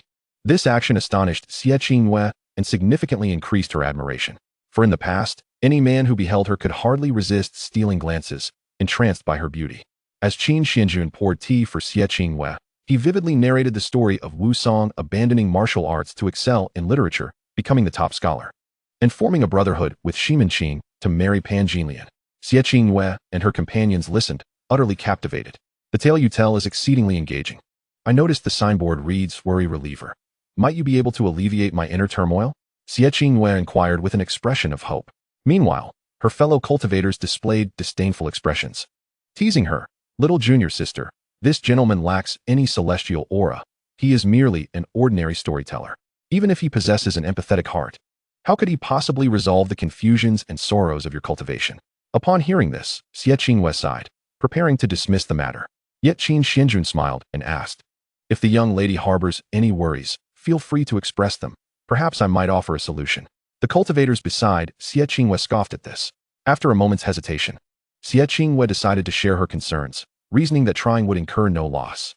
To be honest, I have practiced martial arts since childhood, dabbling in various mysterious techniques and sword forms, achieving some success. However, just a few days ago, my swordsmanship has stagnated at the realm of unity between heaven and man. No matter how I attempt to break through, I find myself unable to progress. Xie Qingwei spoke slowly. Upon hearing this, Qin Xuanjun casually picked up an ink brush and a sheet of white paper, deftly swirling the brush across the paper before folding it and handing it to Xie Qingwei with a calm smile. Young lady, wait until you leave the tea house to unfold it. Xie Qingwei nodded, accepting the folded paper and tucking it into her sleeve. The nearby cultivators dismissed this as Qin Xuanjun's fear of humiliation, believing he was merely allowing Xie Qingwei to open it after her departure. Little junior sister, rather than relying on this ordinary man, you might as well seek out that Bei Ming Gongzi who has been pursuing you at Bei Ming Tianzong, suggested a cultivator.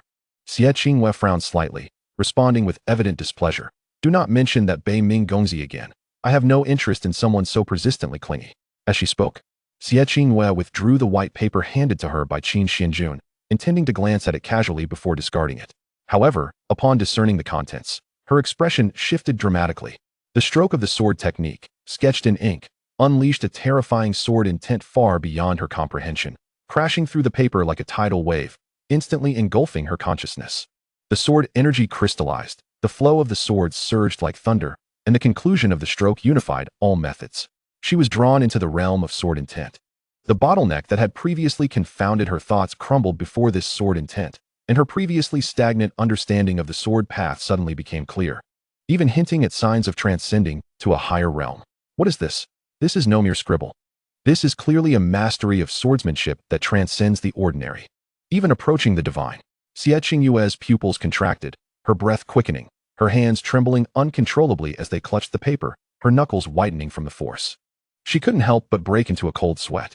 As a rare swordswoman of the ethereal celestial abode, her perception of sword intent far exceeded that of ordinary individuals. It was only now that she realized the seemingly unremarkable storyteller was, in fact, an unfathomable sword master. The panicked flight of the Blood Wolf gang and the man's indifference towards the premium celestial stone were not mere coincidences, but rather a testament to the disdain of a powerful being for those he deemed insignificant. Recalling the disdainful mockery of her fellow cultivators, who had scoffed at the idea that an ordinary storyteller could resolve her cultivation dilemmas, and her own initial indifference upon meeting Qin Xuanjun, she felt a flush of embarrassment wash over her face as she realized she had allowed such a young sword master to relieve her worries. Her cheeks burned with shame. Inundated by a tide of embarrassment, even her ears flushed with heat. The nearby cultivators, intrigued by her sudden change in demeanor, leaned in to see what was written on the paper. However, all they could discern was a crooked ink stroke, and just as they were about to mock it as mere scrap paper, they were halted by Xie Qingyue's sudden, piercing glare. She had intended to return to the tea house to apologize and seek further guidance, but then the ink stroke began to spread, transforming into a line of characters imbued with fierce sword energy. Junior sister of the celestial abode, practiced diligently. In the Eastern Domain's secret realm, we shall meet again if fate permits. Upon seeing this, Xianxiaaudiobooks carefully folded the paper several times and tucked it close to her chest, as if it were not an ordinary sheet, but rather a treasure containing the essence of swordsmanship. Her fingertips brushed against her gown. Her heart flooded with boundless relief and trepidation. Had she not encountered this young sword master today, she would have likely languished in her bottleneck for an indeterminate time, having nearly mistaken a true dragon for a mere mortal, almost missing a monumental opportunity. This gentleman's swordsmanship is extraordinarily profound, and he easily discerned my identity and the purpose of our celestial abode's mission to the Eastern Divine Domain. He must be a terrifying genius with a formidable background. Yet, since he has concealed his strength and identity, he must have his own plans. Then I shall await him in the secret realm and express my gratitude. Xianxiaaudiobooks thought to herself, though I will need to change my undergarments shortly. Ding! The host has revealed her swordsmanship, allowing the daughter of destiny, Xianxiaaudiobooks, to break through her shackles and be astonished, drenched in sweat. Gained 300,000 fortune points from goodwill. Inside the tea house, Qin Xuanjun was quietly observing the system panel when he noticed Biming Xianxia, visibly anxious, rushing towards him with a question. Big brother, who is more beautiful, Xianxia or those two big sisters? Of course, the adorable Xianxia. Qin Xuanjun replied with a smile, quickly suppressing his thoughts. Then, can big brother teach Xianxia medicine? Biming Xianxia's cheeks flushed slightly, a glimmer of mischief flashing in her eyes. Certainly, Qin Xuanjun nodded, responding nonchalantly, though it is merely medicine. He thought of it as a way to pass the time with this mischievous little girl, Biming Xianxia. After all, what ill intentions could a child possess? Chapter 133. Teach you medicine. You brew Huan powder soup for me? Hee, big brother has promised Xianxia. You can't go back on your word. Biming Xianxia displayed a cunning grin, extending her delicate pinky finger to make a pact with Qin Xuanjun. Rest assured, I am a man of my word. Qin Xuanjun replied with an earnest expression, albeit in jest. The next day, before he had even fully awakened, Biming Xianxia leaped onto him, playfully stepping on his face and declaring, Big brother, it's time to get up. You need to teach Xianxia medicine. All right. Qin Xuanjun chuckled wryly as he sat up. After finishing his morning routine and breakfast, he began instructing Biming Xianxia from scratch on how to distinguish medicinal herbs from poisons, as well as some fundamental diagnostic techniques such as observation and inquiry. To his surprise, Biming Xianxia was incredibly earnest in her studies, seemingly not merely indulging in a fleeting whim. Sir, Biming Xianxia has a troubling matter. Biming Xianxia re-entered the tea house. Upon entering, she spotted Biming Xianxia, who was unable to hide in time. However, she merely frowned slightly, feeling a vague familiarity without recalling who she was. After all, the disparity in their standings within the sect was too great. Even during meals, Biming Xianxia was relegated to the humble servant quarters with her mother. Their only previous encounter had been during the physical examination ceremony, when Biming Xianxia was publicly expelled from the sect for being a defective waste of talent. It seems she did not recognize me. Indeed, as a favored daughter of heaven, how could she remember a discarded waste? Biming Xianxia sneered inwardly, her little hands pounding the medicinal ingredients with increasing force, as if to crush the mortar. Miss Xianxia, please share your troubles with me. Qin Xuanjun approached with a smile. With a sigh, Biming Xianxia slowly spoke. You may not know, but even though I have clearly expressed my wishes, my father and the elder clan members still wish to force a union between me and the young master of the Eternal Life clan. They have even coerced me to attend the Moonview Festival tomorrow night, to go to Tianxi City near Biming Tianzong with Changxing Kong to enjoy the moon and converse on a pleasure boat. I do not wish to go, yet my father threatens to confine me. Listening to Biming Xianxia's helpless and frustrated words, Qin Xuanjun smiled calmly. Just fulfill your appointment. Do not worry, I will intervene. So, even this favored daughter of the Biming Tianzong has her own troubles and frustrations? Haha. Biming Xianxia, standing to the side with a facade of indifference, lowered her head, absorbing the conversation between Qin Xuanjun and Biming Xianxia. A flicker of cold, concealed malice shone in her lively orange-red eyes, rendering her originally adorable face somewhat sinister. Throughout my life, you have taken everything from me. I can give you anything, but only big brother, I, Biming Xianxia, will never part with. Thus, on the following night, no, I teach you medicine, and you brew Huan powder soup for me to drink? Chapter 134. The Moonview Festival Chaos in Tianxi City. Qin Xuanjun seizes the beauty. Time rewinds to half an hour earlier. Big brother, can you accompany me to the city tonight? Biming Xianxia approached Qin Xuanjun, Her small steps light as she stood before him, hands clasped behind her back. Her round eyes crescent-shaped with feigned sweetness in her voice, filled with a pitiful longing. Despite her best efforts to embody the ultimate in charm, Qin Xuanjun, without lifting his gaze, declined, "Perhaps another time. I have already made plans with Changyan." At his words, the smile on Bai Mingxia's face instantly crumbled. Her lips pouting in displeasure, her fingers unconsciously twisting the hem of her garment as she mumbled, "Clearly, you praised me as the most adorable girl before. Is my allure as a little girl not enough to compete with that cold woman?" Her voice bore a hint of grievance, laced with barely concealed resentment. Her expression dimming slightly, Qin Xuanjun appeared oblivious to her complaints, preoccupied with retrieving a simple robe from the rack, his fingers gliding over the creased fabric, his movements calm, only deepening Bai Mingxia's sense of disappointment. Yet, the next moment, her hands, hanging by her side, tightened into fists, a glimmer of cunning flashing in her eyes, reminiscent of a cunning little fox poised to strike. "Big brother, let me help you with dinner later." She raised her smile anew, her tone saccharine sweet. "All right," Qin Xuanjun replied absent-mindedly, unaware of the unusual gleam in her gaze. Thus, Bai Mingxia slipped into the kitchen, while Qin Xuanjun relaxed in the courtyard. She swiftly retrieved various herbs such as mai, xingyang grass, and lingxin flower from her medicinal pouch, special herbs she had secretly noted while learning medicine from Qin Xuanjun during the day. She tossed them all into the pot simmering with demon beast rib soup, where the dark herbal liquid quickly blended with the milky broth, leaving only a faint herbal aroma mingling with the scent of meat. She approached Qin Xuanjun with a bowl of soup, her eyes sparkling with anticipation. "Big brother, quickly taste Xinyao's cooking." Qin Xuanjun accepted the bowl, scooping a spoonful into his mouth. Just as he swallowed, a wave of heat erupted from his dantian, coursing through his meridians to every limb, causing his expression to shift abruptly as he slammed the bowl down. "Wait, I teach you medicine. And you dare to brew a soup containing the ingredients for Huan powder for me to drink?" He, Bai Mingxia, having succeeded in her scheme, discarded her pretense, revealing a mischievous grin as she leaped forward, toppling Qin Xuanjun to the ground. Wrapping her slender arms around his neck, her youthful voice brimmed with seduction. "Big brother, don't go to your appointment tonight. Stay here with Xianxia in the tea house." Her cheek pressed against Qin Xuanjun's chest. She could distinctly feel his heart racing under the influence of the potion, her orange-red eyes shimmering with possessiveness.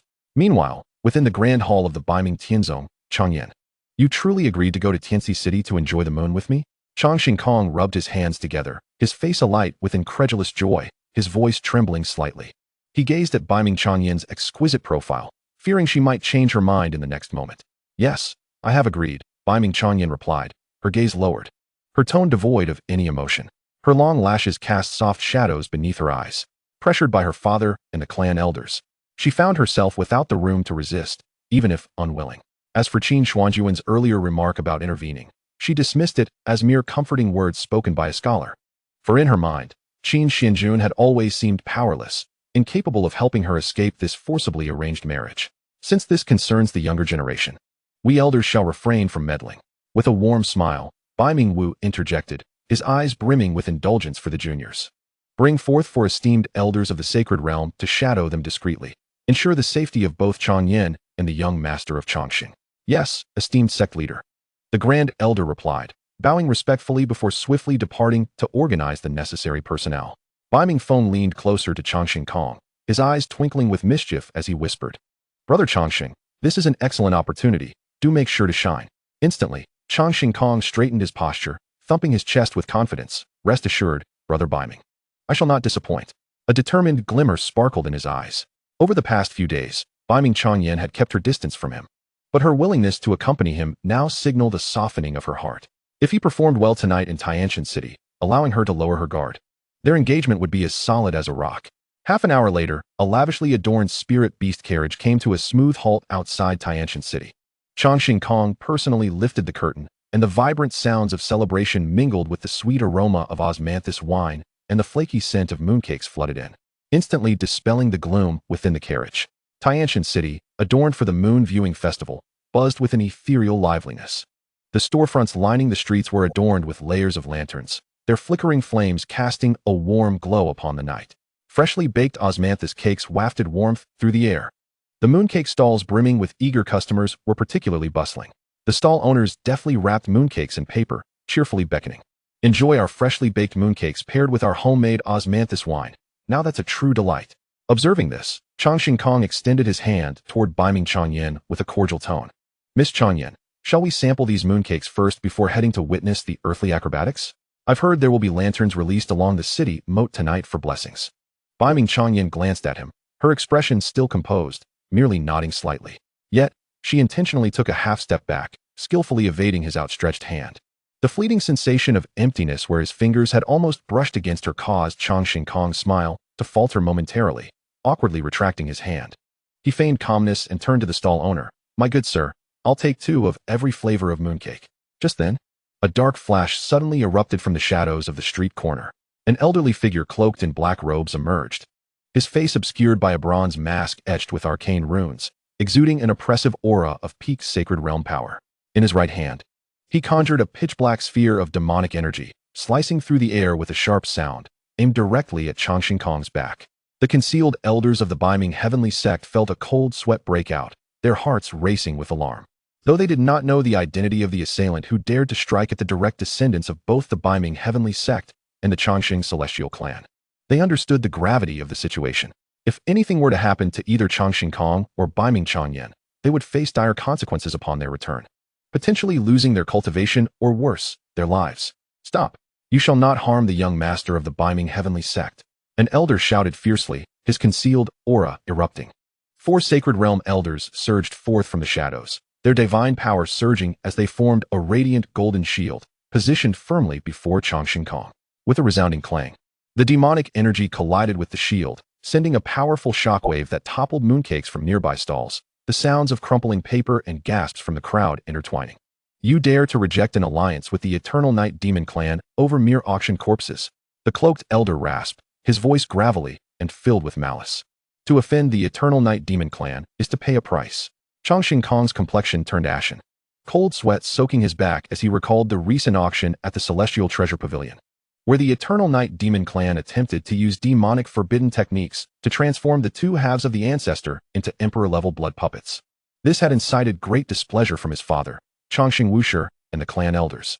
Furthermore, with the Bai Ming heavenly sect and the Changxing celestial clan having already reached a marriage agreement, his father had boldly rejected the Eternal Night Demon Clan's request for an alliance, even publicly mocking them. Could it be that they have come to exact revenge, seeking to abduct me as leverage to coerce the Changxing celestial clan into submission?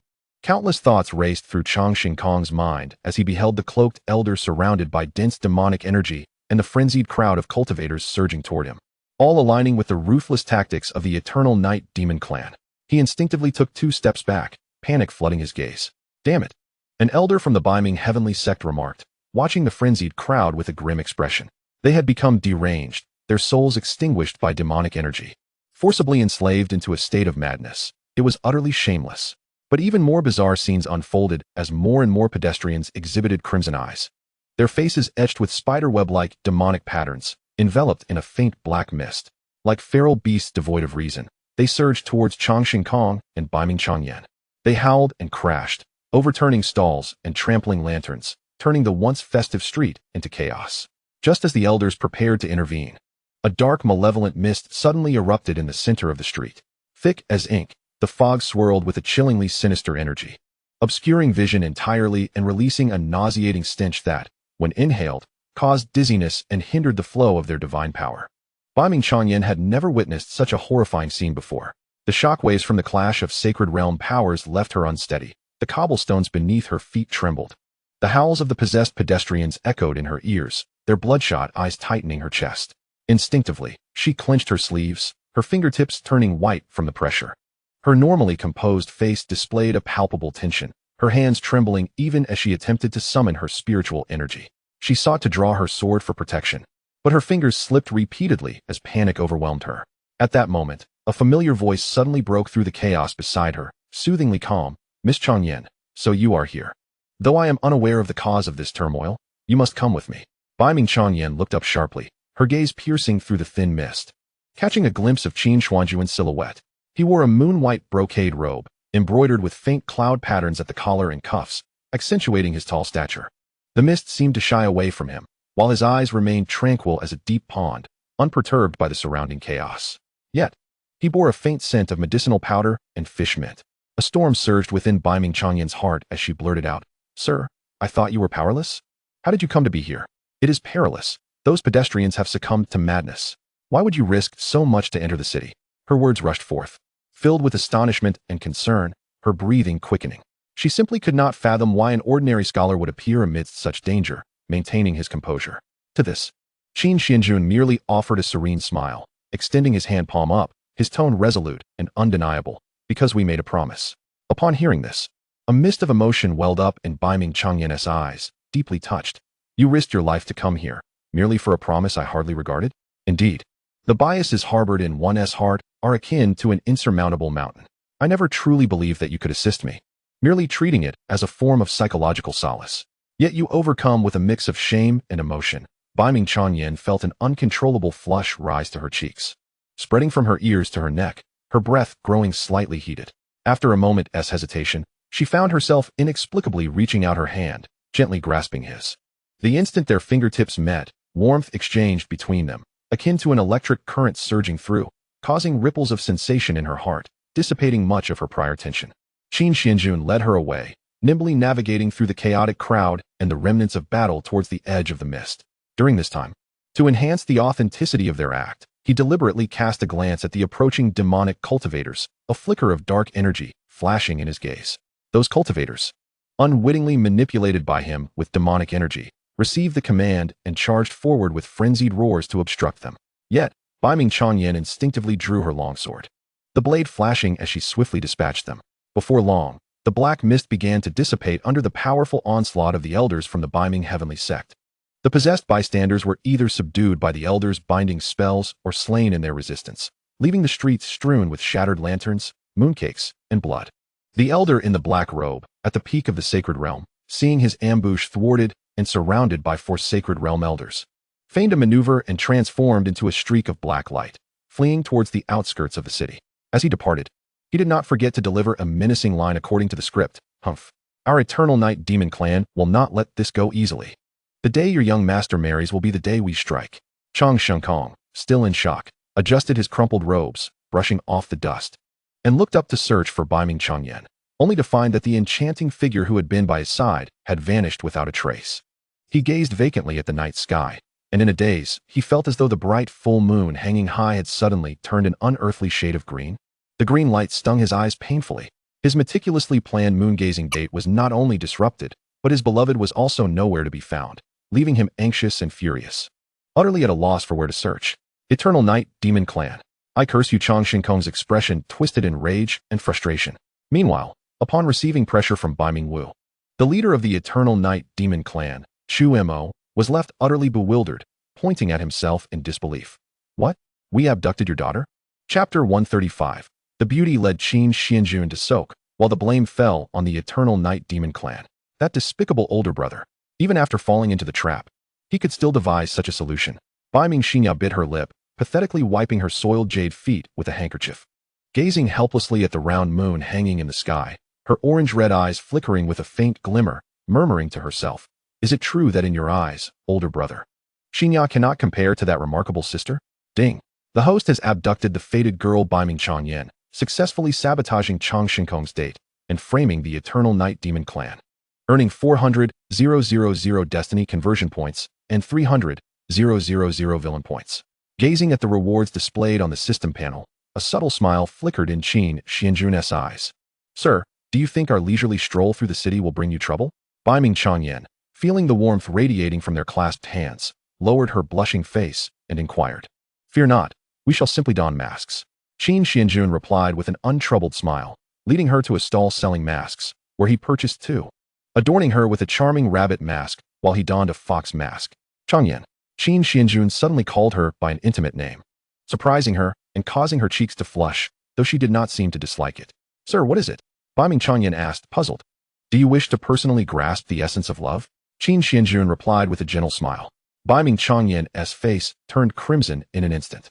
Even with her dull wit, she understood the implication behind his words. Rather than responding directly, she nervously nodded, her face burning fiercely, though her rosy cheeks were obscured by the adorable rabbit mask, rendering them unseen. After tonight, you shall comprehend. Qin Xuanjun's tone was soft, his gaze tender and sincere, causing Baiming Changyan's heart to race. under the spell of his almost demonic allure and the pervasive aura of chaos. Their interactions, listening to his tales, savoring his tea, and alleviating his worries, had already sown the seeds of an indescribable affection within her heart. Subsequently, Qin Xuanjun engaged Baiming Changyan in solving riddles and composing poetry. However, due to her enchanting figure and lofty demeanor, countless onlookers cast envious, jealous, and hostile glances at Qin Xuanjun. Let us guess the riddle. Sitting, standing, walking, or lying. It's all the same. Faced with this riddle, the crowd was utterly perplexed. Baiming Changyan pondered, yet before she could unravel it, Qin Xuanjun calmly answered, a frog. Congratulations. Correct. The stall owner praised Qin Xuanjun with a thumbs up, rewarding him with a stone of immortality for his correct answer. Humph. You must have guessed randomly, a disgruntled passerby muttered under their breath. Qin Xuanjun, unfazed by the comment, led Baiming Changyan to a nearby poetry stall. Picking up a brush and gracefully dancing it across the white paper, Baiming Changyan was not overly surprised by this, as his scholarly demeanor had already led her to believe he was knowledgeable. However, when Qin Xuanjun unveiled the poem he had composed, she was left utterly astounded. When will the bright moon appear? I raise my cup to ask the blue sky. A masterpiece from a previous life's mid-autumn festival, it instantly eclipsed everyone present. Baiming Changyan felt the peculiar feelings in her heart intensifying. Though he possessed no celestial power and had never cultivated, his literary prowess had already made her, a proud daughter of heaven, feel a sense of inferiority. With his talent shining brightly, no one in the crowd dared to compose poetry any longer. Their spirits deflated as they averted their eyes, ceasing their discussions. The striking duo of Qin Xuanjun and Baiming Changyan became the most radiant figures amidst the bustling streets. By the way, I still don't know your name, sir? Baiming Changyan asked, realizing belatedly. You may call me Junxian. Qin Xuanjun replied with a calm smile. At that moment, they passed a square where 100 maidens were dancing together, yet Qin Xuanjun merely glanced before turning his gaze away. What's wrong? Are they not dancing well? Baiming Changyan inquired with curiosity. No, it's just that none of them can compare to even a single one of my household maidens. Qin Xuanjun silently mused. As the young master of the Qin family, his maidens were all breathtaking beauties. Not to mention, he had enchanting figures like Xiao Linxue in his harem. Yet, despite such thoughts, he maintained a tender expression, teasingly stating, "That's because I only wish to see you dance, Changyan." Upon hearing those words, Baiming Changyan felt her cheeks burn with embarrassment, unsure of how to respond. Her heart brimming with joy akin to being filled with honey. This sensation far surpassed the elation she experienced from her recent breakthrough. Then allow me to perform for you. Baiming Changyan led Qin Xuanjun into a serene, secluded grove, where she gracefully began to dance. In that moment, she transformed into an ethereal sprite, moving elegantly amidst the trees. It was her first time dancing in the presence of the opposite sex. As she danced, Qin Xuanjun found himself entranced. After the performance, he could not help but applaud her, exclaiming, "To witness Miss Changyan dance even once makes this night worthwhile, even if it were to be my last." Do not jest, Baiming Changyan said shyly, playfully tapping Qin Xuanjun with her delicate fist. Soon after, the two made their way to Westlake, boarding a wooden boat to enjoy the moonlight and converse. Gazing at the resplendent moon above, Baiming Changyan felt an immense joy, as if all worries about arranged marriages and worldly troubles had vanished. Observing her dreamy demeanor, Qin Xuanjun playfully flicked a surge of chaotic primordial energy onto the lake's surface, causing ripples to erupt. The boat rocked violently, and Baiming Changyan, caught off guard, tumbled backward. "Changyan, be careful," Qin Xuanjun exclaimed, reaching out to her with concern. She initially intended to use her divine power to stabilize herself, but the moment she fell into his embrace, all her strength seemed to dissipate. They both landed on the ground, with Qin Xuanjun instinctively cushioning her fall beneath him, while she lay comfortably atop him. Given their proximity, their lips inadvertently met. Flushed with embarrassment, Baiming Changyan attempted to rise, but Qin Xuanjun, with a bold gesture, wrapped his arms around her from behind and gently parted her lips. As their tongues intertwined, a wave of exhilaration coursed through her, leaving her heady and entranced. She felt as if she had transformed from a celestial being untouched by mortal affairs into a young maiden in the throes of passionate love. Ding! Gained 1,000 destiny points from Baiming Changyan's affection, totaling 999. Amidst their tender kiss, the destiny points continued to accumulate. Eventually, after an indeterminate time, Baiming Changyan regained her senses and bashfully pushed against Qin Xuanjun's chest. She could have easily unleashed her divine power to send this seemingly fragile scholar flying a dozen meters away, but she could not bring herself to do so. Perhaps she was equally lost in the moment. "Will you always be by my side?" "Indeed," he replied, gazing into her eyes with steadfast tenderness. Do you prefer my body? Or do you like everything about me? I adore every aspect of you, he asserted with unwavering sincerity. Then, would you mind giving my feet a gentle massage? I'm quite tired. Bai-Ming Chuanyan slowly lifted her leg, presenting her delicate foot before him. Of course, he said with a gentle smile, pressing on the acupoints of her porcelain foot, as they lost themselves in each other's affections, oblivious to the world around them. Bai-Ming Wu was frantically engaged in a battle with the Eternal Night Demonic Clan. Taking advantage of Changxing Kong and Bai-Ming Chuanyan's leisure time, they abducted Bai-Ming Chuanyan. Wasn't this a blatant disruption of their engagement with the Changxing Celestial Clan? If Bai-Ming Chuanyan were to be violated by those deranged demon cultivators, it would not only disgrace Bai-Ming Tianzong, but also jeopardize their alliance with the Changxing Celestial Clan. Return my daughter immediately, or I will annihilate your entire clan. Bai-Ming Wu roared with a fierce countenance. He cared little for Bai-Ming Chuanyan herself, but he would not allow his reputation and the alliance to be tarnished. We have already stated that we did not abduct your daughter. Chu Mo and several elder demon clan members replied, their expressions exuding annoyance. They had indeed contemplated such an action, but after weighing the consequences, they ultimately abandoned the idea. After a fierce battle, both sides suffered losses among their elders and powerful warriors, and as tensions escalated towards an all-out war between the sect and the demon clan, the Eternal Night Demonic Clan continued to insist they had not engaged in any wrongdoing. Could there be another mastermind behind this? Bai-Ming Wu furrowed his brow, preparing to temporarily withdraw. Just then, he received intelligence from his sect's spies, revealing that Bai-Ming Chuanyan was out on an outing with a man who happened to be the owner of the tea house she frequently visited, where they discovered a token representing a core disciple of the Eternal Night Demonic Clan. Bai-Ming Wu's composure shattered, his expression contorted with fury as he unleashed the Bai-Ming Great Way, directing it towards the bewildered Chu Mo and his companions. How dare you claim it was not your Eternal Night Demonic Clan that acted? Chapter 136. Father, you truly do not understand him.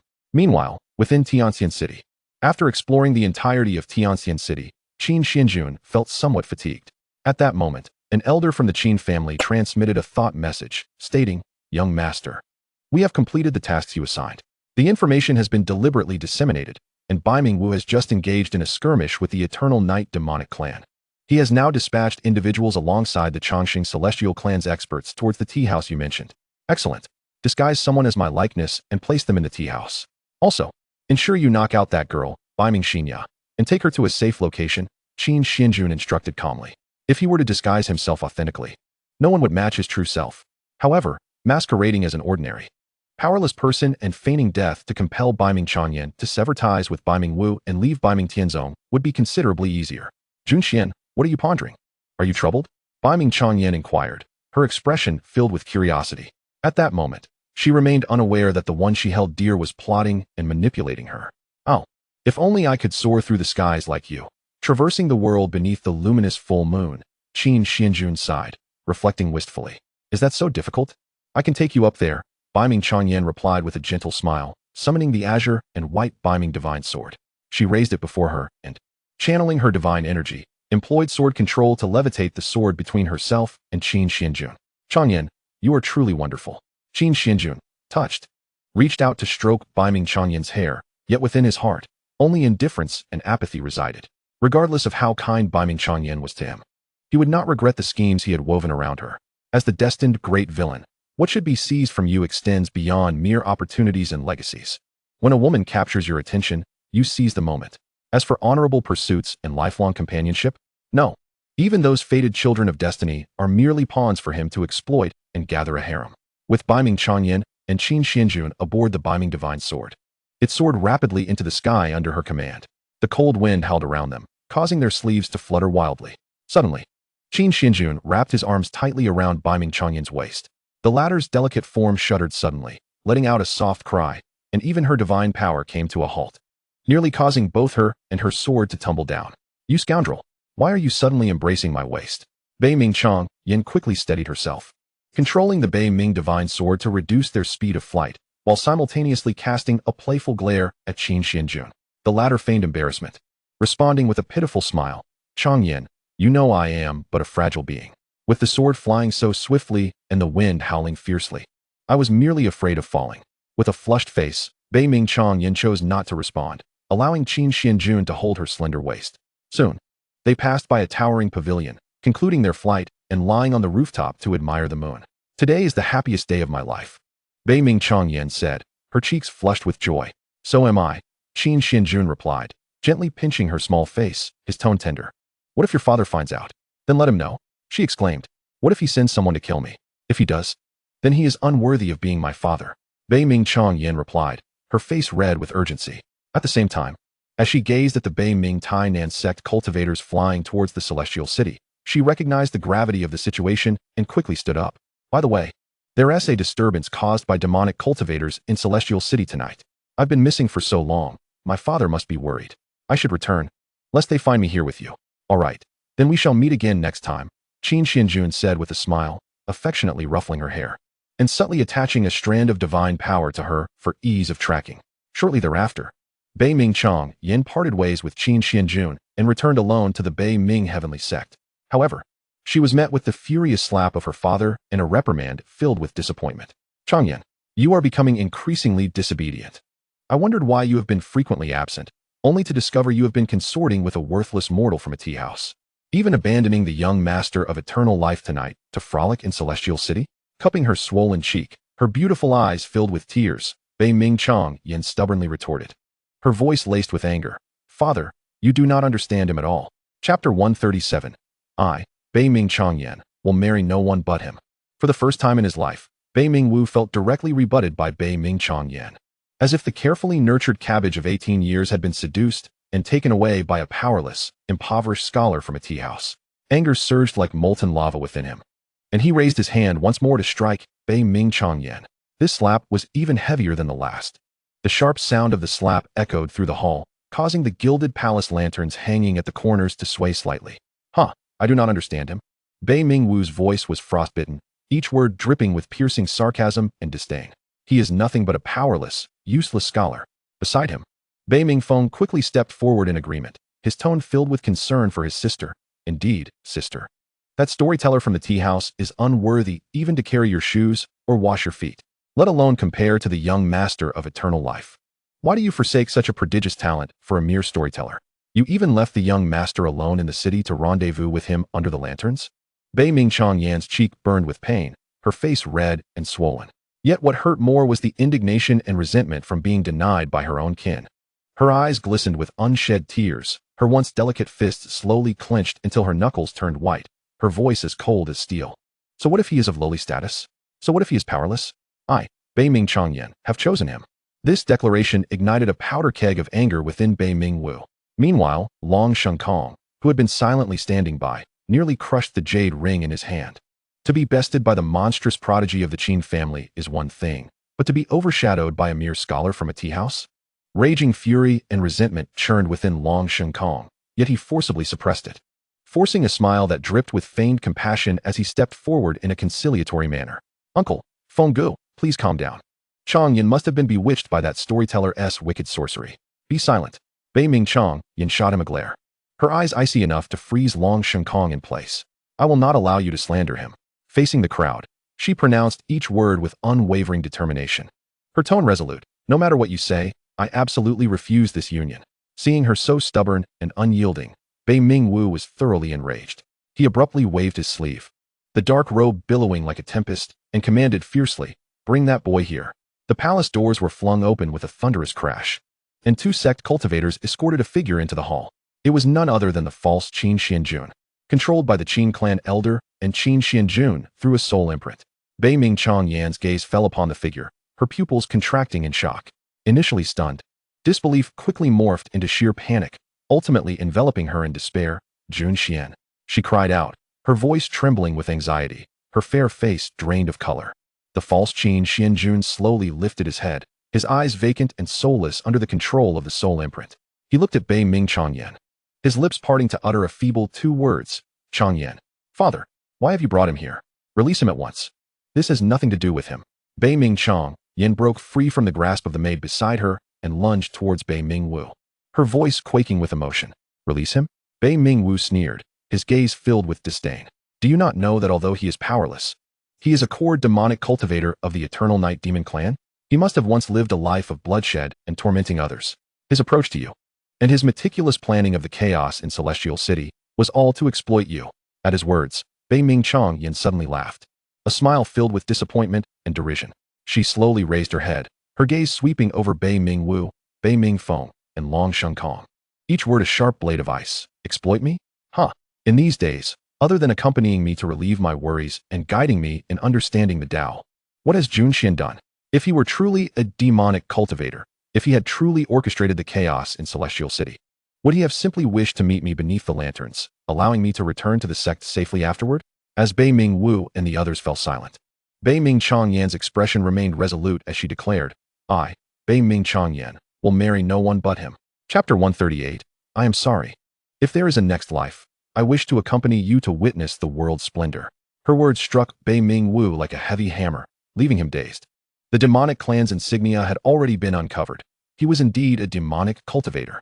An elder with white hair stepped forward, speaking with unwavering authority, no matter what, Miss. You cannot be with him.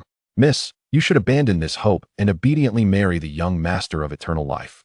As for this demon cultivator, we shall execute him by slow slicing, as a warning to others.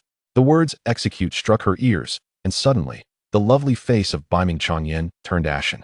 Her body trembled slightly, while her mind involuntarily conjured the fragments of the days spent with Qin Xuanjun. In the tea house, he spoke gently, brewing tea for her. During the moon viewing festival, they strolled side by side in the celestial city, admiring lanterns and solving riddles together. In the woods, he watched her dance, his eyes brimming with tenderness. On the wooden boat, he accompanied her on West Lake, their lips brushing together as they fell. Beneath the night sky, she took him flying on her sword, the wind howling in their ears. On the pavilion, fireworks erupted in splendid colors, and the full moon shone brilliantly. The more beautiful those memories were, the more they pierced her heart at this moment. Bai Ming Changyan took a deep breath, a sorrowful smile gracing her lips as a single tear slid down her cheek, soaking into her collar. She gazed at the false Qin Xuanjun, her voice barely above a whisper, I am sorry. Then, she abruptly turned to Bai Ming Wu, her tone resolute as if she had crossed a point of no return. Father, I promise to marry into the eternal life Celestial Clan, as long as you spare his life. She paused, adding, I agree to the marriage at this very moment. As she spoke, her delicate fists clenched tightly, her fingertips digging into her palms, blood seeping through her fingers. Her once vibrant azure eyes had lost their luster, leaving only a numb compromise and deep-seated despair. Upon hearing this, Bai Ming Wu scoffed, a triumphant smile spreading across his face. He had known all along that his daughter would ultimately relent. Changxing Kong also breathed a sigh of relief, a flicker of joy flashing in his eyes. Yet, upon reflection, he felt a twinge of dissatisfaction at having to resort to coercion to obtain Bai Ming Changyan, to thoroughly disillusion her regarding this worthless fool. Changxing Kong slowly approached the false Qin Xuanjun, looking down upon him with an air of haughty derision. You think you are worthy of my fiancé, Bai Ming Changyan? I offer you a chance.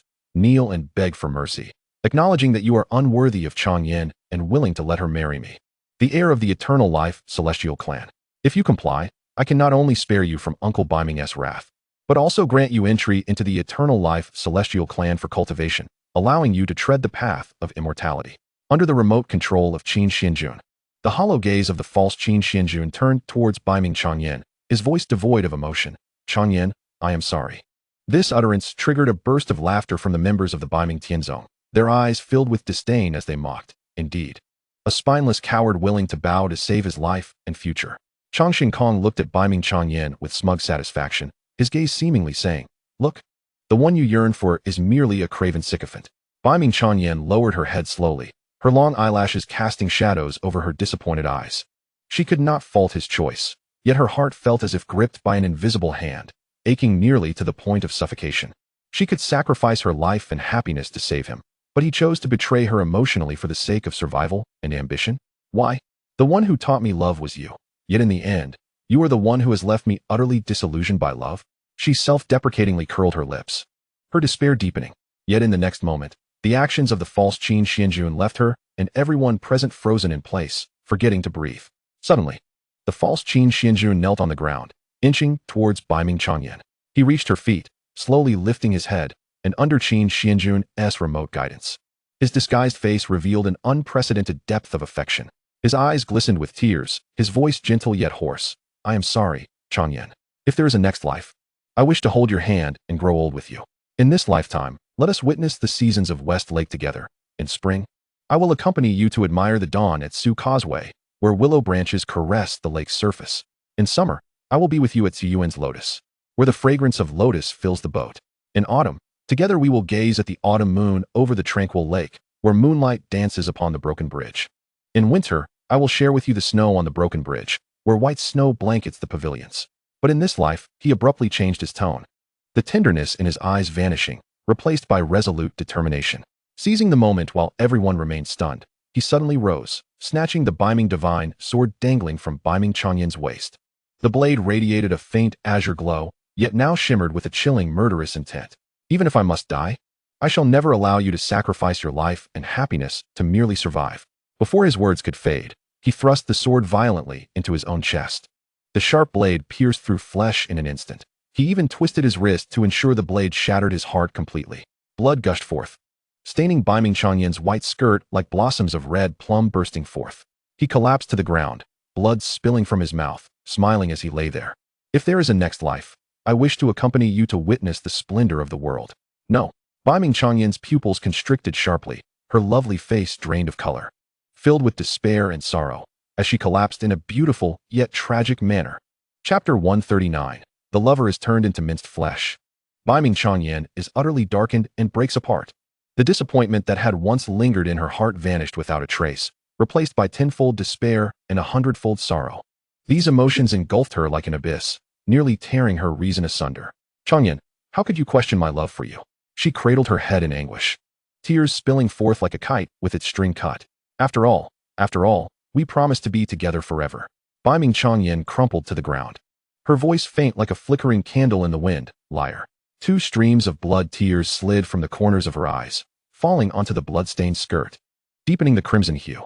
Her gaze was hollow, filled only with a numb murmur, as blood tears continued to fall, blossoming into a shocking sea of red flowers on her skirt.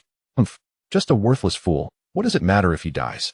Beiming Wu's voice was devoid of warmth as he raised the long sword handed to him by a guard, and right before Beiming Chongyin's eyes, he swung it at the corpse of the false Qin Xuanjun. 1 strike, 2 strikes, 3 strikes, until that body was reduced to a puddle of indistinguishable flesh. Stop. Beiming Chongyan desperately attempted to rush forward to intervene, but was bound by the divine power of 2 elders from Beiming Tianzong, rendering her immobile. She could only watch helplessly as the pile of flesh was formed, witnessing the fate of the one she cherished, her throat emitting a piercing scream. Yet she could do nothing. Someone, take this flesh to the backyard and turn it into fertilizer. Beiming Wu acted as if he had performed a trivial task, waving his hand with a tone so indifferent it was chilling. He remained entirely oblivious to the fact that the aura surrounding Beiming Chongyan was subtly shifting. The pure and sacred power belonging to the Beiming divine body was being gradually devoured by a frigid, malevolent force. In that moment, Beiming Chongyan was utterly darkened. How dare they harm him? She slowly lifted her head, her eyes ablaze with a crimson hue, as tendrils of faint black demonic energy began to intertwine with the original North Underworld Avenue, creating a bizarre and terrifying aura. I, North Underworld Chongyan, hereby sever our father-daughter bond in an instant.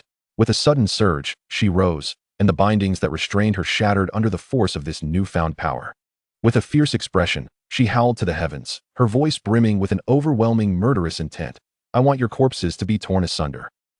As her roar echoed, her strength surged uncontrollably. The North Underworld divine body was fully awakened. Golden divine patterns coursed across her skin, weaving into strange designs with the black demonic energy. Her fortune and status abruptly transformed into that of destiny. A faint golden halo began to encircle her. More astonishingly, the North Underworld Avenue underwent a transformation under the corruption of the demonic energy, giving rise to 3 terrifying avenues steeped in the aura of death. The Demonic Underworld Avenue, the Underworld Slaughter Avenue, the Blood Underworld Avenue. These 3 pathways embodied the most wicked and tyrannical powers of the underworld. Even more terrifying was that, after witnessing Qin Xuanjun take his own life for her, and then being reduced to a bloody pulp by her biological father, North Underworld Wu, a pair of orange-green pupils began to materialize in her azure eyes, resembling lotus flowers, their petals entwined with ghostly flames. These were the forbidden eyes of the North Underworld Heavenly Sect's first ancestor.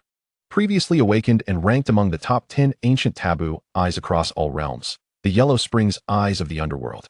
At this moment, North Underworld Chongyan stood amidst the chaos, her dark hair swirling in the tempest, surrounded by the 4 terrifying avenues: the North Underworld Avenue, Demonic Underworld Avenue, Underworld Slaughter Avenue, and Blood Underworld Avenue. The black demonic energy intertwined with the golden divine patterns, and the ghostly flames flickered within her yellow springs eyes, blood tears still clinging to her cheeks. Radiating a chilling murderous intent, she stood there, resembling a Shura returned from the depths of the underworld, her power continuously escalating, distorting and trembling the very air around her. North Underworld Wu, North Underworld Feng, Changxing Kong, and all the disciples and elders of the North Underworld Heavenly Sect were left dumbfounded. They had merely slain a worthless demonic cultivator in a tea house, yet it had caused North Underworld Changyan to directly succumb to madness and unleash her full potential. Moreover, judging by her gaze, she seemed genuinely intent on slaughtering her own father, North Underworld Wu. Chapter 140. He traded his own soul for you. The divine body, the eyes, the avenues, all awakened and evolved. A white-haired elder murmured in disbelief. However, North Underworld Wu quickly regained his composure. As an emperor, he had weathered countless storms. He scoffed, his tone laced with mockery. Humph. Truly, we must thank that boy for his demise. Without him, you would not have such an opportunity. In his view, even with her power surging, North Underworld Changyan was far from being his match. Miss, please calm down. Let us speak rationally. Several elders attempted to persuade her. But as they approached within 3 paces, they were forcefully repelled several steps by the overwhelming surge of her demonic energy and the power of the avenues. Though blinded by hatred, North Underworld Changyan did not entirely lose her rationality. She clearly understood that even with her divine body, eyes, and avenues fully awakened, and her power multiplied 100-fold, she could not possibly defeat a saint-level elder without a secret realm or a shattered world to suppress the stronger cultivators, let alone North Underworld Wu, an emperor. Hence, her gaze shifted toward the lower-ranked disciples of the North Underworld Heavenly Sect present in the hall, a cold smile curling at the corners of her lips. Today, I shall use your blood to nourish his departed soul. No sooner had she spoken than she darted forward like a bolt of black lightning. Her yellow springs eyes suddenly brightened, and the orange-green light swept across the crowd. Those disciples whose cultivation was one realm beneath hers froze in place upon contact, quickly disintegrating into a cloud of ash, their very souls devoured by her gaze. Those of equal cultivation but inferior physique and abilities were annihilated on impact, leaving only strands of remnant souls forcibly drawn into the Yellow Springs world within her eyes for enslavement. In that moment, she became the sovereign of the Yellow Springs underworld. Even the 2 innate eye techniques of the Yellow Springs eyes, Path to the Other Shore, and Underworld Purgatory Explosion, manifested within her untrained grasp following her corruption. She raised her hand, and an orange-green portal erupted amidst the disciples. Behind it lay the Yellow Springs Road, suffused with the scent of otherworldly flowers. As countless specters surged forth, dragging the disciples into its depths, she focused her gaze again, and a burst of black flames erupted from her pupils. Upon striking the ground, the flames exploded, forming a purgatory where the disciples were seared, their anguished screams piercing the air. Blood flowed like rivers within the sect, cries of horror and pleas for mercy rising in a cacophony. Changxing Kong, possessing the immortal absolute body and mastering the longevity avenue, along with North Underworld Feng, who shared the North Underworld divine body and avenue with North Underworld Changyan, trembled like novice cultivators, cowering behind North Underworld Wu, lacking even the courage to glance at her. Moreover, Changxing Kong felt that North Underworld Changyan was even more terrifying than Qin Xuanjun at this moment. In the eastern divine domain, atop a mountain shrouded in mist, ding! The destined daughter North Underworld Changyan has succumbed to darkness and madness. The host gains 1 million destiny points and 600,000 villain points. Qin Xuanjun twirled a faint divine power at his fingertips, creating a translucent barrier with the demonic heart seed implanted within North Underworld Changyan and his tracking divine power, revealing the scene within the North Underworld Heavenly Sect's Great Hall, leaning languidly against a millennium-old immortal pine. A playful smile graced his lips as he observed North Underworld Changyan's rampage in the light of the barrier, exclaiming, "This power-up is truly immense." One cannot help but commend the destined daughter for her ascension to a status of destiny, now thoroughly enraged and corrupted. He paused, a glimmer of seriousness flickering in his eyes. How terrifying. In her current state, even if I were to confront her, unless it were a life-or-death battle, I would likely need to avoid her brilliance. Clearly, he was thoroughly satisfied with the outcome he had orchestrated. An elder from the Qin family stepped forward, worry evident in his tone. "Young master, although North Underworld Changyan's power has surged, the North Underworld Heavenly Sect is still under the dominion of an emperor, with several saint-level elders. She may find it exceedingly difficult to escape the North Underworld Heavenly Sect." Then it falls to you and the elders of the Eternal Night Demonic Clan to intervene and rescue her, Qin Xuanjun instructed, raising his gaze with an indifferent expression. I will employ the secret methods of the Chaos Demon God to disguise your auras, making them even more potent than those of true demonic cultivators. At that time, you need only seize the moment amidst the chaos to rescue her. Long before the Eternal Night Demonic Clan and the North Underworld Heavenly Sect had fallen out due to the disturbances in the Celestial City, he had struck a deal with the Eternal Night Demonic Clan at the expense of the Chaos Demon God's inheritance. After all, the core content of the inheritance had already been absorbed by Yi Yinger. What remained were merely demonic techniques and sorceries. Duplicating a copy for the Eternal Night Demonic Clan posed no loss to him. Within the North Underworld Heavenly Sect, the slaughter continued unabated. The black demonic energy intermingled with the green North Underworld divine power. The four terrifying avenues and the eyes gleaming with the light of the yellow springs of the underworld rendered all present shivering in fear. Changyan, you rebellious daughter. How dare you slaughter the disciples of our sect, and even contemplate parricide? Northmin Wu's countenance darkened with fury as he lambasted Northmin Changyan. Yet, Northmin Changyan merely cast him a fleeting glance, her voice devoid of emotion as she remarked. From the moment you murdered Jun Xian and reduced him to a mere pulp, you ceased to be my father and transformed into my enemy. Upon hearing this, Northmin Wu was consumed by rage and commanded the elders beside him, we must act together. Capture that bewitched rebellious daughter. At his command, several esteemed elders surged into action simultaneously within the hall. Green Northmin divine power intertwined with azure Northmin Dao power, forming a net that, accompanied by various formidable forbidden techniques of the underworld, descended upon Northmin Changyan from all directions. They understood that the Northmin Changyan of today was no longer the same as before. Thus, they unleashed their most formidable techniques without holding back.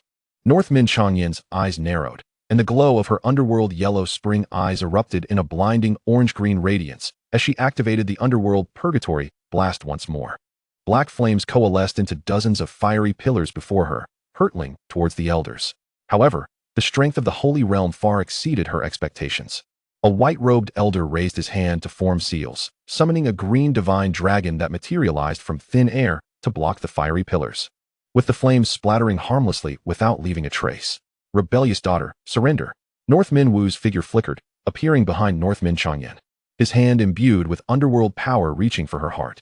Northmin Changyan hastily turned, forming a shield of Northmin divine power, but with a resounding crash. The shield shattered instantaneously, sending her hurtling back to collide violently against a pillar, blood spilling from the corner of her mouth. The brilliance of her underworld yellow spring eyes dimmed slightly as she struggled to rise, only to find herself completely encircled by Northmin Wu and the elders of Northmin Tian's sect. The oppressive might of the emperor and the holy realm bore down upon her like a mountain, rendering her immobile. Rebellious daughter, I shall confine you for 100 days.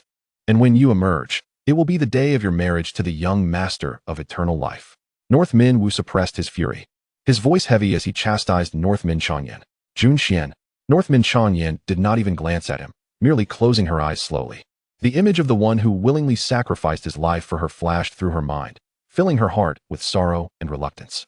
Yet, at that critical moment, a cacophony of demonic energy suddenly erupted outside the sect. Black demonic energy surged into the grand hall like a tidal wave, enveloping the entire Northmin Tian sect in an instant. Following this, over a dozen figures broke into the hall, clad in black demonic armor, surrounded by an overwhelming aura of demonic energy. Without uttering a single word, they charged straight towards Northmin Changyan. Damn it! You Eternal Night demons truly are the masterminds behind this. How dare you invade my Northmin Tian sect? Northmin Wu and the others, witnessing this, immediately contorted their faces in rage, unleashing their power to engage in battle. Several elders of the Eternal Night Demon Clan, however, had no intention of explaining. After all, they had already been framed by others, and upon reaching an agreement with the Qin Clan to rescue Northmin Changyan, they had severed ties with the Northmin Tian sect, since they were already embroiled in the chaos surrounding the inheritance of the chaotic demon god. They had no choice but to bear the blame. With a furious shout, an elder from the Eternal Night Demon Clan swung his demonic blade, sending a black blade aura hurtling towards Northmin Wu, forcing him to retract his hand and evade. Simultaneously, several figures charged forward, revealed to be elders of the Qin Clan disguised using the secret arts of the chaotic demon god. Their bodies radiated a dense aura of demonic energy, indistinguishable from true demon cultivators. and they immediately attacked the Holy Realm Elders, resulting in a thunderous clash of dark magic and underworld power. Go! One of the Qin elders seized the opportunity to dash to Northmin Changyan's side, helping her up with urgency in his tone. Northmin Changyan was momentarily taken aback, confusion swirling in her eyes as she wondered, could it be that Jun Xian is truly one of their kind? But why would the demon clan save me? Is it merely to exploit me? Yet, there was no time for her to ponder, as the elders of the Eternal Night Demon Clan had successfully restrained Northmin Wu, while the other elders from the Qin Clan temporarily held off the Holy Realm Elders. Thank you.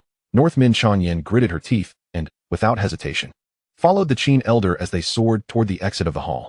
Northmin Wu, witnessing this, was filled with uncontrollable rage. Stop them. We cannot allow that rebellious daughter to escape. However, the elder from the Eternal Night Demon Clan clung to him tightly, wielding his demonic blade with lethal precision, preventing him from breaking free. The Holy Realm Elders were also occupied by the Qin elders, and with his only son, Northmin Feng, and the young master of the Eternal Life Celestial Clan to protect, he could only watch helplessly as Northmin Changyan's figure vanished into the demonic mists. Moments later, Northmin Changyan followed the others out of the Northmin Tian sect, the sect growing increasingly distant behind her. She glanced back to see the black demonic energy gradually dissipating, the echoes of Northmin Wu's furious shouts fading away. Yet she could no longer grasp even a fragment of it. Only after traveling 100 miles away from the Northmin Tian sect did the group finally come to a halt. The Qin elder who had supported her stopped, turned to her, and softened his tone slightly. Miss Northmin, you are safe now. Northmin Changyan regarded the demon cultivators before her with a furrowed brow, questioning. Why did you save me? Is Jun Xian truly one of your kind? Are you merely seeking to use me against the Northmin Tian sect? Yet if he were only hiding his identity to exploit me, why would he willingly give his life for me? In response, an elder from the Qin clan, hands clasped behind his back as per Jun Xian's instructions, gazed at her with profound eyes and stated, because he traded his soul for yours. Upon hearing this, Northmin Changyan's pupils constricted sharply, and tears cascaded silently from her eyes, falling like a broken kite into the valley below. I should be damned. How could I ever doubt Jun Xian's love for me? Chapter 141. Both daughters awakened the underworld yellow spring eyes, yet both desire to commit parricide? Northmin Changyan clenched her delicate fists, her fair face etched with sorrow and helplessness. Little did she anticipate that the demon elders before her had not abducted her back to their clan, but rather, they had released her.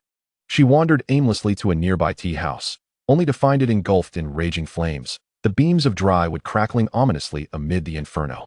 Everything was being reduced to ashes. Who dares? Northmin Xianxiao arrived, her fair face filled with shock and fury. Big brother. She attempted to rush into the tea house to rescue him, but Northmin Changyan stopped her.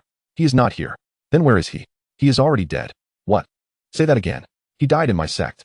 Northmin Changyan closed her eyes helplessly, tears streaming down her face, her voice hoarse and shattered. When Northmin Xianxiao learned of the events from her, despair and devastation washed over her. Her petite frame crumpled helplessly to the ground, tears gushing uncontrollably from her eyes, her small face contorting into a terrifying grimace. It's all your fault. It's all your fault. If it weren't for you insisting he come to Tianxian City to rescue you. Northmin Xianxiao glared at Northmin Changyan with a fierce expression, but ultimately restrained herself. Though Big Brother had died because of her, the one who harmed him was not her. I shall have that old scoundrel minced into a pulp for fertilizer, roared Bei Ming Xianxiao, her expression a terrifying mask of rage. A pair of orange-green eyes suddenly radiated an infinite brilliance, as enigmatic patterns intertwined with the power of the underworld, gradually transforming into eyes identical to those of Bei Ming Changyan, those of the underworld Yellow Spring. Meanwhile, her previously incomplete and crippled body began to undergo a remarkable evolution, as various powers of the Yellow Spring emerged from her petite form. You too possess the power of the underworld? Are you also of the Bei Ming celestial sect? Bei Ming Changyan asked in astonishment. Indeed, replied Bei Ming Xianxiao, her underworld Yellow Spring eyes fixed intently on Bei Ming Changyan, revealing her identity as her half-sister. At that moment, the firelight illuminated their faces, filled with hatred and murderous intent, as their extraordinary eyes simultaneously turned toward the Bei Ming celestial sect. A fervent desire to utterly annihilate the sect and reduce Bei Ming Wu to mere pulp took root in their hearts. In the shadows, Qin Xuanjun observed silently. Beep. The host has awakened the two fated daughters' powers simultaneously, leading to a break with the Bei Ming celestial sect. Gained 1 million fate points and 800,000 villain points. Upon witnessing the rewards on the system panel, Qin Xuanjun quietly turned and departed. Within the Bei Ming celestial sect, Bei Ming Wu, after having the chaos caused by the disturbances cleared away, sat on his celestial chair, rubbing his eyelids in confusion, murmuring, "Strange. Why does my right eyelid keep twitching?" 3 days later, a bizarre and brutal event transpired. All disciples of the Bei Ming celestial sect who had ventured out for training were ruthlessly slaughtered, with not even complete corpses left behind. Upon investigation, it was discovered that they had all fallen to the lethal gaze of the underworld Yellow Spring. The perpetrators were none other than Bei Ming Changyan and Bei Ming Xianxia, who had been expelled from the sect years prior. They had left behind a chilling message at the scene, from childhood. "You treated me as a mere tool to satisfy your ambitions, later coercing me into an alliance with the Eternal Life Celestial Clan, and even cruelly murdering my beloved before my eyes. I, Bei Ming Changyan, shall ensure you are ground into pulp for fertilizer, in tribute to Jun Xian's soul. I will personally obliterate the Bei Ming celestial sect.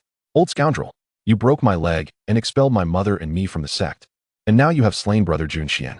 Once I rise, I, Bei Ming Xianxia, will surely take your life. Good news, both daughters have awakened. Bad news, they both seek to slay me." Bei Ming Wu felt a sudden darkness before his eyes, his anger overwhelming him as he spat out a mouthful of blood. Upon learning of this matter, the underworld ancestor furiously reprimanded him, exclaiming, "Two prodigious daughters awakened with the underworld Yellow Spring eyes have turned against you? They were our hope of restoring the glory of the Bei Ming celestial sect. Hurry, send someone to find them. Seek peace. If you cannot retrieve them, you shall no longer hold the title of Sect Master." Chapter 142. The Divine Orchid Ancient Land emerges. Eastern Divine Domain surges once more. When Bei Ming Wu took the initiative to send envoys for peace, Bei Ming Changyan and Bei Ming Xianxia coldly rejected, killing all who were sent and sealing their souls within their gleaming underworld Yellow Spring eyes. How infuriating. I merely killed a powerless storyteller at a tea house. Yet these two rebellious daughters wish to usurp me and have repeatedly harmed and retaliated against the sect's cultivators. Bei Ming Wu gazed upon the shattered nameplates of his disciples, his face a mask of fury.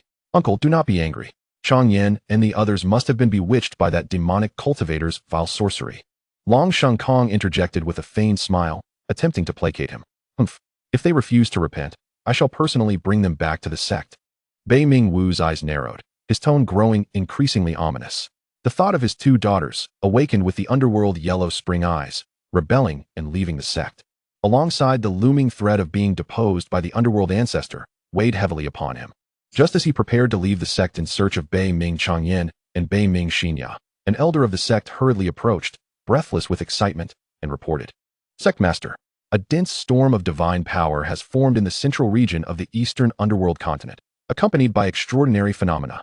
It seems a secret realm has emerged."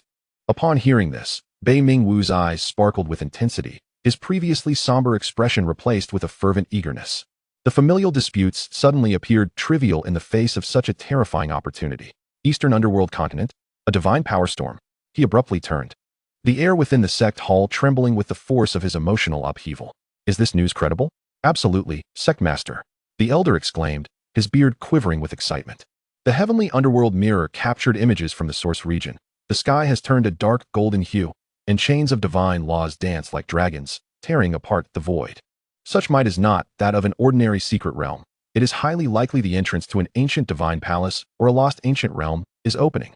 "Excellent, excellent, excellent," Bei Ming Wu exclaimed thrice, the weight of his previous frustrations lifting, replaced by the resolve and ambition of a conqueror. "Dispatch orders to gather our elite forces immediately. Activate the cross-domain transmission ancient array and head towards the core of the eastern underworld continent's phenomenon. I shall personally lead the charge." With orders given, the vast war machine of the Bei Ming celestial sect began to operate at full speed. The sound of bells echoed 9 times, resonating through the heavens, as powerful auras surged forth from every celestial mountain and cave, converging into a mighty torrent. Bei Ming Wu, accompanied by the most knowledgeable and powerful elders, took the lead, transforming into streaks of light that tore through the skies towards the ancient array deep within the sect. Along the way, an elder with hair like jade, entwined with ancient vine phantoms, stroked his beard and mused, his voice tinged with barely concealed excitement. "Sect Master, according to fragmentary records, the eastern underworld continent was once the edge of an ancient battlefield in a long-gone era. There are also rumors that it served as the place of demise for a primordial deity who wielded dominion over the underworld. This phenomenon, accompanied by a pure divine power storm, is likely of immense significance." Another elder, whose body seemed to emanate the essence of a blood sea, licked his lips with anticipation, his eyes brimming with bloodlust. The divine power storm has breached the secret realm's barriers, which means the initial defenses are at their weakest, yet also the most perilous. Similarly, those who are first to charge and may face annihilation, but they are also the most likely to seize the initial, and often the most critical, opportunities. Our Bei Ming celestial sect holds a geographical advantage. We can surely seize the initiative. If we obtain a fortuitous encounter, we can then ally with the Eternal Life Celestial Clan to attract the ethereal Celestial Palace. I ask you, which force dares to confront our Bei Ming celestial sect after shattering the divine realm? Flying at the forefront, Bei Ming Wu listened to the elder's words, his gaze piercing through layers of clouds as if already witnessing the astounding phenomenon at the center of the Eastern Divine Domain. A cold smile curled at the corners of his mouth. Risk? Opportunity? When has the Bei Ming sacred sect ever feared risk? Such fortuity is meant to be mine. If I obtain the treasures within, what do I have to fear from the Ancestor's decree? Rebellious daughters? Humph, when the time comes, I shall effortlessly suppress them. Upon their arrival at the eastern netherworld continent, despite having heard descriptions beforehand, the sight before Bai Ming Wu and all the seasoned elders still sent their hearts reeling. In the distant horizon, it had morphed entirely into a chaotic sea of laws. The sky was no longer a tranquil blue but was enveloped by a profound, majestic, and tempestuous dark golden hue that devoured all. Countless colossal chains of divine order, as massive as ancient mountains, cascaded down or stretched across the heavens. With each collision and shattering of these chains, a multitude of dazzling, blinding shards of law erupted forth, cleaving the space into countless fine, black fissures that remained eternally unhealed. A vast and boundless illusion, seemingly without end, flickered within the heart of that dark golden storm. It appeared to be a shattered ancient continent, where mountains crumbled and palaces lay in ruins, yet it exuded a haunting aura of primordial divinity. Gigantic, indescribable skeletal phantoms flitted through the ruins, alongside a myriad of bizarre and incomprehensible phenomena that arose and perished. This was by no means an ordinary secret realm. An elder's voice trembled, laden with shock and reverence. This was a manifestation of the ancient, otherworldly divine land. A momentous opportunity that could alter the very landscape of a domain and stir the winds of an entire world. Bai Ming Wu stood tall in the void, his robes billowing in the wild wind, his eyes brimming with greed and excitement. Everyone, heed my command. His voice rang out, resolute and unyielding, silencing all noise. At any cost, seize the initiative. This fortune must belong to our Bai Ming holy sect. His gaze fixated on the flickering remnants of the ancient world at the storm's core, as if he envisioned himself obtaining supreme divine power, sweeping all away, and reclaiming absolute authority in the future. Uncle Chang Yen and the others will surely also perceive the anomalies of the secret realm's emergence. At that time, perhaps we need not laboriously search in the outside world. We can simply wait within the secret realm for them to arrive. They will undoubtedly enter the realm in their quest for strength and vengeance, Chang Xingkong proactively suggested. That makes sense. Bai Ming Wu nodded, raising his hand to instruct Bai Ming Feng and several talented disciples of the sect to accompany Chang Xingkong through the rift into the secret realm. However, it seemed that the rifts had regulatory constraints, allowing only those below the Xian God realm to enter. At this moment, the various factions of the Eastern Divine Domain, as well as the Changxing Immortal Clan and the mysterious Immortal Manor, who had been alerted by Chang Xingkong, swiftly gathered their forces to rush towards the Eastern Netherworld continent. Even Bai Ming Changyan and Bai Ming Xinya sensed the anomalies here through the Netherworld Huangquan Eye. But just as they prepared to set off for the Eastern Netherworld continent, a graceful figure obstructed their path. The newcomer was none other than Xie Qingyue, the adopted daughter and prodigy of the mysterious Immortal Manor's master. This tea house was just fine. How has it been reduced to ashes? She exclaimed. And what of that storyteller from the tea house? Xie Qingyue had come to express her gratitude to Qin Xuanjun for his guidance in swordsmanship, specifically to inform them of the secret realm's emergence in the Eastern Netherworld continent. Yet, upon seeing the charred remnants of the tea house before her, her delicate face was etched with astonishment and confusion. Big brother. He was killed by our father, the master of Bai Ming Tianzong, Bai Ming Xinya replied, her head bowed, her small fists clenched tightly, her voice hoarse and low. What?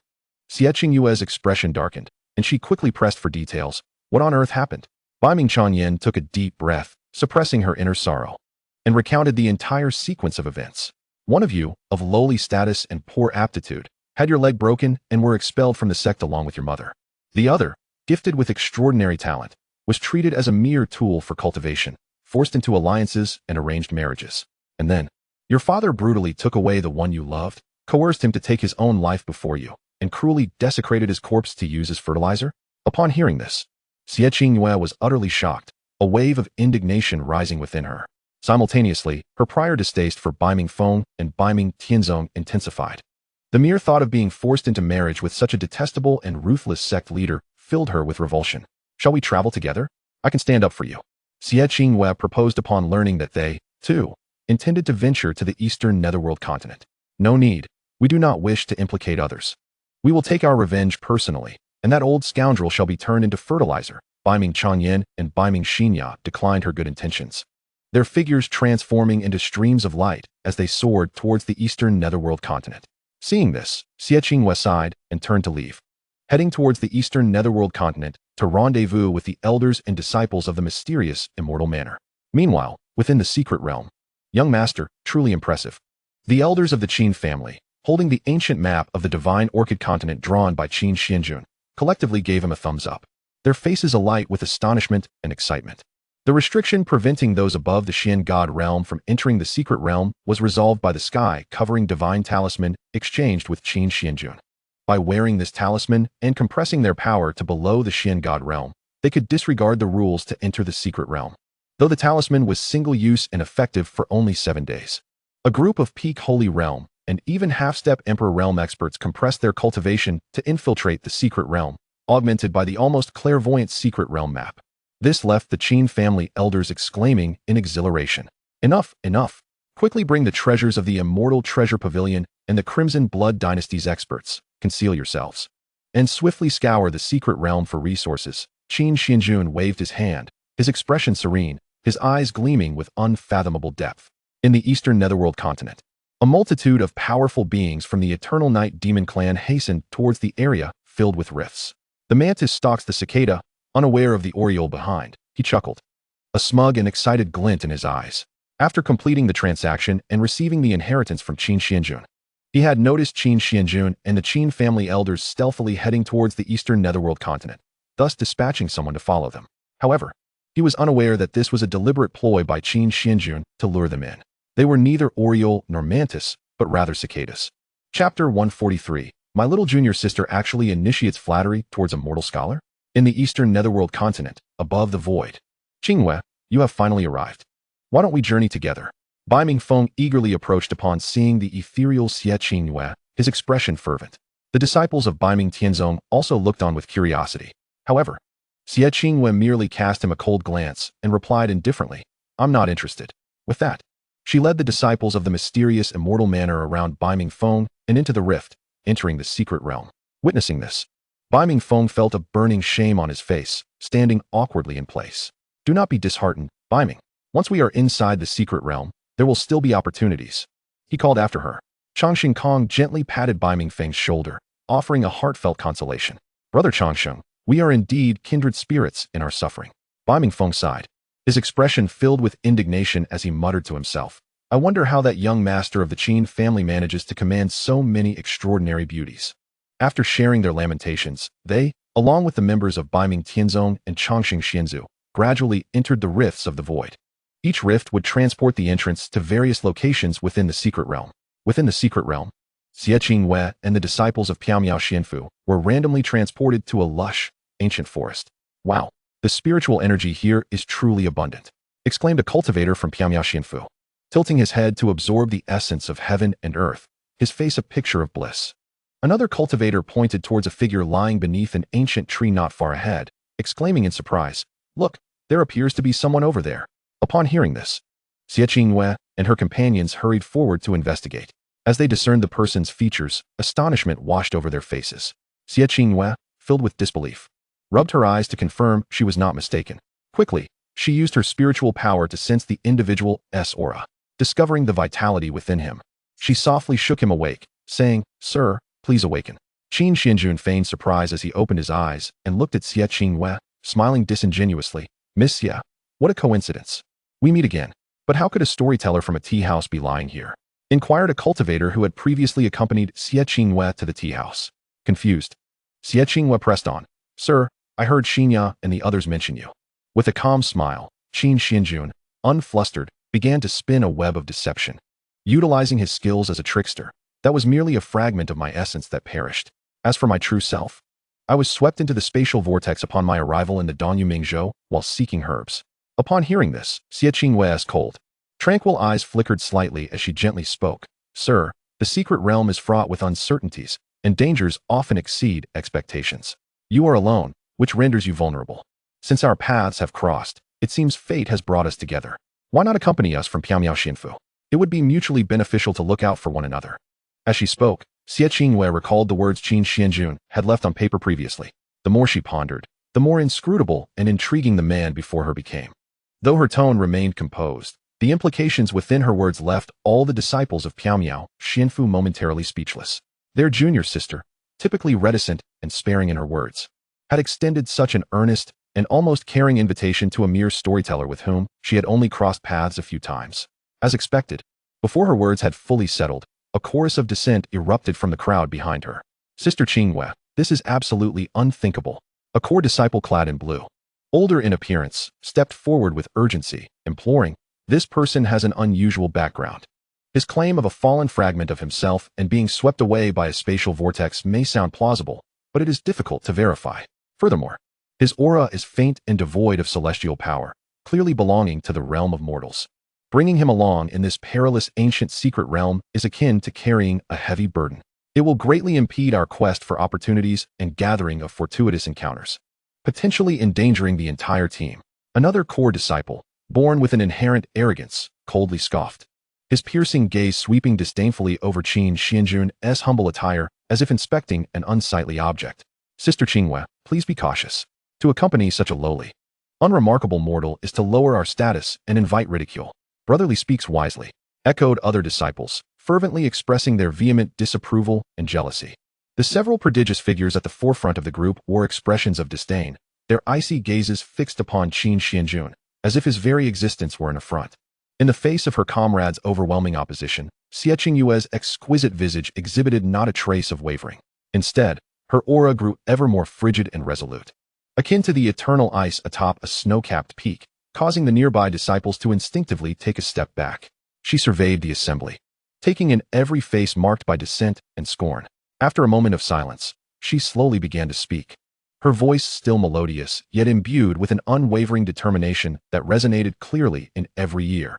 Since you all are unwilling and believe that the gentleman is a burden, fearing that he may jeopardize our fortunes, she paused briefly, turning her gaze to Qin Xuanjun, her tone calm, yet thunderous. Then I shall not accompany you. As her words fell, the atmosphere became strikingly still. Our little junior sister is actually willing to fawn over a mere mortal. The disciples of Piamiao Xinfu gaped, their expressions a mixture of disbelief. Qin Xuanjun, with a playful glimmer in his eyes, leaned against the ancient tree, observing them with an air of indifference. Were it not for his intention to utilize Xie Qingwei, these so-called prodigies wouldn't even be worthy of tying his shoelaces. Unperturbed, Xie Qingwei grasped Qin Xuanjun's hand, preparing to turn away. The disciples of Piamiao Xinfu suddenly panicked, realizing she was serious. I will explore this secret realm alone with the gentleman. His safety shall be my responsibility. What? Sister Qingwei, have you lost your mind? The moment those words escaped her lips, it was as if a colossal stone had been cast into a tranquil lake, instantly stirring up a tempestuous wave. All disciples of Piamiao Xinfu, including the haughty prodigies, turned pale, their expressions frozen in disbelief, unable to fathom their ears. How could their most cherished junior sister, gifted and strikingly beautiful, choose to venture alone with an individual of unknown origin, practically a stranger, in this perilous secret realm? Should anything go awry, they would all be unable to face the Lord and elders upon their return. Moreover, if word of this spread, what would become of Piamiao Xinfu's reputation? Would Xie Qingwei's pristine honor be sacrificed? The leading disciple in blue was now drenched in cold sweat, his voice trembling. Sister Qingwei, think carefully. This secret realm is no benevolent place. Your status is of utmost importance. Should anything happen, we would bear the blame. The once haughty Li family prodigy was now utterly flustered, the arrogance on his face replaced by sheer panic. His tone softened, even tinged with a hint of pleading. Junior sister, no, absolutely not. It is our words that have been inappropriate. Do not act rashly. This is far too dangerous. Yet, Xie Qingwei seemed not to hear their frantic admonitions. She cast a calm glance at them, her demeanor unwavering, yet imbued with an unyielding resolve. I have made my decision. The teacher has bestowed upon me invaluable guidance. How could I stand idly by while he finds himself in peril? You may do as you wish. With that, she subtly inclined her body, gesturing to Qin Xuanjun to depart with her. At this, all disciples of the Miao Xinfu were thrown into disarray. To let their junior sister walk away with a stranger? Unthinkable. Absolutely unacceptable. Wait. Junior sister, halt. The disciple clad in green almost shouted, exchanging a glance of helplessness and frustration with several other prodigies. Ultimately, they could only grit their teeth and concede, fine, fine, we agree. We consent to him accompanying us. As he uttered these words, he felt a flush rise to his cheeks, especially upon witnessing Qin Xuanjun's calm demeanor, which even seemed to harbor a faint, elusive smile, inciting further ire within him. The other prodigies wore grim expressions, glaring at Qin Xuanjun with fierce, warning eyes, as if to say he better behave himself. Reluctantly, they yielded a place in the ranks. Though the atmosphere had plummeted to an icy chill, the group awkwardly resumed their journey deeper into the forest, yet the ambience had grown exceedingly peculiar and oppressive. The Miao Xinfu cultivators occasionally cast probing, bewildered, discontented, and even envious glances at the seemingly indifferent Qin Xuanjun. Their hearts churned with confusion and absurdity. What on earth was happening? Their junior sister, who had so coolly rejected the enthusiastic overtures of the esteemed young master of the Beiming Tianzong, why was she treating this seemingly ordinary storyteller with such exception? Not only did she extend an invitation, but she was also willing to stand against all her peers for him? What sort of enchantment had this storyteller cast upon their junior sister? To their astonishment, as they progressed, Xie Qingwei occasionally engaged in hushed conversation with Qin Xuanjun. Although the specifics eluded their ears, they distinctly noticed that, at those moments, their usually aloof junior sister, who seemed untouched by worldly affairs, would display a fleeting, almost imperceptible smile upon her exquisite profile. This scene left the disciples utterly astounded, their jaws nearly dropping. The shock they felt surpassing even the revelation of the secret realm's emergence.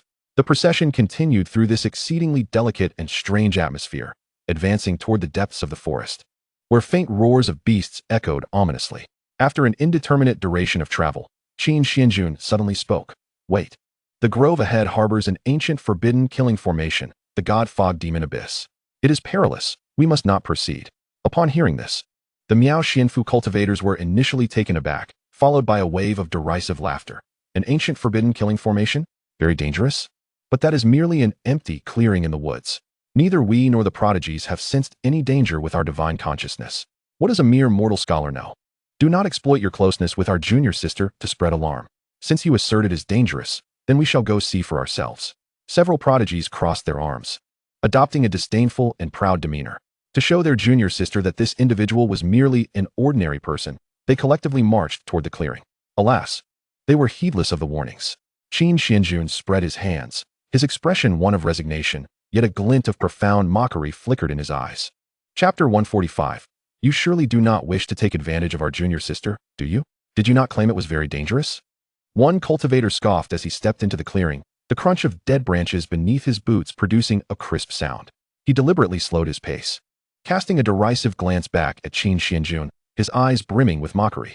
After being publicly challenged, he finally found an outlet for his frustration. A mere storyteller dares to speak of ancient taboos? Another disciple joined in the laughter, his sleeves fluttering, causing the surrounding wild grasses to sway. Surely, you do not seek to gain our junior sister's favor through exaggerated claims of danger? The others echoed their disdain, shaking their heads. They surveyed the area, sensing not even a trace of demonic energy. Even the prodigies had released their divine consciousness to confirm it was nothing more than an ordinary place. Trying to be mystical, the leading disciple in green snorted, relaxing his stance. Some even retrieved spirit fruits from their storage bags, munching them while mocking, Junior sister. Your esteemed friend here must have had a poor night's sleep yesterday. His eyes are surely deceiving him. Xie Qingwei furrowed her brow, about to speak, when she noticed Qin Xuanjun standing with his hands clasped behind his back, a faint, almost imperceptible smile gracing his lips, deep, yet indescribably profound, as if he had already seen through everything. He sighed lightly, his tone filled with resignation. Alas, alas. They refused to heed the warnings. What can I do? No sooner had he finished speaking than the clearing erupted in chaos. The ground trembled violently, as if an ancient beast was awakening from beneath. The previously serene earth suddenly cracked open with numerous fissures, and a pitch-black demonic mist erupted forth like a living entity, engulfing a 100-foot radius in an instant. The mist was thick to the point of near solidity, and within it, one could vaguely discern flickering crimson patterns, resembling countless malevolent eyes opening, radiating in eerie malice. What? The disciple in green paled, about to retreat, only to find the ancient trees around them behaving as if controlled by some unseen force. Their branches striking out like giant serpents, black and purple patterns appearing on their surfaces, lashing out with tremendous power towards the group. A disciple, caught off guard, felt a branch graze his arm, leaving a crimson mark. The blood had not yet dripped before it was eroded by the mist, black patterns rapidly creeping over the wound. Flesh visibly withering and twisting, ultimately transforming into a lifeless piece of wood, with a few tender green leaves sprouting, clearly the beginnings of a small tree demon. This mist is toxic. Do not touch those branches. The Li family prodigy finally realized the gravity of the situation, shouting sharply as he summoned his life-bound flying sword to sever the approaching branches. However, more demonic mist surged forth from the fissures, coalescing into countless palm-sized black blades, raining down like a torrential storm. Seeing this, Qin Xuanjun displayed no mercy. Instead, he secretly nurtured those tree demons and formations with the chaotic demonic energy of the great Tao. The cries of agony echoed in rapid succession. One disciple was pierced through the shoulder by a demonic blade, the black mist invading his wound, his eyes instantly bloodshot, his skin crawling with bark-like patterns, emitting inhuman howls. Xianxiaaudiobooks took a deep breath, a glimmer of cold light flashing in her eyes. Grasping the Jiutian Xianyu sword, she waved her delicate hand, and countless sword shadows coalesced from thin air. The sword light cascaded like the Milky Way, shattering the encroaching tree demons and demonic blades into fragments. However, just as she turned to rescue the disciples engulfed in the demonic mist, a dark purple blade grazed her back, piercing her shoulder. Senior Sister Qinghua. The crowd gasped in horror. Several prominent individuals from the ranks turned pale, their eyes filled with anxiety and helplessness. Qinghua let out a muffled groan, a trickle of blood seeping from the corner of her mouth, yet she gritted her teeth to steady herself, continuing to fend off the onslaught for her companions. Nevertheless, her movements grew noticeably sluggish, the wound on her shoulder oozing black blood, as the demonic mist began to erode her spiritual veins. Ha ha ha, foolish human cultivators. You shall all become our nourishment. From the depths of the mist, a colossal ancient tree split open, revealing a half-rotten human face that emitted a sharp, sinister laugh. The divine mist demonic abyss array feasts exclusively on the essence of cultivators. Today, you shall all serve as sustenance for my demonic abyss tree. Curse it, Li. One of the prominent individuals roared in anger, yet they found themselves powerless to break free. The mist thickened, their spiritual energy continuously devoured, the black blood from their wounds accumulating, plunging them into despair. They could only beseech Xie Qinghua, junior sister, quickly contact young Master Baiming Feng, and have him lead the disciples of Baiming Tianzong to rescue us. Upon hearing this, Xie Qinghua struggled to fend off the array and the tree demons while reluctantly retrieving a communication talisman to seek help from Baiming Tianzong. After all, though she held her principles in high regard, she could not bear to witness her fellow disciples perish. However, Qin Xuanjun calmly intervened, smiling faintly. Miss Xia, there is no need for alarm. I possess some understanding of the array's bagua techniques. Allow me to attempt to break it.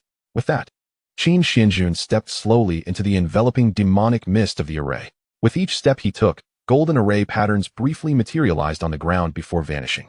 When the rampant mist encountered these golden patterns, it melted away as snow does under the sun. He waved his hand, sending forth 9 golden array seals that precisely embedded themselves into the core of the array, his fingertips forming seals as he murmured incantations, heaven and earth as the board, the universe as the guide. Grasp the cycle, glimpse the 6 paths, break.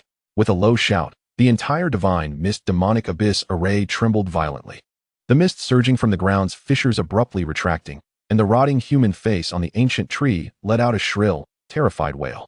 The poisonous mist and black blades dissipated, and countless branches extending from the tree demons crumbled into dust. The array, has it truly been broken? A disciple clad in azure sat on the ground, his face a mask of astonishment. As the mist gradually cleared, it revealed a scene of devastation, charred stumps, broken branches, and over a dozen nearly lifeless disciples of the Miao Xinfu.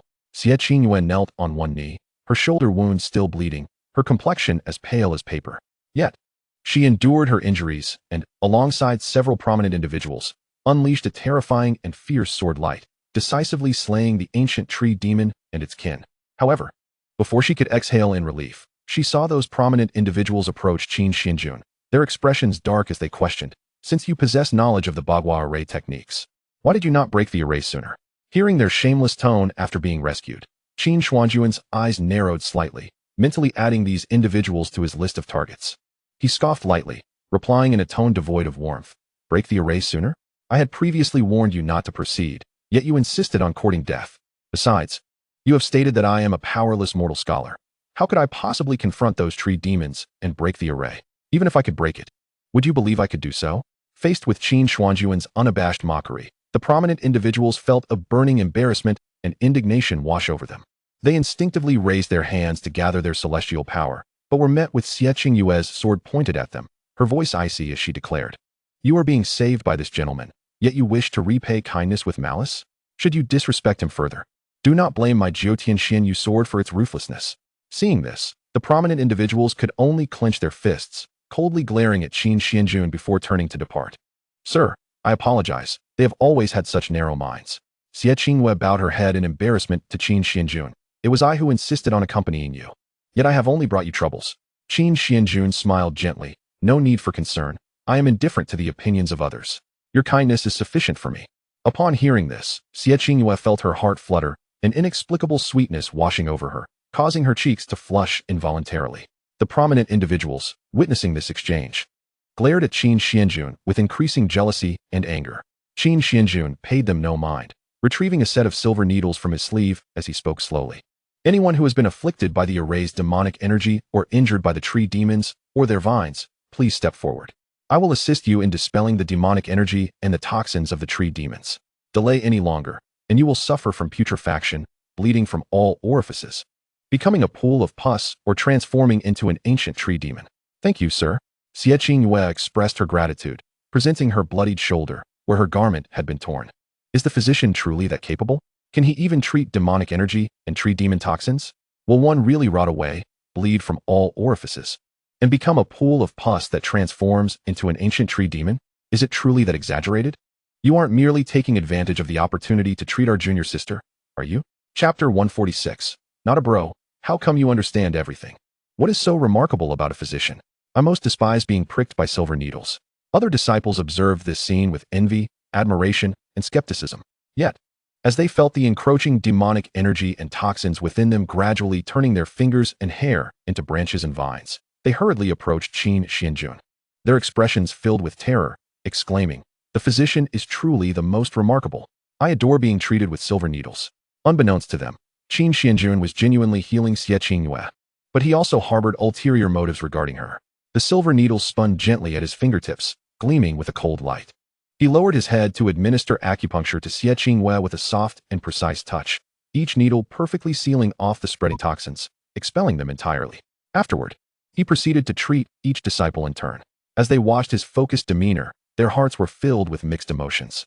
Just moments ago, they had mocked him for being alarmist, yet now they found themselves compelled to accept his life-saving grace. "Thank you for saving my life, sir." A disciple in azure spoke with difficulty, overwhelmed by shame. "Your benevolence will be remembered by us."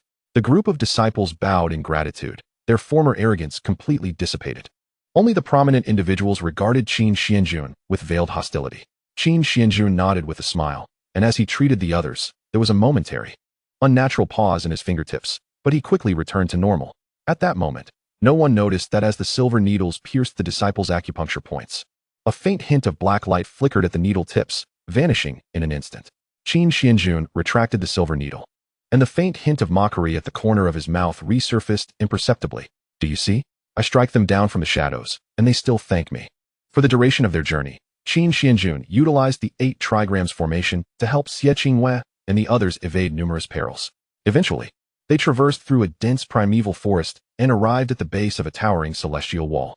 This wall stood majestically, though its structure was in ruins, marked by the scars of divine assaults. Its ancient, mottled surface exuded a desolate aura. Beneath the wall lay countless skeletal remains, a grim sight of white bones, some even glimmering with a jade-like luster, clearly the remnants of formidable cultivators in their lifetime. What was even more chilling was the dark red bloodstains that stained the wall, enduring through the ages without fading, emanating a sinister aura. At the center of the wall, 4 enormous and archaic characters stood out. Shenlan, ancient land. Clearly, this was the entrance to the secret realm of the ancient nation, a forbidden place that buried countless powerful beings and concealed ancient secrets. Beyond the dilapidated celestial wall lay a scene more terrifying still. The heavens were shrouded in darkness. Malevolent energy pervaded the air. And amidst the ancient ruins stood countless stone statues. These statues, once guardians or sacrificial offerings of the ancient nation, were now eroded by overwhelming demonic energy. Their surfaces marred by inky black patterns. As Qin Xuanjun and his party passed by, the eyes of the statues ignited with a horrifying red glow. Under the astonished gazes of the disciples from the ethereal mansion, all the statues began to tremble. Their stony exteriors crumbled away, revealing bodies as dark as demonic gold. In an instant, they transformed into thousands of stone demons, surging forth from the depths of the ruins like a tidal wave. Their malevolent energy soaring as they lunged at the newly arrived group. Damn it! We encounter these grotesque creatures the moment we step in. A prodigy among them cursed in frustration, summoning a treasure to unleash divine light. Yet he was unable to shatter the foremost stone demons. These figures, originally carved from ancient celestial jade, had been corrupted by demonic energy over the ages, their defenses formidable. Even Xie Qinghua, wielding the nine heavens Xinhua sword, along with the prodigies of the celestial mansion equipped with high-tier treasures, found it exceedingly difficult to breach their defenses. Not to mention the cultivators of lesser strength. The sheer number of stone demons was overwhelming, relentless in their assault, with bodies as hard as iron and immense strength. In an instant, the ranks of the cultivators were thrown into disarray, embroiled in a fierce battle. Various divine abilities and treasures erupted, colliding with the dark demonic energy, producing deafening roars. Cries of agony echoed as disciples were shredded by the stone demon's claws or became petrified, succumbing to the demonic energy and transforming into new monsters. Protect the master and retreat. Xie Qinghua shouted, her sword light shimmering like a thread. Yet, in the face of life and death, even self-preservation was a challenge. Who could afford to divert their attention? Her plea was drowned out by the cacophony of slaughter and the roars of the demons. Even if someone heard her, they were too powerless to respond. The onslaught of the stone demons was too ferocious, leaving their own survival hanging by a thread. However, when they glanced towards Qin Xuanjun's position, their eyes widened in disbelief. There stood Qin Xuanjun, enscathed in the pit, surrounded by dozens of luminous talismans. These talismans, crafted from various materials, jade, gold, bone, and even those drawn with emptiness as paper and Dao patterns as ink, floated around him. He held a thick stack of divine talismans in his left hand, their radiant energy swirling, while his right hand, fingers poised like a brush, inscribed new runes in the void with astonishing speed, flowing like clouds. Embodying the essence of the Dao, a towering stone demon roared and lunged again. Without even raising an eyebrow, Qin Xuanjun waved his left hand, sending forth a purple talisman. Command. Boom. The nine heavens thunder suddenly struck down, as thick as a palace pillar, its blazing light instantaneously shattering the stone demon, evaporating its malevolent energy. More stone demons charged from the side. With a flick of his fingertip, a crimson talisman ignited, transforming into an ocean of fire, incinerating the stone demons into molten liquid. Then, the void rune he had just inscribed suddenly glowed, emanating a devastating aura that sent shivers down everyone's spines. It was pure obliteration energy. The rune flew forth, distorting the space through which it passed, and those surging stone demons were instantly reduced to dust by an unseen force. He stood there, one hand wielding the boundless talismans, the other inscribing supreme seals, surrounded by an array of various runes, with thunder and fire raging, and the force of obliteration wreaking havoc, shattering all stone monsters that charged towards him into fragments. It was effortless and leisurely, as if he were not facing a terrifying tide of demons, but merely doodling in his own backyard. In an instant, a bizarre vacuum formed around him, no demon daring to approach, nor able to approach. Everyone was left dumbfounded, including the prodigies, their offensives halting involuntarily, disbelief written across their faces. Even Xie Qinghua, who was aware of Qin Xuanjun's hidden prowess, had her beautiful eyes wide open. Her red lips parted in astonishment, almost forgetting the battle before her, instinctively pointing at him and murmuring, "Master, you can also wield talismans?" Qin Xuanjun retracted his inscribing fingers, the luminous talismans around him dimming, yet still exuding an unsettling power. He brushed off non-existent dust from his robe and, meeting the stunned gazes of the crowd, smiled nonchalantly, as if remarking on the pleasantness of the day. "Indeed, though I possess no strength, I have a slight understanding of the art of talismans." Subsequently, Qin Xuanjun took the damaged sword from Xie Qinghua's hands and, employing his exquisite refining skills, repaired it. He then produced a pill adorned with crimson patterns. Tossing it to the astonished disciples of the ethereal mansion, smiling lightly, "Don't look at me like that. I happen to have a bit of knowledge in alchemy and weapon refining." as they beheld the nine heavens Xianyue sword, restored in an instant, and the pill brimming with terrifying power in hand. The disciples of the ethereal mansion were left bewildered. Aren't you just an ordinary storyteller from a tea house? No. How do you know a bit about everything? Chapter 147. Initially, I only wished to interact with you as an ordinary person. What terrifying amplification of power. This is actually the blood-burning soul saint pill? After a cultivator swallowed the crimson pill, he felt an endless surge of power within, his blood boiling and soul igniting. Exclaiming in exhilaration. The other cultivators followed suit, consuming the pill, their battle prowess multiplying several times within a short span, their chi and blood soaring like smoke.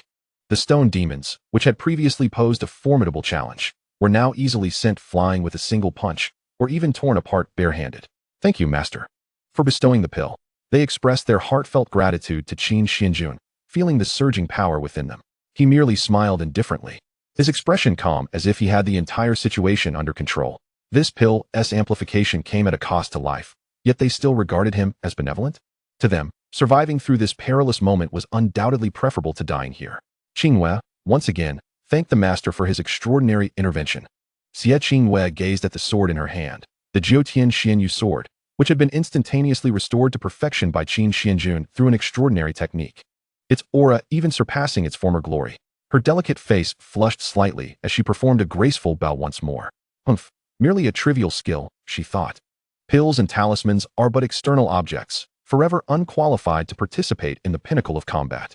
Several prodigies, observing both their fellow cultivator and Qingyue's admiration for Qin Xuanjun, could not suppress their jealousy, their words laced with mockery. However, before they could finish speaking, a sudden tremor shook the ground, as if an immense titan were awakening. From the distant ruins, a colossal stone demon, towering 100 feet high, broke free from its seal, roaring towards the heavens. Its body was forged from a peculiar dark gold demonic stone, its surface adorned with an intricate array of ancient demonic runes. Two flames of ethereal darkness, capable of incinerating souls, burned in its eye sockets, emanating an oppressive malevolence that rendered everyone present breathless and their blood stagnant. This giant demon was clearly unlike other stone demons. It had once been a guardian deity of an ancient kingdom, now corrupted by the most profound demonic energy, transformed into an embodiment of destruction. Not good. A prodigy turned pale, instinctively retreating. The colossal stone demon disregarded the others, seemingly sensing the unique threat emanating from Qin Xuanjun. It advanced with thunderous steps, shaking the earth beneath it, enveloped in boundless evil power, charging forth like a mountain of malevolence. Its fist, the size of a grinding stone, radiated a destructive demonic light, tearing through the void, descending directly upon Qin Xuanjun. The very air trembled in its wake, as if on the verge of collapse. The might of this blow far exceeded all previous stone demons, leaving those who had consumed explosive blood pills in utter despair, devoid of any will to resist. Sir, be careful, Qingyue exclaimed, her complexion paling, wishing to step forward but finding herself paralyzed by the overwhelming force of the impending strike. The other prodigies were equally horrified, their expressions betraying a mixture of terror and a secret anticipation. At that critical moment, Qin Xuanjun stood his ground, unyielding, and casually took the freshly restored Jiutian Xianyu sword from Qingyue's hand. The instant the sword touched his palm, his entire demeanor underwent a dramatic transformation. The earlier nonchalant, somewhat irreverent scholar persona vanished without a trace, replaced by an extraordinary brilliance, a lofty pride that seemed to gaze down upon the world. He appeared no longer as a mere man, but as a legendary sword, long sealed away, suddenly unsheathed. He did not even glance at the world-shattering fist. Instead, with a mere flick of his wrist, he summoned forth the sword. Buzz! The Jiutian Xianyu sword emitted a clarion cry that resonated through the heavens, as if awakening from countless ages of slumber, finally meeting a master capable of wielding it. In the next instant, Qin Xuanjun swung it effortlessly. There was no cataclysmic explosion of spiritual energy, no intricate and ostentatious swordplay, only a beam of light, a sword light so pure, so sharp, and so resplendent that it transcended all limits. Initially as fine as a strand of hair, the sword light suddenly surged, transforming into countless unmatched sword auras that crisscrossed like the Milky Way descending from the heavens, akin to the ancient frost erupting in an instant, instantly filling the entire realm. Wherever the sword light passed, the demonic fist capable of shattering mountains and obliterating souls, along with the stone demon's indomitable dark gold form, crumbled and disintegrated silently, as if cast into flames, reduced to nothingness. Even its roar and the overwhelming demonic aura surrounding it were utterly shredded by the boundless sword intent. Dissolving into the void. Boom. The sky rained down shattered stones, and that terrifying stone demon was completely reduced to dust by Qin Xuanjun's effortless sword strike. Silence enveloped the world.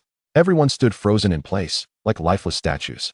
Xianxiaaudiobooks covered her mouth with her delicate hand, her beautiful eyes brimming with shock and disbelief.